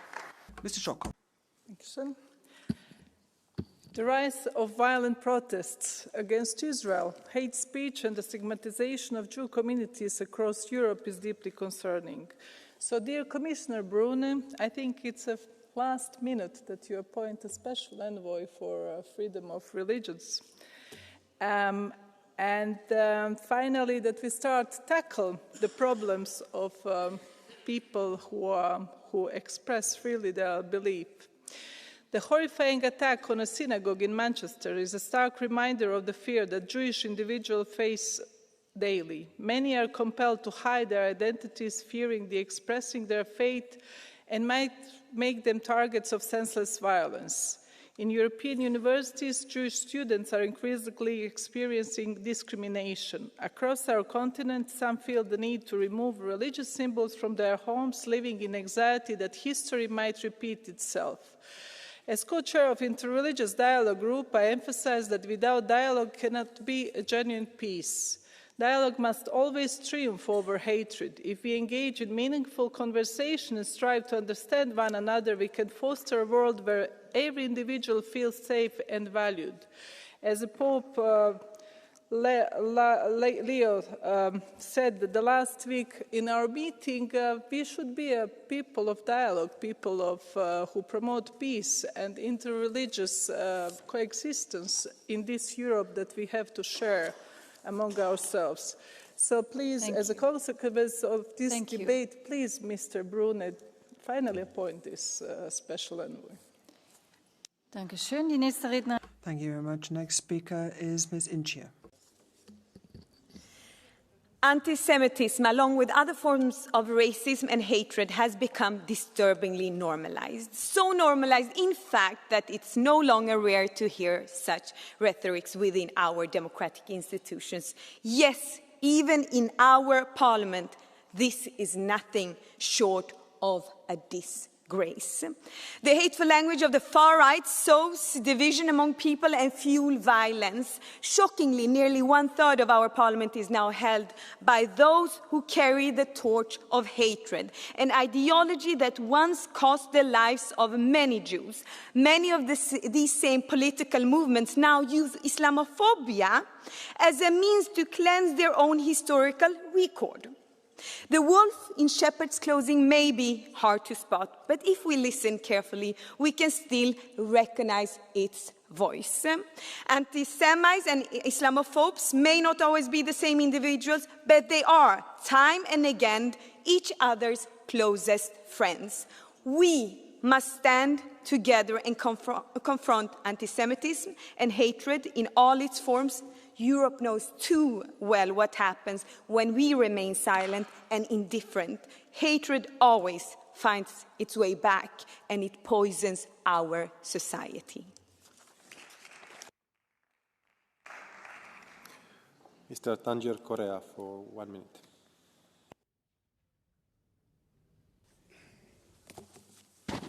Senhor Presidente, Senhor Comissário. President, Commissioner. It is extraordinary. Anti-Semitism is not a problem that started on the 7th of October 2 years ago. It's been around for centuries. If you study history, you will see that the roots of anti-Semitism run deep, and nothing has changed. So in Europe, we need to work to fight this phenomenon, because we need to defend our political and social structures.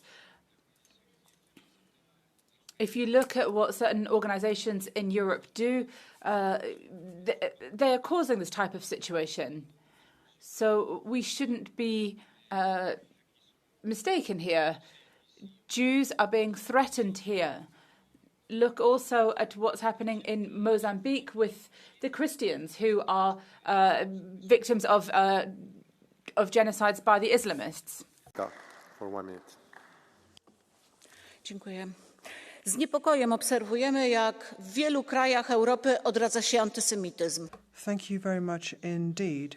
We have witnessed with great consternation the rise in anti-Semitism in many European countries. Hatred in the streets, Jewish schools and synagogues have to be protected along with restaurants and other public buildings. This is shameful here in Europe. But let me tell you about Poland. We have many decades of tradition of secular Jews in Poland who have helped shape our culture, our traditions and our economy. And we in Poland suffered, of course, from a German genocide during the Second World War, and we know full well what hatred and scorn of other people is.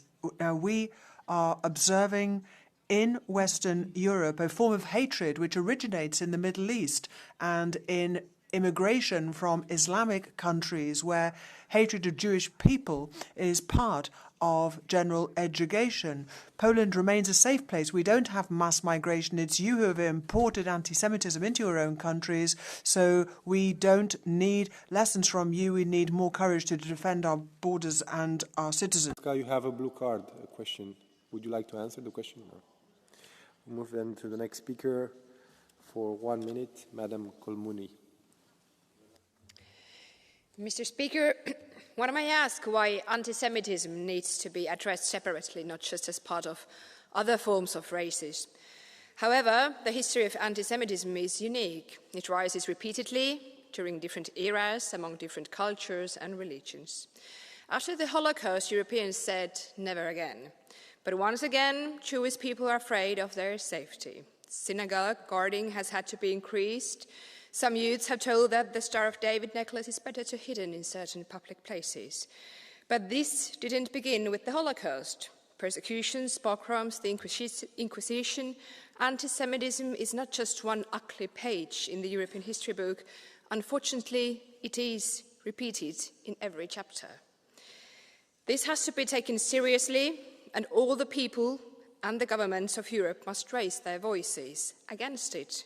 The history and development of Europe is strongly based on Judeo-Christian values. Jewish history is part of our history, and there shouldn't be any place for anti-Semitism on this continent.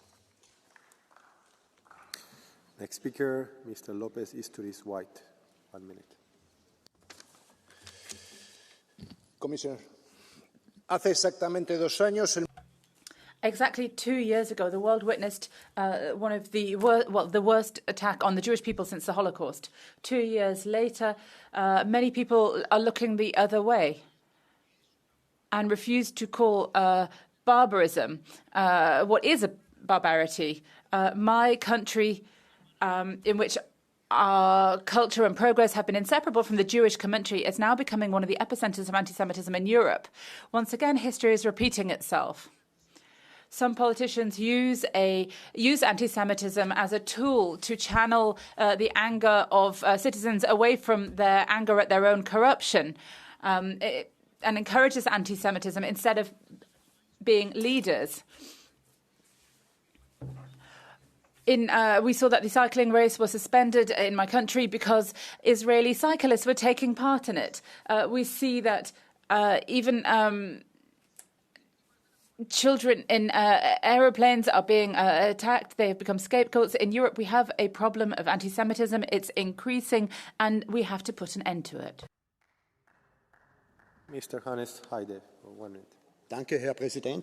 Thank you, President. Commissioner, today, the 7th of October, we are remembering the 1,200 killed and the 250 people taken hostage by Hamas.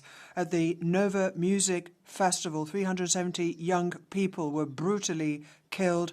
Now, seared on my mind are the images from the surveillance cameras which showed a 2-year-old child witnessing his father being murdered when a terrorist was casually drinking from a bottle. We see people falling prey to terrorist vices, but it's intolerable if the extent of the Holocaust is relativized and denied on the internet, and Jewish people are denied entry to certain premises. Education has to be part of our strategy against anti-Semitism. All European schools must visit Holocaust memorial sites in order to look at the dimensions of the crime against humanity. Jewish people and Jewish culture are part of Austria's European identity, and all Jewish people must feel safe in Europe. It's our job to make sure they do. Ms. Latinopoulou, for 1 minute. Σαν σήμερα έγινε το φρικιαστικό έγκλημα της Χαμάς που δολοφόνησε. The terrible crime committed by Hamas took place 2 years ago. It's you who opened up borders and invited the Islamists here, and the left who've put Jewish people in the crosshairs. It's no coincidence. We hear the propaganda of the left against Israel that's fighting for its survival. There is false information being disseminated. Israel is portrayed as an assassin state. And at the same time, Islamists are assassinating Europeans. It is our moral duty to support Israel and to free Gaza from Hamas. Israel is the only democracy in the Middle East. It would be a tragedy if Israel were to disappear. If they want peace, Hamas should accept the Trump peace plan and free the hostages. Otherwise, they should disappear. The Palestinian state does not exist. Vondra for 1 minute. 2 years after the most horrific pogrom against Jews since the Second World War, we see the European Jewry once again facing daily abuse, verbal attacks, beatings, even killings. We see activists, including some of our own members here, sailing alongside those who sponsored Hamas terrorists, supporting their claim to deny Israel's very right to existence in security and peace. I would never have imagined that such a picture could return to our continent. At the very peak of this icebreak of hatred stands Greta Thunberg, once celebrating young woman who has already fooled this House with her radical green ideology. It is our moral duty to do everything in our power to melt this iceberg of anti-Semitism down, to eradicate this most ancient and repugnant form of hatred from our societies. We move to Kester Lexman for 1 minute. Thank you very much, dear colleagues. 2 years ago, we woke up to the tragic news of Hamas' brutal and barbaric evil attacks on Israel. An attack that left thousands of civilians dead or taken hostage and unleashed incredible suffering that continues today. Today in Europe, we are witnessing a growing wave of anti-Semitism, or Jew hatred, to put it in blunter terms. Jew hatred manifested in attacks on synagogues, Jewish businesses and cemeteries being vandalized frequently. This picture hurts, because Europe was built on Judeo-Christian heritage. It is our duty to stand firm on our values. We look away when facing hatred in society. We betray our core European DNA. Today, we live in hope that what many of us call the Holy Land will embark on the path of peace. Let us therefore unite in prayer for peace, for the Israeli and Palestinian people, and for the return of all hostages. Let us pray that tolerance will fill our hearts in Europe, where many Jewish people have their homes. Thank you. The next speaker is not present in the room. We move then to the next one, Madame Réchagneau, pour 1 minute. Je viens d'un pays, la France, où...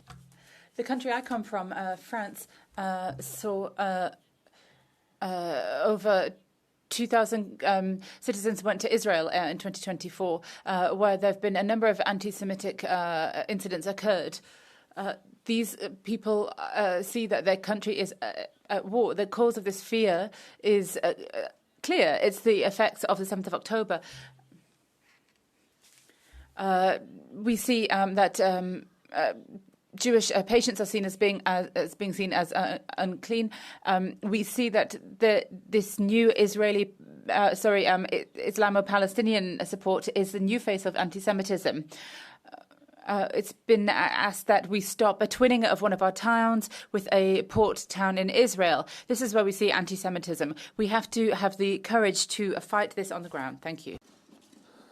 Signore Razza, per 1 minuto. Grazie, Presidente. Thank you very much, President, Commissioner.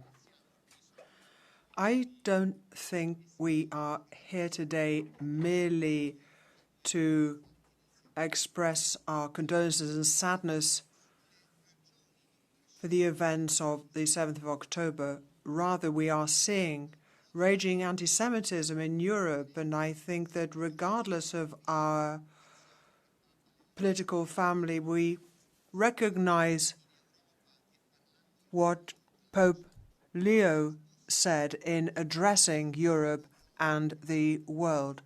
But I think the response to anti-Semitism today is rather different to the response in the past, and it's something which concerns your portfolio, Commissioner Brunner, because it has to do with migration, because we really would be rather far removed from reality if we were to maintain that Europe had not forgotten its own Christian roots, its Judeo-Christian roots, because we are witnessing today a migration phenomenon which runs a risk of being uncontrollable or uncontrolled, and this is actually your job. I need to take Incher, just a second for the translation. Is it fine, Mr. Raza? You can hear the translation, yeah? Please. You and your colleagues in ECR are shamelessly blaming Greta Thunberg and migration for anti-Semitism. But I have a question to you. Have you discussed with your colleagues in Sweden Democrats why they support a government in Sweden that made an agreement with the anti-Semite prime minister and Hamas-loving prime minister of Somalia? They made a secret agreement where it meant that Somalia will take 28 Somalian refugees and they will get 100 million Swedish crowns, 10 million euros as an exchange. A Hamas-loving, anti-Semite prime minister. How does the discussions go in ECR about your colleagues in Sweden Democrats? Non è una opinione. Well, it's not an opinion from the ECR group.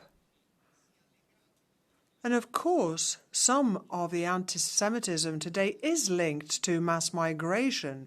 And I don't think we should be focusing on an individual case. I mean, if you're being sincere, if you're being honest, on a day such as this, colleague, I don't think that, you should be engaging in these kinds of polemics. We'll move to the next speaker, Madame Imart. Merci, Président, cher commissaire. Thank you, President, Commissioner, colleagues. On this anniversary of the 7th of October attacks, and the 80th anniversary of the liberation of Auschwitz, we should remember what people's beliefs can lead to. There are Jewish people asking for derogations not to come in person to university because they're harassed by other students. How many fathers are harassed or attacked when they come out of the synagogue on the evening of Shabbat? It is now the time to give this gift to Hamas by recognizing the Palestinian state, or the Commission calling into question its partnership with Israel. The conflict in the Middle East is creating more anti-Semitism in Europe. We should not show signs of weakness. We should think of Hannah Arendt, who talked about this disaster of the 20th century, when people stop to think they can become barbaric. Domotor, for 1 minute. Sokan úgy beszélnek itt az antiszemitizmus aggasztó növek. Thank you. We're talking about the worrying rise of anti-Semitism here, as if everyone didn't already know what the cause of that is. Since 2015, we've seen a huge influx of people with a high rate of anti-Semites amongst them. And now we're seeing the consequences. If you look at a Berlin research center, they've said in Germany last year there were over 8,600 episodes of anti-Semitism. That's a 76% increase in a year. People are seeing this as a genuine threat to the Jewish community. In Hungary in 2023, there was only one physical attack. The equivalent figure for Germany was 127, and everybody knows why this is happening. So if you want to do something to improve safety in day-to-day life in Europe, we have to put an end to the current migration policy, put an end to the Asylum and Migration Pact, and to allow those who are willing to defend our borders to do so. Poštovani potpredsjedniče, povjereniče. Mr. Speaker, dear colleagues, last week there was a brutal attack against Jews in Manchester, which is not an isolated incident, but is a part of growing anti-Semitism in Europe. And this is linked to radical Islamist groups, which, with the support of left extremists, are marching across our cities and spread their poisonous ideas. The genocidal ideology is anti-Christian and anti-Jewish and is undermining the roots of Europe. And this also endangers our women and children and the Western civilization itself. Radical leftists which support that and extremist groups such as the Muslim Brotherhood are responsible for what is happening on our streets. We have to stand up against anti-Semitism. Criminals must be jailed and radical immigrants must be deported. There is no room for such extremist ideologies in our countries. They know only force, and we have to apply that force in the right way. Thank you. Ms. Benjumea, for 1 minute. Gracias, Presidente. Thank you very much, President. Commissioner, today, 7th of October, I should like to start by remembering the victims of the terrible terrorist attack perpetrated by Hamas and call for the immediate release of all hostages. Since that terrible day, we have seen a 400% increase in anti-Semitism. And listening to this debate, I was astonished to hear that they are attributing the rise in anti-Semitism to migration as though there had never been anti-Semitism in Europe before. Now, of course, a lot of the demonstrations started with legitimate criticism of the Israeli government and have not spiraled into anti-Semitic manifestations, but there have, of course, been certain instances of attacks on businesses in Spain. But we have got the Spanish government, which is fueling this kind of conduct. I mean, it is like the far right, and they are trying to make migration responsible for this upsurge in anti-Semitism. Herr Kommissar, sehr geehrte Commissioner, colleagues, Jews belong in Europe. 2 years after the brutal attacks on the 7th of October 2023, it's a dark picture. We see anti-Semitism becoming a daily event, often masked as a criticism of the state of Israel. Jewish people suffer these threats and discrimination daily across Europe. We see the most recent example in Manchester, in Ghent, also in the Culture House in Berlin. This shows what Jewish people keep saying, that they don't feel safe anymore, and this is not something that we should accept. The EPP stands by the side of the Jewish community in Europe. Jewish people belong in Europe. We need to make sure that this is a home for Europe, Jews, and remains so. Thank you. Thank you. We now conclude the list of speakers and we move to the catch-the-eye procedure. We have a few names registered. We'll try to give as many of you the floor. Please do respect the time. I will be forced to close your mic if you speak more than the time that we have available. This being said, the first speaker for the catch-the-eye procedure is Mr. Masilis.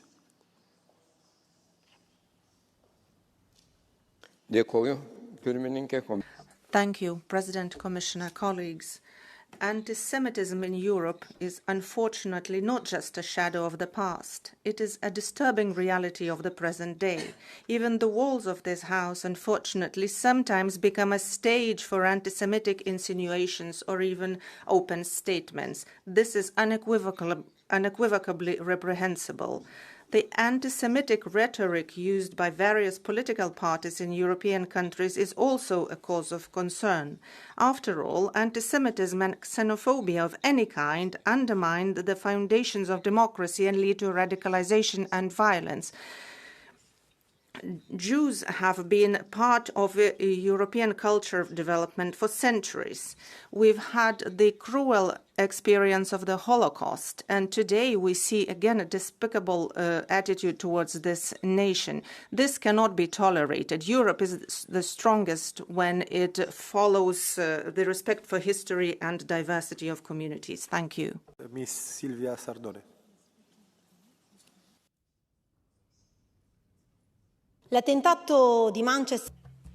The Manchester attack is just the most recent tragic example of anti-Semitism.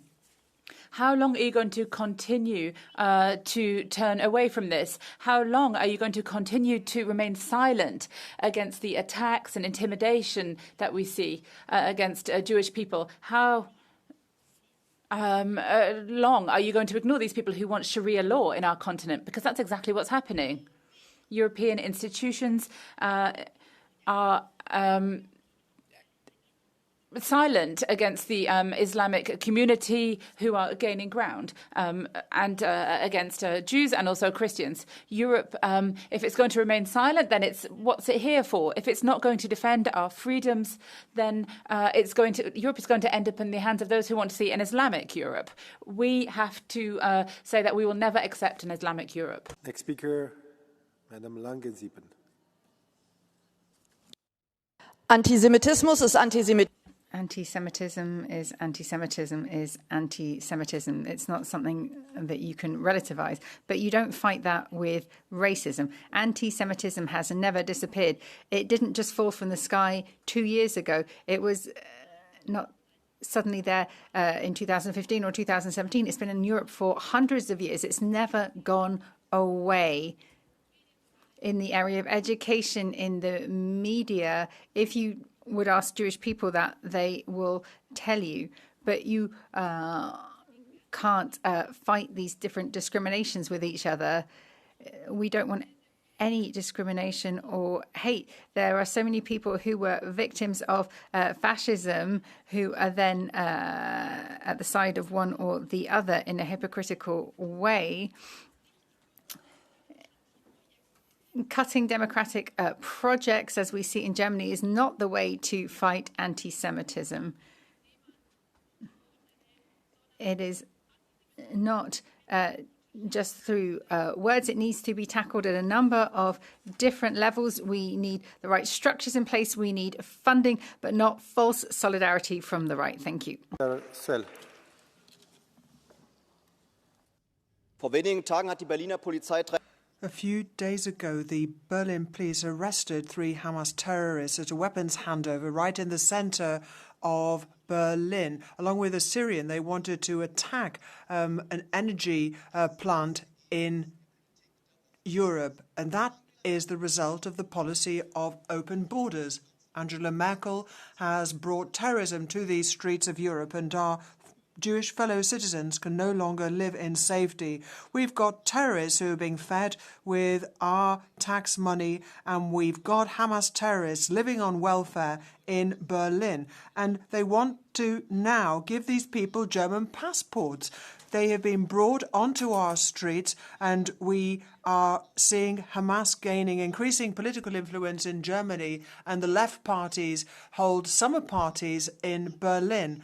And as long as you work with people on the left, you can spare us your crocodile tears, and the Federal Chancellor is going to have to decide whether it wishes to work with the SPD and the terrorist organizations, or if it wants to work with us to save European civilization.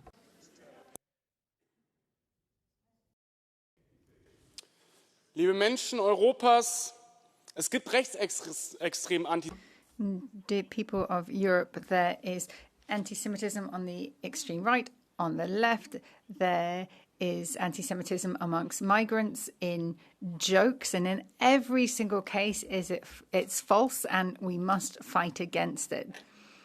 What makes me laugh, though, is you have colleagues from the AFD who portray themselves as those who fight anti-Semitism and who are all leaving this debate. There was a judgment in a Hamburg court from 2020, and following this judgment in Thuringia, the AFD leader there was branded a fascist because of his statement. So if you really want to fight against anti-Semitism, if you want to avoid a fascist right-wing party being associated with National Socialism, how could you possibly have a man like this in your party? Thank you. Mr. Moreira.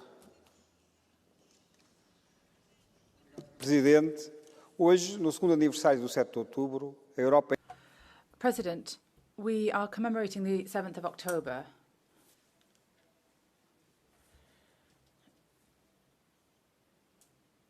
We see that here people are trying to remember the victims, although some would rather forget them. We have seen persecution of Jews throughout our history. We see now that there are people who are frightened, who are hiding, and if they can't hide, then they are fleeing. Jewish people are suffering because of the situation that we see today in Europe.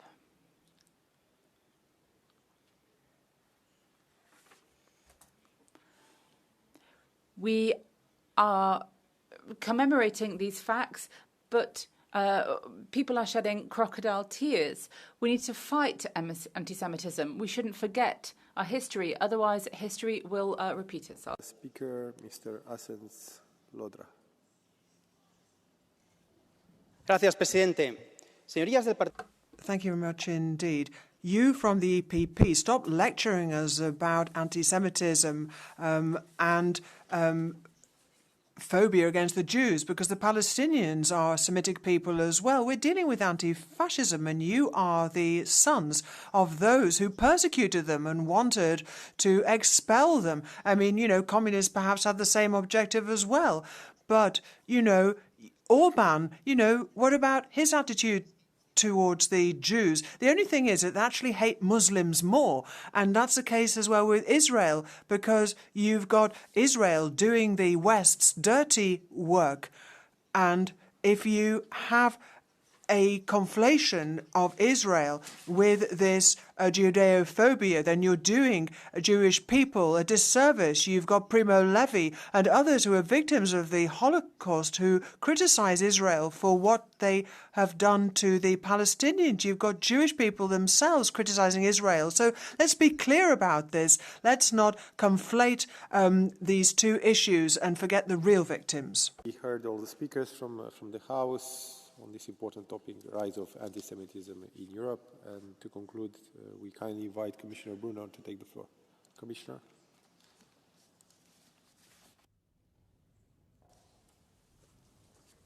Mr. Speaker, thank you.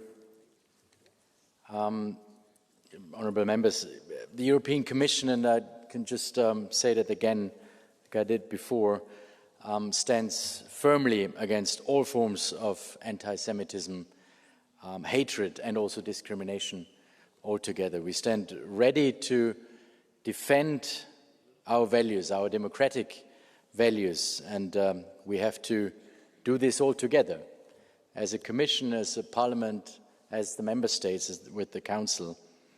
And we rely on allies like you, as elected members of this House, of course, and also, of course, on governments across Europe to each do their share. And we engage with civil society as we aim for an all-of-society approach to uphold a prosperous democracy in the European Union, in an open, inclusive and equal society in the European Union. Thanks again for all your contributions today. I think it was, we saw that we are all fighting on the same side, mostly. And thanks very much for this very interesting afternoon. Thank you, Commissioner, for the statement and for the debate. So this debate is closed. We move to the next item on our agenda. Council and Commission statement, situation in Afghanistan, supporting women and communities affected by the recent earthquakes. And we start with an intervention from the Council and the Presidency. Ms. Bierre.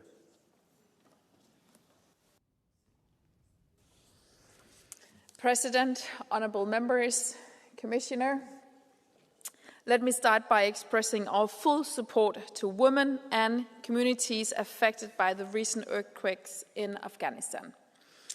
We have seen the heartbreaking pictures in the eastern part of the country, from Kunar, from Nangarhar, and from Laghman. The numbers are devastating. Over 2,000 dead, thousands of injured, and around 5,000 homes destroyed. The recent earthquakes have put at risk the means of living of around 500,000 people. This is a huge challenge in a country where 23 million Afghans, half of the population, need humanitarian assistance to survive. This is a huge challenge in a country, and the Taliban regime is responsible for further complicating the terrible humanitarian and economic situation. The situation is serious, and the US stopping all funding for humanitarian aid does not help. This year, the EU and its member states have so far provided almost 210 million euro. This is more than 30% of all humanitarian aid to Afghanistan this year. When it comes to the response to the recent earthquakes, the EU has also been one of the leading actors. The EU humanitarian air bridge delivered 130 tons of supplies. Now the second phase of response begins with the preparation for the winter. Afghans need winter-ready shelters, food and cash assistance, clean water, health services. Women, children, and the elderly need protection. But let us not forget that Afghanistan has become one of the most difficult places for NGOs to operate. The oppression of women is a major problem. Time and again, we have reaffirmed our commitment to gender equality and gender-responsive action. We have repeatedly recalled the crucial role of women for the maintenance and promotion of peace and security in Afghanistan. We need to make the voices of Afghan women heard again. We have heard the critical voices in Afghanistan about the Taliban response to the earthquake, including the lack of female doctors and the need for trained female professionals. We will continue calling on the Taliban to guarantee that all aid workers, including all female staff, can continue their aid delivery and have access to the entire territory. We especially request the Taliban to immediately end the ban on female Afghan staff accessing UN premises. The EU strongly condemns the decisions by the Taliban that have led women and girls to be excluded from public life, denying their human rights, including the rights to education, work, and freedom of movement. We will closely monitor the humanitarian situation and the situation of women in Afghanistan and coordinate our action with our like-minded international donors. Thank you. Thank you. We move to the Commission, the Commissioner Habib.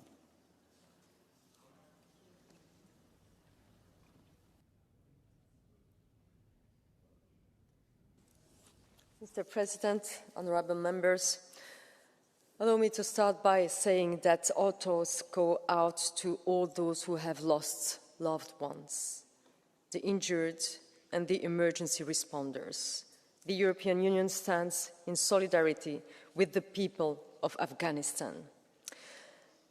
On the night of the 31st August, a powerful earthquake struck Afghanistan near the border with Pakistan.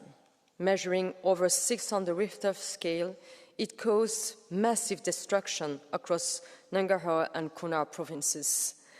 Almost 2,000 people were killed. More than 3,600 were injured. The UN estimates that at least 450,000 people were directly affected. This earthquake also caused large-scale damage to infrastructure. Roughly 6,700 homes were destroyed, along with schools, community centers, transport links, water and sanitation systems. The risk of a widespread cholera outbreak is now extremely high, made worse by shortages of essential hygiene and sanitation items in a region where cholera was already spreading. This devastation struck an area close to the Pakistani border, where thousands of vulnerable Afghans were forced to return from Pakistan over the past year. The earthquake has deepened an already dire humanitarian crisis. With winter approaching, urgent needs for food, shelter, health and protection will only increase.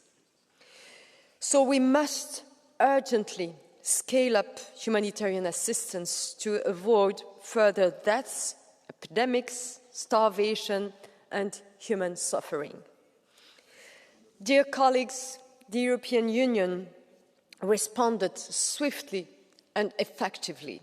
Within hours, DG ECHO staff based in Afghanistan flew to the affected areas to carry out a rapid assessment and identify the most urgent needs. We immediately mobilized 1.5 million euros in emergency funding for humanitarian partners with local presence and rapid response capacity. The Commission also organized 6 humanitarian air bridge flights, delivering 450 metric tons of life-saving supplies, and this included medical relief, shelter, and winterization materials. We are also deploying a specialized emergency medical team, including trauma physiotherapists, to support the survivors. At the same time, EU humanitarian programs already active in these regions, including support for Afghan returnees from Pakistan, were quickly adapted to meet the most urgent needs of women, children, and displaced families. Women and children are paying the highest price. They face heightened protection risks in displacement in a society where they have no choice and cannot move freely. And this is why our response priorities food and livelihood assistance, medical help, the rehabilitation of water and sanitation facilities, shelter and protection. All actions are designed to meet the specific needs of the most vulnerable and especially women. Our humanitarian funding is gender sensitive. It supports gender-specific needs and all programs are tailored to the specific vulnerabilities of women and girls. In the health sector, it supports maternal and reproductive health care, which are critical for women, especially in the disaster-affected area. Pregnant and lactating women are central to our food security and nutrition interventions. Our partners on the ground include local organizations that work closely with civil society, and this ensures a better understanding of the situation in the field and the specific needs of women in Afghanistan. Through the International Federation of Red Cross and Red Crescent and the direct involvement of the Afghan Red Crescent Society, we are also able to work with Afghan women beyond the health sector. Dear colleagues, in Afghanistan, every act of solidarity counts. Every life saved, every woman supported, every child protected is a step towards hope. Europe will continue to stand by the Afghan people with compassion, with determination, and with the conviction that even in the darkest moments, humanity must prevail. Thank you. Thank you, Commissioner. Now we move to the speakers on behalf of political groups, and we start with Madam Terlak on behalf of the EPP.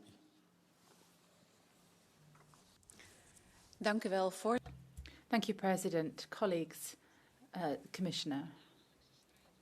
The daily struggle of many women and girls that they face in Afghanistan is hard enough. And then this dreadful catastrophe like a earthquake is making the situation unacceptable. The many women and girls are facing an even worse situation because of this earthquake. Women face restrictions because of the Taliban, but it means that it's impossible for them to get the assistance that they genuinely need. Women have to wear the veil. They can't experience proper healthcare assistance, and if they can't get medical help. The Taliban haven't just taken women's value from them, but also the right to healthcare. The European Union has to continue to fight for human rights, and particularly the rights of women and girls, because without that, we can't help to rebuild the society if half of that society is closed out of that. The Taliban have to allow medical assistance for women to ensure that all victims, regardless of their gender, receive the medical assistance that they need. We need to see an end to the structural exclusion of women and girls. Thank you. On behalf of the SND, Signora Alessandra Moretti, per 1 minute. Grazie, Presidente. Thank you very much, President. Commissioner, the earthquake which struck the northeast of Afghanistan killed more than 2,000 people, and women are undoubtedly more numerous than men amongst the victims. Why would that be the case? Well, as a result of the Taliban's laws, men cannot touch women, which means that women cannot go out to work, and therefore women were simply left to die beneath the rubble, quite simply because they were prohibited from touching them. And that also applies to emergency service who may have been able to save their lives, and because, again, women are forbidden from working as medics. What we are witnessing is an intolerable violation of all rights and the negation of any freedom which is based solely on gender. So already we have gender apartheid, and we should recognize this criminal violation of international law. Thank you. Pour le groupe des Patriotes, Monsieur Mathieu Vallet. For the Patriots, Mathieu Vallet. Merci, Monsieur. Thank you very much, President. After a 20-year war between ISIS and the Taliban, we have this deadly earthquake. Now, as many have said, I appreciated that women are at the heart of the debate that sometimes rescue workers will not touch because of religious dogma. Women were victims before this natural disaster and will remain victims, I'm afraid, afterwards.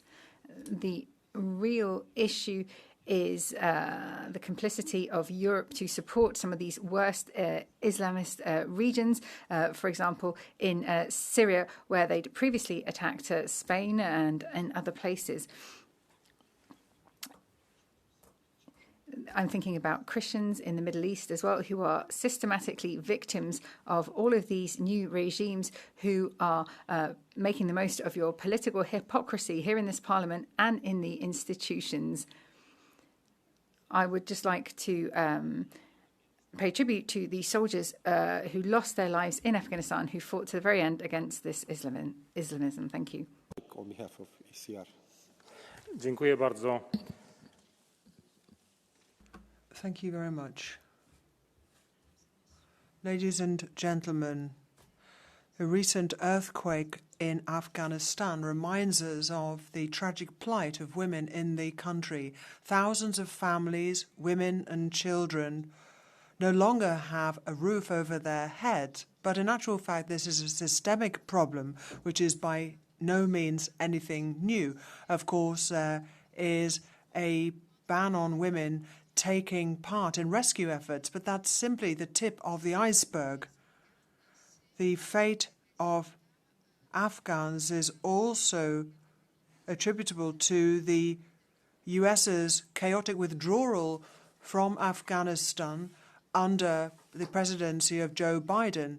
Now, certainly Donald Trump had a role in this, but he would not have allowed the Afghans access to military hardware worth $7 billion, which destroyed all the good work done in previous years. The Taliban were hiding out in the mountains, and during that time, women could take part in life in society. And then, once the Taliban came back in, an entire generation was sacrificed. Nature abhors a vacuum, and we are witnessing the tragic consequences thereof.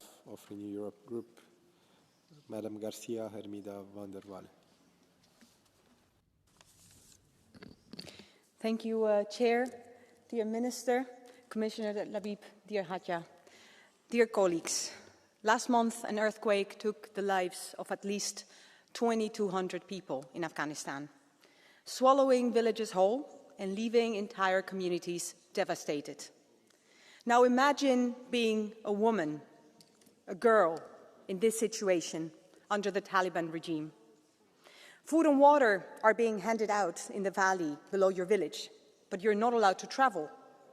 Not to travel there, without a man anyway. So you starve. Doctors are providing aid, but they're not willing to help you because they fear the consequences of touching you. While winter is setting in, you have no place to go because as a woman alone, you're not welcome anywhere. The best you can do is actually get married again, quickly, but who will take you? Natural disasters tend to affect the most vulnerable the most, but the Taliban are taking this to a whole new level. What we see in Afghanistan is not inequality or simple discrimination. It has a name, and that name is gender apartheid, a system built to erase women from public life, and eventually a system to erase women as human beings. The world needs to acknowledge this reality and recognize gender apartheid in international law. Make it a crime, not just a tragedy we watch in the news, and hold those guilty accountable. Let us be the voice of those who are now silenced. For Afghan women, for all women. Thank you. So just one piece of information with the screen. They are fixing the screen with the names and the proper names, but I will use the list, the same list that I think most of you are aware of. So we continue with the representatives of political groups, and now we have the Green Group, Madam Newman. Please, you have the floor for 1 minute.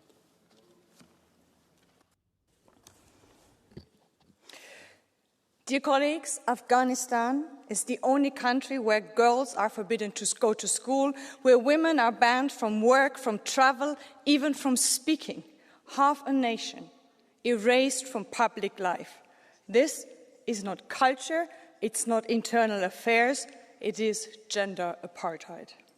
And while rescuers work to save families buried by earthquakes, the Taliban cut the internet, isolating 40 million in a deliberate digital darkness. This is calculated cruelty. And dear colleagues, 3 years ago, all of us in here said we will not turn our back on Afghanistan. Today, that promise is being broken. Instead of standing with Afghan women, European governments travel to Kabul in secret, bargaining with terrorists over deportations, trading away the rights and promises for short-sighted deals and a handful of votes. But our duty is the opposite. To name the Taliban's crimes, not to normalize them, to speak up for Afghan women, not to silence them, and to codify gender apartheid as a crime against humanity, so that evidence is preserved, justice is possible, and these shady deals are denounced as what they are, complicity. On behalf of the left group, Madam Demirel. Thank you very much, President. Dear colleagues, the disastrous plight of women and girls in Afghanistan is becoming increasingly acute, and the earthquake has only led to deterioration in the situation. Women have been banished from public life, from education, and from medicine. We have a state of gender apartheid and crimes against humanity. Colleagues, 20 years of NATO war have shown that war only increases violence against women, does not improve the situation. And with the chaotic withdrawal of troops, Taliban were able to move into the breach, and negotiations with EU member states has led to a situation whereby we are seeking speedier deportations, but crocodile tears will do nothing to help people in the country. What Afghans need is humanitarian relief, and we also need to act to beef up women's rights and also an end to deportations to Afghanistan. What they do not need are new moves towards war in the Middle East. On behalf of the political group, we open the catch the eye procedure as well, and we continue with the list of speakers. Mr. Mandel Lucas, for 1 minute.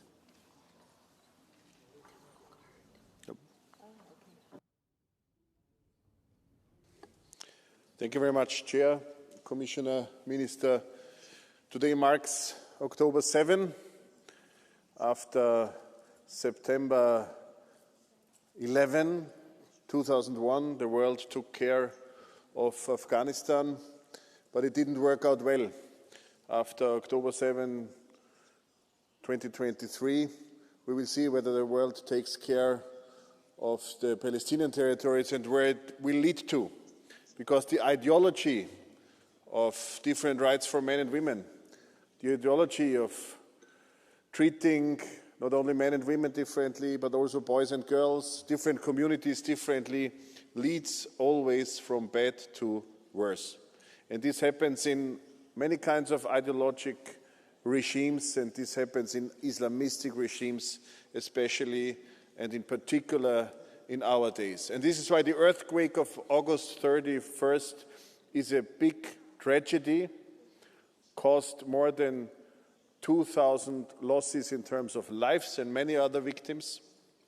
And the European Union must take care of it. Humanitarian aid is provided by the European Union, and EU remains the largest donor of humanitarian aid on earth, also in this case.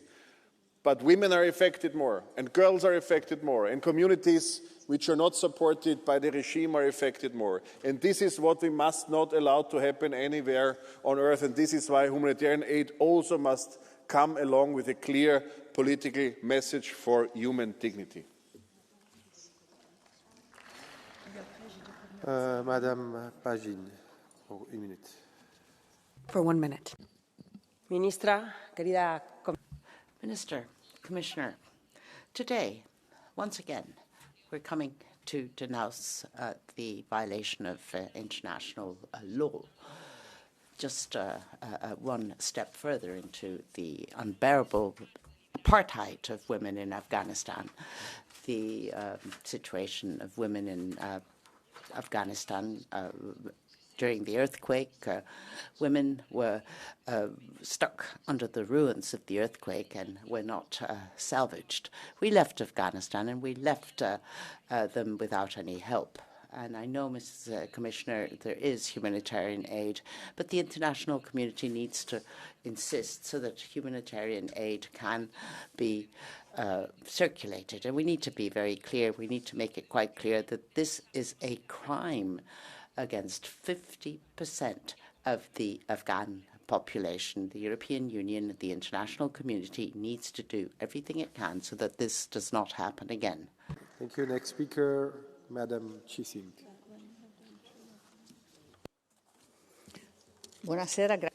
Good evening. Thank you. In Afghanistan, the earthquake of August killed women, children, grandparents. They were left to die under the rubble whilst they called for help. The rescue services wouldn't touch them because they were women, and therefore they were condemned to death. It was a dramatic situation, and silence from feminists, from the left, from Saalis. No TV show picked this up. Everyone was silent because taking a position against radical Islam is far too dangerous. Radicalization kills. But also, being a coward and being silent also kills. Next speaker, Madam Al-Sahlani, for 1 minute.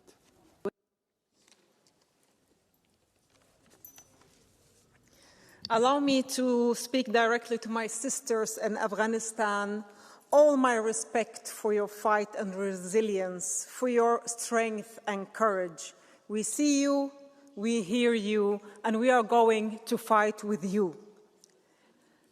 Because we women in Europe, we know the fight for gender equality too well. But those who are trying to oppress us here, they just come in nicer suits.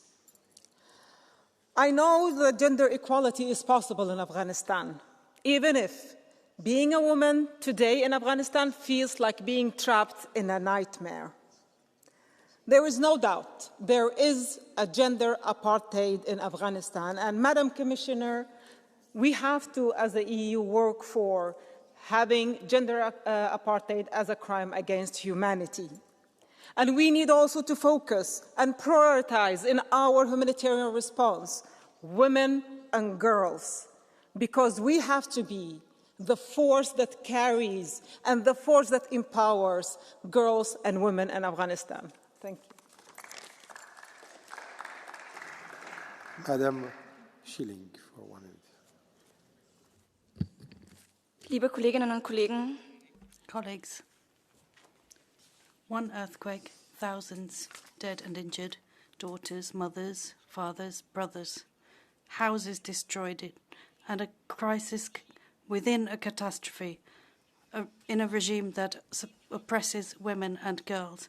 And in any and every crisis, we see this happening time and again, women and girls being oppressed, and they are the first to be affected. No doctors, no care, no assistance. And now it's time for us to step out of this debate and do what needs to be done and show that we will take responsibility for these women and girls who are being oppressed. It's not enough to regret what is happening. This must be the start of something new. We as Europe sending out a clear signal to say that under no circumstances will we meet the Taliban regime, not in Austria, nowhere else either. Ms. Lazakova, for 1 minute.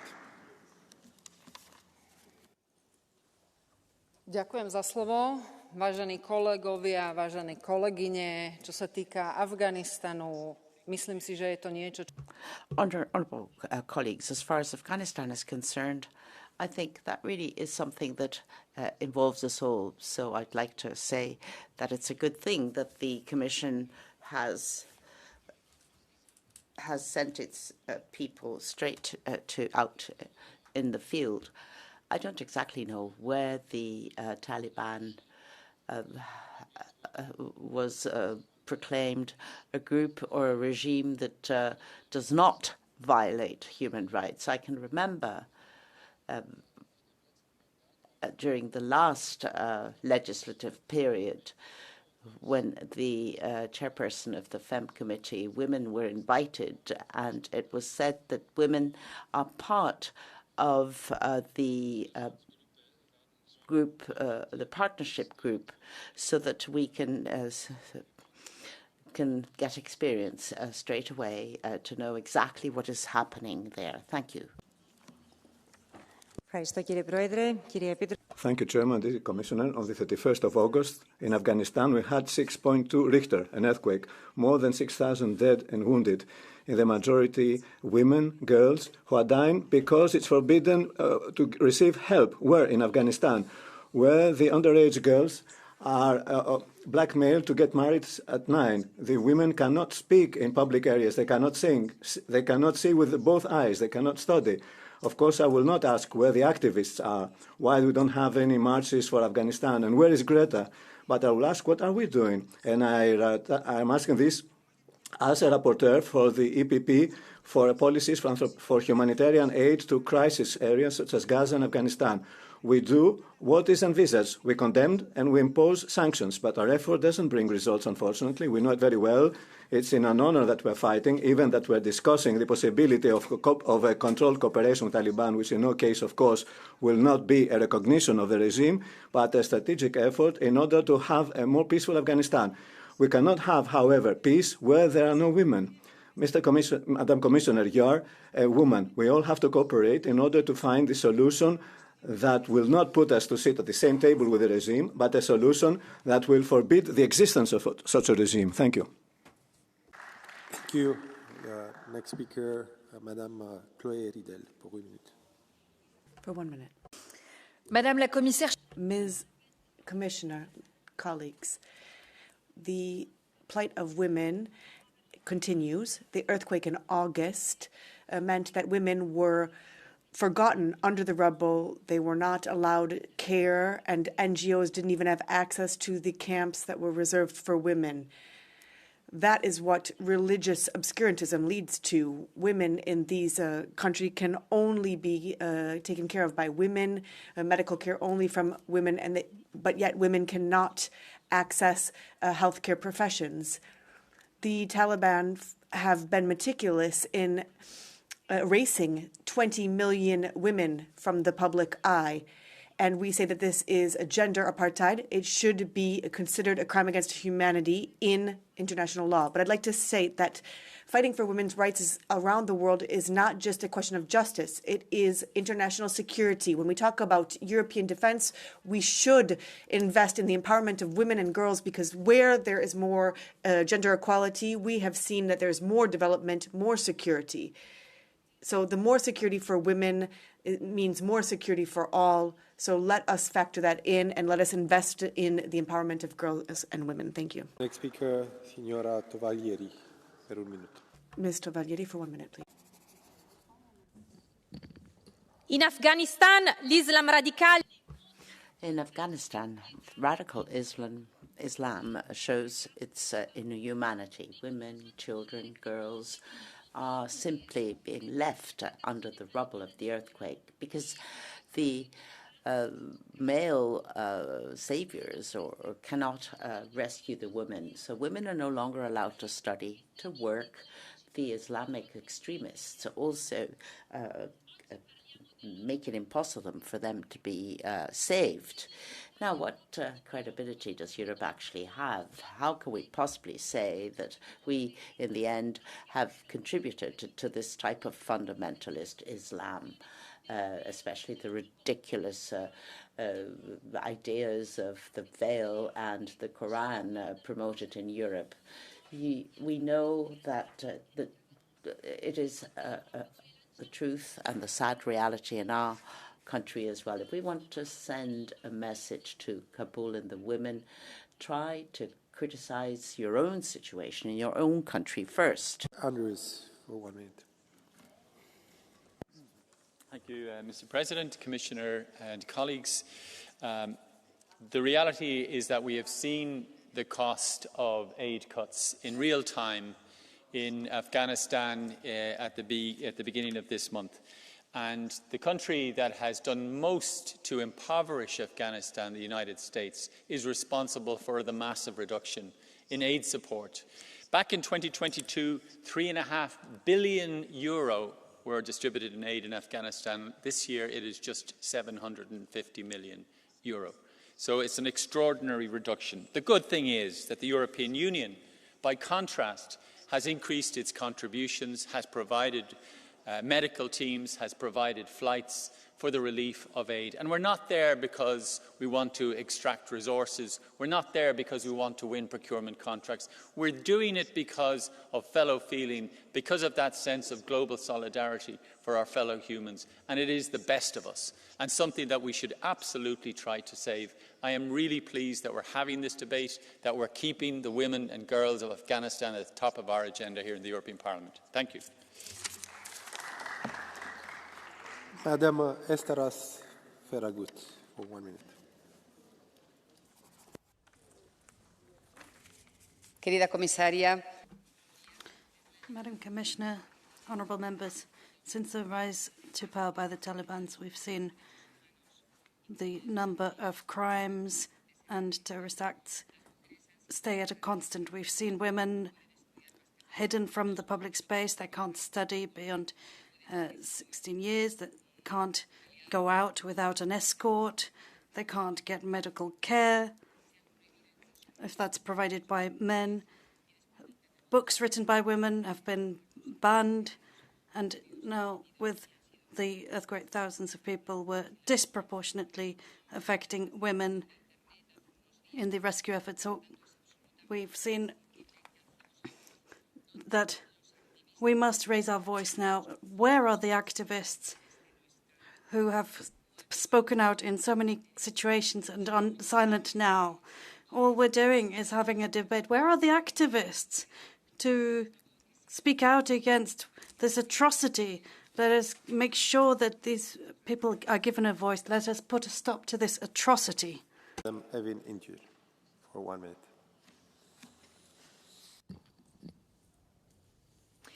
We must express our deepest solidarity with all those affected by the devastating earthquakes in Afghanistan, and especially with the brave Afghan women and men working tirelessly in relief efforts.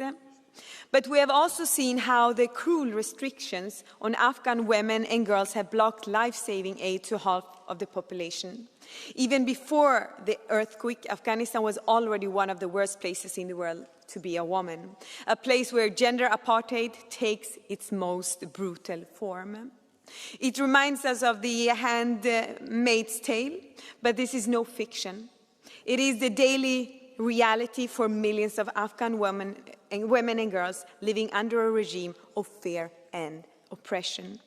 We must stand firm for the Afghan women and for women everywhere, especially during the time where we see attacks on women's rights in Afghanistan, but we also see different kind of attacks on women's rights here in our own union. So for all women and girls out there, we need to ensure that the European Union, in all our efforts, ensure to support targeting women and girls, especially during the time of crisis as right now in Afghanistan.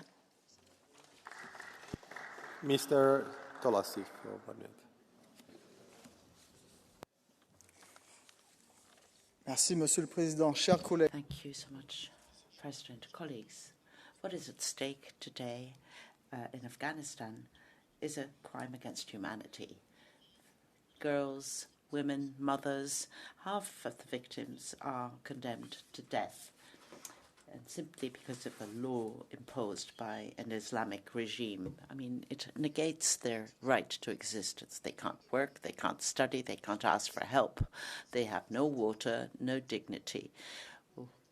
And all this in the name of an ideology rather than helping them. It is not culture that needs to be respected. It's life that needs to be respected. It's humanity that needs to be protected.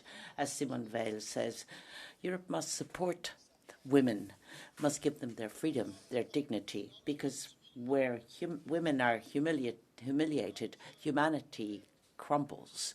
That is where women stand up. It is where we see a rebirth of our humanity. For us, women are the pillar of our community and the voice of change. The women of Afghanistan need to try and find a central role in the civilization again. You would have a blue card. Would you take it, sir? Garcia Almeida.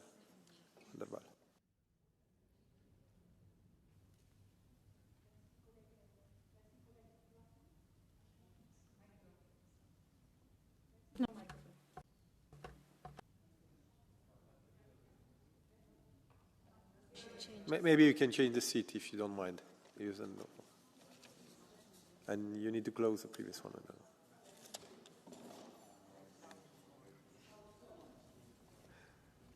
Yeah, try the next one. Yeah, sorry for that. It's okay. Merci, colleague Tolassi. Thank you very much. I think that you gave a very, very good description of the horrible situation in which the women of Afghanistan are at this moment. So my question to you, given your very good perception of how grave the situation is if you agree with me and with the European Court of Justice that women of Afghanistan have the right to protection as refugees in the European Union on the basis of their gender. Thank you.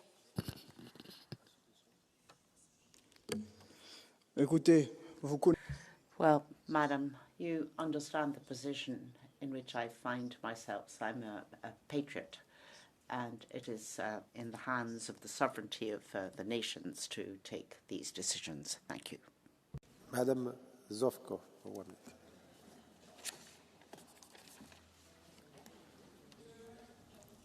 Very much, Mr. President. Madam Commissioner, in what kind of horrific world could we imagine the deprivation of medical care for women after natural disasters due to a lack of women doctors? In what sort of dreadful world could we envision that a woman's voice could not be heard singing in public? As inconceivable as it may seem, this terrifying situation exists. The Taliban authorities relentlessly invade every remaining inch of freedom for girls and women.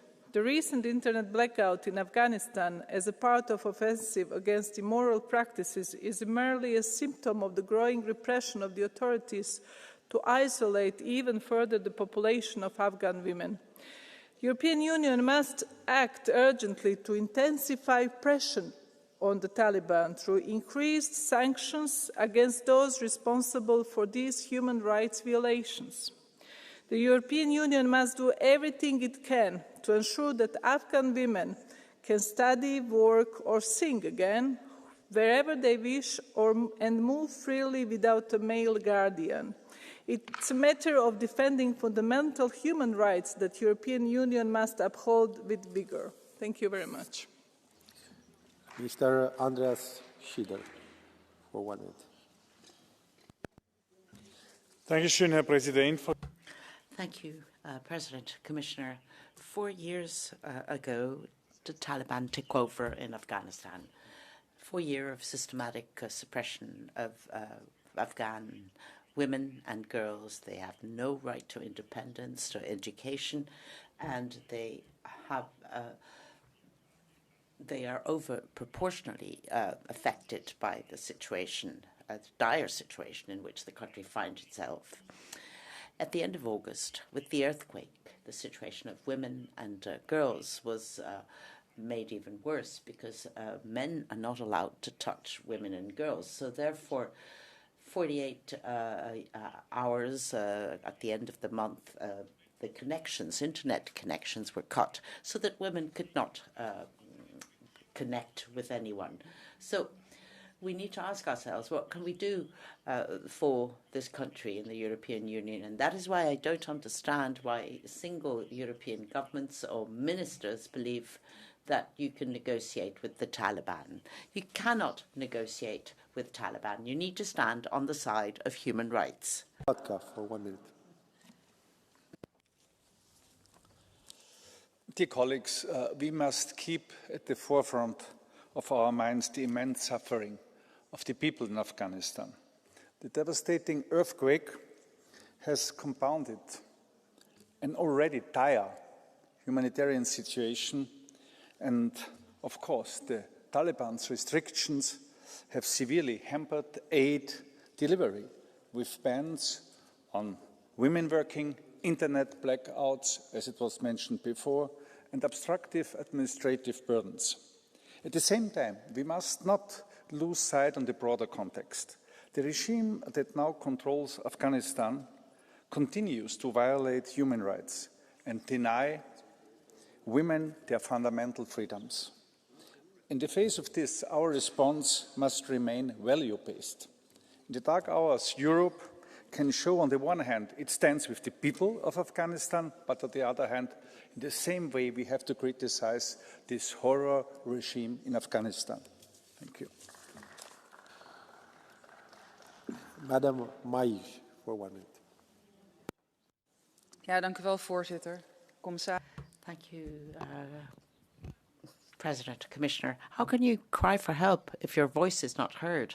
And how can you possibly be helped if men cannot touch women and women are not allowed to work? So there are no options for women. The earthquake that caused hundreds of deaths and wounded, well, we see that the rights of women had crumbled, but we need to support women, but we're not going to be solving the problems of human rights because they're under the rubble.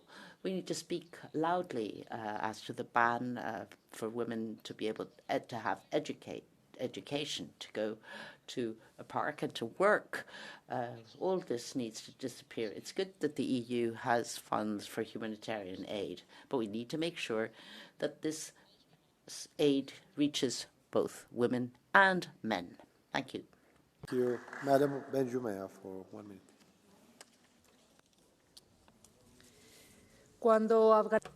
When Afghanistan was subjected to an earthquake weeks back, we learned that the Islamic regime did not prioritize saving women, leaving them under the rubble, literally.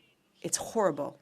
Now, this is a scandal, but it makes me think about something extremely sad. In Europe, we are focusing our debates and our rallies on the situation of women in our continent, where it's true that we know that they have their rights, and the veritable persecution of women is taking place outside of our borders without having any real media attention. Shouldn't this be the main cause of women's feminism in Europe? Because these women, the Afghani women, yes, they are born victims, and they should be a focal point of feminist combat in Europe, demanding sanctions against the Taliban regime and using all pressure that we have within our reach. Thank you. I have one question, a blue card. Would you like to take it? Yes, no worries.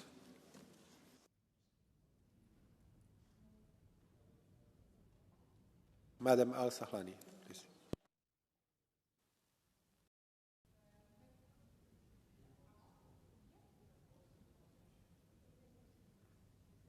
Microphone isn't working. Still broken, it seems, yeah.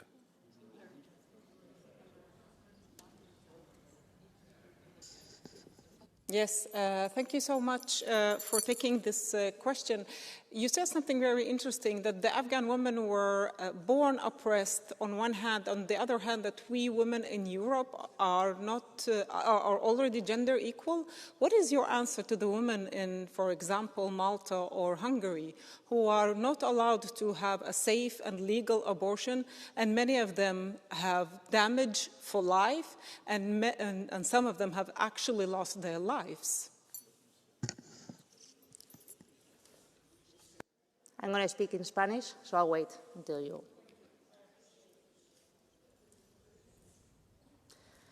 Muchas gracias.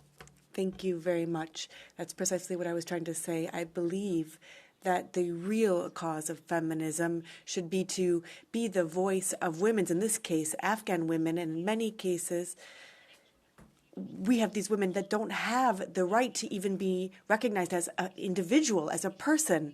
And to speak about abortion, it's quite sad. And what is happening in Afghanistan is dramatic, and it should be one of the main causes of European feminism. And I hope you agree with me, defending the rights of women in Afghanistan.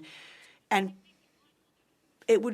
I don't think politicizing this will assist the women in Afghanistan, and I don't think it will help the feminist cause in Europe either. Thank you. Now conclude with the list of registered speakers. We move to the KTI procedure, and I start by giving the floor to Mr. Sean Kelly. Please, all the speakers, respect the time. Afghanistan has suffered 2 earthquakes. One, the geological earthquake, which was devastating, but more devastating was the political earthquake when the Taliban took over, because their attitude to women is animalistic, it's sadistic, it's illogical. To think that any man who was born because of a woman, who has brothers, who has sisters, wives, daughters, etc., can treat women like that is just absolutely abominable. And I think we have to highlight this far more internationally and look at international partners who can put an end to this gender apartheid. In fact, it's a crime against humanity, because it's a crime against women, because from the moment they're born to the moment they die, they're given absolutely no treatment other than disrespect all the way. They have no rights, they have nothing. We've got to stand up, and international partners have to come on board to set a date by which this nonsense has to end. Next speaker, Mr. López Aguilar.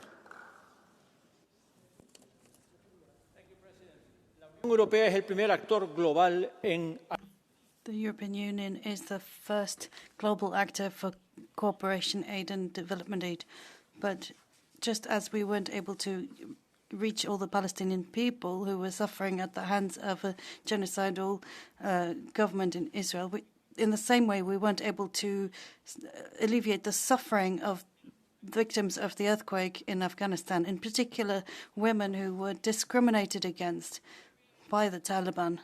The European Union is the biggest contributor to the ICC, and yet we weren't able to get a united position regarding the arrest warrant for Mr. Netanyahu. And just in the same way, we aren't able to reach a united position on the human rights offences that are being committed by the Taliban regime. So the message is the European Union needs to take the regime, the Taliban regime, to court for their crimes against humanity. So put an end to apartheid, gender apartheid, and impunity. Thank you. Muchas gracias. Ahora es el turno para la señora de la Pisa Carrión, por un minuto. Mrs. Lapisa Carrión, 1 minute, please. Señorías, Honourable members, in Afghanistan, as we've seen during the earthquakes, women cannot be helped by men, not even to save their lives, because the Sharia law bans men from touching women unless they're their wives or relatives. So these women are left to die. And that is what we see, treatment of women in Afghanistan, but not only in Afghanistan. You know what lies behind this cruel mentality. What about Pakistan, Saudi Arabia, so many other countries of sub-Saharan Africa? In Iran, 302 women have been executed since 2007. Afghani women need to be acknowledged, and feminism doesn't really talk about this at all. We need to speak without any complexes. We need to make sure that the right of women is taken into account, because Islamic fundamentalism is putting women at risk, because a man who does not respect a woman in Afghanistan is not going to do this in Brussels either. Thank you. Muchas gracias. Now it's the turn for Mr. Tinkunen for 1 minute.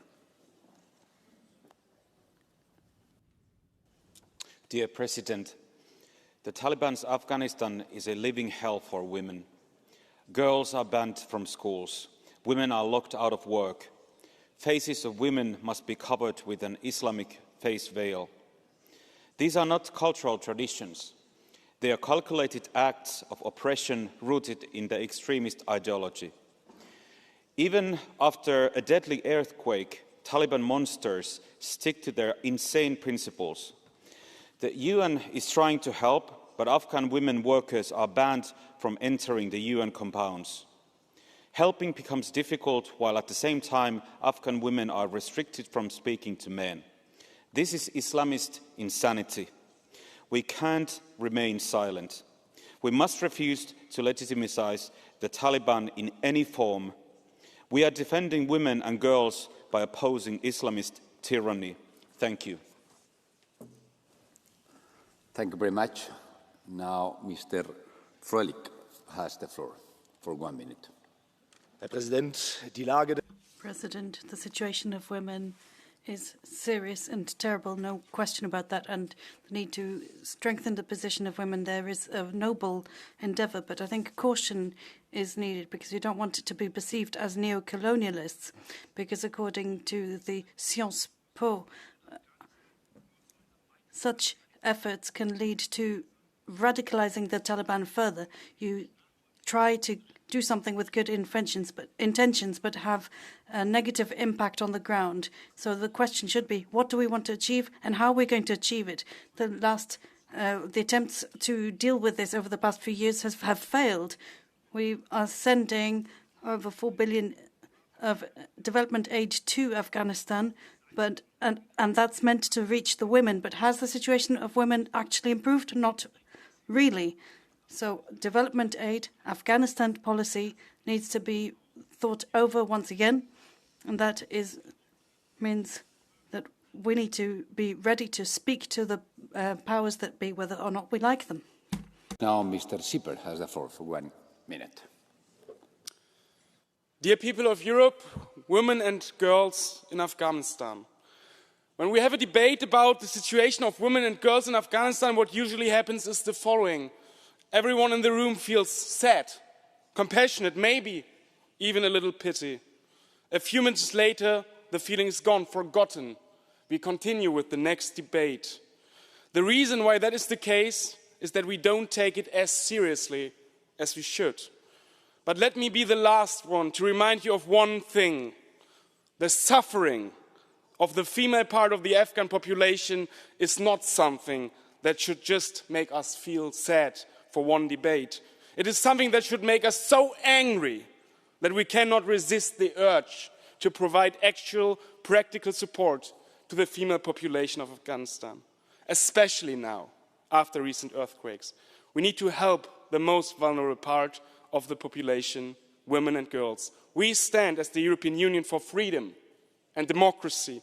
Those values do not stop at European borders. International efforts to improve the quality of life is the core of humanitarian aid. And that's why exactly I, the Party of Progress, and I'm happy that also this chamber calls for action. Thank you. Thank you very much, Mr. Sipper. Now is the turn for the European Commission, and will be Commissioner Lavip who has the floor.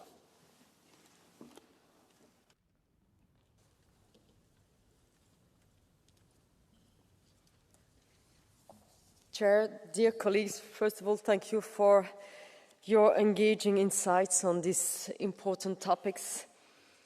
This earthquake in Afghanistan has struck communities already struggling with one of the most severe humanitarian crises in the world. And today, half of Afghanistan's population, 23 million people, depend on humanitarian aid to survive. Many of you have raised deep concerns about the particularly alarming situation of Afghan women, and you are right. Women and girls face the harshest reality, denied access to education, to work, and to public life. Afghanistan remains the only country in the world where girls are banned from school after the age of 12. More than 1.4 million girls are being robbed of their future. And yet, humanitarian aid is drying up. Since 2022, global funding has fallen from $3.8 billion to just $789 million this year. This limits the scale, capacities, and the speed of humanitarian actors. Only 28% of this year's humanitarian response plan is currently funded compared to 53% last year. In this context of growing disengagement, the European Union stands firm. We will not abandon the Afghan people. Through our presence in Kabul and through predictable principled support funding, we remain one of the last and most reliable partners on the ground. In 2025 alone, we have allocated more than 180 million euros in life-saving humanitarian assistance for Afghans in the country and across the wider region. But humanitarian aid alone will not solve this crisis. It is just a band-aid. We need long-term sustainable solutions, not just to help people survive, but to help them stand on their own 2 feet. And the best support we can offer is opportunity and empowerment, creating jobs and building social and climate resilience, because strong societies lead to greater stability. Stability is the foundation of security and prosperity. That is why our support goes far beyond humanitarian aid. The Commission is preparing an additional over 100 million euros in development assistance to help Afghans meet basic needs, rebuild their lives, and reintegrate returnees. This will focus on livelihood, resilience, and economic recovery. We are bringing together the EU's humanitarian development and political tools, a nexus approach in action. We are paying special attention to women, girls, and the most vulnerable, because no solution is sustainable unless it includes everyone. Political and humanitarian diplomacy must go hand in hand. We need diplomatic engagement with the Taliban, the de facto authorities, especially when they are systematically erasing the rights of half of their population. And this engagement is vital to delivering aid and securing access to those who need it most. We continue to call on the Taliban to reverse any ban that strips women and girls of their basic rights. The EU will continue to stand by Afghanistan's people, especially its women and girls, with solidarity and with compassion. Their rights, their dignity, and their humanity must never be forgotten. Thank you.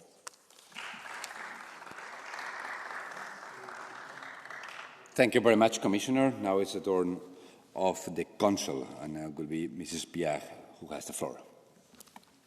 President, honourable members, Commissioner, we will keep monitoring the humanitarian situation in Afghanistan and also count on your support.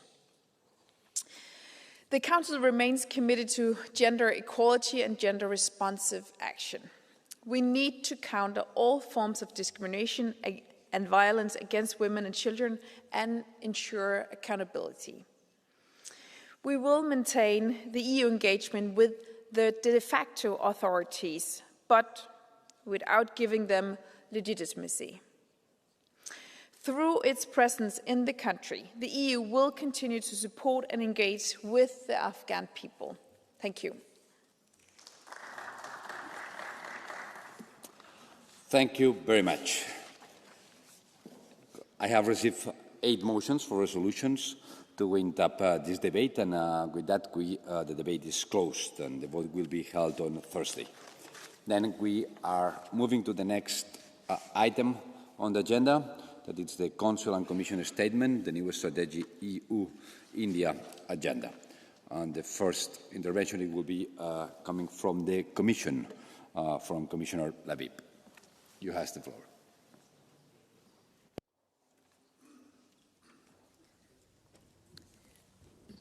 Thank you, Chair, honourable members of the European Parliament again. We are in a transformative moment for EU-India relations. The visit of the College of Commissioners to India in February 2025 was not a ceremonial diplomacy. It led to the foundation of a renewed strategic partnership shaped for the 21st century.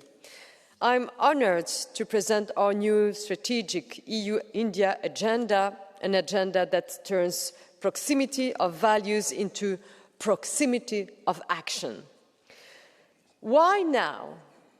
Because our interests and our responsibilities converge. India, the world's largest democracy and a powerhouse of growth, matters profoundly to Europe's security, prosperity and resilience. And Europe, India's trusted partner in rules, standards and investment, matters profoundly to India's inspirations. This is not just about cooperation between two regions. This is about two democratic powers joining forces to shape a more secure, prosperous and sustainable world. Together, we represent nearly a quarter of global GDP and population. Together, we can move to global needle. Europe and India are also converging by necessity. Recent wars, great power rivalry, and fragile supply chains are forcing both to adapt. Europe is de-risking after Russia's aggression. India seeks reliable partners without formal alignment. What unites us? Secure sea lanes, resilient infrastructure, trusted technology, and climate-compatible growth. Two big democracies partnering where it matters: market access, clean energy, safe technology, and connectivity that closes strategic distances. Because the world offers no softer alternative choice. Our agenda rests on 5 pillars that I will detail. First, prosperity and sustainability. The EU is India's largest trading partner. India is our largest partner in the Global South. We aim to conclude a high-ambition free trade agreement by end of this year, unlocking new flows of trade investment. Through Global Gateway, we are mobilizing billions for clean energy, digital networks, and sustainable transport. Prosperity without sustainability is short-lived. Our clean energy and climate partnership on green hydrogen, offshore wind, and energy efficiency will accelerate the transition and create good jobs on both continents. Second, technology and innovation. The future will belong to those who shape standards and scale breakthrough. Our EU-India innovation hubs will connect labs, startups and industry on AI, semiconductors and quantum. Through Horizon Europe, we open more doors for joint research that solves global problems, from health to climate to secure connectivity. Third, security and defense.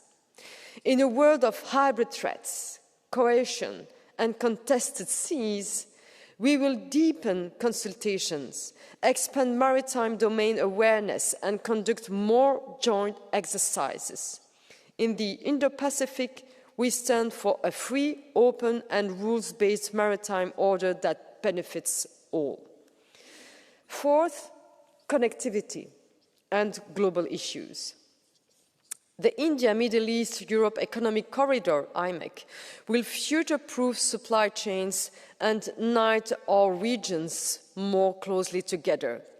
Our trilateral projects from Africa to South Asia will deliver reliable infrastructure, solar power, and disaster-resilient systems, partnering where we add the most value. Fifth, the human enablers. Our partnership is powered by people. The first pilot European legal gateway office in India will make skilled mobility simpler and safer. Our education and skills dialogue will deepen links between universities and training systems. The vibrant Indian diaspora in Europe already shows what we can achieve together. All this sits within a wider commitment to defend the UN Charter support Ukraine's sovereignty, counter terrorism and organised crime, reform multilateral institutions and deliver on the Paris Agreement. This is a partnership of democratic resilience, not against any one country, but for a world governed by rules, dignity and opportunity. Today, we choose to turn a shared agenda into shared outcomes. Let us get to work. Thank you. Thank you very much, Commissioner. Now, David McAllister. Mr. David McAllister has the floor for 1.5 minutes representing the EPP group and also our chair on the Foreign Affairs Committee. Thank you, Mr. President, Madam Commissioner. It is indeed now 3 weeks ago that the European Commission presented the joint communication on a new strategic EU-India agenda. It entails more than 60 concrete deliverables. This is welcome.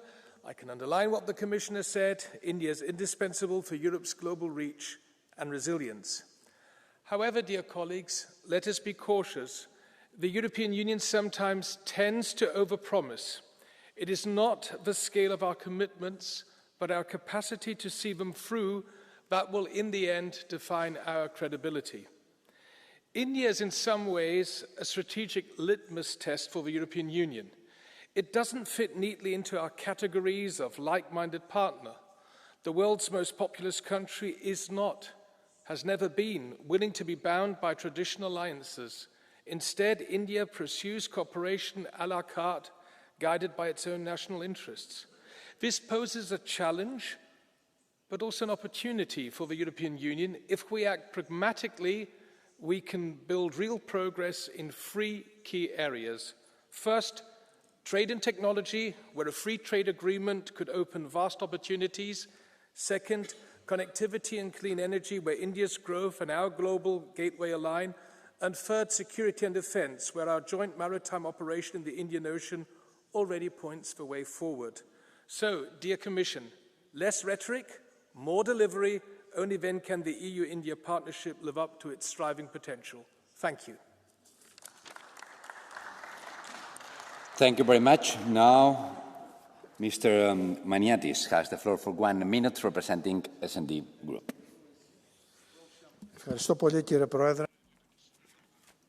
Thank you, Chair. Colleagues, India is one of the most important countries in Asia. With a constantly growing economy, it will be the 3rd bigger in the world by 2030. Last January, the communication about our new strategic agenda has been a new positive step. I hope we will have a mutually profitable agreement on a geopolitical level as well, including issues concerning the environment, sustainability, and human rights. India remains one of the most important trade partners of Russia. And after the recent tariffs by the US, we have seen a new rapprochement between India and China that has surprised many of us.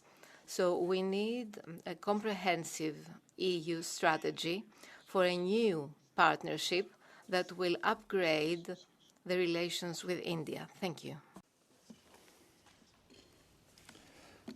Thank you very much. Now it's the turn for Mr. Mariani for 2 minutes representing Patriots. Dans la nouvelle architecture. In this new architecture of Narendra Modi's India, elected in 2014, 2019 and 2024, India is a rising global power. Faced against China, India extends its hand for cooperation, but the European Union neglected the EU-India partnership for too long. India is far behind China and the United States when it comes to trade relations, which is a shame because the BRICS are an empire in economic and trade terms. Today, the European Commission is proposing a roadmap to conclude an agreement, and that goes in the right direction. But the European Union doesn't want a facade or an empty partnership. We want concrete agreements on technology and energy, but also a commitment on fighting Islamist terrorism. And that is crucial if we're going to open the doors to trade with the fourth largest economy worldwide. We need to have this without conditions, without compromises, and with equitable compensation. We must extend a hand of friendship to Mr. Modi without any overtones of paternalism or arrogance, on an equal footing, and that's the only way we're going to strengthen ties with this rising global power. For Mrs. Gosiewska, for 1 minute, presenting ECR. Dziękuję. Dyskutujemy o nowej strategii. Thank you very much. Today we are speaking about the new strategic EU-India agenda, a country that on the one hand is an economic and technological power, but on the other hand, it is a country that is pursuing policies that do not comply with what the EU foundations are. We cannot pretend not to see the fact that India became one of the main recipients of Russian oil, which in effect means supporting the aggression against Ukraine.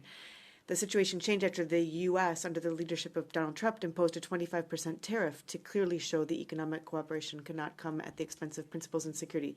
So how can we have these ambitious policies? How can we have a common policy when India has huge social issues, huge inequality, caste system, social inequality, and what about women and women's rights?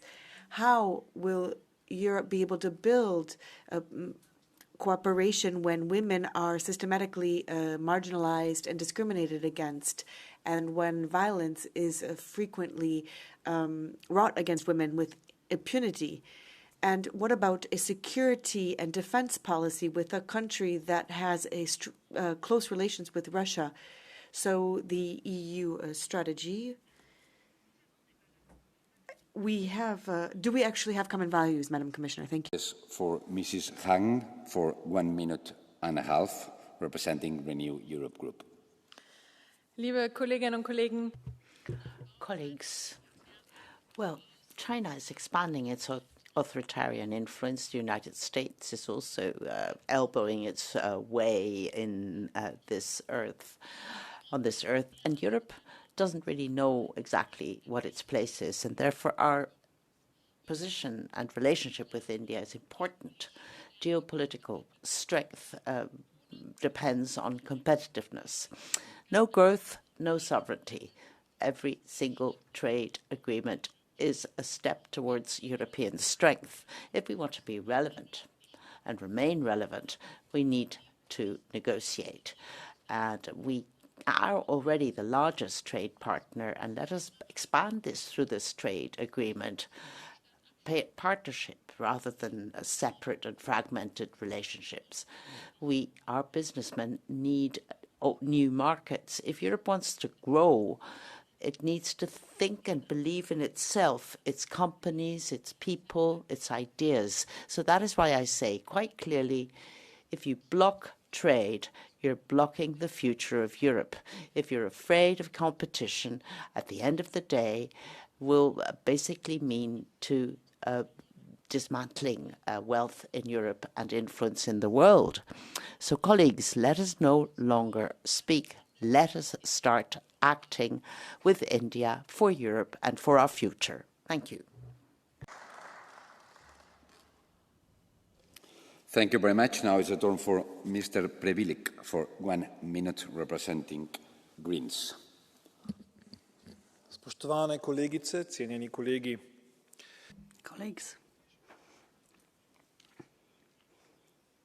the new strategic agenda for the European Union and India is based on a vision of a partnership.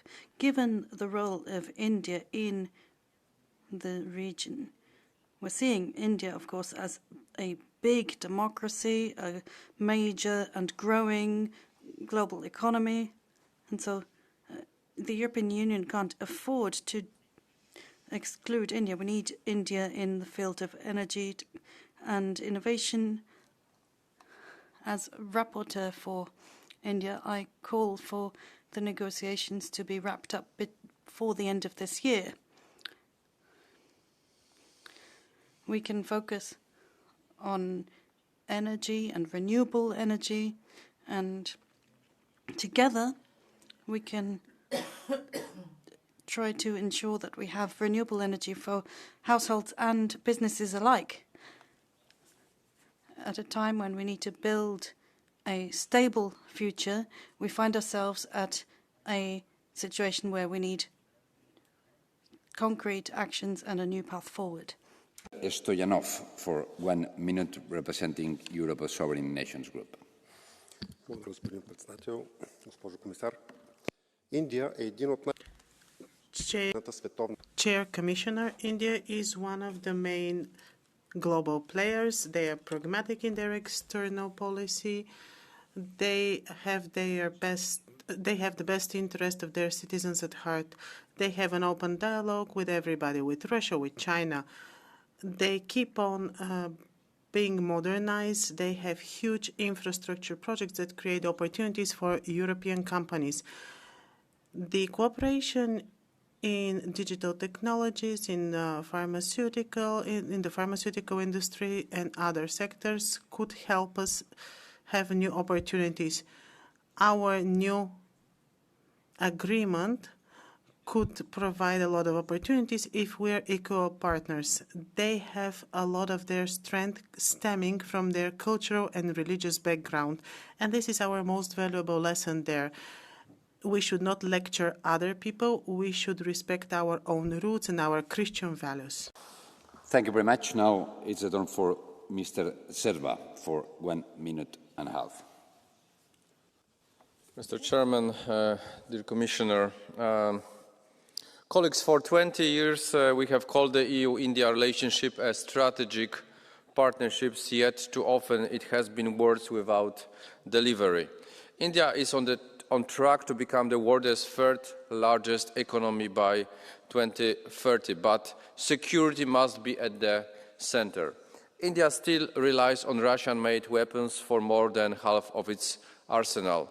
Europe should help reduce that dependence through technology transfer and defense cooperation, but only under strict conditions. In an amendment together with David McAllister on common security, foreign and security policy, we stress stronger security ties, joint naval exercises, links between the Indian Navy and EU missions, and a security of information agreement by 2026.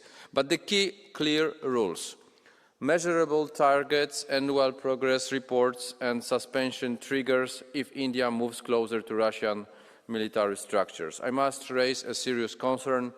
India joined the Russian-Belarusian Zapad 2025 exercise, a 65% Indian contingent trained alongside 100,000 troops, including simulated nuclear and cross-border operations. This casts doubt on India's shift away from Moscow. The EU cannot deepen security ties with a partner that still joins Russian-led war games while Russia frightened our neighborhood. Thank you very much. Thank you very much. Ahora es el turno para... I'd now like to give the floor to Mr. Sanchez Amorro. 1 minute, please. Thank you, President. Well, this framework is really a clear example of foreign policies. We look for partners with a sign right on our forehead saying we are desperate. We are looking for friends. And our partners or interlocutors know this. That is really not a good point of departure for this type of negotiation. Another limitation. You know, we negotiate with a threat because our interlocutors can find other allies, other sponsors, and they can move to the dark side. That is another weakness that everyone exploits. So it's not surprising to see that these new types of agreements, our souls, our value, our principles disappear. And we don't want to put anything in these papers that could bother the other side. I mean, I'm not even talking about violence against religious minorities or imprisonment, but not even the ILO agreements, no mention to development. It's pure realpolitik and no proximity values. So, you know, the union, which is introverted, which is has walled in, protected and free, the major Switzerland. Is that what we want? For Mrs. Maréchal, for 1 minute.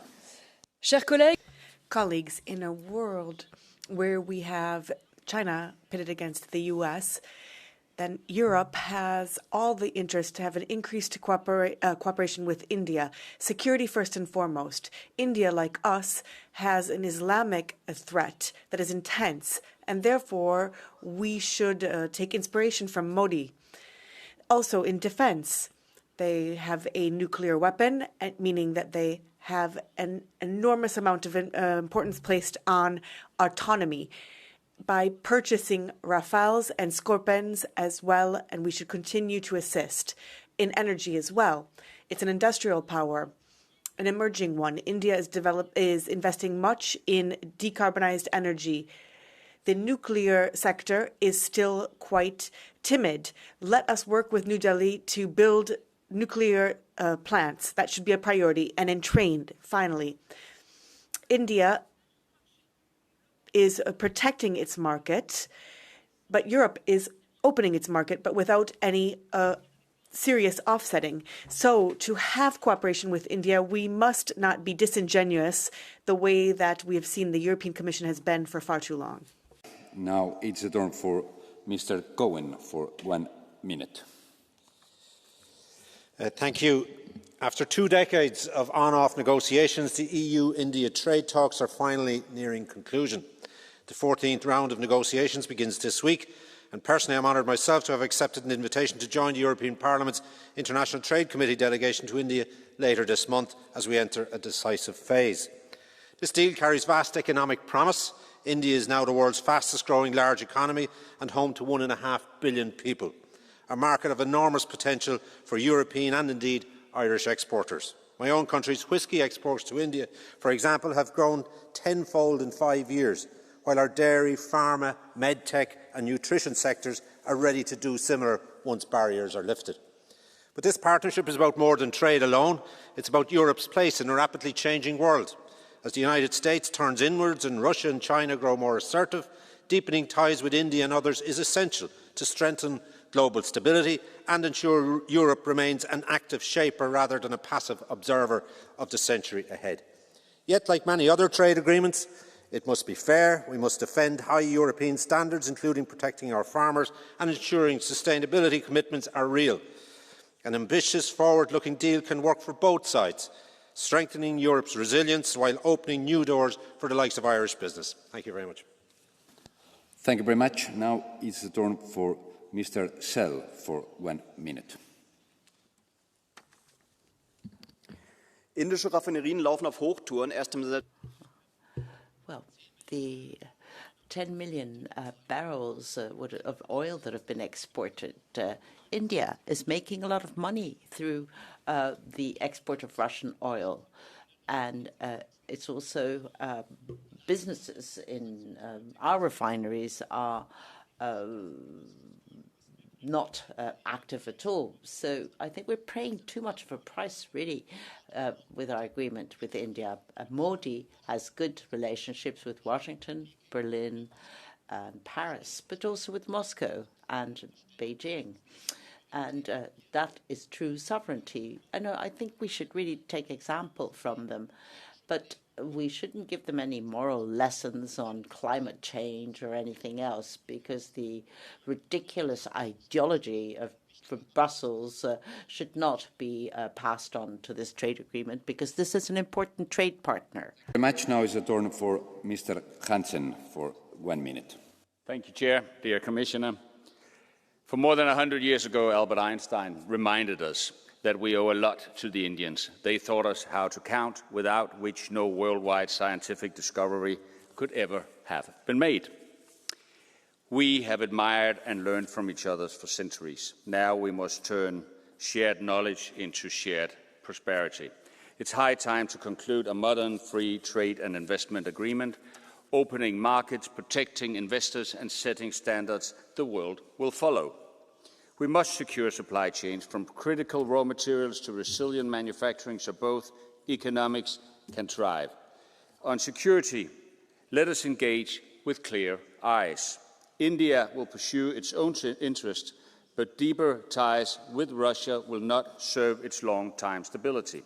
Instead, let's expand maritime, cyber and defence industrial cooperation between democracies that believe in a rule-based order. Together, we can lead in technology, AI, semiconductors and mobile networks, and connect our startups from Bangalore to Berlin. And now, we can drive the green transition, renewables, green hydrogen, sustainable finance, and through the global gateway. Europe and India has traded ideas for centuries. Today, our trade is not only in goods, it's in hopes. A hope for a more connected and more sustainable and more peaceful world. Let's build the future together. Thank you. Thank you very much. Now it's the turn for Mr. Benifei for 1 minute. In just a few weeks' time, the International Trade Committee of the European Parliament will go to New Delhi. It's a crucial moment for the future of our strategic partnership in a global context with an uptick in protectionism in the supply chains. And cooperation, therefore, is a strategic choice to strengthen our industrial fabric on both sides. It's important to have negotiations for a FTA that is balanced, ambitious, and reciprocal, that is also based on binding commitments in human rights and the environment and labor conditions. We need to have industrial cooperation, fight dumping, non-tariff burdens that have a negative impact on some sectors, including steel and aluminium.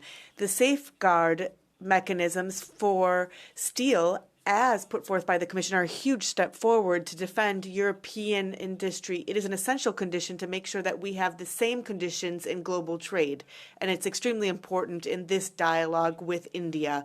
Clear rules, common rules, a shared vision, that is the only way that we will be able to have a strong partnership, a veritable pact for a fairer partnership that the world definitely needs. Thank you very much. Now is the turn for Mr. Gothi for 1 minute.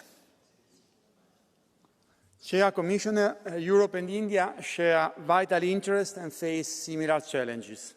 We both push to rethink and relaunch multilateralism, starting with the reform of the UN.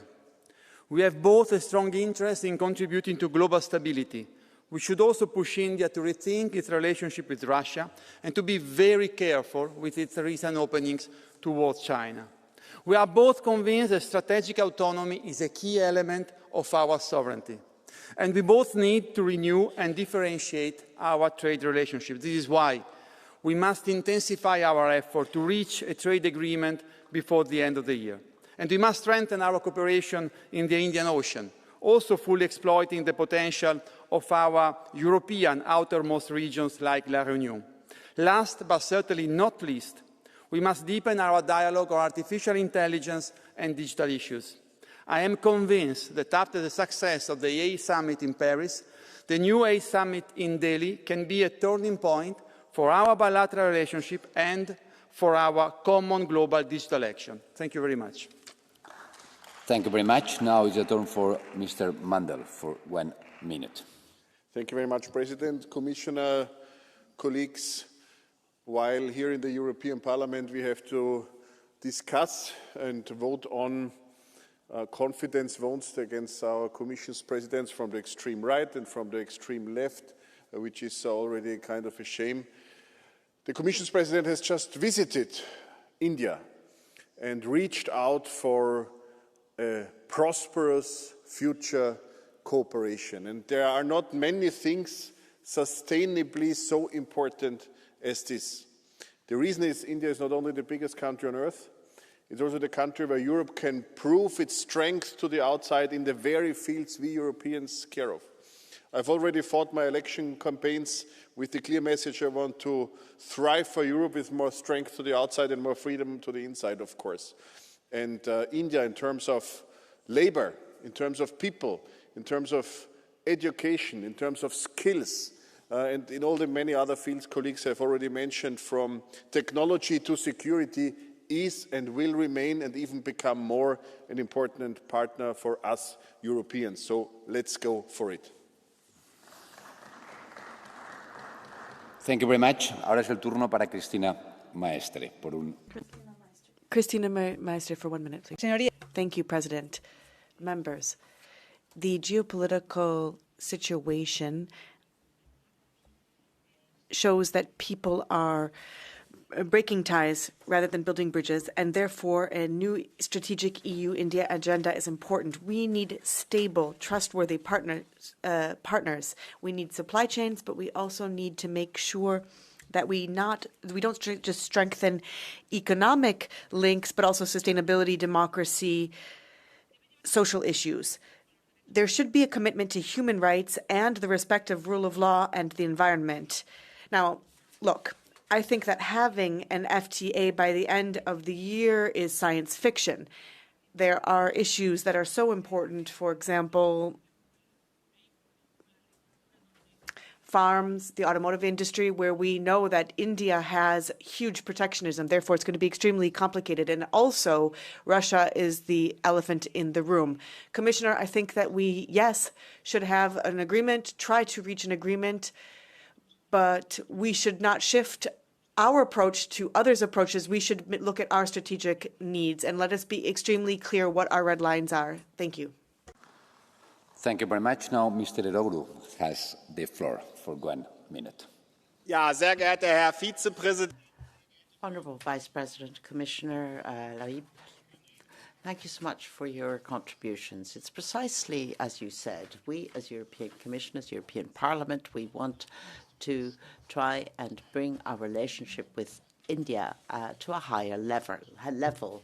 Of course, this step is being taken much too late. We should have been cooperating with India, and we've been saying this in the Parliament and in the Member States, but we have ignored this. But let us be credible.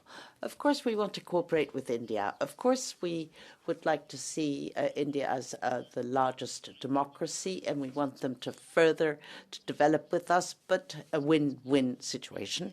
But our credibility must not be lost. If we have sanctions against half the world because of the Russian invasion of Ukraine, I mean, we need to be consistent with India, and our credibility as democrats must not be lost. So try to get a good agreement with India. We in the Parliament will support you. Very much, Mr. Eroglu. Mr. Eroglu, you have a blue card coming from Mr. Sieber, if you want to accept it.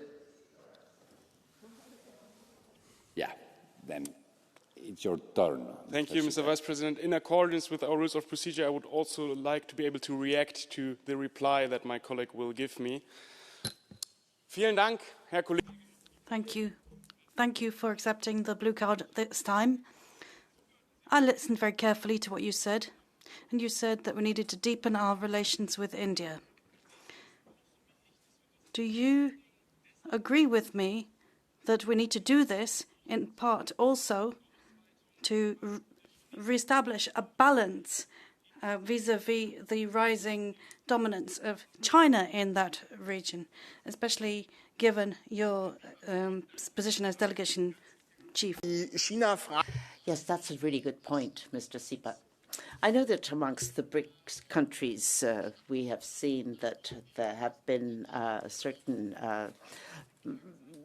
countries coming closer, but we did make the mistake because we haven't treated India properly in the past. And that is why I say quite clearly we with India, which has similar values as ourselves, not the same, but similar. We need to have closer relationships. We need this free trade agreement, but our credibility must not be lost.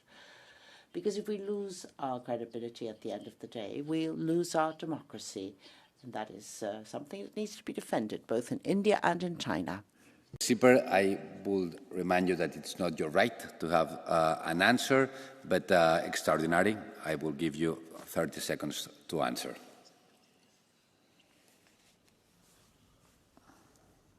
Thank you very much, Mr. Vice President. Herr Kollege, My dear colleague, I could agree with what you've said. I would have been very pleased to hear an actual answer to my question. But reading between the lines of what you said, I take it that we are on the same line. And credibility will depend on a number of things. If we cooperate more closely with India, then we shouldn't turn a blind eye to those things that prevented us from cooperating more closely in the past. So human rights, consumer protection, and all the other issues that are related to European values. Thank you. Okay, thank you very much. After this fruitful conversation, we move to Mr. Johnski for 1 minute. Bardzo dziękuję, panie przewodniczący. Thank you very much, President. I am so pleased that we are looking at this partnership with India, and I think it's important for us to ring-fence the interests of the EU and its members, specifically in one sector. In ceramics, 100,000 people work in this sector in Poland. And tariffs in India are extremely low compared to China, and therefore we fear dumping of ceramics in Europe. Therefore, we need to have a level playing field. Madam Commissioner, much like with China, I hope that we will establish a tariff, an anti-dumping tariff, to protect an extremely important sector of ceramic tiles, ceramics in general. That will be very important for the competitiveness of the European industry. Thank you. Has the floor for 1 minute.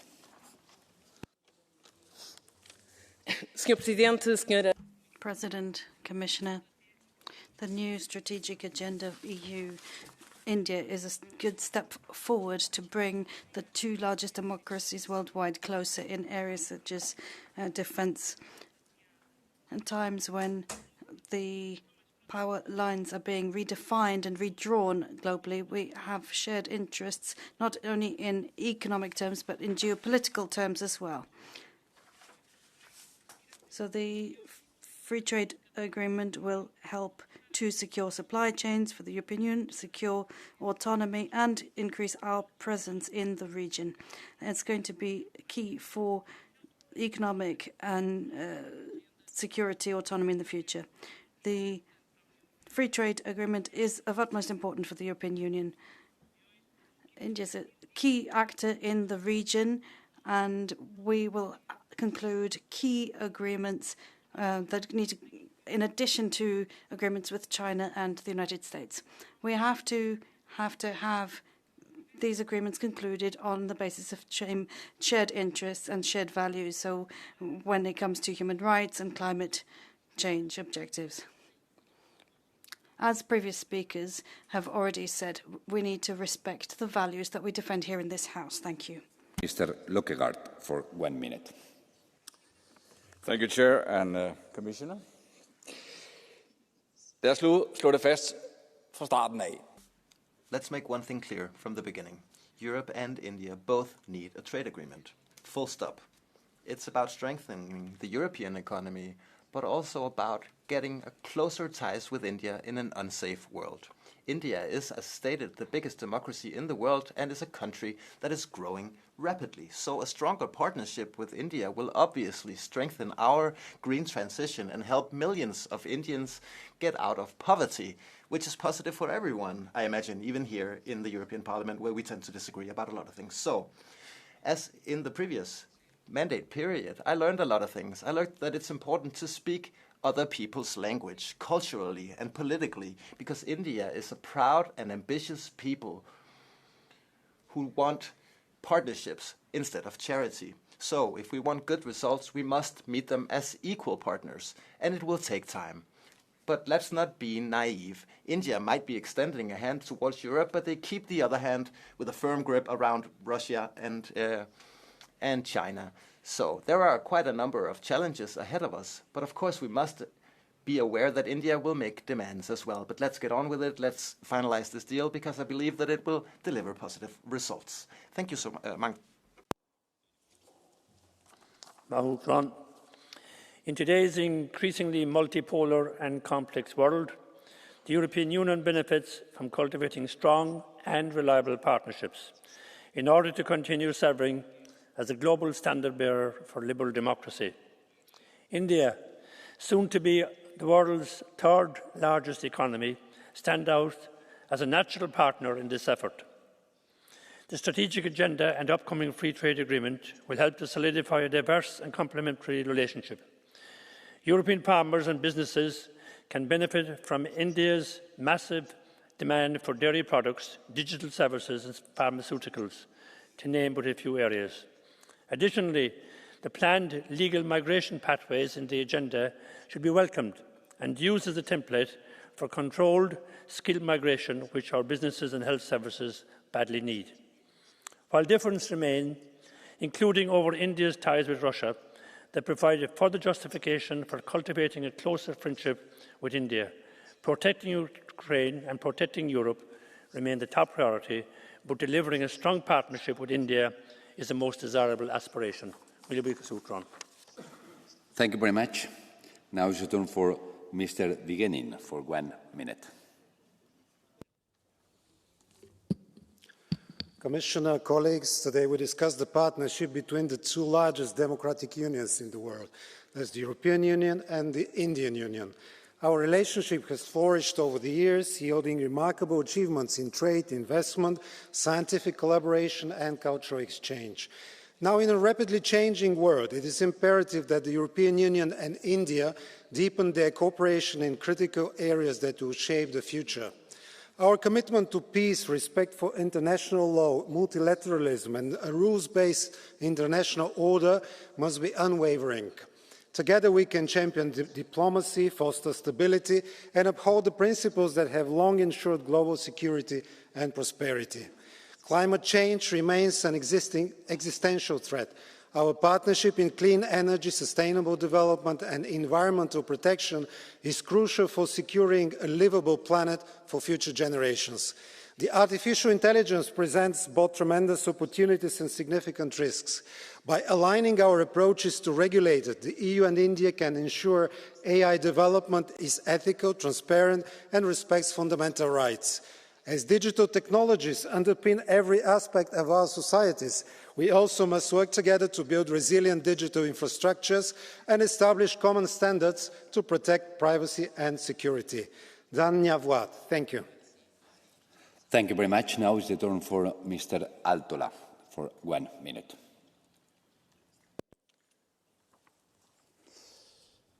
President, Commissioner, at a time of profound geopolitical change, strengthening EU-India relations is a strategic imperative. If we have any strategic sense left, we will move towards that goal. India has been and should continue to be a counterweight to China. India, world's fastest growing major economy, the largest democracy, is a natural partner in building resilience, diversifying trade and shaping a more balanced global order. The EU-India Free Trade Agreement lies at the core of this effort. Yet, partnership cannot come at the expense of principles. India's continued engagement with Russia, a regime waging a war of aggression against the European state, must be addressed openly. A true partnership is built on trust, responsibility, and a shared vision for global stability. Thank you very much. Now is the turn for Mr. Siodras for 1 minute. Thank you, Chair, Commissioner, colleagues. In a world that is radically changing, the European Union must redefine its position. The cooperation between the EU and the US does not have the form it used to have, but it must not be disrupted in spite of difficulties. At the same time, we have to look at other places around the world where there are emerging powers. At the beginning of the year, I participated in the delegation of the INTA committee that visited India, and I had the opportunity to see economic progress in many sectors. I saw how European businesses attach importance to the Indian side, and on the other hand, India attaches importance to their cooperation with Europe. The corridor India, Middle East, Europe will be to the benefit of European businesses and European citizens. This cooperation must respect European quality and security standards and provide true access to markets. Thank you. Turn for Mrs. Wintig for 1 minute. Sehr geehrter Herr Präsident. President, Commissioner. Since 2004, we've been strategic partners with India, but at the same time, we have clear differences of opinion, whether it's about Russian fossil fuels or military exercises in Belarus and Russia. The fact that we're seeing a far-reaching geopolitical change is relevant here. India, with its educated population, has a lot of potential for cooperation with Europe. The free trade agreement with India is something we should tackle urgently now. With its new strategic agenda, we're laying down the foundation for a far-reaching partnership that is going to be valuable both economically and in terms of the technology. Thank you. For 1 minute.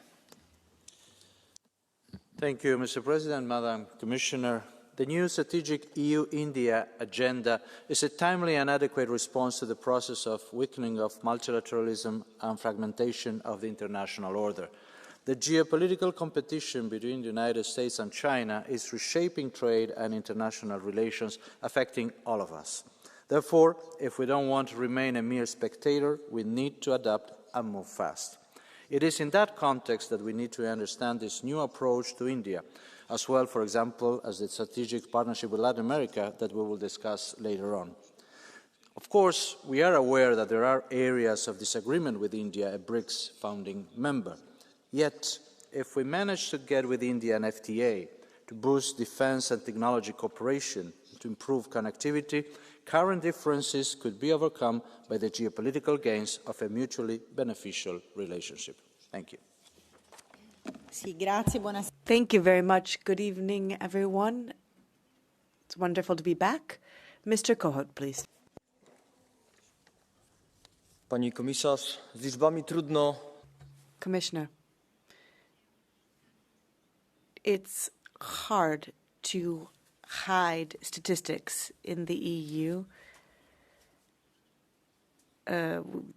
450 million population, India 1.5 billion.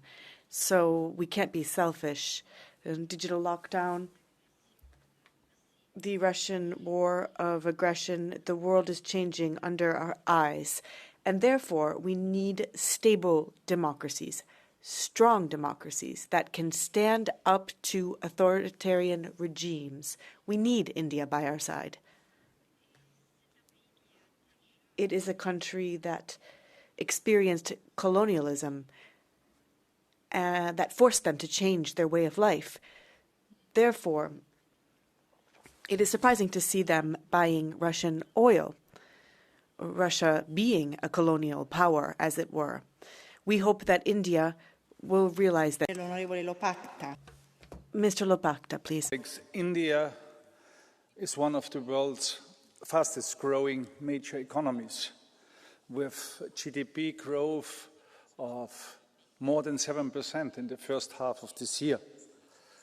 Their demographic strength, rising technological capabilities, and also their big economy shows how important this country is. For the EU, a new strategic agenda with India can offer opportunities in trade and investment.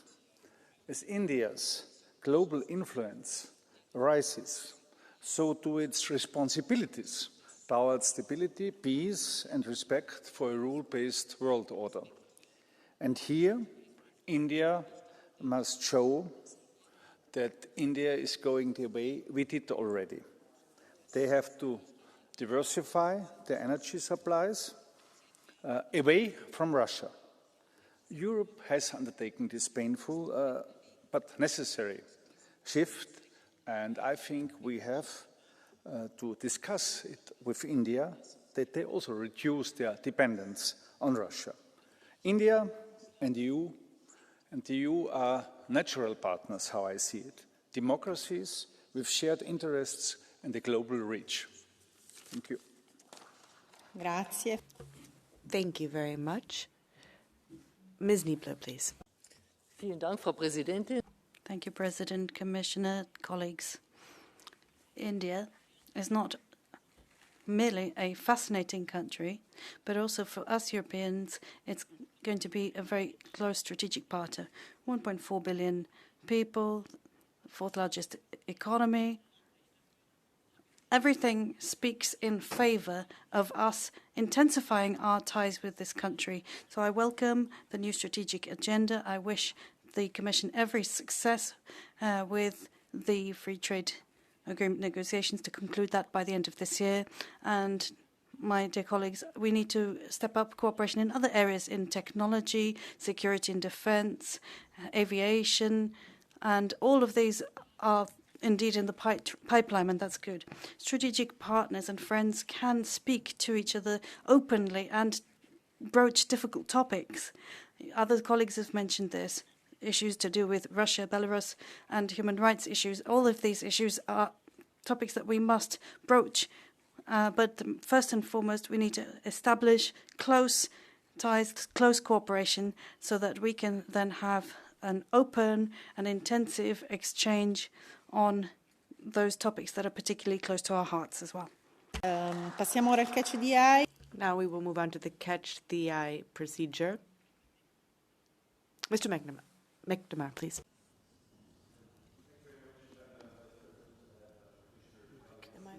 The micro, just a minute. Is that working? Yes, thank you, Madam Vice President, Madam Commissioner, colleagues. At this time when instability and change are the only constants, I think it is vital that the European Union look across the world and try to reach out to countries with which it shares values. And look to accentuate that which it shares rather than accentuate differences. India has much in common with the European Union and its member states. It cherishes democracy, it cherishes rule of law, it has done since its foundation. It also builds its future on education, trying to move forward, trying to build technology in that regard. With regard to rule of law, it shares a common law legal system with at least one member state, namely my own. But I think in looking to develop a future with India, it would be really foolhardy of us to lecture India on where it should position itself in the geopolitics of the world. India has always pursued a middle way. When there were revolutions and wars on its frontiers, it pursued a middle way. It will pursue its own course, whether we like it or not. The question is whether we can respect and value India as much as it deserves as a trading partner to be respected and valued. Not lecture and hector to it, but rather to respect it and try to move forward together and to accentuate that which we share rather than our differences. Thank you for the opportunity to contribute. Now, on behalf of the Commissioner, I'd like to give the floor to Commissioner Levy, please.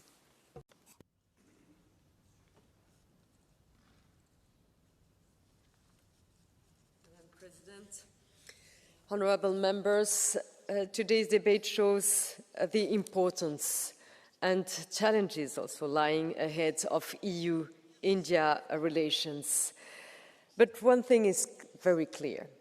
60 years after establishing diplomatic ties, Europe and India are ready to write a new chapter, practical, ambitious, and accountable as well. Our joint communication is not a manifesto to be framed. It is a plan to be implemented. While in the coming days we will adopt the Council conclusions on India, we will soon propose a joint EU-India comprehensive strategic agenda for adoption at our next summit, which will demonstrate the commitment of our Indian partners to this joint cooperation.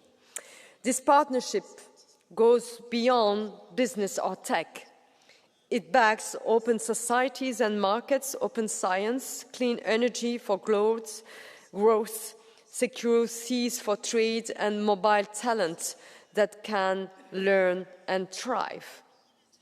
India's success strengthens Europe. Europe's success supports India.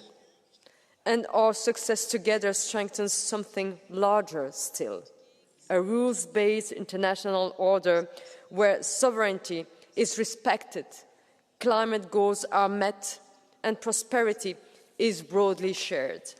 However, we do not ignore the challenges ahead. Yes, India is an important importer of Russian oil. India's participation in the Zapat military exercise, albeit at a much lower level than originally planned. All concerns have been directly communicated to the Indian authorities. And at the same time, the Commission is convinced that engagement is the right way forward. Prime Minister Modi, in a recent call with our President, reaffirmed that India opposes Russia's war of aggression against Ukraine. And that now is the moment to deepen cooperation with Europe. So the 21st century will be shaped by the partnerships that dare to deliver. So let us choose delivery over rhetoric. The future is EU-India, and the future begins now. Thank you. Grazie. Thank you very much. Indeed, Madam. The debate is closed. Now, we will move to the next item on the agenda, which is the report by Mr. Stier, EU Political Strategy on Latin America. And we will give the floor directly to the rapporteur, Mr. Stier. Go ahead, sir. President, thank you, Commissioner. With this resolution, we will be defining the priorities and sending out a message from the European Parliament to the next EU-CELAC summit. In a world of less multilateralism and more fragmentation, Latin America cannot be excluded from our strategic thinking. On the contrary, we need to understand Latin America as a natural ally with which we share centuries of shared history, but also common values. And we need to pursue this move away from dependencies. Without Latin America as a strong partner, Europe will never be a strong player on the geopolitical stage. And without Europe, Latin America too will be unable to achieve its own autonomy. That's why we can talk about this transatlantic Latin America-EU cooperation. Both sides love freedom, and that should be the basis of our cooperation so that we can build stronger economies and societies, as we do with the agreements concluded with Chile and Mercosur. Those agreements will send out a very strong signal to the world that democracies can cooperate without increasing tariffs and by respecting worker rights and the environment. We also want to tackle the scourge of organized crime and the drugs trade and step up cooperation in the field of security and justice. It's clear that the European Union must try to tackle the root causes of these evils, and we cannot neglect development aid in Latin America. And in this regard, the Global Gateway will be playing a key part, especially when it comes to channeling investment into strategic areas. But we need more transparency, more parliamentary scrutiny, and we should not neglect the key focus, which should be poverty eradication. We must also be more decisive in defence and fight against authoritarianism, and that's why we call for the release of all political prisoners. Jan Ganmosal, a Czech citizen, but also more than 600 political prisoners currently held in Venezuela. We call on the Maduro government to cease its oppression of the opposition and cease its support for the Russian aggression against Ukraine. And we will be raising the Cuban issue with regard to Russian cooperation as well. And we will be dealing with sanctions against the Daniel Ortega regime in Nicaragua. Now, we are concerned about dictatorships, but we're also concerned about the checks and balances and stability of democratic regimes in countries such as El Salvador and elsewhere. We are concerned about the human rights situation, and we will be setting out very clearly what our values stand for. We will have clear recommendations for Santa Marta for when we will be defining cooperation on sustainable development, energy transition, education, and a social welfare system with a clear bi-regional agreement. We will be creating a space for joint cooperation between summits. And we will not be ignoring the challenges that we face. Europe and Latin America will be better prepared to act on the global stage, and this resolution helps us move in that direction, helps us develop a transatlantic area for peace and prosperity. Thank you. Thank you very much. Ms. Parhin, please. Gracias, Presidenta. Thank you, Madam. In a week, we'll be celebrating the summit. This gives us an opportunity to close ties with a part of the world where we have similar values, we have the same interests, and we have a similar vision of the world.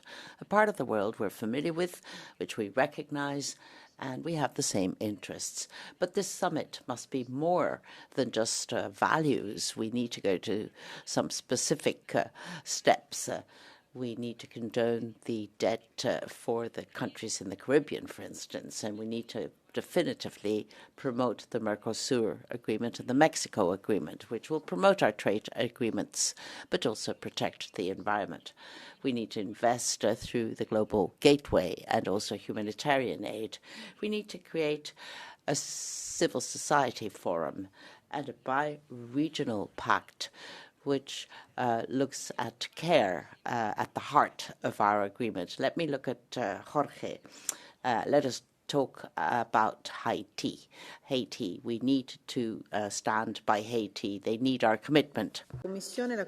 Thank you. On behalf of the Commission, Commissioner Labib, please.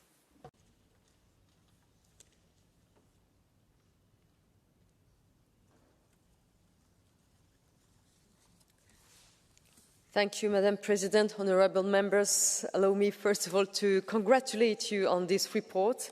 We see eye to eye with the European Parliament on the importance of the partnership with Latin America and the Caribbean. The world is changing fast. Geopolitical tensions are rising. The very principles of cooperation and dialogue are at stake. At this moment, the partnership between the European Union and Latin America and the Caribbean is not only useful, it is essential. We do not always agree with the Latin America and the Caribbean countries, but they are still the world's closest regions, with most of the region sharing our core values: democracy, human rights, and the rule of law. During the UNGA High-Level Week in New York in September, the HRVP, together with her Colombian counterparts, shared a meeting of the EU and CELAC foreign ministers, bringing together 60 countries, 1/3 of the United Nations in the EU delegation in New York. The political signal was very clear. We are committed to building a stronger partnership. to face the challenges ahead, be it the security of our societies, the defense of our territorial integrity, diversification and boosting trade and investment, the future of AI or the fight against climate change. We need to work together. Since the EU Select Summit held in Brussels in 2023, our relationship has advanced steadily. Over 30 high-level EU visits to the region, more dialogue and tangible progress on sensitive issues such as citizen security and the fight against organized crime. The benefits of our cooperation speaks for itself. We are the first investor with accumulated FDI with stocks similar to the combined investment of China, India, Japan, and Russia. We are the third largest trading partner and a key cooperation partner of the region. Trade between our regions based on a dense network of agreements has grown by more than 45% since 2013, exceeding €410 billion annually today. Trade has increased by over 150% between the EU and our Central American partners, with whom we held the first ever Association Council in July. We have the densest network of agreements compared to any region in the world. This network has been reinforced with the new agreement with Chile, and we hope the EP, the European Parliament, and our member states will support the new modernized agreement with Mexico and the new agreement with Mercosur. Through Global Gateway, with 45 billion mobilized until 2027, we are driving strategic projects in renewable energy, digital transformation, and sustainable infrastructure, from power interconnections to satellite connectivity, and from clean technologies to tackling sargassum in the Caribbean. The summit with CELAC in Colombia in November will be an opportunity to deepen our cooperation. Our focus rests on strengthening democracy and multilateralism because we must work with the region to defend democracy. Here, your role in parliamentary diplomacy, together with our electoral observation missions, 4 in the region this year, is really essential. Advancing the green, digital and social transitions with a focus on energy. Boosting trade and investment to improve our resilience because in a world tempted by tariffs and protectionism, we choose more trade and more investment to promote growth and opportunities. And stepping up cooperation in citizen security and against organized crime because our citizens demand more joint action against violence and organized crime. Finally, our partnership is not just about governments, it is about people. That is why we will organize in the margins of the summit side events with civil society and the business community. Our partnership with the region is a strategic asset. Let us make it stronger. The European Parliament is an important ally in this endeavour. Looking forward to listening to your views now. Thank you. Thank you very much. Now, Mr. Mato, please. Gracias, Presidenta. President, thank you. No one will be surprised when we talk about the importance of Latin America for Europe. Now, this report is no less important or urgent because of that. The European Union wants to develop an effective external policy. So then, if we want to do that, we have to consolidate our relations with Latin America, and they've been in the waiting room for far too long. If we want to be able to compete with Russia, China, and the United States, then we cannot simply do things in an half-hearted way. We must see things through If we have agreements with Latin American countries, but they're just the start. We can't ignore the democratic backsliding in the region. Venezuela, Nicaragua, and Cuba are just examples of this. There may be a day now when we will be writing history, or we can simply add to the list of summits that achieved very little.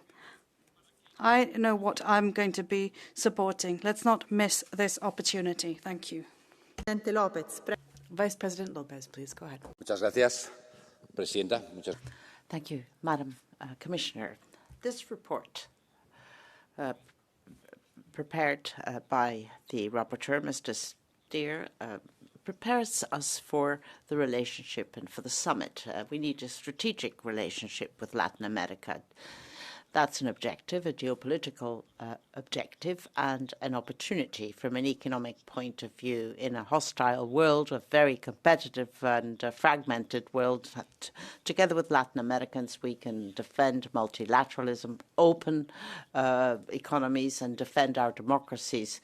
Strategically, we can defend our autonomy, our strategic autonomy. And at the same time, opportunities, raw materials, technology transfers. Now, how are we going to do this? Getting better coordination on our positions in the world. The CELAC European Union Summit is so important. We need to have permanent relationships. We also have the Mercosur agreement. That's going to be the difference, and the agreement with Mexico.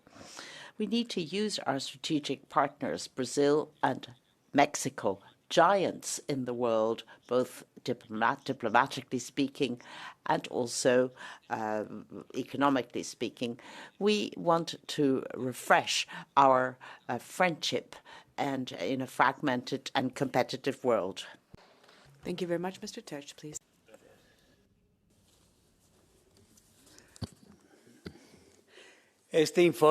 This report could have been something else, but it's going to be yet another empty document of this House. We know that Latin America and the Caribbean is suffering from narco socialism.